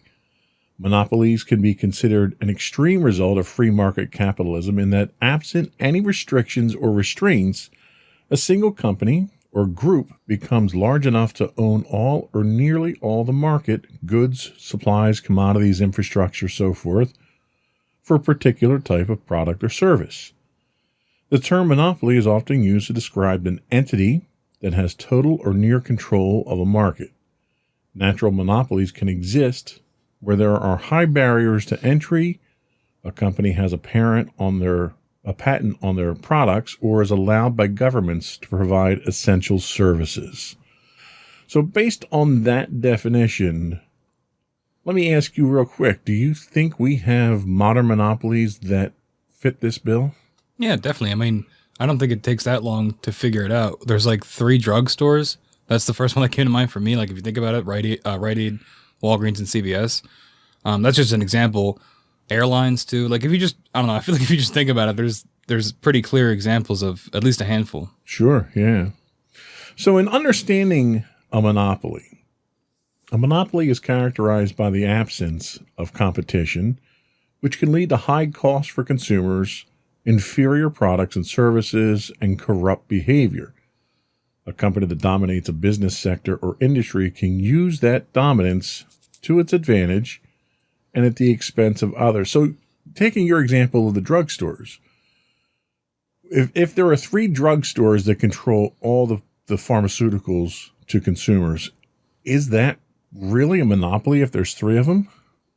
I think it's a monopoly if by there being 3 and they're being so established that it eliminates the ability for other new drugstores to rise up. I think that's where you get into the monopoly territory if they're creating that barrier of entry. So it's in that case, it's a monopoly of 3 where they're colluding to prevent competition at that point in time, essentially. Yeah, potentially, yeah. They also say that it can create artificial scarcities, fix prices, and circumvent natural laws of supply and demand, which I think is exactly where your pharmacy scenario falls into place. It can impede new entrants into the field, discriminate and inhibit experimentation on or new product development, while the public, robbed of the recourse of using a competitor, is at its mercy. Do you think, again, sticking with our pharmacy example, do you think that the consumers are at a detriment because of having 3 major pharmacies control the entire industry?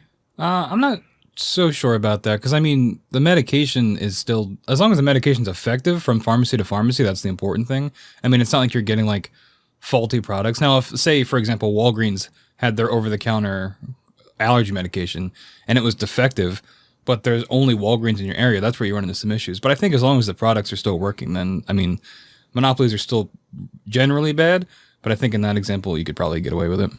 Well, how about an example where you've got 3 pharmacies and they all decide that instead of selling your allergy medicine to you at 20% over cost, with a 20% margin, they're going to up it to 50%. They're all going to sell for 50%. So there's no one in the market that the consumer can go to get it at that reduced price. Do you think that would be monopolistic?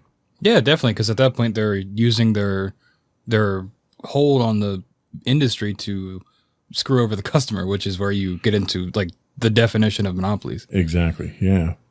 So they go on to say that a monopolized market often becomes an unfair, unequal, and inefficient market. Mergers and acquisitions among companies in the same business are highly regulated and researched for this reason.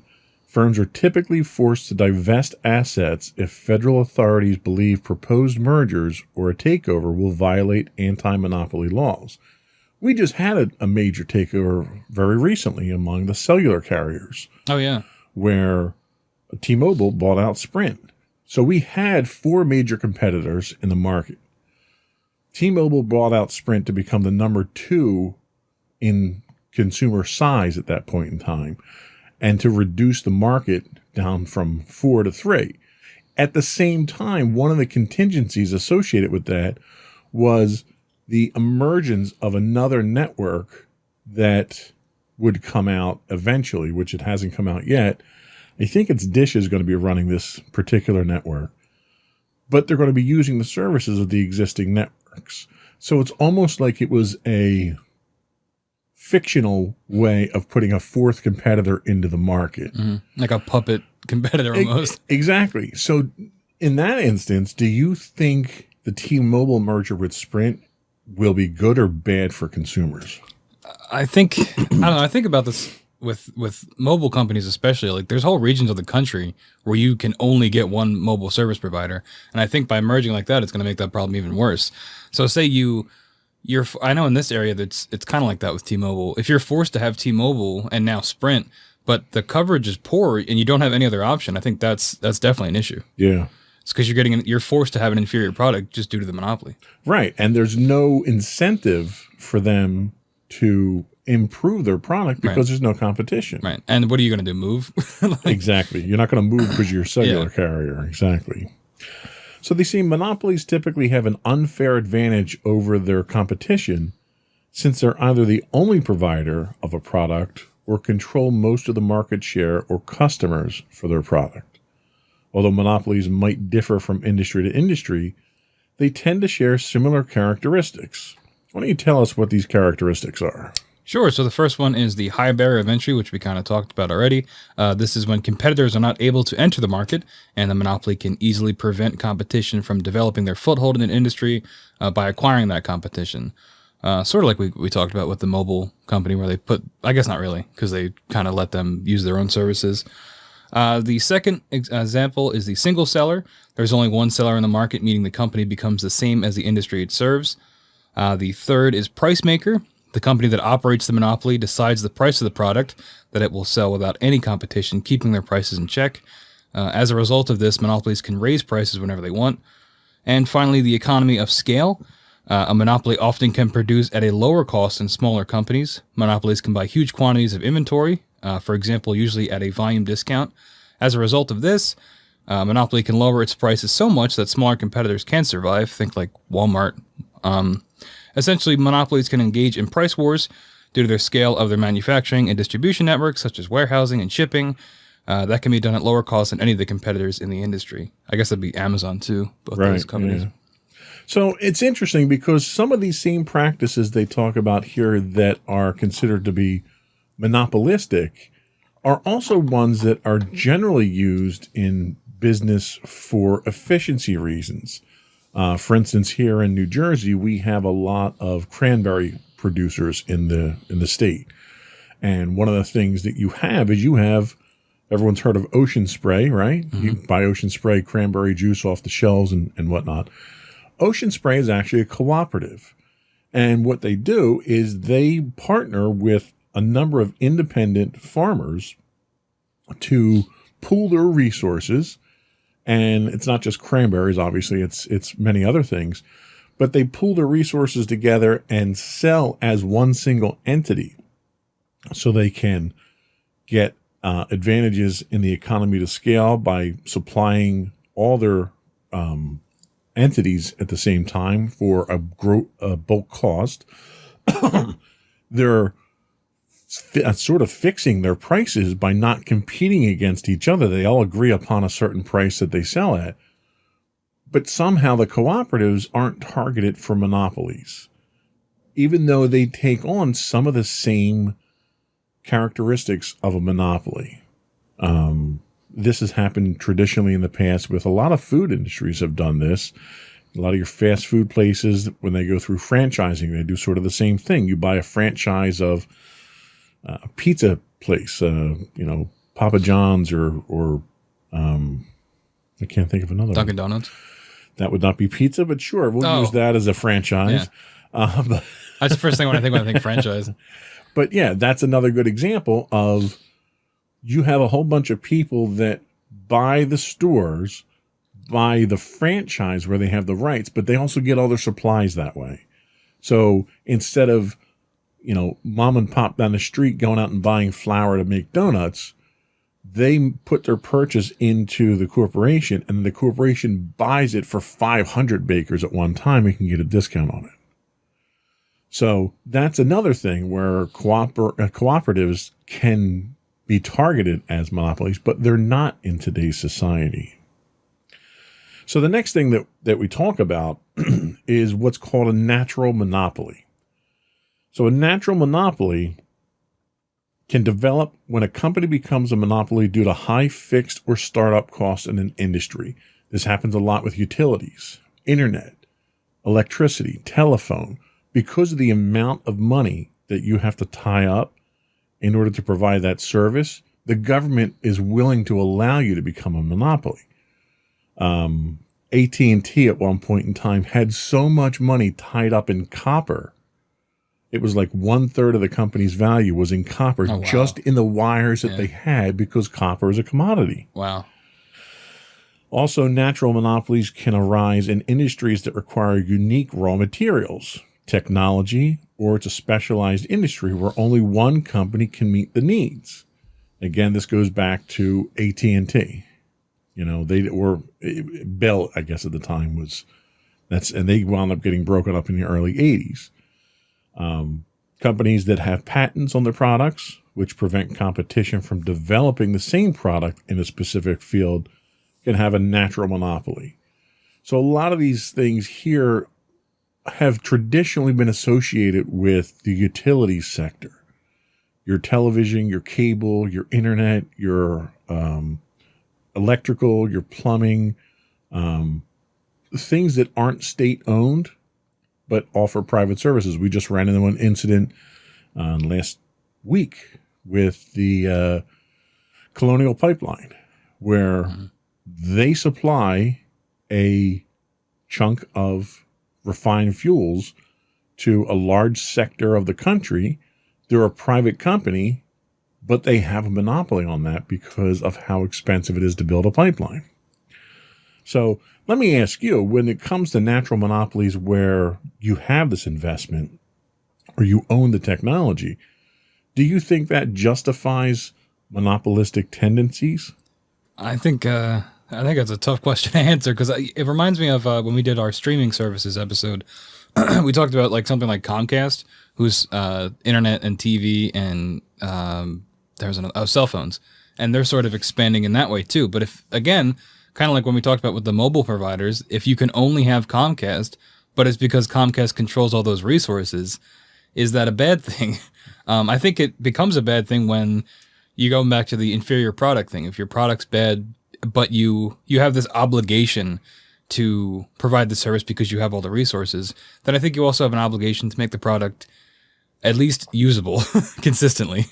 Well, and to add to that is if the government is going to allow you to be a natural monopoly because of that technology or that investment, then there's a certain right that the government has to... we didn't check the shop beforehand, everybody. No, we didn't. Just lean a lot that way. There's a certain obligation the government has to regulate you at that point in time as an industry. Do you think that expectation of government regulation, because a lot of the cable companies are trying to get away from government regulation, do you think that expectation that government should have the right to do that when they grant you a monopoly is realistic? I think maybe not realistic, not in these days, because these companies have so much power. I think it's idealistic that, ultimately at the end of the day, the government is going to have the say in what needs to be regulated and what doesn't. But I think we're seeing so often that the companies have so much power that the government just chooses not to do anything. Yeah, I think which we'll get into more later. Yeah, I think you're absolutely right on that one. So there's public monopolies that are set up by the government to provide essential services, such as the U.S. Postal Service, although the U.S. Postal Service is getting a run for its money these days with private parcel companies like UPS and FedEx. Utilities, which we talked about already. The utilities industry is where a natural government allowed monopolies flourish until the government doesn't allow it anymore. And it's kind of strange because this happened a few years back where back in the early 2000s, we had a major power outage in the Northeast. And it turned out that power outage was a result of a mismanaged power network out in, I think, Ohio at the time. And it's a privately owned company. They weren't under any kind of monopolistic regulations or anything. But because of the problem that they caused that took down the rest of the network in the Northeast, the government came in and imposed sanctions on them and fines and so forth. Do you think that's a way or an efficient way for the government to sort of allow monopolies to happen, but penalize them if they don't adhere to some level of standard? I mean, yeah. And I mean, that's a pretty extreme example. If you cause, the Northeast to have a blackout, I think you deserve to get punished for some reason. But I think you said it was a privately owned company. It wasn't like, yeah. So if it was I don't know. I think if it was a larger company, they might not be as harsh. You know, if it's the small independent company, they can easily point the finger and blame them. But if it was something like General Electric or something, they might be a little bit hesitant to punish them as harshly, I think. Right. No, I can see that. So the monopolies in these instances are allowed because the suppliers incur large costs of producing power or water or providing these services to each household, and it's considered more efficient for there to be a sole provider for these services. Do you think it's more efficient for you to have a sole cable provider, or do you think competition in the cable market would be better for the consumers? Because right now, cable is not considered a public utility. And there's a lot of push to have it considered that way as far as protections and regulation go. If they did, do you think having 2 or 3 cable providers would be better, or having a monopoly would be better? Yeah, definitely, because I think competition, it breeds innovation, right? Because you need to be able to beat your competitor, and you beat your competitor by making more money, which means having a better product in theory. So I think if there was only one company, then it would just stagnate. They would settle for, whatever service they're going to provide. But if you've got that competition, I think that ends up benefiting the consumer in the long run. Yeah, and I think you're right. I think the only time you get innovation is when companies have to innovate. And the only time companies have to innovate is if the competition makes them, which is their number one motivation, because that's where their profits are, or if the government forces them to. And to a certain extent, the government did force a lot of these cable companies to innovate their technology because they were taking bandwidth back from them, which is why we have digital TV now. That was not because the cable companies were in competition for each other to provide better services. That was because the government mandated that. So you can, in certain circumstances, still have monopolies that innovate when the government forces them to do so, and still allow monopolies to exist in the country. So we're going to take a quick break, and we're going to come back and talk about some of the antitrust laws and a little bit of what the country's done to break up monopolies historically.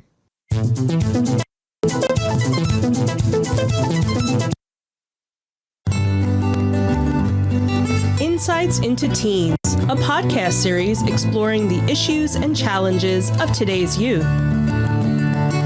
Talking to real teens about real teen problems. Explore issues from braces to puberty, social anxiety to financial responsibility. Each week, we talk about the topics concerning today's youth. We look at how the issues affect teens, how to cope with these issues, and how parents, friends, and loved ones can help teens handle these challenges. Check out our video episodes on youtube.com/insightsintothings. Catch our audio versions on podcast.insightsintoteens.com or on the web at insightsintothings.com.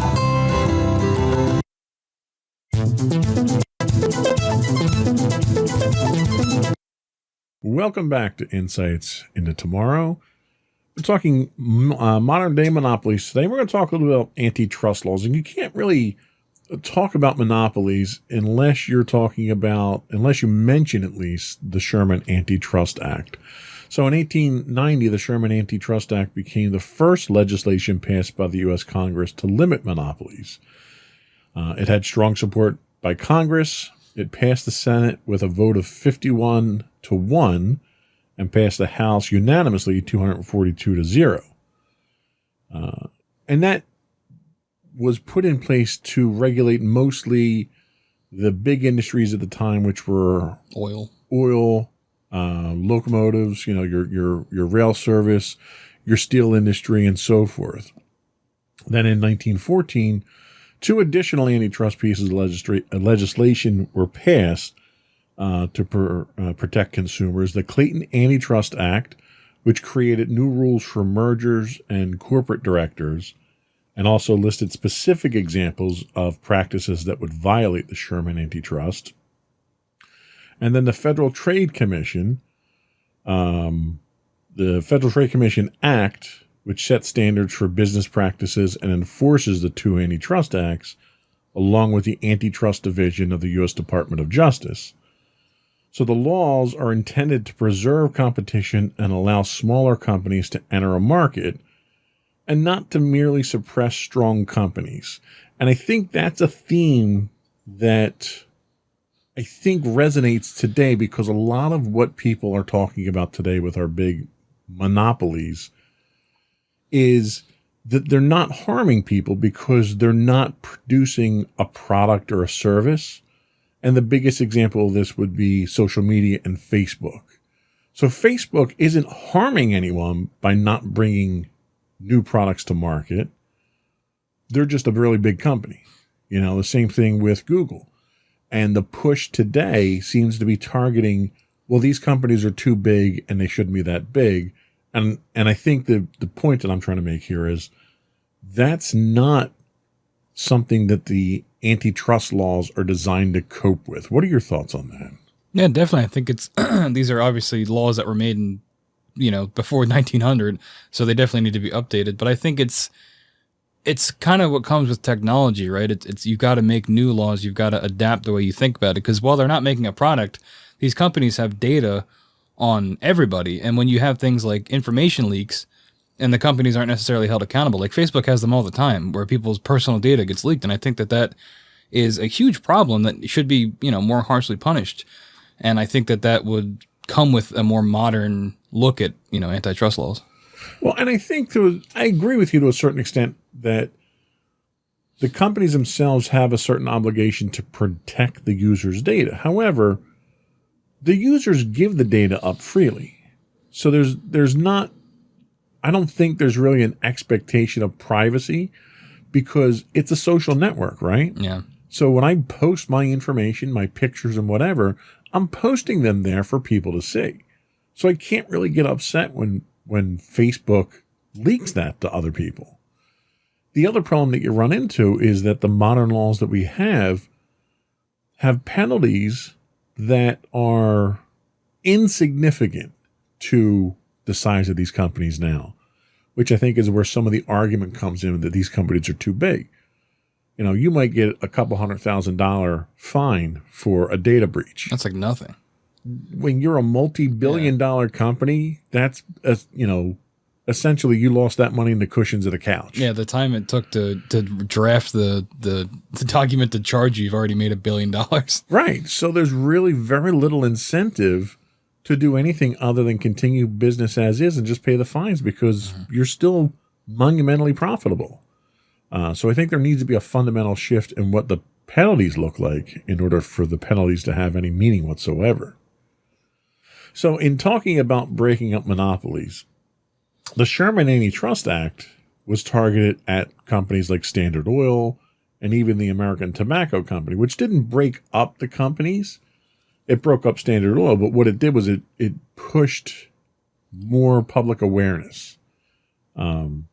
In 1994, the U.S. government accused Microsoft of using a significant market share in the PC operating system business to prevent competition and maintain a monopoly.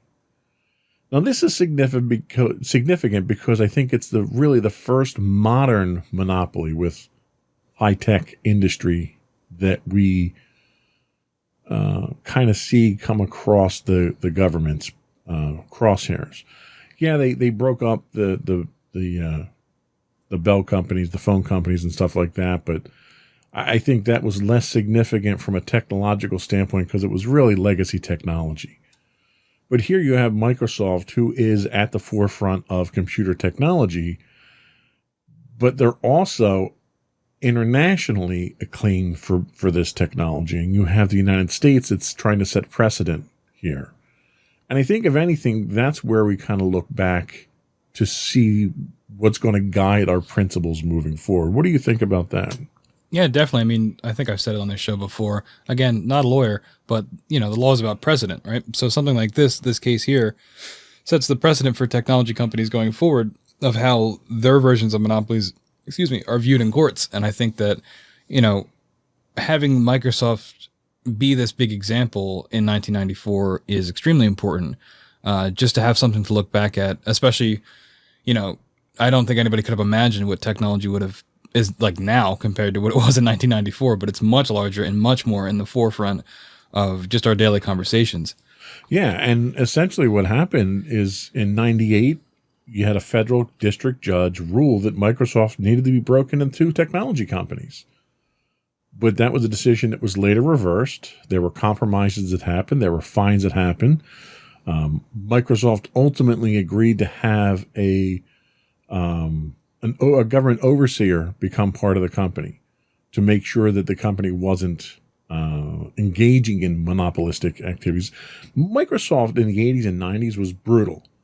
You know, they had a philosophy of, well, let's not compete with others. Let's just destroy the competition. And they did. They were very effective at it. Yeah, I think there's an episode. I don't know if you've ever watched the CNN series. It's just called the 70s or the 80s. It's one of those. There's a whole episode on like the Apple Microsoft war. It's really interesting. Yeah. And it's funny because Microsoft destroyed Apple to the point that Apple was roughly 3 months away from going bankrupt. And Bill Gates, in a very famous appearance, shows up at the Apple Worldwide Developer Conference via video. And Steve Jobs was still alive at the time and announced that Microsoft is investing in Apple.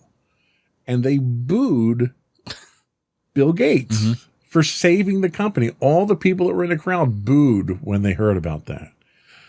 And the funny thing is, the only reason Microsoft did that was not so that they could make profit off of Apple. It was so that they could maintain the appearance of having competition. That's all it was. And the government fell for it. Yeah, the government fell for it. So, I mean, a lot of times it's really just about, you know, jumping through the flaming hoops and making people believe the right thing. Yeah, and like not even in terms of government, but just in terms of public opinion too. You have like, you get that with video game consoles too. I know it's not nearly on the same level, but if you maintain that rivalry between two companies, it makes it look even better and that you're not a monopoly because, you know, I'm an Apple fan, I'm a Microsoft fan, but in reality, you know, it's the same company. Like, not really, but if they bailed out your company, they still owe them a debt in some way. Sure. Well, and you look at, you know, let's stick with technology, you look at microprocessors. So you've got Intel and you've got AMD. And AMD has always been sort of the redheaded stepchild to Intel, where they were the rebels, they were the underdogs. Their processors were for like the elite group of gamers or overclockers or whatever. And you look at what happened to Intel, and Intel has, in recent years, been completely burned by their technology choices because of the shortcuts that they made that AMD didn't make. And AMD picked up a huge market share. And now you're seeing another fundamental shift that's detrimental to Intel, with Apple moving away from Intel processors in their computers now to their own designed ones that they're manufacturing themselves. So Intel's getting hit again with this. So that this was an instance where Intel got very complacent in what they were doing, and now they've fallen significantly behind in the processor market, and the tables have kind of shifted. But at the time when Intel was dominant, Intel was actually supplying information and support to AMD to maintain that appearance of competition. Works every time. So again, it really is. It's just a matter of appearance sometimes to keep from getting hit with monopolistic charges. So we talked briefly about AT&T. The most prominent monopoly breakup in the U.S. history was AT&T. After being allowed to control the nation's telephone service for decades as a government-supported monopoly, the giant telecommunications company found itself challenged by antitrust laws. In 1982, after an 8-year court battle, AT&T had to divest itself of 22 local exchange service companies and has been forced to sell off assets or split units several times since. Now, the real interesting thing is you had what were termed as baby bells during this. So you had all these certified local exchange CLECs, certified local exchange carriers pop up all over the country that were all part of the original one. And over the last 10 to 15 years, you've seen all those get swept up, and they're now owned by Verizon. So you went through that huge natural monopoly that the government allowed to breaking them up when they thought the competition was stifled, to now mergers happening to get you back to that position where you have two people that are running the... Yeah, it's history in general is cyclical, and I think we're seeing that here too, right? So in maybe, I don't know, 15, 20 years, we'll have another breakup and they'll all come back out again, and then in 30 years, they'll all get swept up again. I think that's just how these things work, and honestly. And I think that's kind of the point here is that's capitalism. Mm-hmm. That's how capitalism works, is that monopolies are a natural outcome of capitalism.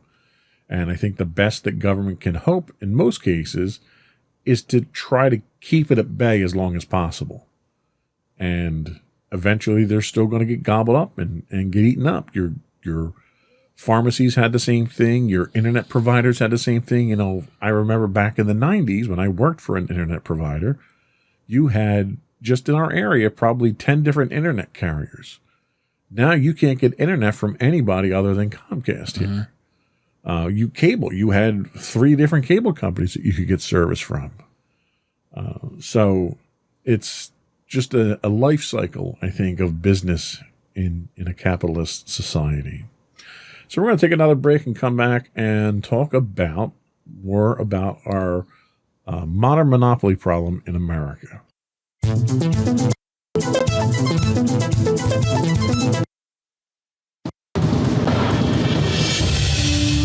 For over 7 years, the Second Sith Empire has been the premier community guild in the online game Star Wars: The Old Republic.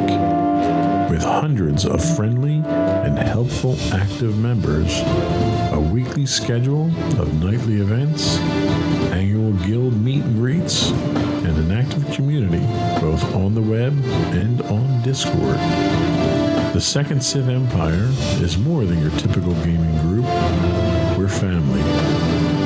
Join us on the Starforge server for nightly events such as operations, flashpoints, world boss hunts, Star Wars trivia, guild lottery, and much more.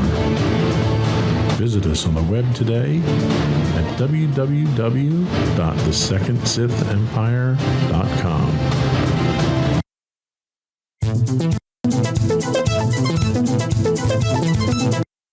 Welcome back to Insights into Tomorrow. We're talking modern monopolies. So Forbes did an interesting article about America's modern monopoly problem. They said, without realizing it, we become a nation of monopolies. A large and growing part of our economy is owned by a handful of companies that face little competition. They have no incentive to deliver better products or to get more efficient. They simply rake in cash from people who have no choice but to hand it over. This would be impossible if we had true capitalism. Even if we admit some businesses are natural monopolies, most aren't. Most of them found some non-capitalistic flaw to exploit. In theory, this problem should have solved itself as technology and consumer preferences change, yet it hasn't. Axios outlined a problem in a recent article on farm bankruptcies. Why don't you tell us about what they found? Sure. So 3 companies control about 80% of mobile telecoms. 3 have 95% of credit cards. 4 have 70% of airline flights within the United States. Google handles 60% of all searches online. In agriculture, 4 companies control 66% of U.S. hogs slaughtered in 2015, 85% of the steer, and half of the chickens, according to the Department of Agriculture. And finally, just 4 companies control 85% of U.S. corn seed sales. That's up from 60% in 2000, so there was some consolidation there. And 75% of soybean seed, a jump from about half, according to the Agriculture Department. That's pretty staggering, and that's not even talking big tech, where a lot of our focus is today. I mean, we're talking telecoms, credit cards, airlines, search, which we'll get to, and agriculture. I mean, our agriculture is really tied up to that few companies. I mean, I find that alarming at best. What's your thoughts on that? Yeah, you go back to your ocean spray example, where it's one company, but it's made up of smaller farms. I guess that's probably similar. That's to what's probably happening. would be in this, yeah. Yeah, so it's it's, if you want to have a successful farm, you have to join up with this company, basically is what you're getting at. And that is a monopoly, but if the independent farms are getting their proper cut, it's not as bad as it could be, right? Where they're just being exploited for their product. Right. I mean, I don't know. It's like this big company you just become a part of, I suppose, if you want to have a farm. I don't know. Yeah, well, and one of the things that they talk about a couple different outcomes that we get from this. One is being having a gummed up economy. Some economists say the concentration of market power is gumming up the economy and largely to blame for decades of flat wages and weak productivity growth. They say gumming up the economy is a good way to describe it because we're getting competition itself is an economic lubricant. And the machines work more efficiently when the parts are moving freely. We get more output from the same input or the same output with less input. Take away the competition and it all begins to grind together, kind of like a internal combustion engine that you don't keep the oil changed in. Eventually, friction brings it to a halt and sometimes a fiery one. Normally, companies grow their profits by delivering better products at lower prices than their competitors. It's a dynamic process with competitors constantly dropping out and new ones appearing. This has been described as what's called creative destruction, which sounds harsh, but is absolutely necessary for economic growth. Today, the creative destruction isn't happening. And as companies refuse to die and monopolies refuse to improve, we struggle to generate even mild economic growth. And I think we're seeing that across our entire economy at this point in time. What are your thoughts on that? Yeah, definitely. I mean, we just read off all those examples of all those companies that own everything, right? So I think especially when you get to the point where you're too big of a company to fail and it refuses to die, just like that article said, when you're at that level where you control over half of, some kind of domestic product, it's going to be difficult for you to fail, even if you wanted to. And then you end up getting the stagnation that we're seeing today. Absolutely, yeah. They also talk about uncreative destruction. Creative destruction means companies go out of business and workers lose their jobs. Maybe a few competitors will hire them eventually, but they suffer in the meantime. Politicians try to help, but finding the right balance is hard. Greater blame should be assigned to the central bankers, not just the Fed, but its peers as well. For whatever reason, they kept short-term stimulus measures and near zero rates for far too long. The resulting flood of capital bypassed the creative destruction process. A lot of this happened under the radar. You've probably seen stories about the Lyft IPO and other unicorns that will soon go public. Unicorns being a type of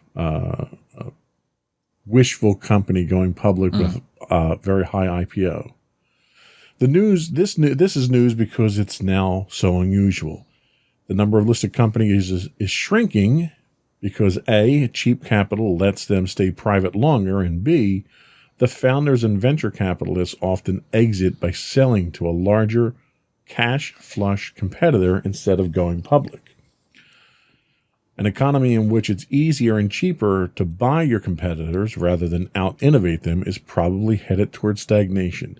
And that's the problem that we had. We saw all through the 1800s, competition was being bought up constantly. The railroads, the consolidation in the auto industry in the early half of the 20th century. Anytime that you see competition just being eaten up by buying them out, you're not innovating at all when you buy. You just have companies that are so large they can buy out anybody that's competing with them. Facebook is doing the same exact thing now.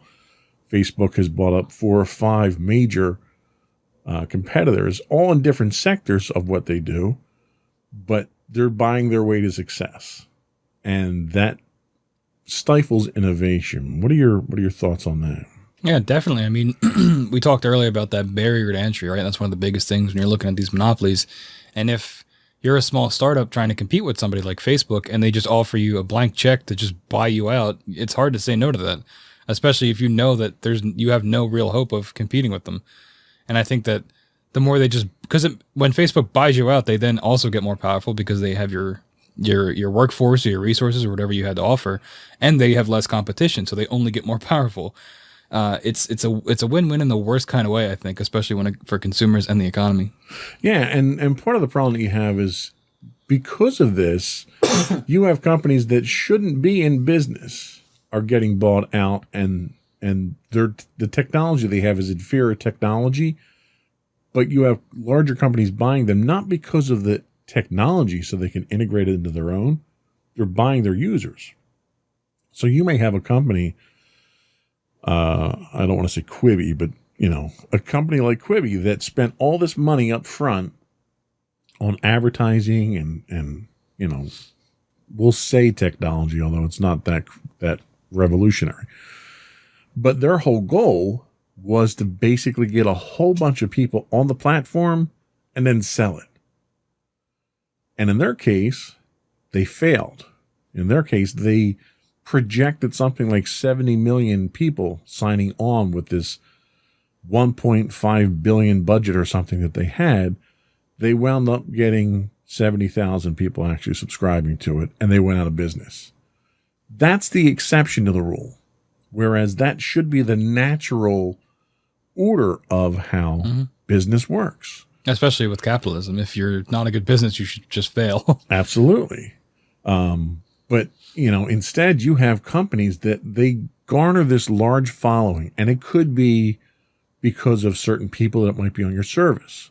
One of the things that Twitter ran into was that when they banned Donald Trump around the time of the January 6th insurrection, their user base dropped off significantly because all of his supporters stopped using the service. That cult following is enough to start your own social network, bring all those people on board, and then sell those users. Even if the social network itself is outdated, the technology is 90 years old, they're selling eyes at that point in time. And that's generally not how business is done, because in most cases, traditionally, the consumer isn't the product. Yeah. The product is something you produce. But in the case of technology and social media today, the consumer is the product because that's where people are making money with all your information. So it kind of breaks the rules, and that's why we kind of have an upset balance here.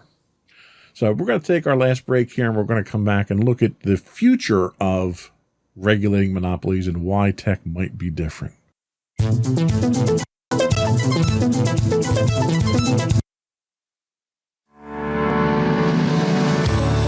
Insights into Entertainment, a podcast series taking a deeper look into entertainment and media. Our husband and wife team of pop culture fanatics are exploring all things from music and movies to television and fandom. We'll look at the interesting and obscure entertainment news of the week. We'll talk about theme park and pop culture news. We'll give you the latest and greatest on pop culture conventions. We'll give you a deep dive into Disney, Star Wars, and much more. Check out our video episodes at youtube.com/insightsintothings. Our audio episodes at podcast.insightsintoentertainment.com, or check us out on the web at insightsintothings.com.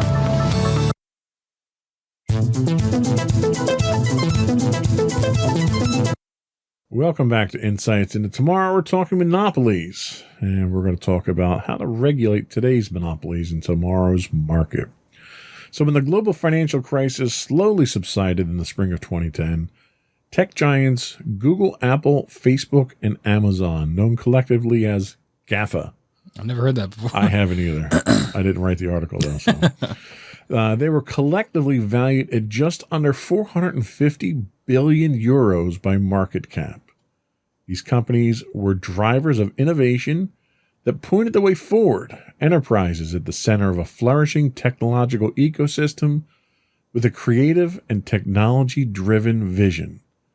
Over the past decade, the transformation of society's relationship to those companies is unprecedented. We use the products of these companies to manage almost our entire professional and private lives. And during the coronavirus crisis, the value of the tech giants have increased even more. So when we put together the idea of the show, these were really the companies that we're talking about for today's modern monopolies.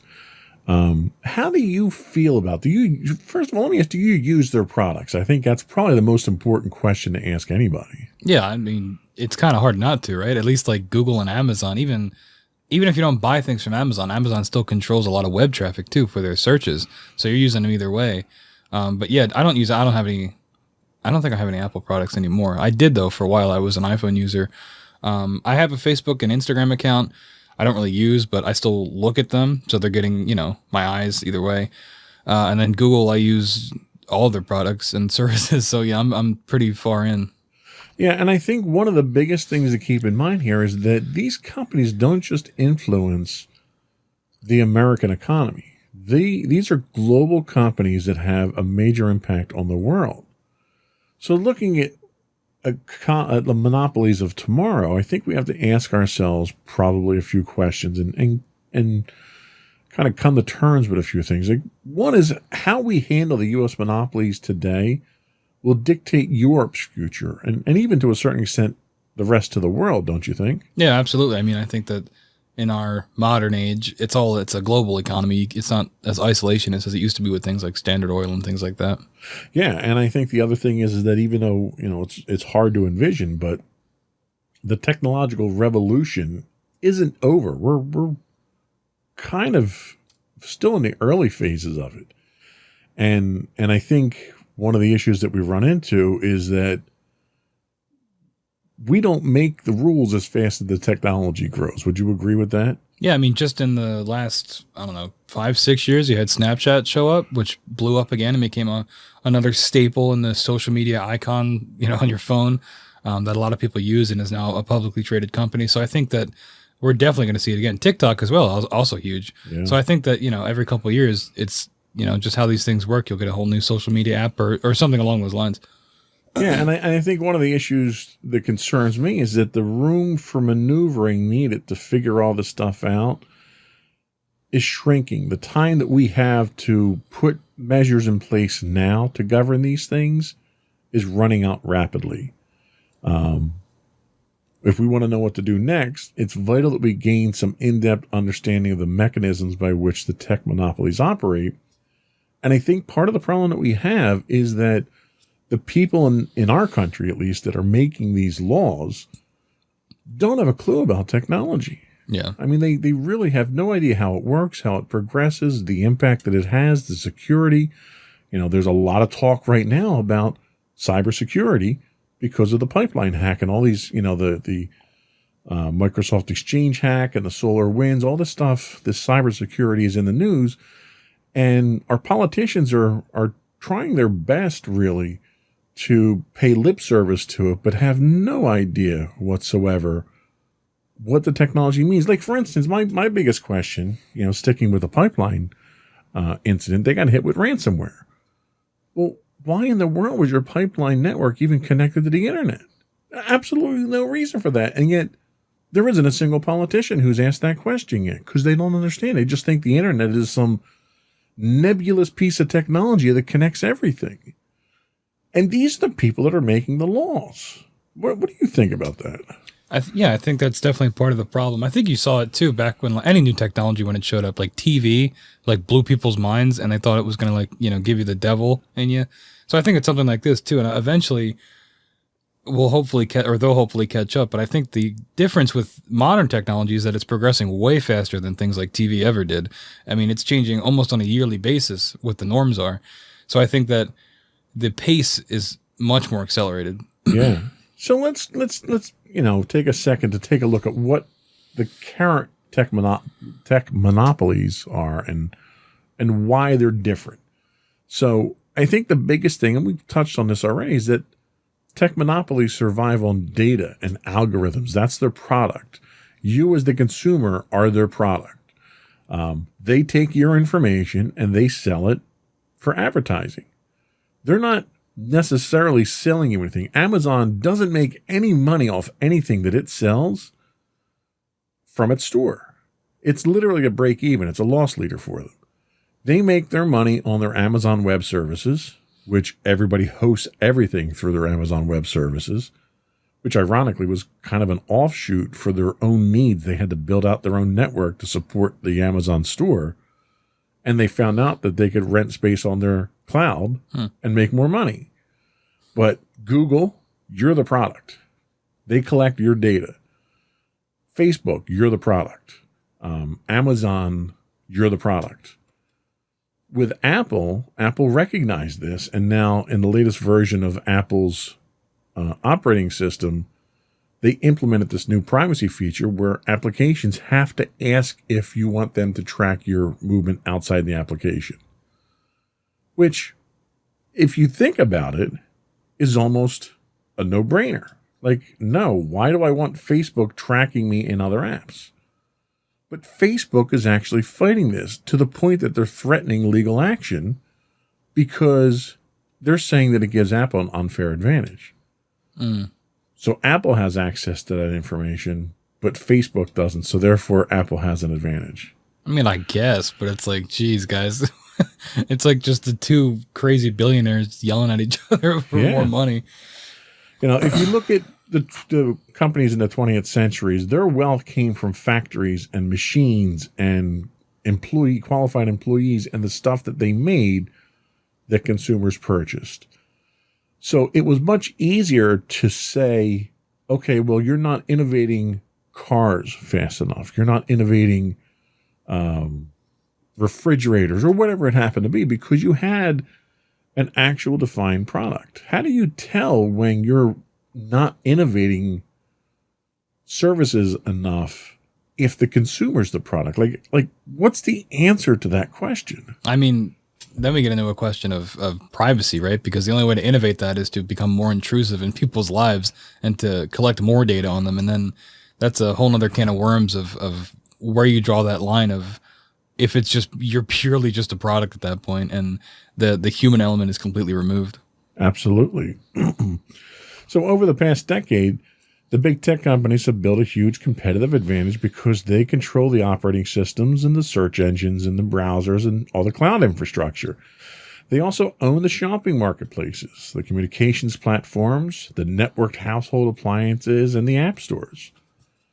To return to our picture of the 20th century, tech monopolies not only have factories and machines, they also increasingly own the entire infrastructure of the value creation chain, including all the businesses and all the communication channels to the customer, which, being that ingrained and essentially owning control of the economy, makes it almost impossible to regulate them. Don't you agree? Yeah, I mean, it's almost like it's too late.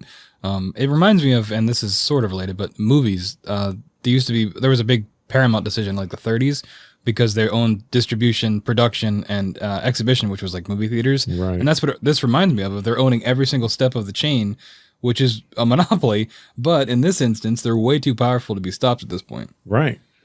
And, you know, the capital that the big tech companies suck out of the system using this mechanism is fed straight back in undermining the competition or accessing new areas of business.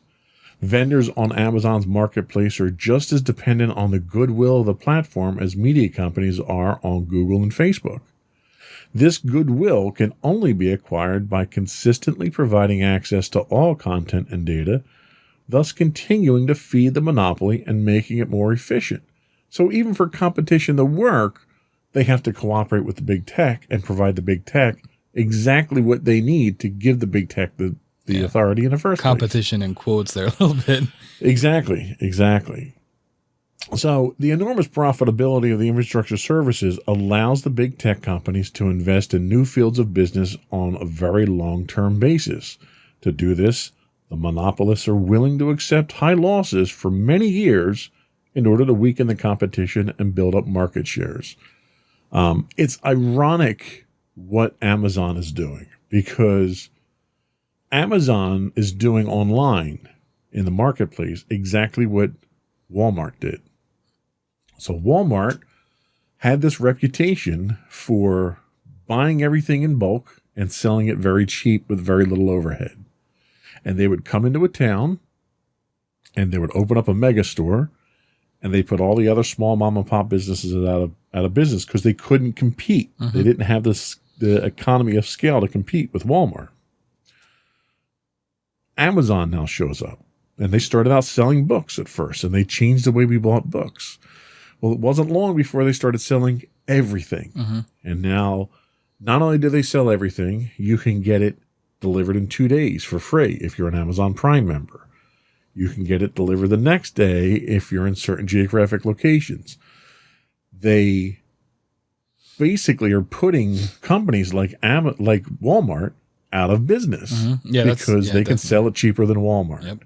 And that's not even counting all the other services they provide too. Their video streaming services as a competitor to Netflix. I mean, they're omnipresent. Yeah. I mean, they're literally everywhere. They're in the music. Yeah. They're producing their own TV shows. They're producing their own movies that they're putting up for awards. They're selling goods. There's several situations Amazon's been involved in where they've had people on their service, because you can sell through Amazon. So they've had people on their service that were selling, I think one was diapers.com. They were selling low overhead diapers through Amazon. Well, Amazon decided that they were now going to sell diapers, and they would buy their diapers in much larger bulk than diapers.com could, and they would sell them at below cost. They could take the loss because they had plenty of other profit leaders elsewhere that they could absorb it through. And eventually they got to the point where they put this company out of business. And that's a practice that they've done over and over again. And it isn't like diapers.com was bringing in so much money selling diapers that it was a threat to Amazon. So there was no reason to put them out of business. Amazon simply wanted to own that business, and now they do. Yeah, I guess for them, even if there was a 1% chance that diapers.com could have taken over the diaper industry, they had to take that as an absolute certainty. Yeah. And they did. And that's really what the scary thing is with these monopolies today, is that they have that ability. You know, they could literally give their products away for 6 months and put everyone else out of business so that they're the only one left after 6 months. They could absorb that loss. And now that bottle of water that cost you $1 before now cost you $10 because you don't have a choice, which is kind of scary. So let's talk a little bit about where we think the future of monopolies is going, and we can sort of sum up this discussion. So I jotted down a few talking points here. I want to bounce them off of you. My first point is that technology moves faster than legislation. Is that something that you would agree with? Yeah, we already talked about that in terms of, I compared it to television, but yeah, absolutely. Especially today, it's moving even faster than, people in charge of making laws and politicians can even fathom. Yeah. And today's monopolies are more complicated than railroads and telephones ever were. There's more of an international impact from today's monopolies than ever before. What kind of impact do you think that will have on regulating these companies that are too big to fail moving forward? I think we're going to have to change the notion of a product, right? Because it's not a tangible thing that you can get. It's data, it's information that's being sold. So I think that's going to be the first step in really making some serious change on how to stop these monopolies, is changing what we view as, the product. Do you think from a domestic standpoint that the U.S. government should be regulating these, or do you think we should be turning that sort of authority over to the World Trade Organization or something on a bigger scale? I think the U.S. government should step in and then do it, because these are United States-based companies, and I think that there's a degree of responsibility there. Now, in reality, that's probably not going to happen because they have really no reason to, especially because, like we've said a bunch of times, that these companies are already way too powerful to be regulated. But maybe if, but the World Trade Organization and the U.S. government, teamed up. I don't really know how that works in terms of law, but perhaps that level of force would get something done. I could certainly see that. I could see, even if you go regionally with things like the European Union and stuff like that, where you might be able to regulate that. Let's talk penalties for a minute. So we already kind of talked about the fact that the penalties that are being imposed on these companies are really insignificant. How do you punish a company for monopolistic practices when they have economies larger than most countries in the world. It's really hard to. I mean, I was thinking of something like when they broke up AT&T, but how are you going to break up Amazon, right? I mean, I guess you could do it where like they own Whole Foods, so Whole Foods would then become its own company again. Maybe something like that would work, or all the different independent sellers that they've tried to acquire, like our diapers.com example, breaking those up and making them their own independent companies. But then logistically, they're not going to succeed because they're not on the Amazon app, which is what everybody's using. So it's a very difficult thing that, I'm not an economist, so I have no idea how you'd even begin. I mean, more money would be ideal, but like you said, they're bigger than some small countries. So how much money can you realistically find them? Right. And the last thing that I want to throw out there is one that it seems to seep into every conversation that we have, and that's politics. You have governments that benefit too much from monopolies. The number of people that Amazon employs, the impact it has on the economy and the unemployment rate, and the amount of tax dollars that they get from these companies is vast. You have politicians whose constituents are benefiting by having, Amazon recently had a big competition about where they're going to put their new headquarters. And you had cities rather, that were vying for it, offering up, tax incentives and everything, almost like it was the Olympics, and you had people vying for the Olympics. They were politicians falling all over each other to try to get Amazon in their districts. When you have that kind of power, that you have politicians that are catering to you, and mind you, we talk about corrupt politicians and the fact that the United States has the best politicians money can buy all the time here. But when you have politicians that are falling all over themselves without you even gracing their palm with any money, just the fact that you're bringing that kind of business and economic benefit to their districts, how are you going to have these same politicians now regulate these companies and break them up and try to push some control over them? How do you get past the politics of it? I mean, you don't really. I mean, this reminds me of, we studied a lot of around the Sherman antitrust time, those politics of that time in high school. And there was a lot of cartoons of like a big octopus that was Standard Oil that would like have its tentacles in politics. And this is kind of what that reminds me of.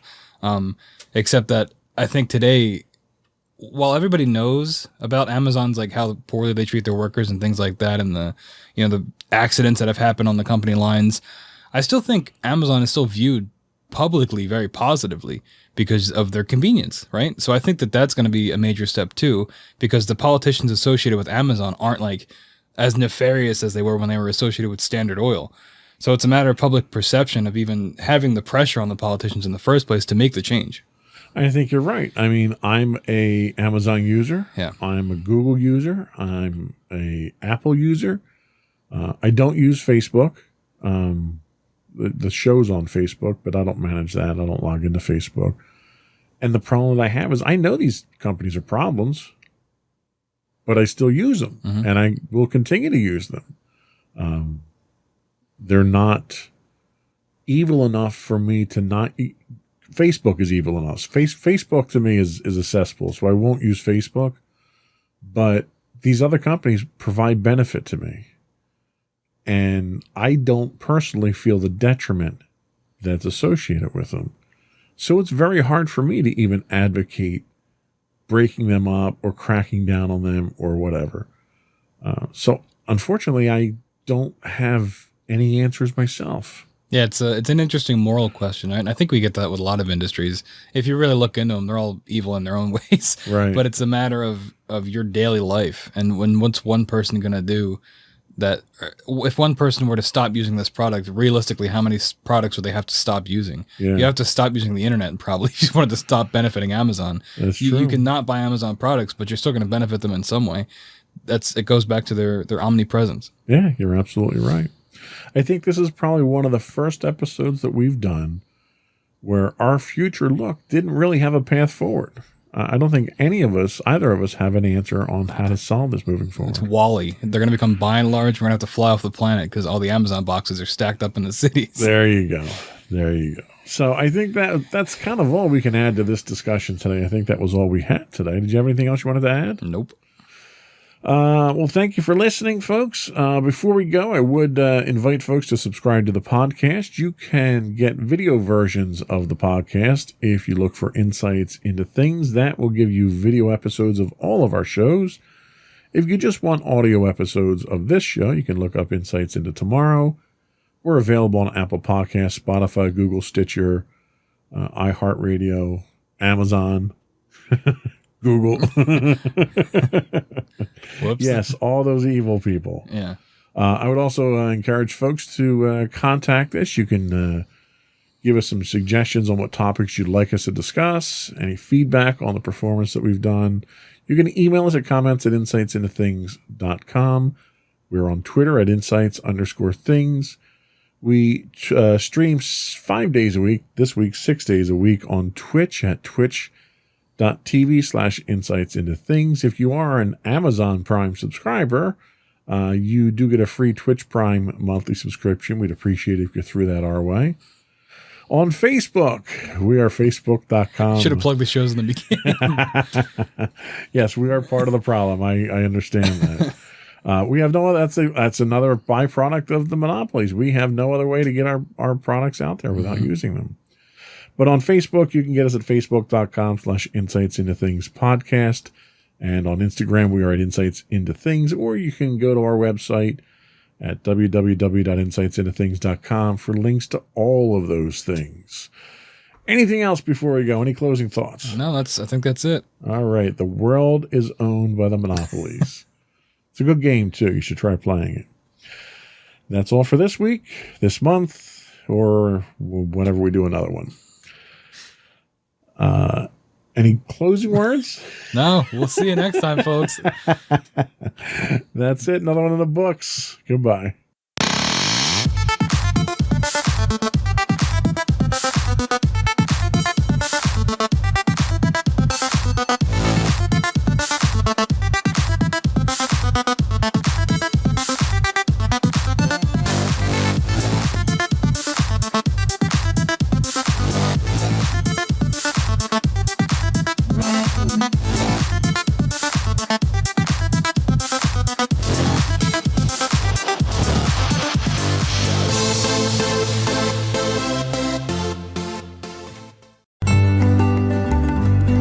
Insights into Teens, a podcast series exploring the issues and challenges of today's youth. Talking to real teens about real teen problems. Explore issues from braces to puberty, social anxiety to financial responsibility. Each week, we talk about the topics concerning today's youth. We look at how the issues affect teens, how to cope with these issues, and how parents, friends, and loved ones can help teens handle these challenges. Check out our video episodes on youtube.com/insightsintothings. Catch our audio versions on podcast.insightsintoteens.com or on the web at insightsintothings.com. Insightful podcasts by informative hosts.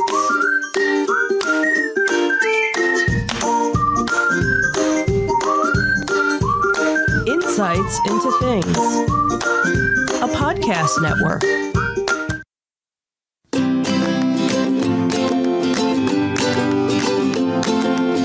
Welcome to Insights into Teens, a podcast series exploring the issues and challenges of today's youth. Your hosts are Joseph and Madison Whalen, a father and daughter team making their way through the challenges of the teenage years.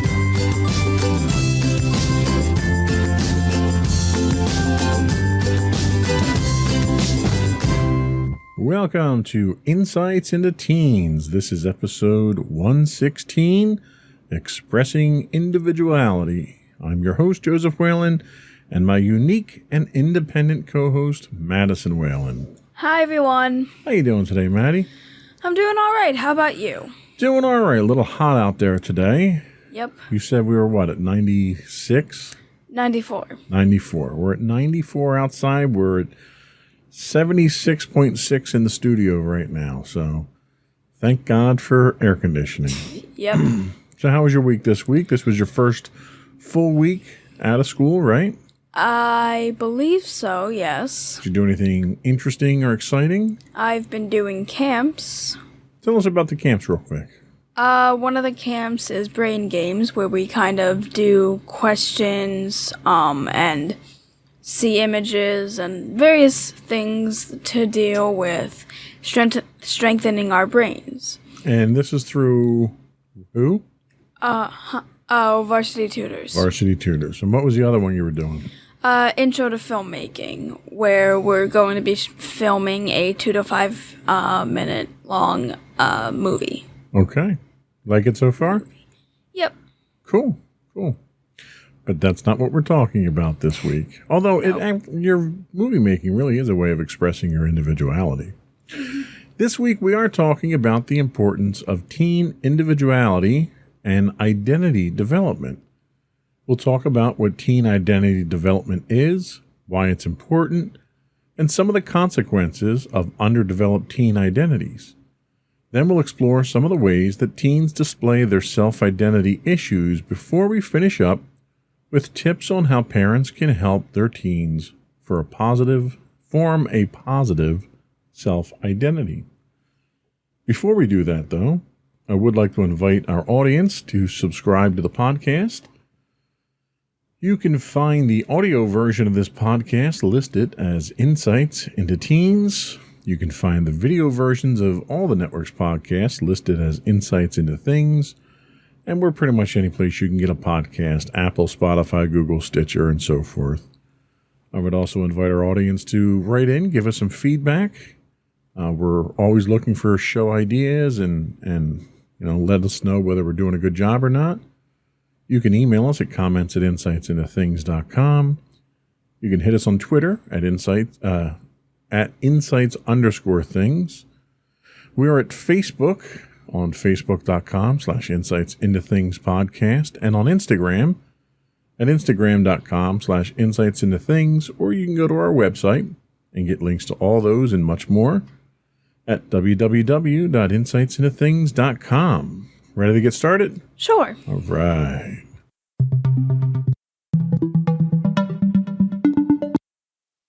So what is teen identity? So this week's research we did from a site called aspiroadventure.com.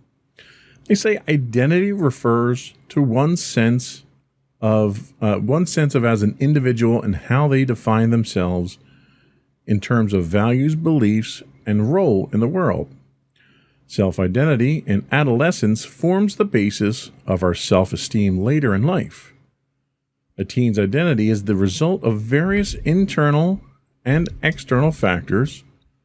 Though a teen has some control over their identity development, teen identities are also formed by environmental forces outside their control, such as their peers, family members, the school they go to, their ethnic identity, and other social environments. Developmental psychologists advocate that teen identity development occurs in response to crises and domains such as school, relationships, and values. Teen identity develops as teens try out different roles and attitudes in different settings. These settings may include home, school, and social atmospheres, which allows teens the opportunity to explore their own values, belief systems, personal ethics,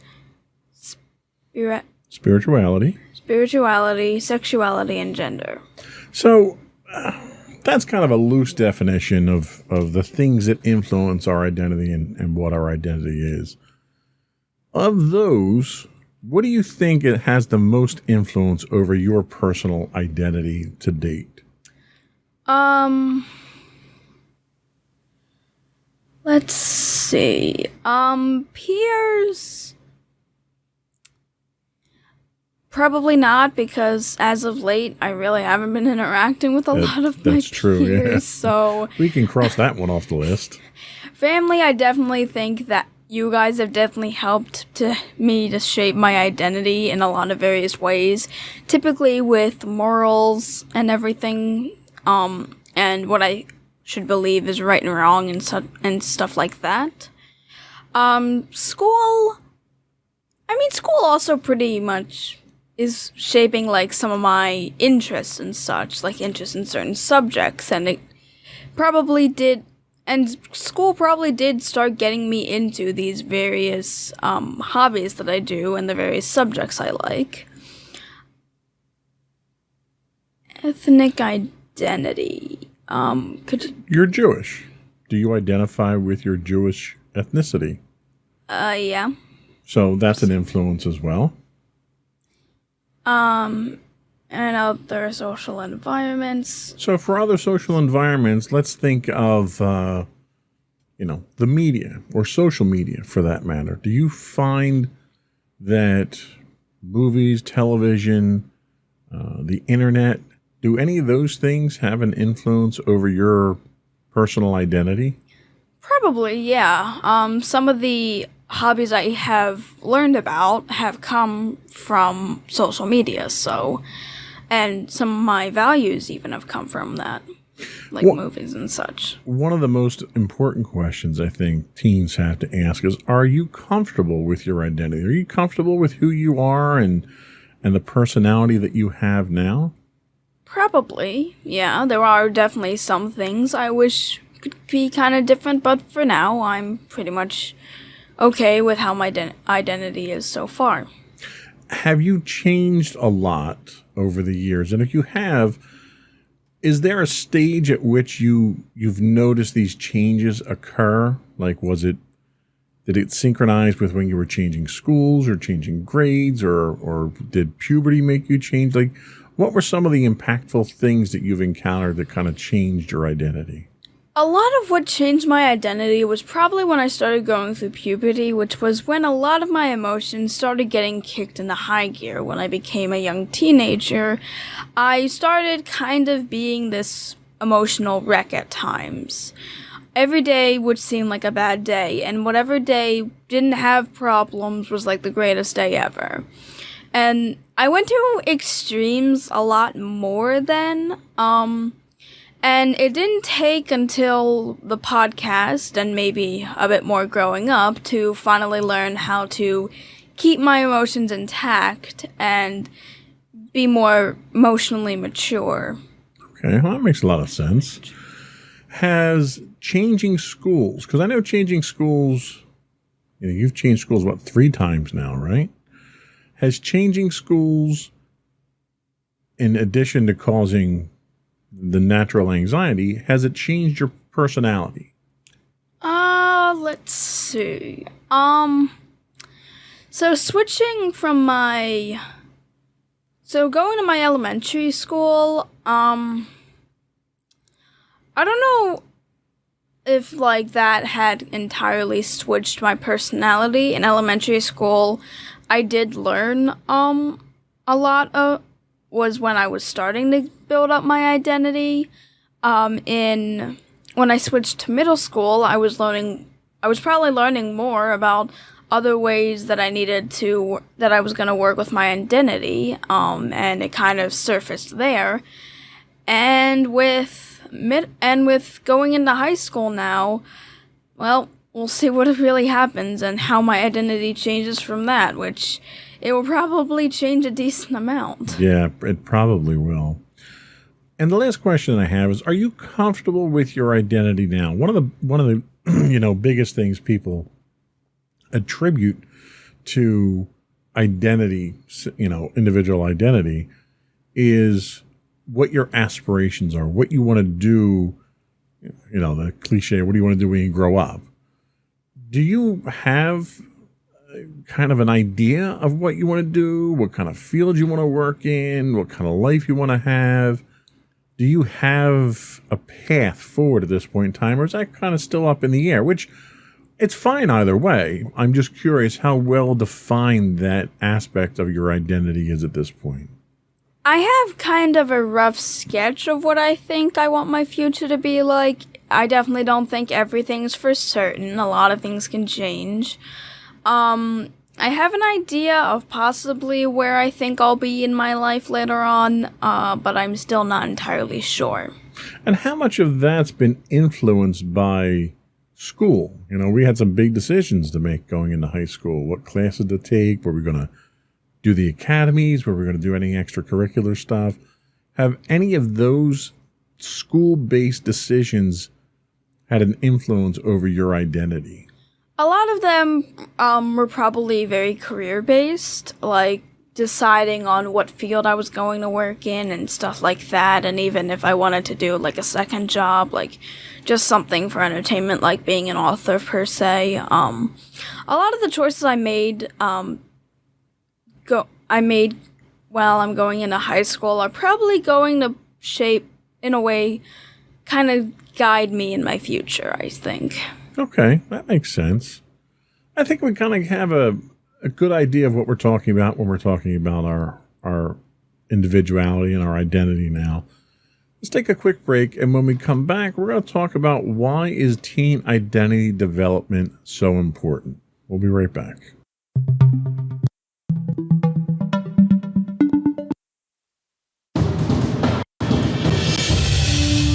For over 7 years, the Second Sith Empire has been the premier community guild in the online game Star Wars: The Old Republic. With hundreds of friendly and helpful active members, a weekly schedule of nightly events, annual guild meet and greets, and an active community both on the web and on Discord. The Second Sith Empire is more than your typical gaming group. We're family. Join us on the Starforge server for nightly events such as operations, flashpoints, world boss hunts, Star Wars trivia, guild lottery, and much more. Visit us on the web today at www.thesecondsithempire.com.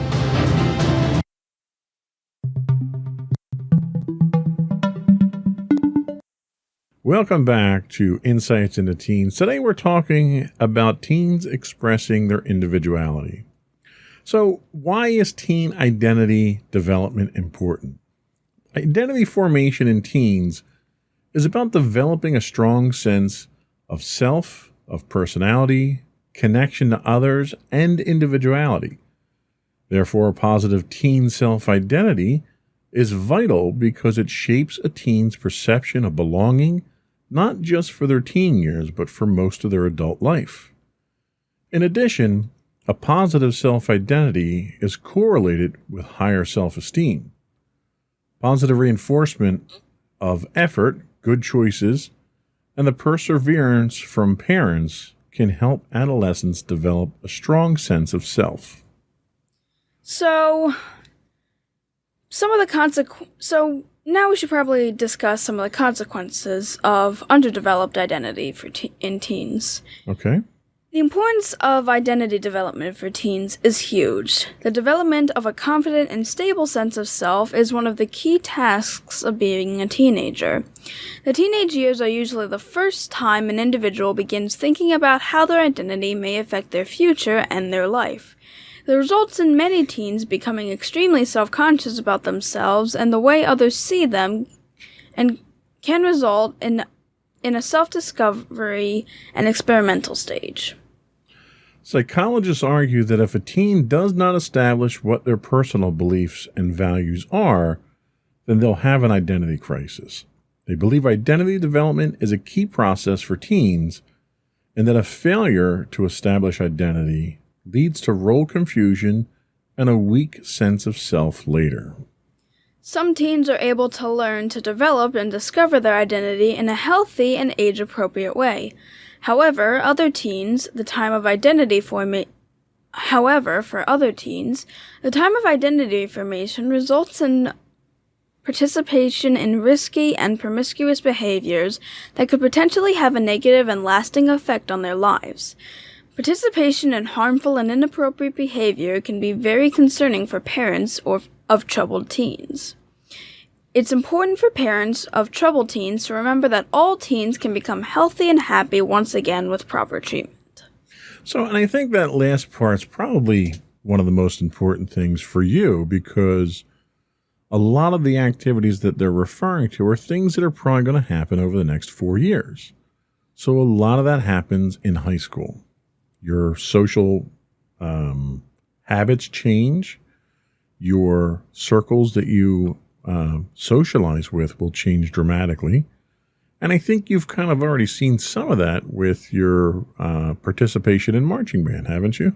Kind of, yeah. So I think the next 4 years are really where some of the words of wisdom and some of the cautionary tales are going to have more of an impact than they have up until this point, because I think you're going to have a lot more opportunity to explore your self-identity. Mm-hmm. What are your thoughts on that? I would agree with you, because when you're a teen, when you're in high school, a lot of things can happen. A lot of opportunities are open up to you, and you more or less start to question more things. And I definitely think that if you're not careful, you can spread your identity to places that it probably shouldn't be. So I agree with you. So do you think you've had the freedom at this point, up until this point, to explore your own identity and develop your own identity, where mommy and daddy haven't been overbearing about it, but you've had that freedom to do it as you want to and figure out who you are and who you want to be? Do you think you've had that? Yeah, I've definitely had that with, the influence. Even with the influences, I was able to come up with my own identity and, develop my own personality, things I liked, things I disliked, and my overall sense of being, I guess. Now, do you think the identity, the identity that you've developed to this point, has it helped you to develop more self-assurance, self-confidence?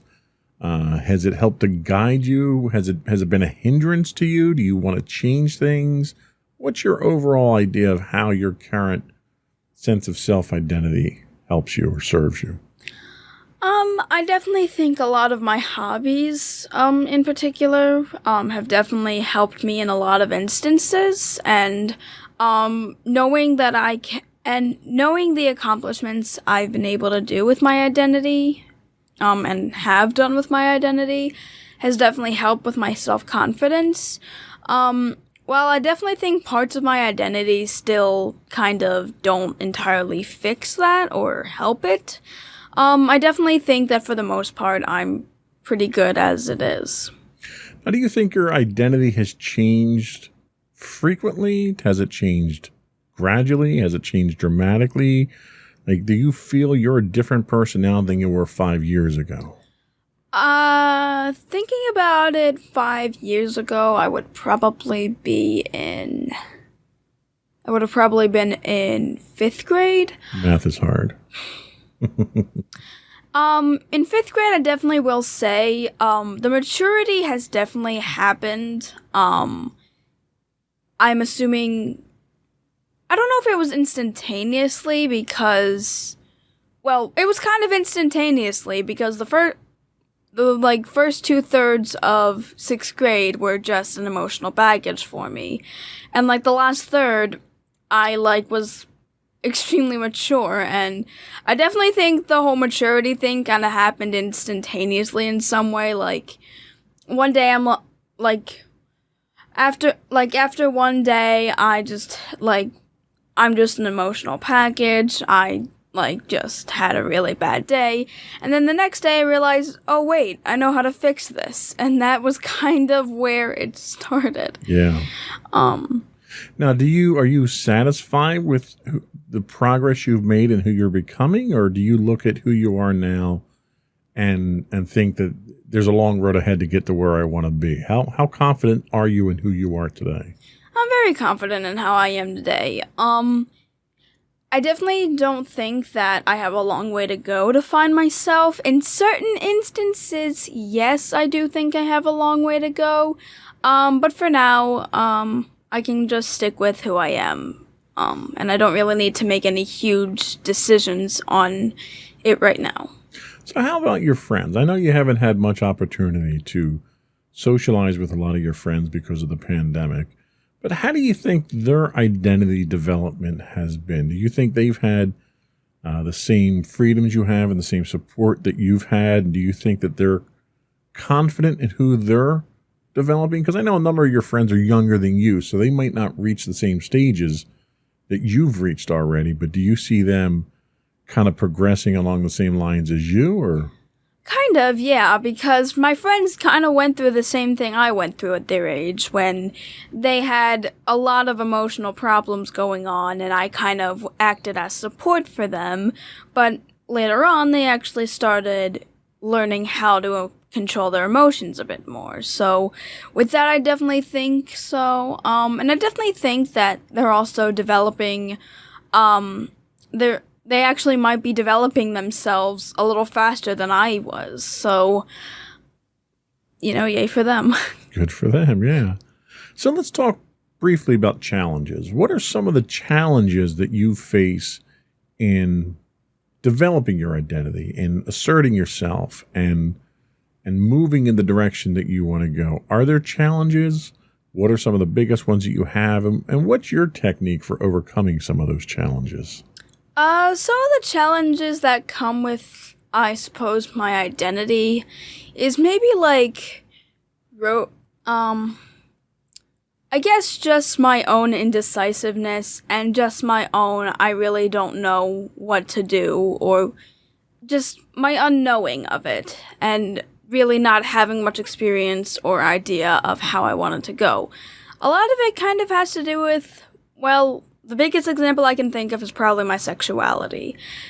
I really don't know at this point. I know there are certain things I'm not, and there's certain things I might be, but I can't really put a word for it. I have other examples, but that's probably the biggest one that comes to mind. It's probably just the fact that I really haven't experienced, anything that would really influence my sexuality all that much.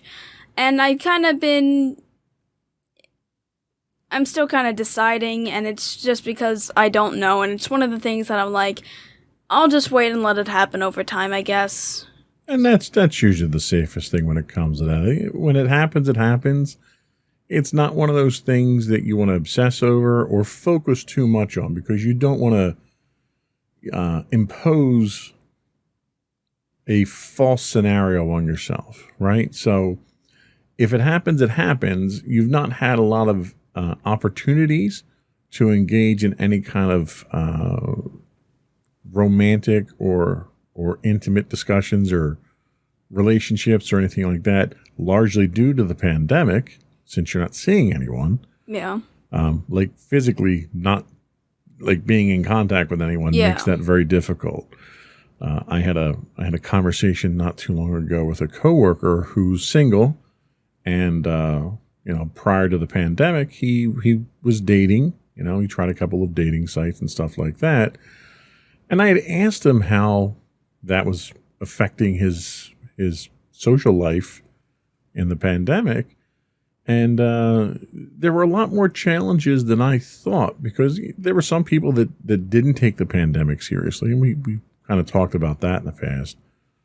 But a lot of times you have to change your techniques. There was a lot of video dating. There was a lot of dating in the virtual world and stuff like that. And it's really hard to get to know someone when you do that. Mm-hmm. So with the world starting to get back to normal, with you going physically back into a school environment now, and with you being part of different social groups, your marching band's going to be a social group. There's going to be people there you're going to socialize with. I think you're going to find that getting to know people again will offer opportunities for you to exercise your social skills. So it's not even about the ability to interact romantically or intimately with someone. It's just you need to learn how to interact with people again in general. People have been cooped up for over a year now, and when you don't have a conversation face-to-face with people for months at a time, that's a skill that you kind of need to exercise again. Yeah. But it sounds like, for the most part, you're pretty confident in who you are at this point in time. Would you agree with that? Yeah, a lot of things I do understand about myself. I understand a lot of what my personality offers. I understand a lot of my hobbies and dislikes offer. And for the most part, I have a pretty good self-identity. There are those few things that I really am not sure of or aren't aware of at this point, but they're probably things that don't matter right now, and I can probably find them out later on. Right. Now, are there traits, personality traits or identity traits that you see in others that you would want to emulate in yourself? Like, are you looking at others as examples of the type of identity that you want to adopt yourself? Or are you genuinely you from the ground up and you made yourself in the image you want, or are you emulating others? Well, the one trait I do kind of wish I had, and I've kind of mentioned this to you before, not really I don't know if I've mentioned it on the podcast, I probably have, but I kind of want Mommy's ability to be social, because after being stuck at home for over a year, like, even though I wasn't really social to begin with, I really am having trouble being able to socialize with people. I get, like, despite the fact I'm fully vaccinated, and most people are probably fully vaccinated, I get nervous around people, and I'm feeling a lot more introverted than I have in a really than I have before the pandemic. So, yes, Mommy is an extrovert to the extreme. I think she could, much like my mom. You know, my mom she didn't engage in conversations with people like Mommy does. But my mom was the type of person who could go sit in a park somewhere and people would just walk up to her and start conversations. Mommy's the type of person who could strike up a conversation with anybody and hold her own on just about any subject. And I can talk to people, I don't like to. Yeah, and that's the thing, if you're able to get me talking about a subject, I will talk about it. I can talk to people. It's just starting the conversation and keeping it going is what I have the trouble with. Yeah. Yeah. And Mommy's just a very friendly, outgoing individual. It helps that she's very cute too, so that, she doesn't scare people off. I think part of my problem is I scare people off. I look like an ogre. I was telling you before, there was a situation where Mommy and I had actually gone out to kind of a social event. It was a Disney event we went to. It was for her D23 fan club thing, and it was a packed stadium, not stadium, but like a lecture hall at a college, and they were doing demos. And before they started, everyone, filed in, found a seat, and we were sitting on the far side, so our row butted up against the wall, and I was on the end because I needed the leg room, and Mommy was next to me, and the rest of the entire row was open, and every other seat in the place was taken to the point that it was standing room only, and people would walk up the aisle, look at me, look at the seats, and keep on walking. And there was probably 15 people standing behind me because people were, I don't know, intimidated or terrified to ask me to get up so that they could sit in that row. So I don't have that problem that my mom had, where people just come up and talk to me, and a lot of that has to do with the fact that I can be intimidating to people. And Mommy doesn't have that. Mommy is probably the least intimidating person, most inviting person in a social environment that I know of. So that's a great skill to have, because it's a great icebreaker, the ability to walk up to someone and just start a conversation. So that's definitely a worthwhile identity trait to try to master. I can't help you with that because I don't have it. Yeah, and that's the one thing that I also think that kids kind of have when they're younger, because there have been plenty of instances where I was on a playground or near a playground, and kids just came up to me and asked me if they wanted to play. Well, you just had that happen at the Renaissance Fair that we went to. Yeah, and that's the one thing. I'm a mix between you and Mommy. You don't have any social skills, but people don't want to talk to you. Mommy has social skills, and people want to talk to her. I don't have social skills, but people want to talk to me. So I basically am like, I probably got the worst. You are definitely our daughter. I don't think there's any doubt about that. Yeah. So I think that was all we had on that segment there. We're going to take another quick break, take our last break, and we'll come back and we'll talk about some of the common ways teens display their self-identity. And then we'll also talk about how parents can help their teenager form a positive self-identity. We'll be right back.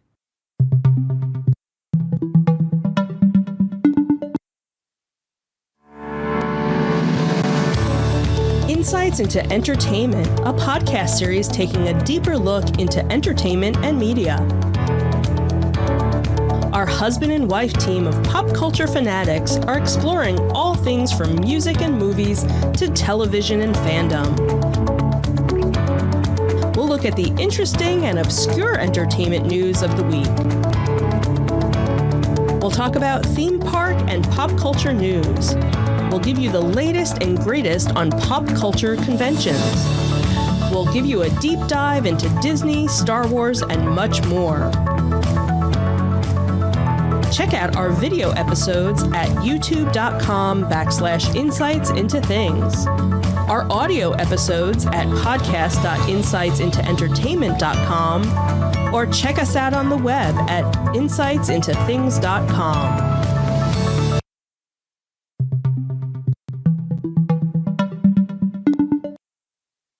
Welcome back to Insights into Teens. Today we are talking about expressing individuality.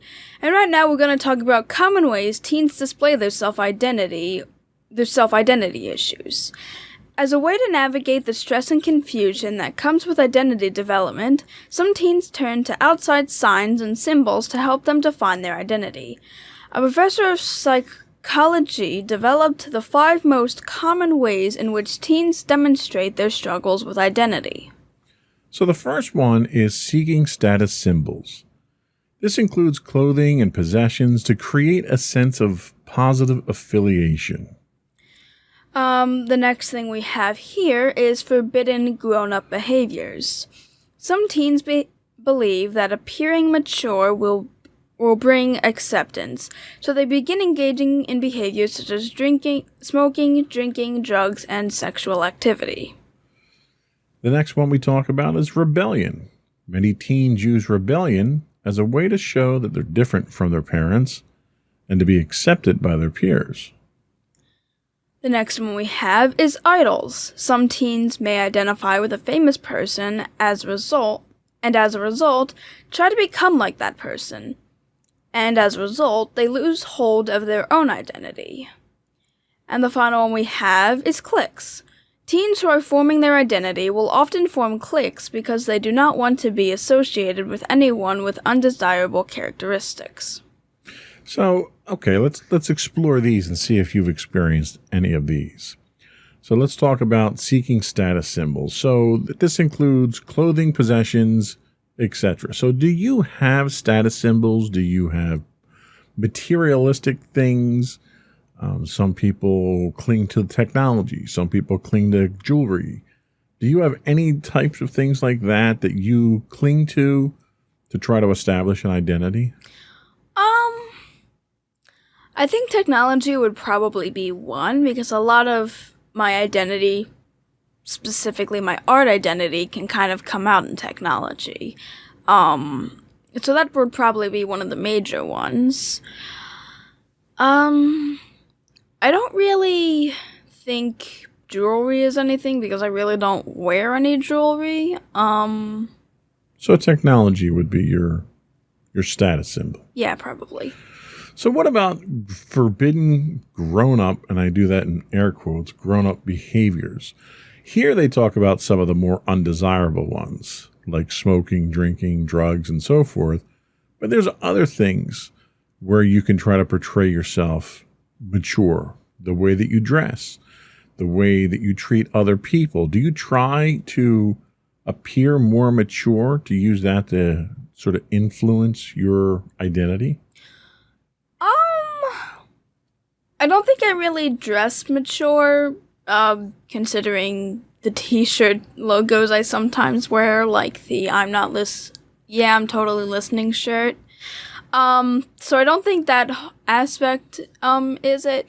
But with my personality, I do at least try to appear mature because I think that is kind of part of my identity. I don't do it in the bad ways, like doing these grown-up behaviors. I just express mature personality, and I can relate myself to, and I seem to be, decently mature for being 14. Okay, fair enough. How about rebellion? I was never much of a rebel myself. I kind of was, do what my parents say. My parents kind of gave me all the freedom that I needed. There was no need for me to rebel. Do you think you rebel? Do you do the anti-parent thing to express yourself and to be individualistic? I don't think I've gone to that, and you guys have actually been afraid of me going there, where I would, just ignore you and such. I haven't really been rebellious in any sense. I don't really go against your authority, in any real way. I mostly have, we have playful arguments, but that's really not an active rebellion, I don't think. It's really... No, not at all. Yeah, so I really am not a rebellious kid. You don't actually give me much reason to be rebellious anyway. Well, that's good to know. So, idols. So, we tried to do a podcast on role models and idols, and it didn't work very well at the time because you didn't have any. You didn't look to celebrities or athletes or musicians or anything as idols. So I'm pretty sure it still doesn't apply to you, but how do you think the today's media treats celebrities and how those celebrities influence teens' identities? I mean, celebrities probably do have a pretty big influence on a lot of teens' lives, specifically sports players and so forth. And I think some celebrities are okay to be idolized and others not. And, like they said here, sometimes idolizing people to an extent makes you lose your own self-identity and the whole reason on why you were idolizing them. And I'd say as long as that doesn't happen and you still, develop your own identity, I think it's alright to idolize the good kinds of people and celebrities and such. So what about cliques? I don't think you've ever really been in a clique as they're traditionally labeled. You've had some friends, you had a group of friends that you hung around with, but they weren't very cliquish from what I could see. Going into high school and being part of marching band by its very nature is a clique. Mm-hmm. How do you think that's going to affect your personality, and how do you think cliques in general affect teens' identity development? I definitely think that cliques can identify it by being one of the biggest influencers for it, because a lot of people with cliques have, very similar personality traits. And I definitely think that cliques is probably one of the other social things that a lot of teens can take influence from and also express themselves. For being in marching band, I probably might become a lot... I definitely think marching band will probably change my personality in certain ways, it'll probably teach me, how to react to certain scenarios. With regular band, it changed me by, realizing the beats in songs and also noticing, the various instruments and more or less not really... And kind of changed how I felt about songs. I didn't really focus on the lyrics as much as I did with the rhythm and beat. Right. So I definitely think that it definitely changed my perspective of music. Marching band is a lot more physical, so it might influence certain aspects of how I move and such. I'm not entirely sure, so Okay. we'll kind of just see how that goes. Okay. Again, it's important to keep in mind there's a variety of ways that teens experience identity formation. And keep in mind, some experiences are more harmful than others. So parents kind of have to keep an eye on that. What other tips do we have for our parents out there? Okay, so parents are very important in terms of teen identity development. Studies show teens with close relationships with their parents have lower rates of experimentation with drugs and risky sexual behaviors. For your teen, the process of teen identity development can be a stressful time and can lead to one feeling overwhelmed and unsure. Providing a child with a caring and accepting adult influence, whether you are a parent, relative, or teacher, is critical in securing a healthy identity development. Simply spending time with your troubled teen is one of the most important roles you can play in their life. The consistent and caring influence and presence of adults in an adolescent's life is one of the best ways to assure a seamless transition to adulthood. Parents can help their troubled teen develop a positive self-identity in the following ways. Model healthy lifestyle habits and skills to manage stress. Teach healthy ways to handle life's disappointments. Avoid making comparisons between your teen and others. Give your teen compliments or positive reinforcement. Encourage and promote healthy sleep habits for your teen. And hold boundaries with your teen or with your child while communicating love for them as a person. When parents have exhausted all the above methods, you can still continue to see your teen struggle and forming their identity, and it might be time to seek professional help. We're not professionals here, nor do we pretend to be. Yeah. We try to take things as realistic and down to earth as possible. Hence why I have my subject matter expert here with me. Yeah. So let's explore these for a little bit here. So one of the things they do talk about is forming close relationships with your parents. Do you think you have a close relationship with mommy and daddy? Yeah, definitely. Considering the fact that I've started, quoting songs and started quoting commercials and funny, phrases with you and have pretty much become geeks like you guys, has probably shown that we probably have a really close relationship. Nice.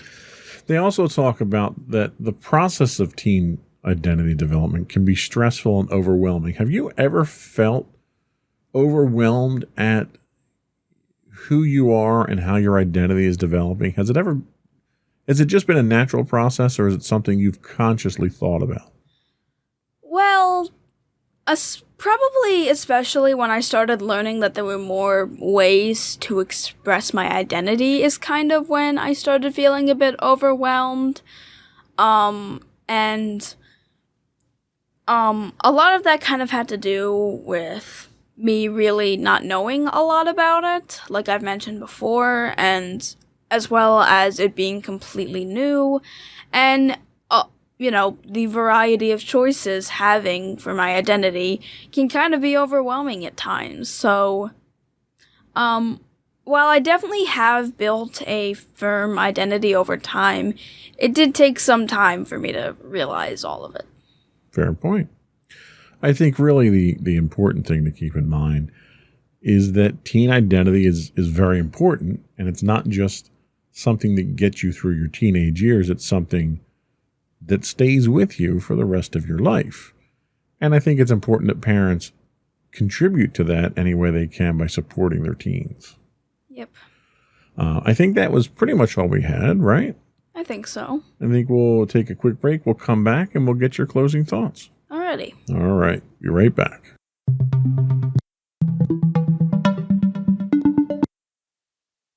Go for your closing remarks. So, to everyone out there, I just wanted to express again how important it is for teens to express their individuality and, express what they want their identity to be. Parents have a big influence on this, and it's basically the parents' job to make sure that as long that your teen is developing a safe and good identity. I definitely don't think you should shape your teen in the way that you want them to be. And I definitely think you should allow them to be who they want. But if what they're doing to express their individuality is something that is unpositive, I definitely think the parents need to intervene with that. And just know that your teen can be well with it and can get better. And it just takes a few tries to get it right. Sage advice as always. Thank you. That was it for today's topic. Before we go, I do want to invite folks once again to subscribe to the podcast. You can get audio versions of this podcast listed as Insights into Teens. Video versions of the podcast can be found listed as Insights into Teens.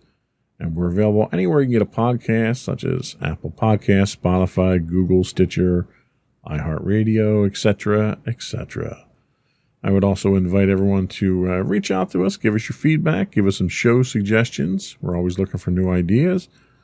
You can email us at comments@insightsintothings.com. You can get us on Twitter at insights_things. You can get high-res versions of our videos on YouTube at youtube.com/insightsintothings. We do stream 5 days a week on Twitch and YouTube. On Twitch, you can find us at twitch.tv/insightsintothings. If you are an Amazon Prime subscriber, you do get a free monthly Twitch Prime subscription. We'd appreciate you throwing that our way. Audio versions of this podcast can be found on the web at podcast.insightsintoteens.com. You can get us on Facebook at facebook.com/insightsintothingspodcast. We are on Instagram at instagram.com/insightsintothings, or you can get everything else on our website at www.insightsintothings.com. And you. And don't forget to check out our other two podcasts, Insights into Entertainment, hosted by you and Mommy, and Insights into Tomorrow, our monthly podcast, hosted by you and my brother Sam. Excellent. I think that's it. I didn't screw up this week, right? Yeah, you didn't. I think we went pretty error-free this week, didn't we? Yeah, pretty much. That never happens. Really. That's it for this week. Another one in the books. Bye, everyone. Bye.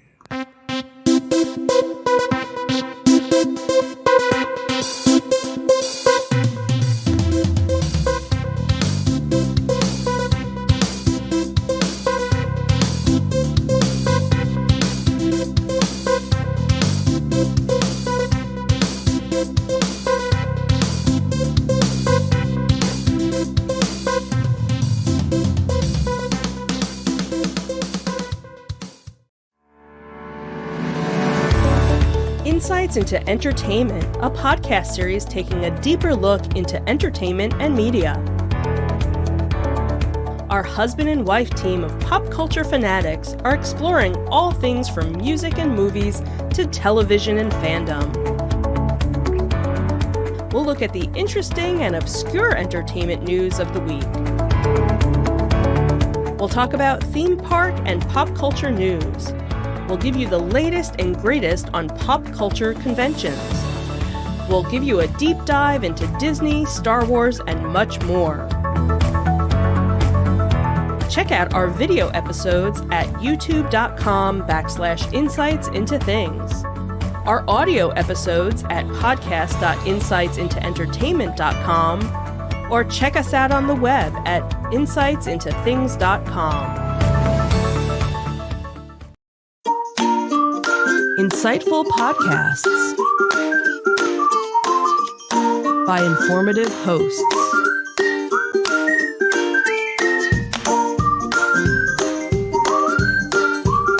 Insights into Things, a podcast network.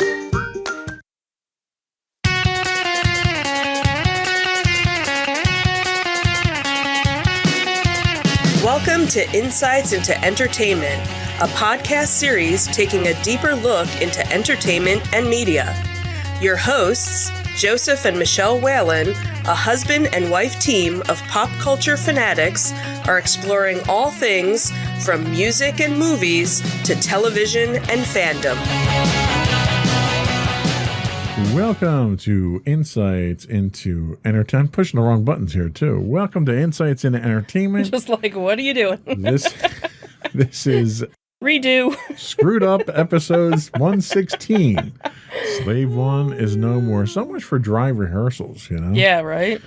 I'm your host, Joseph Whalen, and my charming, eloquent, and fortunately tolerant co-host, Michelle Whalen. Hi, everyone. How you doing today, sweetheart? Is the week over yet? See, what happened was we didn't have any bloopers on Insights into Teens, so I had to come up with something for the blooper There reel you this go. week. Is that what it was? That's what it is. Okay, sure. Hot enough for you? Not right now. I'm actually kind of cold. It actually got much better, but it was 95 it hit yesterday. Something like that with a heat index of 105. 105. Yeah, it was pretty So, brutal. Yeah, Pretty that brutal. whole heat dome, we weren't as bad as, some of the other places that were in the hundreds. Yeah. But Well, still. I saw, was it Portland or Seattle? Got Yeah. up to like 115. Yeah, like insane. So Israel has the Iron Dome. We have the Heat Dome. Right. Anyway, that's not what we're talking about today. No. Oh, okay. No. We just flickered. Did you flicker? I saw it. That's not good. Uh-oh. Yeah. Are we still live? Is this thing on? Yeah, we are. We're still alive. Okay, good. It flickered. It just flickered there. So. Well, we're going through some thunderstorms right now. So yeah, so who knows? We might... Don't know what's going on. We might have to, go through this really quick. We might be back in a few minutes. You never know. So in our Disney Detective today, you can now explore hidden rooms from the Pirates of the Caribbean in a popular new game update. Plus Scarlett Johansson and Disney team up on Tower of Terror. Then in our Tales from the Edge of the Galaxy, Disney asks for a rename of Slave One, and Star Wars The Clone Wars lands 3 Daytime Emmy nominations. Good for them. Mm-hmm. Then in our entertainment news, who claims not to be the one who makes Britney's life miserable, and the Black Panther sequel has officially begun filming. And then, of course, we'll finish up with our insightful picks of the week, and we have a growing list of afterthoughts to touch on briefly at the end of the show, so stick around for that. Mm-hmm. Before we get into that and everything else we have to talk about, we've got a busy show today. I would invite our listeners and our viewers to subscribe to the podcast. You can get audio versions of this podcast listed as Insights into Entertainment. You can get video versions of all the network's podcasts listed as Insights into Things. Pretty much anywhere you can get a podcast, Google, Apple, Spotify, and so forth. I would also invite everyone to email us, contact us, give us your feedback. You can email us at comments@insightsintothings.com. We are on Twitter at insights_things. On Facebook, you can catch us at facebook.com/insightsintothingspodcast. On Instagram, we're at instagram.com/insightsintothings, and links to all these and much more is available on our website at www.insightsintothings.com. Shall we start? Sure. All right.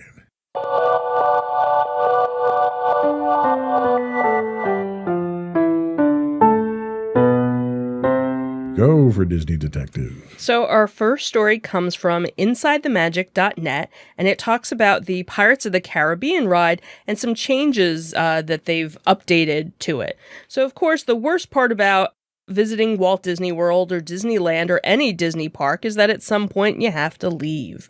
So dealing with the Disney blues is something almost all Disney fans have to face, but there's a way to kick that sadness out and turn it into a magical reminder of happiness. So from adding Disney decor to your home, check, done that, to watching Disney attraction videos on YouTube, check, done that.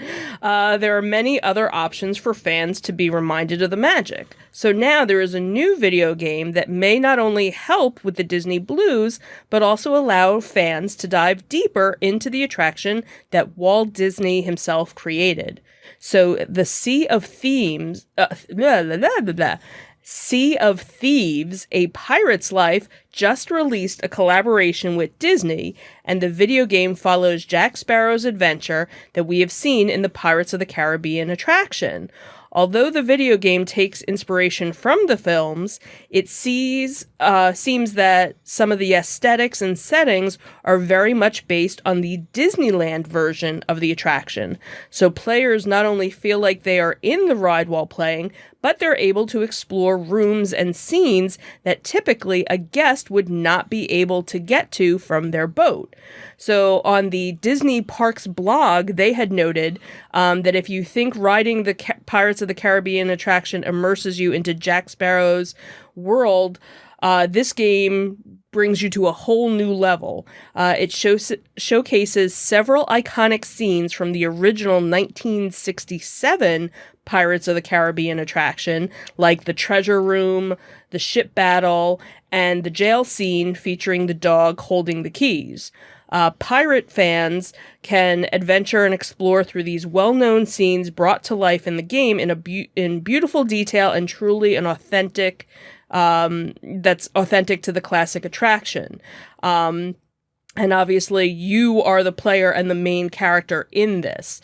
So many Disney fans who, love all the details about this, have actually, posted about it as well. So there was actually a TikTok that was done where they showed a side-by-side comparison of the ride to the game, and it was, pretty spot on with it. The person that wrote this article also talked about, as someone who had played VMK, which was something that I used to play, you used to play a little bit as well, that in its heyday, Disney fans were really immersed in that because it was a whole theme park, but with all these little mini games as well, and now it kind of gives you that chance to relive, at least that part of the attraction.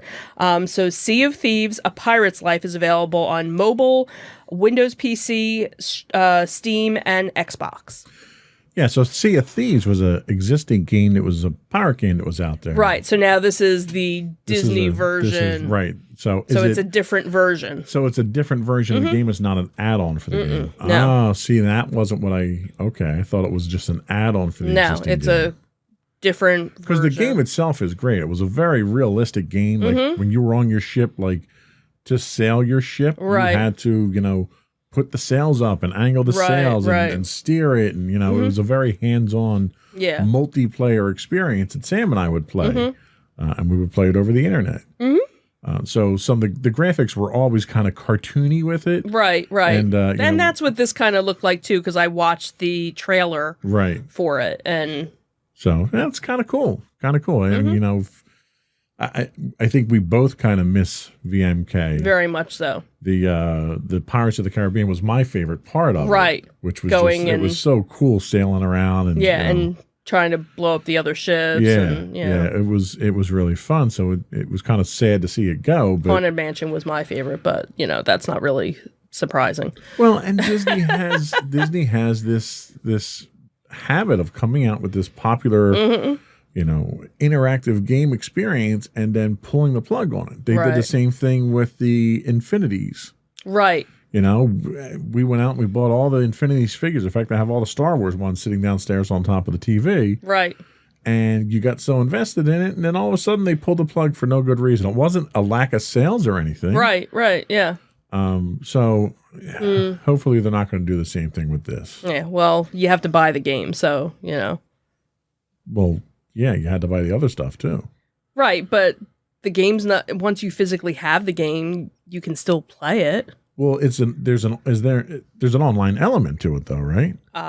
Maybe. Because the Sea of Thieves itself is an online interactive element to it. You can play it offline too. Right.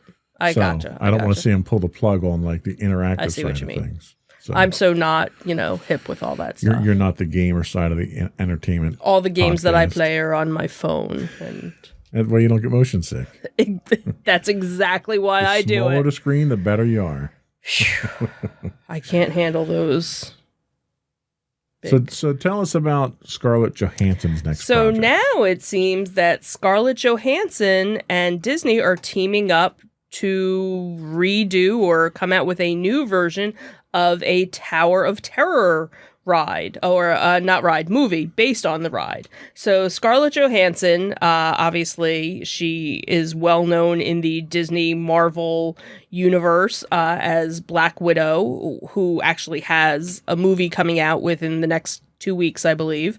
It seems that she is attached to produce the Tower of Terror, the Tower of Terror movie, which the report came from The Hollywood Reporter. So it seems Toy Story 4 director Josh Cooley is penning the script for the project, which is based on the classic Disney theme park ride.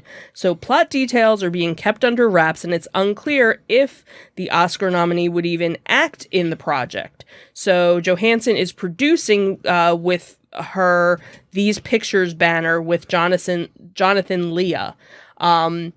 So the Tower of Terror first opened in 1994 at Disney's Hollywood Studios, and then other Tower of Terror rides opened in Disney's California Adventure and France's Walt Disney Studio Park, and then also at Tokyo Seas. So the ride is known for its ending with a terrifying drop.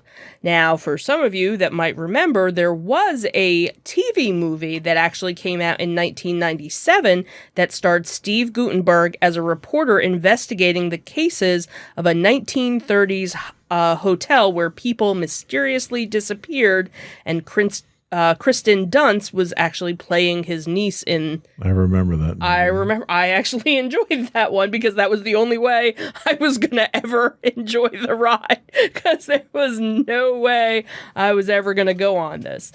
So obviously Disney has found past success with films based on rides, such as Pirates of the Caribbean, which has spawned 5 films. So the Tower of Terror development... Probably shouldn't have. Well, some of them were better than others. Tower of Terror development comes as Disney prepares to unleash another ride feature. So Jungle Cruise, which we've talked about before, that will be opening up the end of this month, starring Dwayne Johnson and Emily Blunt. And we won't talk about the Haunted Mansion one or the Country Bears one. And we'll only talk about Pirates because that was the only one that overall $4.5 billion combined. So Well, I think it's interesting that she's going to be producing it, and they haven't announced whether or not she's going to be partaking in it. I have a feeling she probably won't star in it. I'm curious why she would be producing it, though. Like, Well, it's her company, so I don't know. Yeah, but like, what interest does she have in that particular? There has to be some tie-in. Something. You're probably gonna see some kind of tie-in that is coming Maybe. out of it. Black Widow went to the park and, got caught on the ride or something. Or maybe this is her way of turning Tower of Terror into a Black Widow ride, like Guardians of the Galaxy got. Oh, okay. So that's a possibility. You never know. You never know. So that was all we had for our Disney Detective.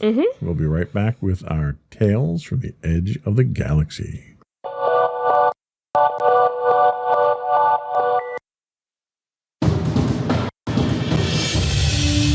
For over 7 years, the Second Sith Empire has been the premier community guild in the online game Star Wars: The Old Republic. With hundreds of friendly and helpful active members, a weekly schedule of nightly events, annual guild meet and greets, and an active community both on the web and on Discord. The Second Sith Empire is more than your typical gaming group. We're family. Join us on the Starforge server for nightly events such as operations, flashpoints, world boss hunts, Star Wars trivia, guild lottery, and much more. Visit us on the web today at www.thesecondsithempire.com.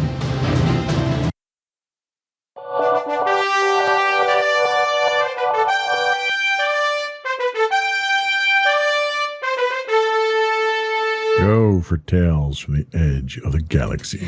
So our first story comes from JediNews.com, and it seems that Slave One is no more. Long live Boba Fett's starship.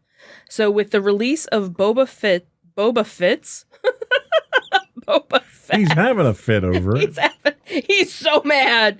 Iconic ship in the latest Lego incarnation, you will notice that the name Slave One has been dropped in favor of Boba Fett's starship, as directed by Disney, it seems.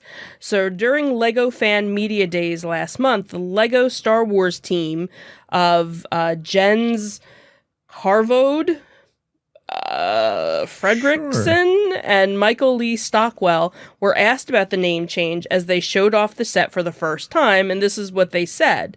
So, hey, this is the next one. It's The Mandalorian. It's Boba Fett's starship. Yeah, well, I built another, but we're not calling it Slave One anymore. This is Boba Fett's starship. Well, why'd we drop the name? Well, everybody is. It's probably not something which has been announced publicly, but it's just something that Disney doesn't want us to use anymore. That was basically... that was the confirmation we got. That was the confirmation. So it seems that it is a new 478-piece Lego set, which is just called Star Wars Boba Fett's Starship. It'll be available on August 1st. It'll come with minifigures of Boba Fett and the Mandalorian in it. So it kind of... And there was another article that came out, which we didn't include, but it was talking about all the different Star Wars sets that were coming out, and it basically just said Boba Fett's ship. It wasn't saying anything, so there were a couple of other little things that kind of talked about it, like, okay, so can you not call it Slave One anymore? Is that the cancel culture thing? Like, yeah, and I think this is being a victim of political correctness. Because there's an entire story behind it that explains why it's called Slave One. And the fact that it's been handed down from father to son. If anyone played the Bounty Hunter game for the PS2, I think it was, in the game, one of the missions is actually acquiring the new ship itself and how it's named and everything else. So there's a lot of story around it.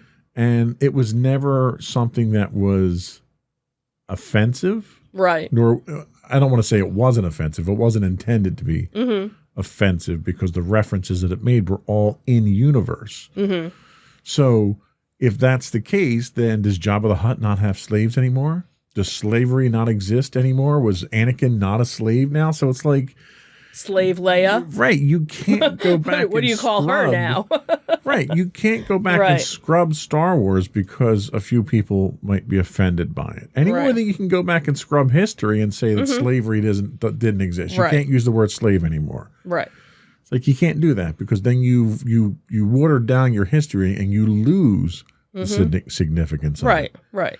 If anything, you take an opportunity like this to maybe educate people on the right and wrong surrounding the term. Or maybe have Boba Fett rename his ship. Or you do that in the series. The series that, that's coming up. He decides, you know what? I'm no longer a slave to whoever. Right. I am now. I'm not a slave to the Empire anymore. Right. So I'm gonna. It's Liberation 1 now or something, I don't know. Baby Yoda 1. But, my point is that there's a way to do it right, and then there's a way to make an obvious choice but not address the elephant in the room. Right. And that's the course Disney's going here, and that's the wrong way to do it. Because there's an educational opportunity here that they could take advantage of. Anyway, just my 2 cents. Okay. Not going to rant on that one. Okay. I'll rant on the next one. No, I'm just kidding. I was going to say the next one wasn't a bad one. Tell us about the next one. So our next story comes from StarWarsNewsNet.com, and it seems that the National Academy of Television Arts and Sciences announced the nominees for the 48th Annual Daytime Emmy Awards Children's and Animation and Lifestyle categories, say that 5 times fast, which will be celebrated in 2 live-streamed events on July 17th and 18th. And it seems that the Clone Wars was nominated for 3 different categories. So the categories hit on 3 different targets: Outstanding Writing Team for a Daytime Animated Program, Outstanding Music Direction and Composition for a Preschool, Children's, or Animated Program, and Outstanding Sound Mixing and Sound Editing for a Daytime Animated Program. Whew! That was a whole lot. And now you know why they do this offline. Right, exactly.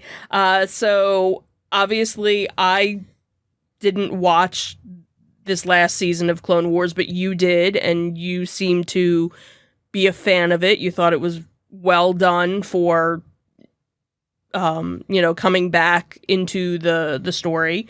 What was nice about this as well was that Star Wars official social media accounts also celebrated the news with tweaked versions of the main season 6 poster, basically congratulating the different nominations that they had received. Yeah, I mean, the series itself was actually very well done. I get a kick out of the fact that they associate the awards with preschool shows because Clone Wars is not a preschool show.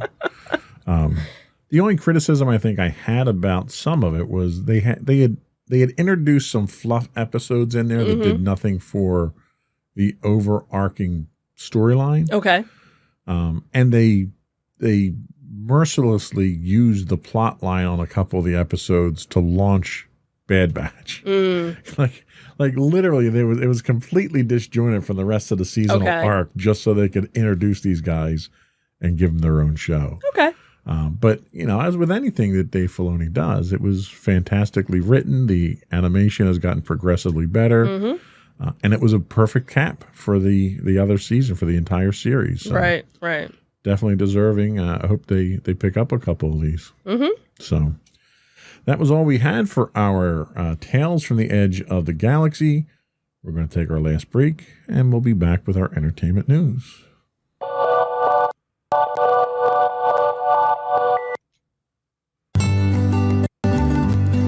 Insights into Teens, a podcast series exploring the issues and challenges of today's youth. Talking to real teens about real teen problems. Explore issues from braces to puberty, social anxiety to financial responsibility. Each week, we talk about the topics concerning today's youth. We look at how the issues affect teens, how to cope with these issues, and how parents, friends, and loved ones can help teens handle these challenges. Check out our video episodes on youtube.com/insightsintothings. Catch our audio versions on podcast.insightsintoteens.com or on the web at insightsintothings.com.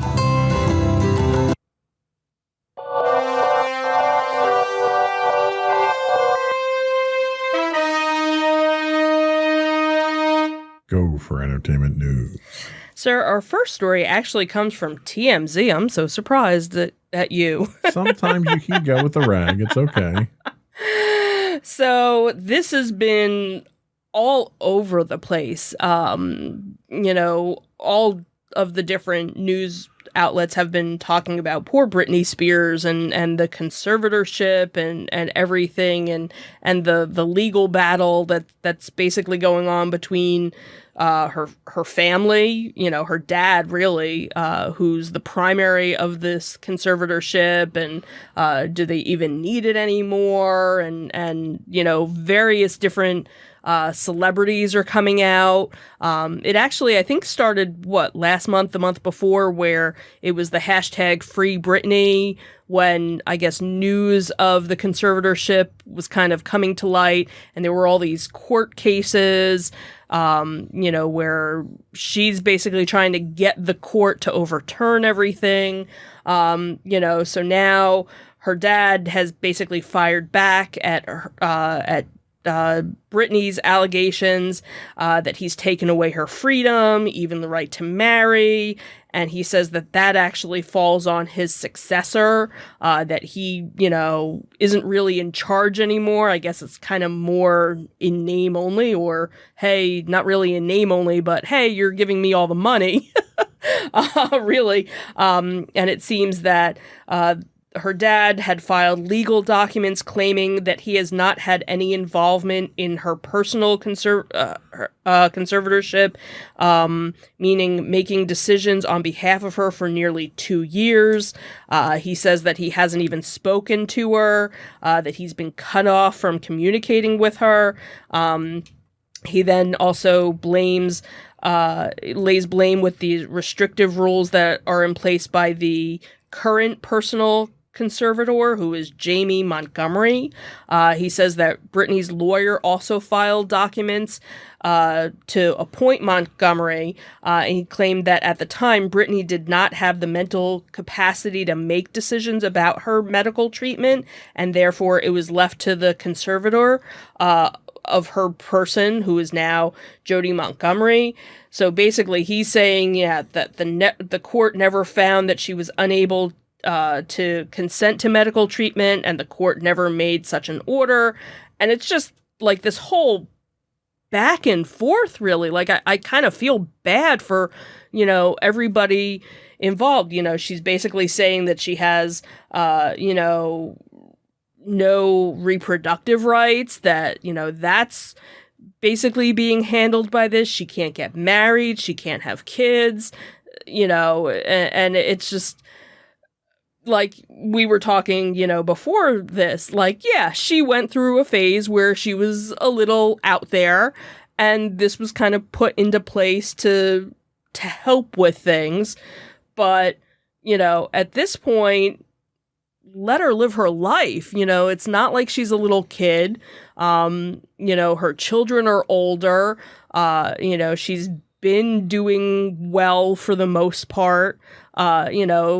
Obviously she even posted, on social media that, I might seem like things are okay, but sometimes things aren't. Everybody has bad days, but I don't want to keep lying and, everybody thinking, oh, everything's all hunky-dory when it's not, because she just doesn't feel like she has control of her own life at this point. So yeah, it's one of those things where the conservatorship, when it came in at the point in her life that she was at, probably saved her life.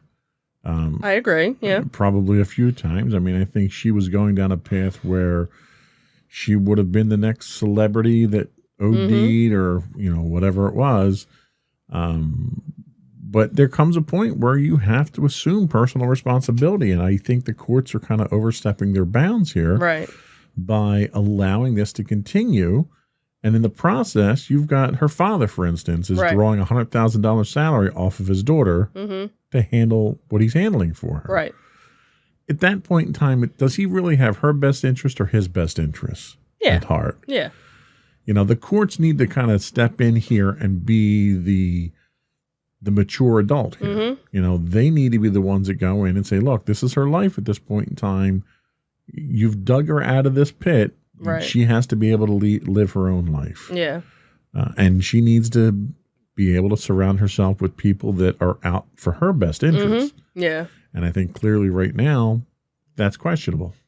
So it's unfortunate. But first world problems, I guess, right? Yeah. Yeah. So what else do we have? So our last story came from MSNBC or MSN.com, and it seems that the Black Panther sequel has now officially begun filming. So fans have been waiting for a follow-up to Black Panther ever since the film came out in 2018. Obviously, anticipation turned to heartbreak when last summer Chadwick Boseman had passed away after battling cancer. His loss obviously sent shockwaves to fans, fellow actors, and the entertainment industry as a whole. So on top of that, it was, what were they going to do with the film? There was so much speculation going back and forth. Would they recast the role? Would they digitally replicate him? Where were they going to go with the storyline? So obviously not a whole lot has been released about it yet. So what we do know is that the role has not been recast, There won't be any digital replication. They basically had said that Disney confirmed that they would be honoring his legacy and portrayal of T'Challa, and that they will explore the world of Wakanda and the rich characters introduced in the first film. So not too much of a teaser yet as to what they're doing, but at least we know he won't be replaced in it. Yeah, and there's a certain amount of comfort I think we can take in the fact that that role was his role. No one's going to come in and take it over. Right. They're not going to cheapen it by doing CGI. Right. And I would be willing to bet that they're probably going to have a tribute in the film. I could totally see and that. they're going to end the character in the film itself so that they can move the story forward. And it's going to be a tearjerker. Oh, absolutely. You know you're going to be bawling your eyes out. Absolutely. And, justifiably so. It was a very sad chapter in the Marvel Cinematic Universe. So that was all we had for our entertainment news of the week. We'll be right back with our insightful picks of the week.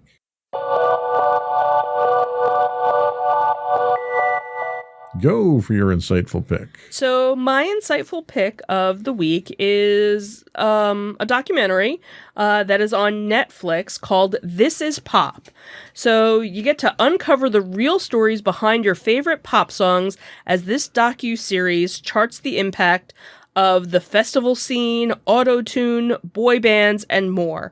This was a really interesting variety of a show. It wasn't really, one genre. It was basically all pop and what made pop music.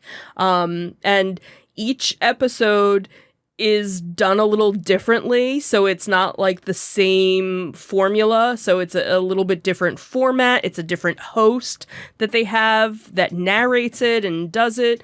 But again, it's a wide variety. So if it's something where, hey, I'm not really interested in watching the country episode, you can pass on the country episode and you're not going to miss anything. So each episode is kind of a standalone in it. So the first one was the Boyz II Men Effect, and it talks about how the Philly sound meets classic Motown in the crossover that became Boyz II Men, and then the string of inspired boy bands that kind of came in after that. And it was interesting because I remember when Boyz II Men came out and all the other bands that came out after, but never realized how it all kind of fit together. And then how kind of Boyz II Men got lost in the shuffle when all these other groups kind of came to light, never really had the same success, but kind of pushed Boyz II Men, out of the way. And now all of those groups are all having success again, as they come together all in like the same concert. They're doing these concerts all together. Then, one of the other episodes was talking about auto-tune and how, auto-tune was trying to enhance the music industry and how it kind of actually helped destroy some of the music industry with some groups that I didn't even, know of because it was more of like the rappers and things like that. But it was interesting, again, to hear these backstories. The one really interesting episode was the Stockholm Syndrome, and it talked about how Sweden had become music's stealth superpower. And basically, not only was it with ABBA, but Ace of Base and music and songwriter Max Martin, who you might not know the name, but you definitely, anybody that listens to any music from the 80s, 90s, or even now has heard a song that he's, written or produced. And then of course they had the country episode, which country's not my cup of tea, but it was still an interesting, episode to watch. They also went across the pond and did an episode about Britpop and how, there was this rivalry with these two bands that, I just kind of knew the songs. I didn't know all this backstory because all of it was happening over in Britain. Then they talk about all the different festivals, so like Woodstock was kind of like the first big one that happened, and then how all these, Lollapalooza and all these other festivals kind of changed, the music scene as well. Then they kind of went a little heavy hitting with what a song can do, talking about the songs that help with protests and different things like that, and even modern day things that just happened in the last couple of years, and the power of certain songs.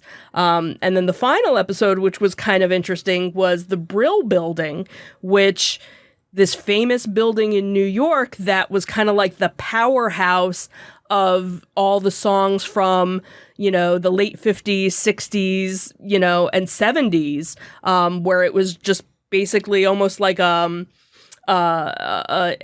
warehouse of writers coming out with all these, pop songs, and kind of, the history behind that and where it came from. So really a very cool, if you're into music at all, and again, any genre, just fascinating. And they have, interviews with performers and writers and, people from behind the scenes that, never get in front of the camera to hear, their story of how they came to be. So really, really interesting. Cool pick. Thank you.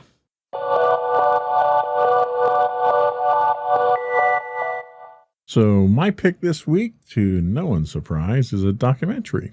It's actually kind of a drama documentary. It's called Across the Pacific. And I'm not talking about the 1942 American spy film starring Humphrey Bogart, although that is actually worth a watch. Though. Oh, okay. We'll add that. So this Across the Pacific is a series about the great aviation milestones in 1935 about crossing the Pacific Ocean by the Pan Am flying boat, the China Clipper.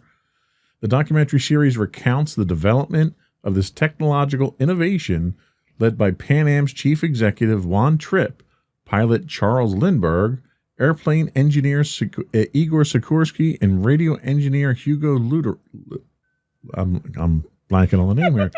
Luderitz. Not ludicrous, Luderitz. That was part of the pop music one. Well, yeah, that's what I keep seeing whenever I see that name.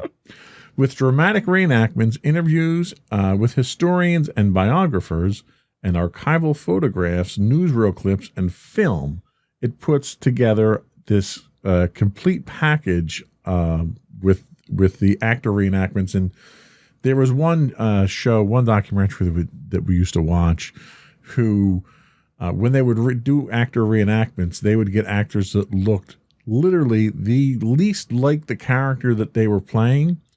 And they do the same thing in this one. So the character that plays Lindbergh, for instance, looks nothing like Lindbergh. So that is like your biggest thing when it comes to these shows, is like, get somebody that looks like him at least. Yeah, like, with CGI and everything, they can probably do better. Mm-hmm. So this 3-episode miniseries tells a remarkably detailed story of one of the more glamorous moments in aviation history. Episode 1, titled Airborne, introduces the film's 4 main characters. You have, as I said, airline executive Juan Trippe, Charles Lindbergh, Igor Sikorsky, and Hugo Ludacris. I'm just going to go with that at this point. Sure, why not? As they separately struggle to find a place in post-World War I aviation. Their struggles illuminate the challenges all aviation pioneers face in these early days: uncertainty. After repeated setbacks, the 4 men join forces, and capitalizing on the Air Mail Act and the aviation mania triggered by Lindbergh's 1927 transatlantic flight, set out to build an airline to South America. That airline turns out to be Pan Am. Episode 2, The Latin Laboratory. As they push southward, Trippe, Sikorsky, Lindbergh, and Ludacris build larger flying boats, harness radio to navigate safely across greater distances, and with the help from the U.S. government, outwit all competing airlines to dominate service in Latin America and launch the global air tourism industry. But all of this is merely preparation for their ultimate goal, flying the oceans. Trip spends 6 years carefully laying plans for an Atlantic crossing, only to have his hopes dashed when Britain refuses to let Pan Am's planes land because their own planes can't make the ocean crossing. With $2 million in new planes on order, Trip is stymied with no ocean to cross. And then finally in episode 3, another ocean. With his path across the Atlantic blocked, Juan Trippe surprises even his own staff by turning to the Pacific. Now you have to understand that traveling across the Atlantic and the Pacific are two very different things because of the distances involved. So defying the skeptics, Pan Am builds an airway to Asia, allowing its airplanes to hopscotch across the world's widest ocean by landing at 5 stepping stone islands: Midway, Hawaii, Wake Island, Guam, and the Philippines, all of which become key points of contention during World War II. So Hugo Luderitz's radio direction finders point the way. Igor Sikorsky's latest flying boat, the S-42, pioneers the route before eventually giving way to the Martin M130, known as the China Clipper. Within 2 years, Pan Am is offering regular passenger service to Hong Kong, connecting America and the Asian mainland. Air service from New York to London begins in 1939, completing a chain of airways encircling the globe.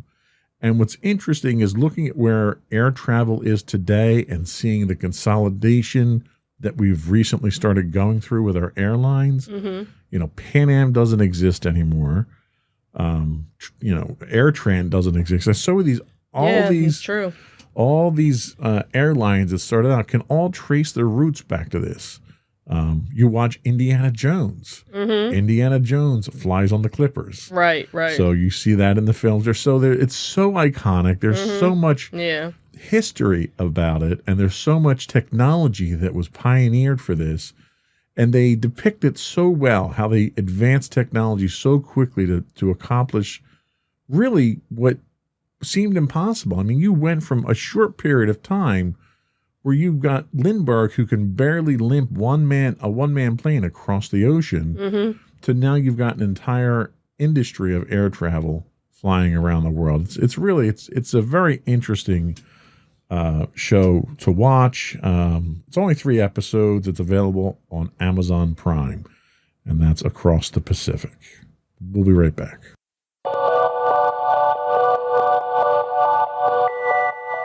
So we did have some afterthoughts. Sure. We got a lot of them, so we got to get through them real quick, right? Sure. So first coming up, July 17th and 18th at one of our favorite locations is... ZoloCon. I love saying that. I know you do. This one is in Warminster, Pennsylvania.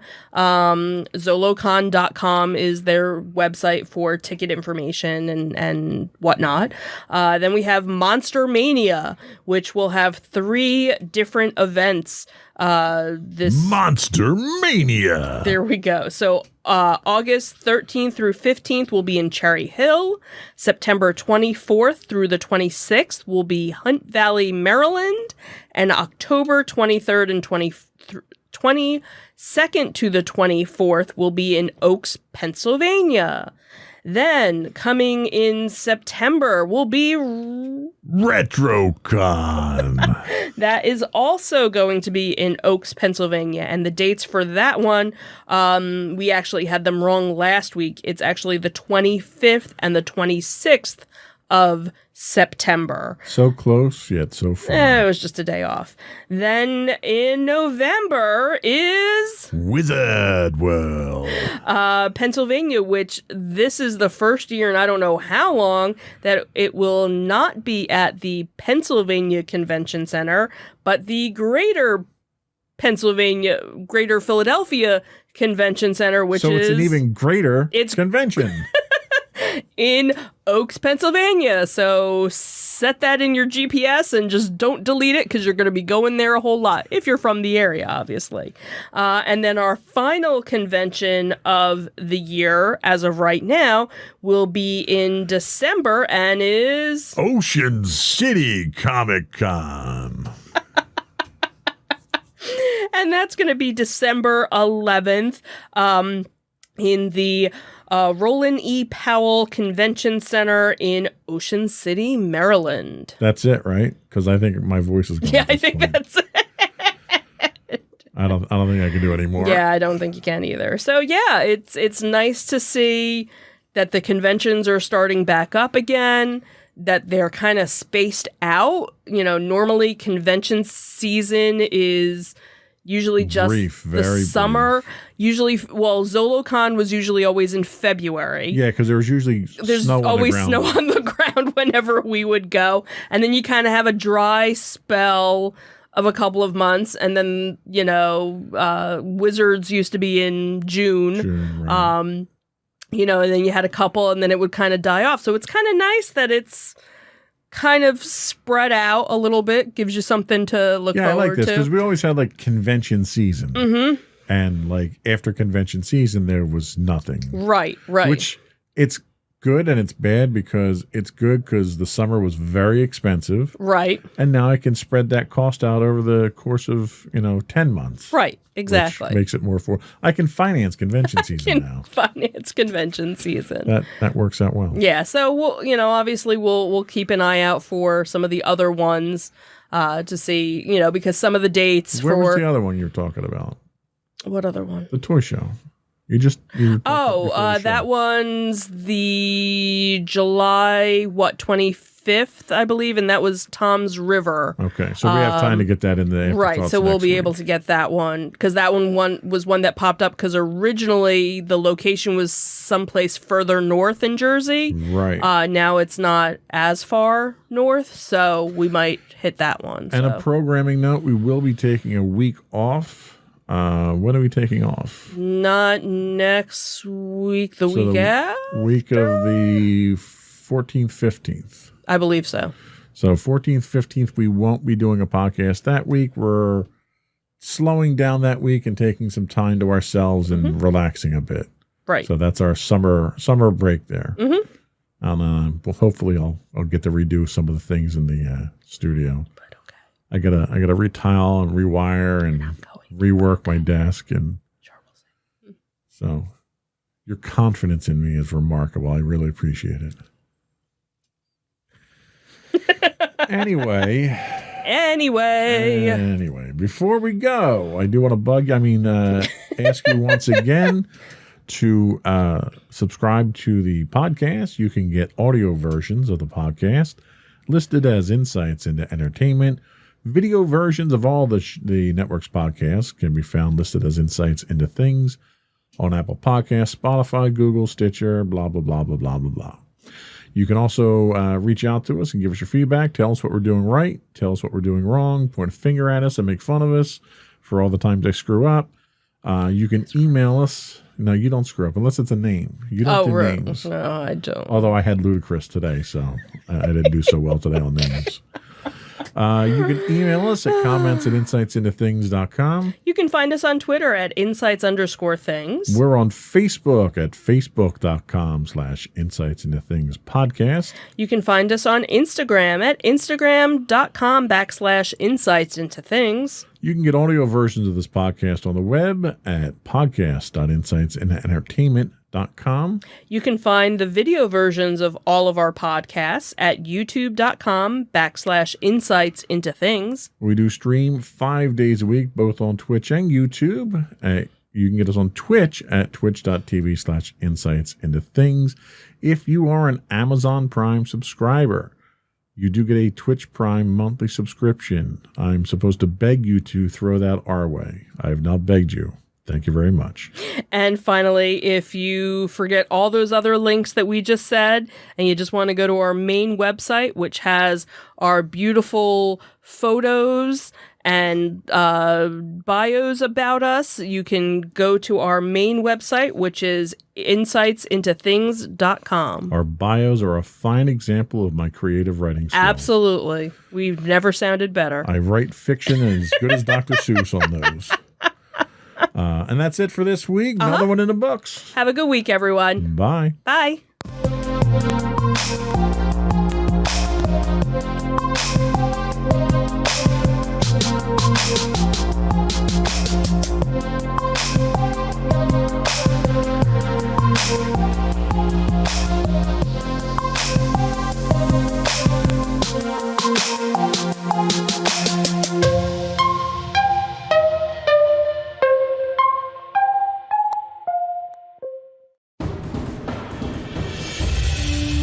For over 7 years, the Second Sith Empire has been the premier community guild in the online game Star Wars: The Old Republic. With hundreds of friendly and helpful active members, a weekly schedule of nightly events, annual guild meet and greets, and an active community both on the web and on Discord. The Second Sith Empire is more than your typical gaming group. We're family. Join us on the Starforge server for nightly events such as operations, flashpoints, world boss hunts, Star Wars trivia, guild lottery, and much more. Visit us on the web today at www.thesecondsithempire.com. Insightful podcasts by informative hosts.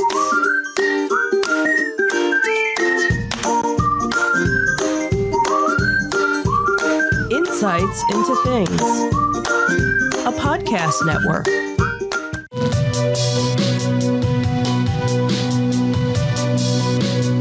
Welcome to Insights into Tomorrow, where we take a deeper look into how the issues of today will impact the world of tomorrow. From politics and world news to media and technology, we discuss how today's headlines are becoming tomorrow's reality.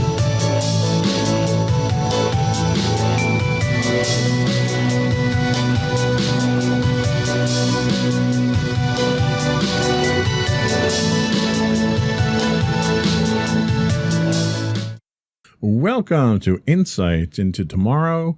This is episode 14, The Specter of Student Debt. I'm your host, Joseph Whalen, and my co-host, Sam Whalen. Hello, everyone. How you doing today, Sam? Doing great. Can't wait to talk about student debt. As someone who is a victim of it, I think you probably are the best subject matter expert we've ever had on any of our shows. If I'm an expert, I don't know that much about it. So, I mean, I owe them. I know that. So that's much I know. Well, you might not be an expert, but you're definitely a victim of it. So this week, we are talking about the pandemic of student debt. Why is it a problem in the United States? We'll talk about a brief history of student debt, and we'll take a look at what's driving the rise in student debt these days. And then we'll take a look at possible solutions to this problem plaguing today's youth and what the future of student debt looks like. Before we do that, though, I would invite our listening and viewing audience to subscribe to the podcast. You can get audio versions of this podcast listed as Insights into Tomorrow. Video versions of all the network's podcasts can be found listed as Insights into Things. We are listed on Apple Podcasts, Spotify, Google, Stitcher, iHeartRadio, Amazon, pretty much any place you can get a podcast these days. I would also invite everyone to give us your feedback. Write in, tell us how we're doing, give us your suggestions for topics you'd like us to talk about. You can email us at comments@insightsintothings.com. You can get us on Twitter at insights_things. On Facebook, we are facebook.com/insightsintothingspodcast. On Instagram, we are at Insights Into Things, or you can get links to all those on our website at www.insightsintothings.com. Ready to get into it? Yep. All right.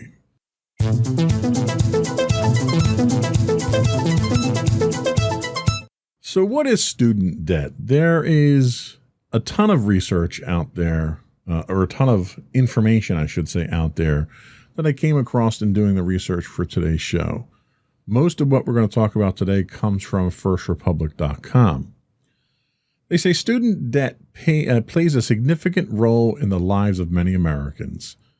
The cost associated with higher education continues to increase year over year, and for many, this translates to a heavier reliance on loans to bridge the gap. Consequently, outstanding U.S. student loan debt reached $1.7 trillion at the end of 2020, according to the Federal Reserve, which is an all-time high. To put that into perspective, that's roughly the GDP ranking of Canada, the 10th highest ranked country in the world by GDP. How does, that number to me is just astronomical. Mm-hmm. What's the impact of that number to you? Yeah, I mean, it's it's just like you said. Once you get past, honestly, 100, it's hard for me to fathom that number. But when we talk about trillions, it's like when you look at the national debt too. It's just these numbers are astronomical. You can't even wrap your head around them. Yeah. Let alone the notion of being able to pay that off, which is just, it seems impossible. Yeah, but the thought that if we wanted to pay off the national student debt right now, that's more money than Canada can generate in a year. Yeah. I mean, that's just, it's ridiculous. It's a great way to intro the topic too, framing it in that, how big of a beast it is. You know? Yeah, I mean, it seems, when you talk in numbers that size, it seems kind of insurmountable, really. So we have a couple other student loan debt statistics. The national average per student is about $39,000. The states with the highest student loan debt, number one coming in is Washington, D.C. Their average student loan debt is $54,400 a year. Just below that is Maryland with $42,700. Age groups with the most student loan debt are 18 to 29-year-olds. 34% of that age group have student loan debt, which makes sense because they're people either going into college or coming out of it. More than half of college-educated adults have student loan debt. That's 65% of people. 6% of borrowers who owe more than $100,000 in student loan debt, including the 2% owing more than $200,000, account for a third of all outstanding student loan debt. So a lot of people owing a lot of money. The vast majority of those borrowers who owe more than $100,000 took out loans for graduate school. Loans associated with grad school account for about 50% of the outstanding student loan debt. The other half belongs to the 75% of borrowers who took out loans for 2 or 4-year degrees. And then finally, the U.S. student debt has increased by more than 100% over the past 10 years. So we're looking at the numbers are only getting higher, and that's why we have the highest in 2020 with $1.7 trillion. And that's another, alarming statistic, to have anything go up 100% over the course of 10 years. Yeah. Has the quality of your education increased at the same proportional rate? I don't know. That's a good question. I mean, I've only been in college for 3 years now. I'm going into my senior year. But that large amount of increase, it seems impossible that there would be a reflection in education that would meet that as well. Yeah, and the business side of me looks at this and wants to say, all right, what's the cost-benefit analysis? If I'm paying 100% more over the last 10 years, is the salary that I'm taking when I come out of that college raising 100% more? And statistically, it's not. Salaries are not keeping pace with the current economic scale. Yeah. So you're paying all this much more for an education, but you're not getting the compensation on the back end of that to justify that cost. So there's a massive loss of investment here. How long do you think you're going to be in debt with college debt? I mean, judging by what I'm seeing now with my bills and things for the years, I'm probably in that average, $40K range for what I'm going to owe back. The bigger question is, I'm going into a field that hopefully I'll find a job quickly. I'm planning on going into the radio field, anything like that. So hopefully I'll find a job and they'll just garner my wages. That's going to be my plan essentially. Now I know some people that are going into medical field, so they're going into grad school. So that's half of those loans there that people owe. And those jobs are obviously, you end up spending a lot more and you end up owing a lot more debt, but you're pretty much guaranteed a job because the world always needs doctors and whatnot. Right. So I think it really depends on just what you're looking to do post-college and how long you want to stay in school and then how much you're going to pay too.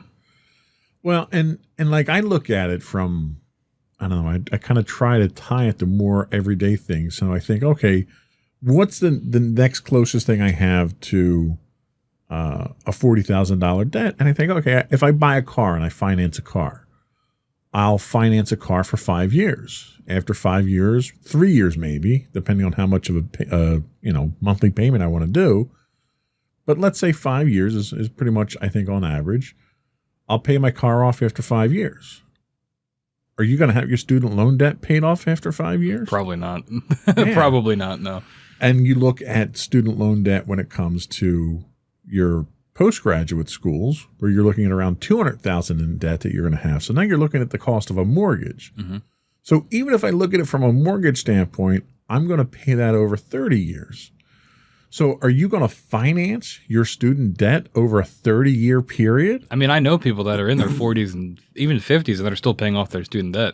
And that, I mean, sure, that's a financial question because it's going to depend on your income and your ability to make those payments. But it can go that long, and especially it's going to depend on what level of education you decided to go with.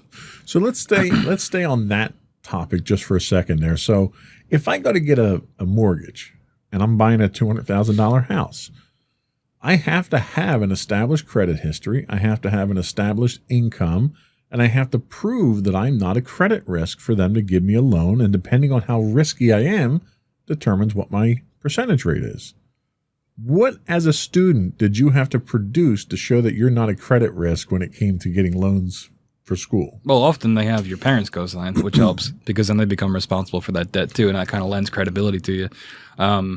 I applied to college, so I don't know how it works for grad school because I don't have any, aspirations of going down that path. But it wasn't as rigorous as a test as that of Right. Going for a mortgage. It was much more apply to the school, get into the school. Okay, you're pretty much you can just get loans, and there's not Right. that long of a approval process. It's more about how much you make, so that we know how much to give you. And I think that's kind of the point that I'm trying to make here is that the process itself isn't nearly as rigorous as it is to make sure you're not a credit risk, to make sure you're capable of paying it back. Mm-hmm. There's almost an assumption of, oh, well, pay us whatever we ask for, and then we'll make sure you get an education and get a good job that you can pay that back. Yeah, and I imagine it probably is designed that way because people going into college, they don't want to think about after college when they're going to have to pay all this back. They want to get their education. They want to, if they have a career in mind, they want to get to that as fast as possible. So they'll take any loans they have to. Sure. And I think one of the indirect consequences of this is that you're seeing the number of people that choose to go into a vocational profession significantly increasing over those that are going to college. I thought about that. I mean, my freshman year in college, I took mostly gen eds. And I was like, this is not what I want to do. So I started looking at broadcasting schools, and I seriously considered it in my sophomore year, transferring and just going to broadcasting school. Going to broadcasting school because a lot of the people that I look up to in the area that are broadcasters either didn't go to college or went to broadcasting school, and it just seemed like that's exactly what I want to do. Why not just do that? Right. But I ended up rethinking it because just having the degree. You talk yourself into it.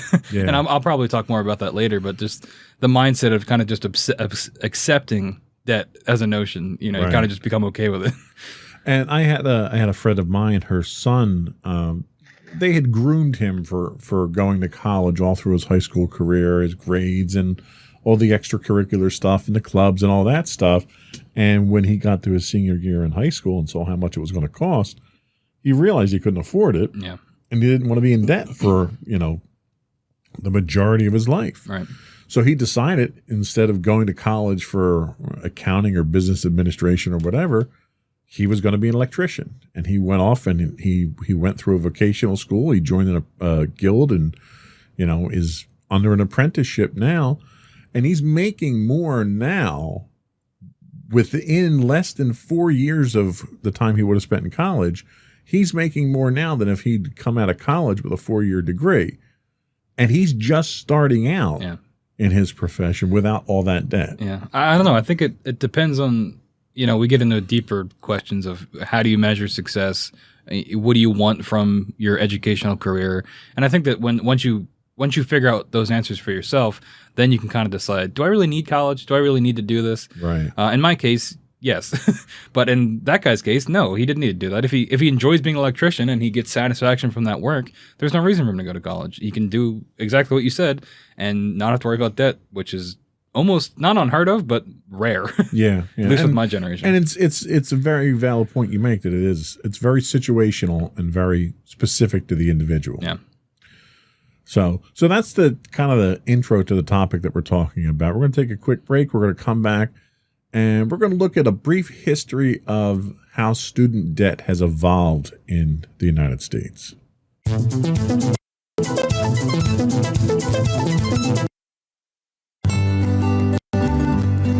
Insights into Teens, a podcast series exploring the issues and challenges of today's youth. Talking to real teens about real teen problems. Explore issues from braces to puberty, social anxiety to financial responsibility. Each week, we talk about the topics concerning today's youth. We look at how the issues affect teens, how to cope with these issues, and how parents, friends, and loved ones can help teens handle these challenges. Check out our video episodes on youtube.com/insightsintothings. Catch our audio versions on podcast.insightsintoteens.com or on the web at insightsintothings.com.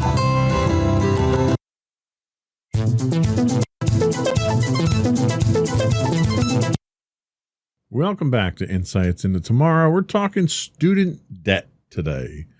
So let's just take a quick brief history of what student debt has looked like in the United States. Student debt really didn't come into being until around 1840.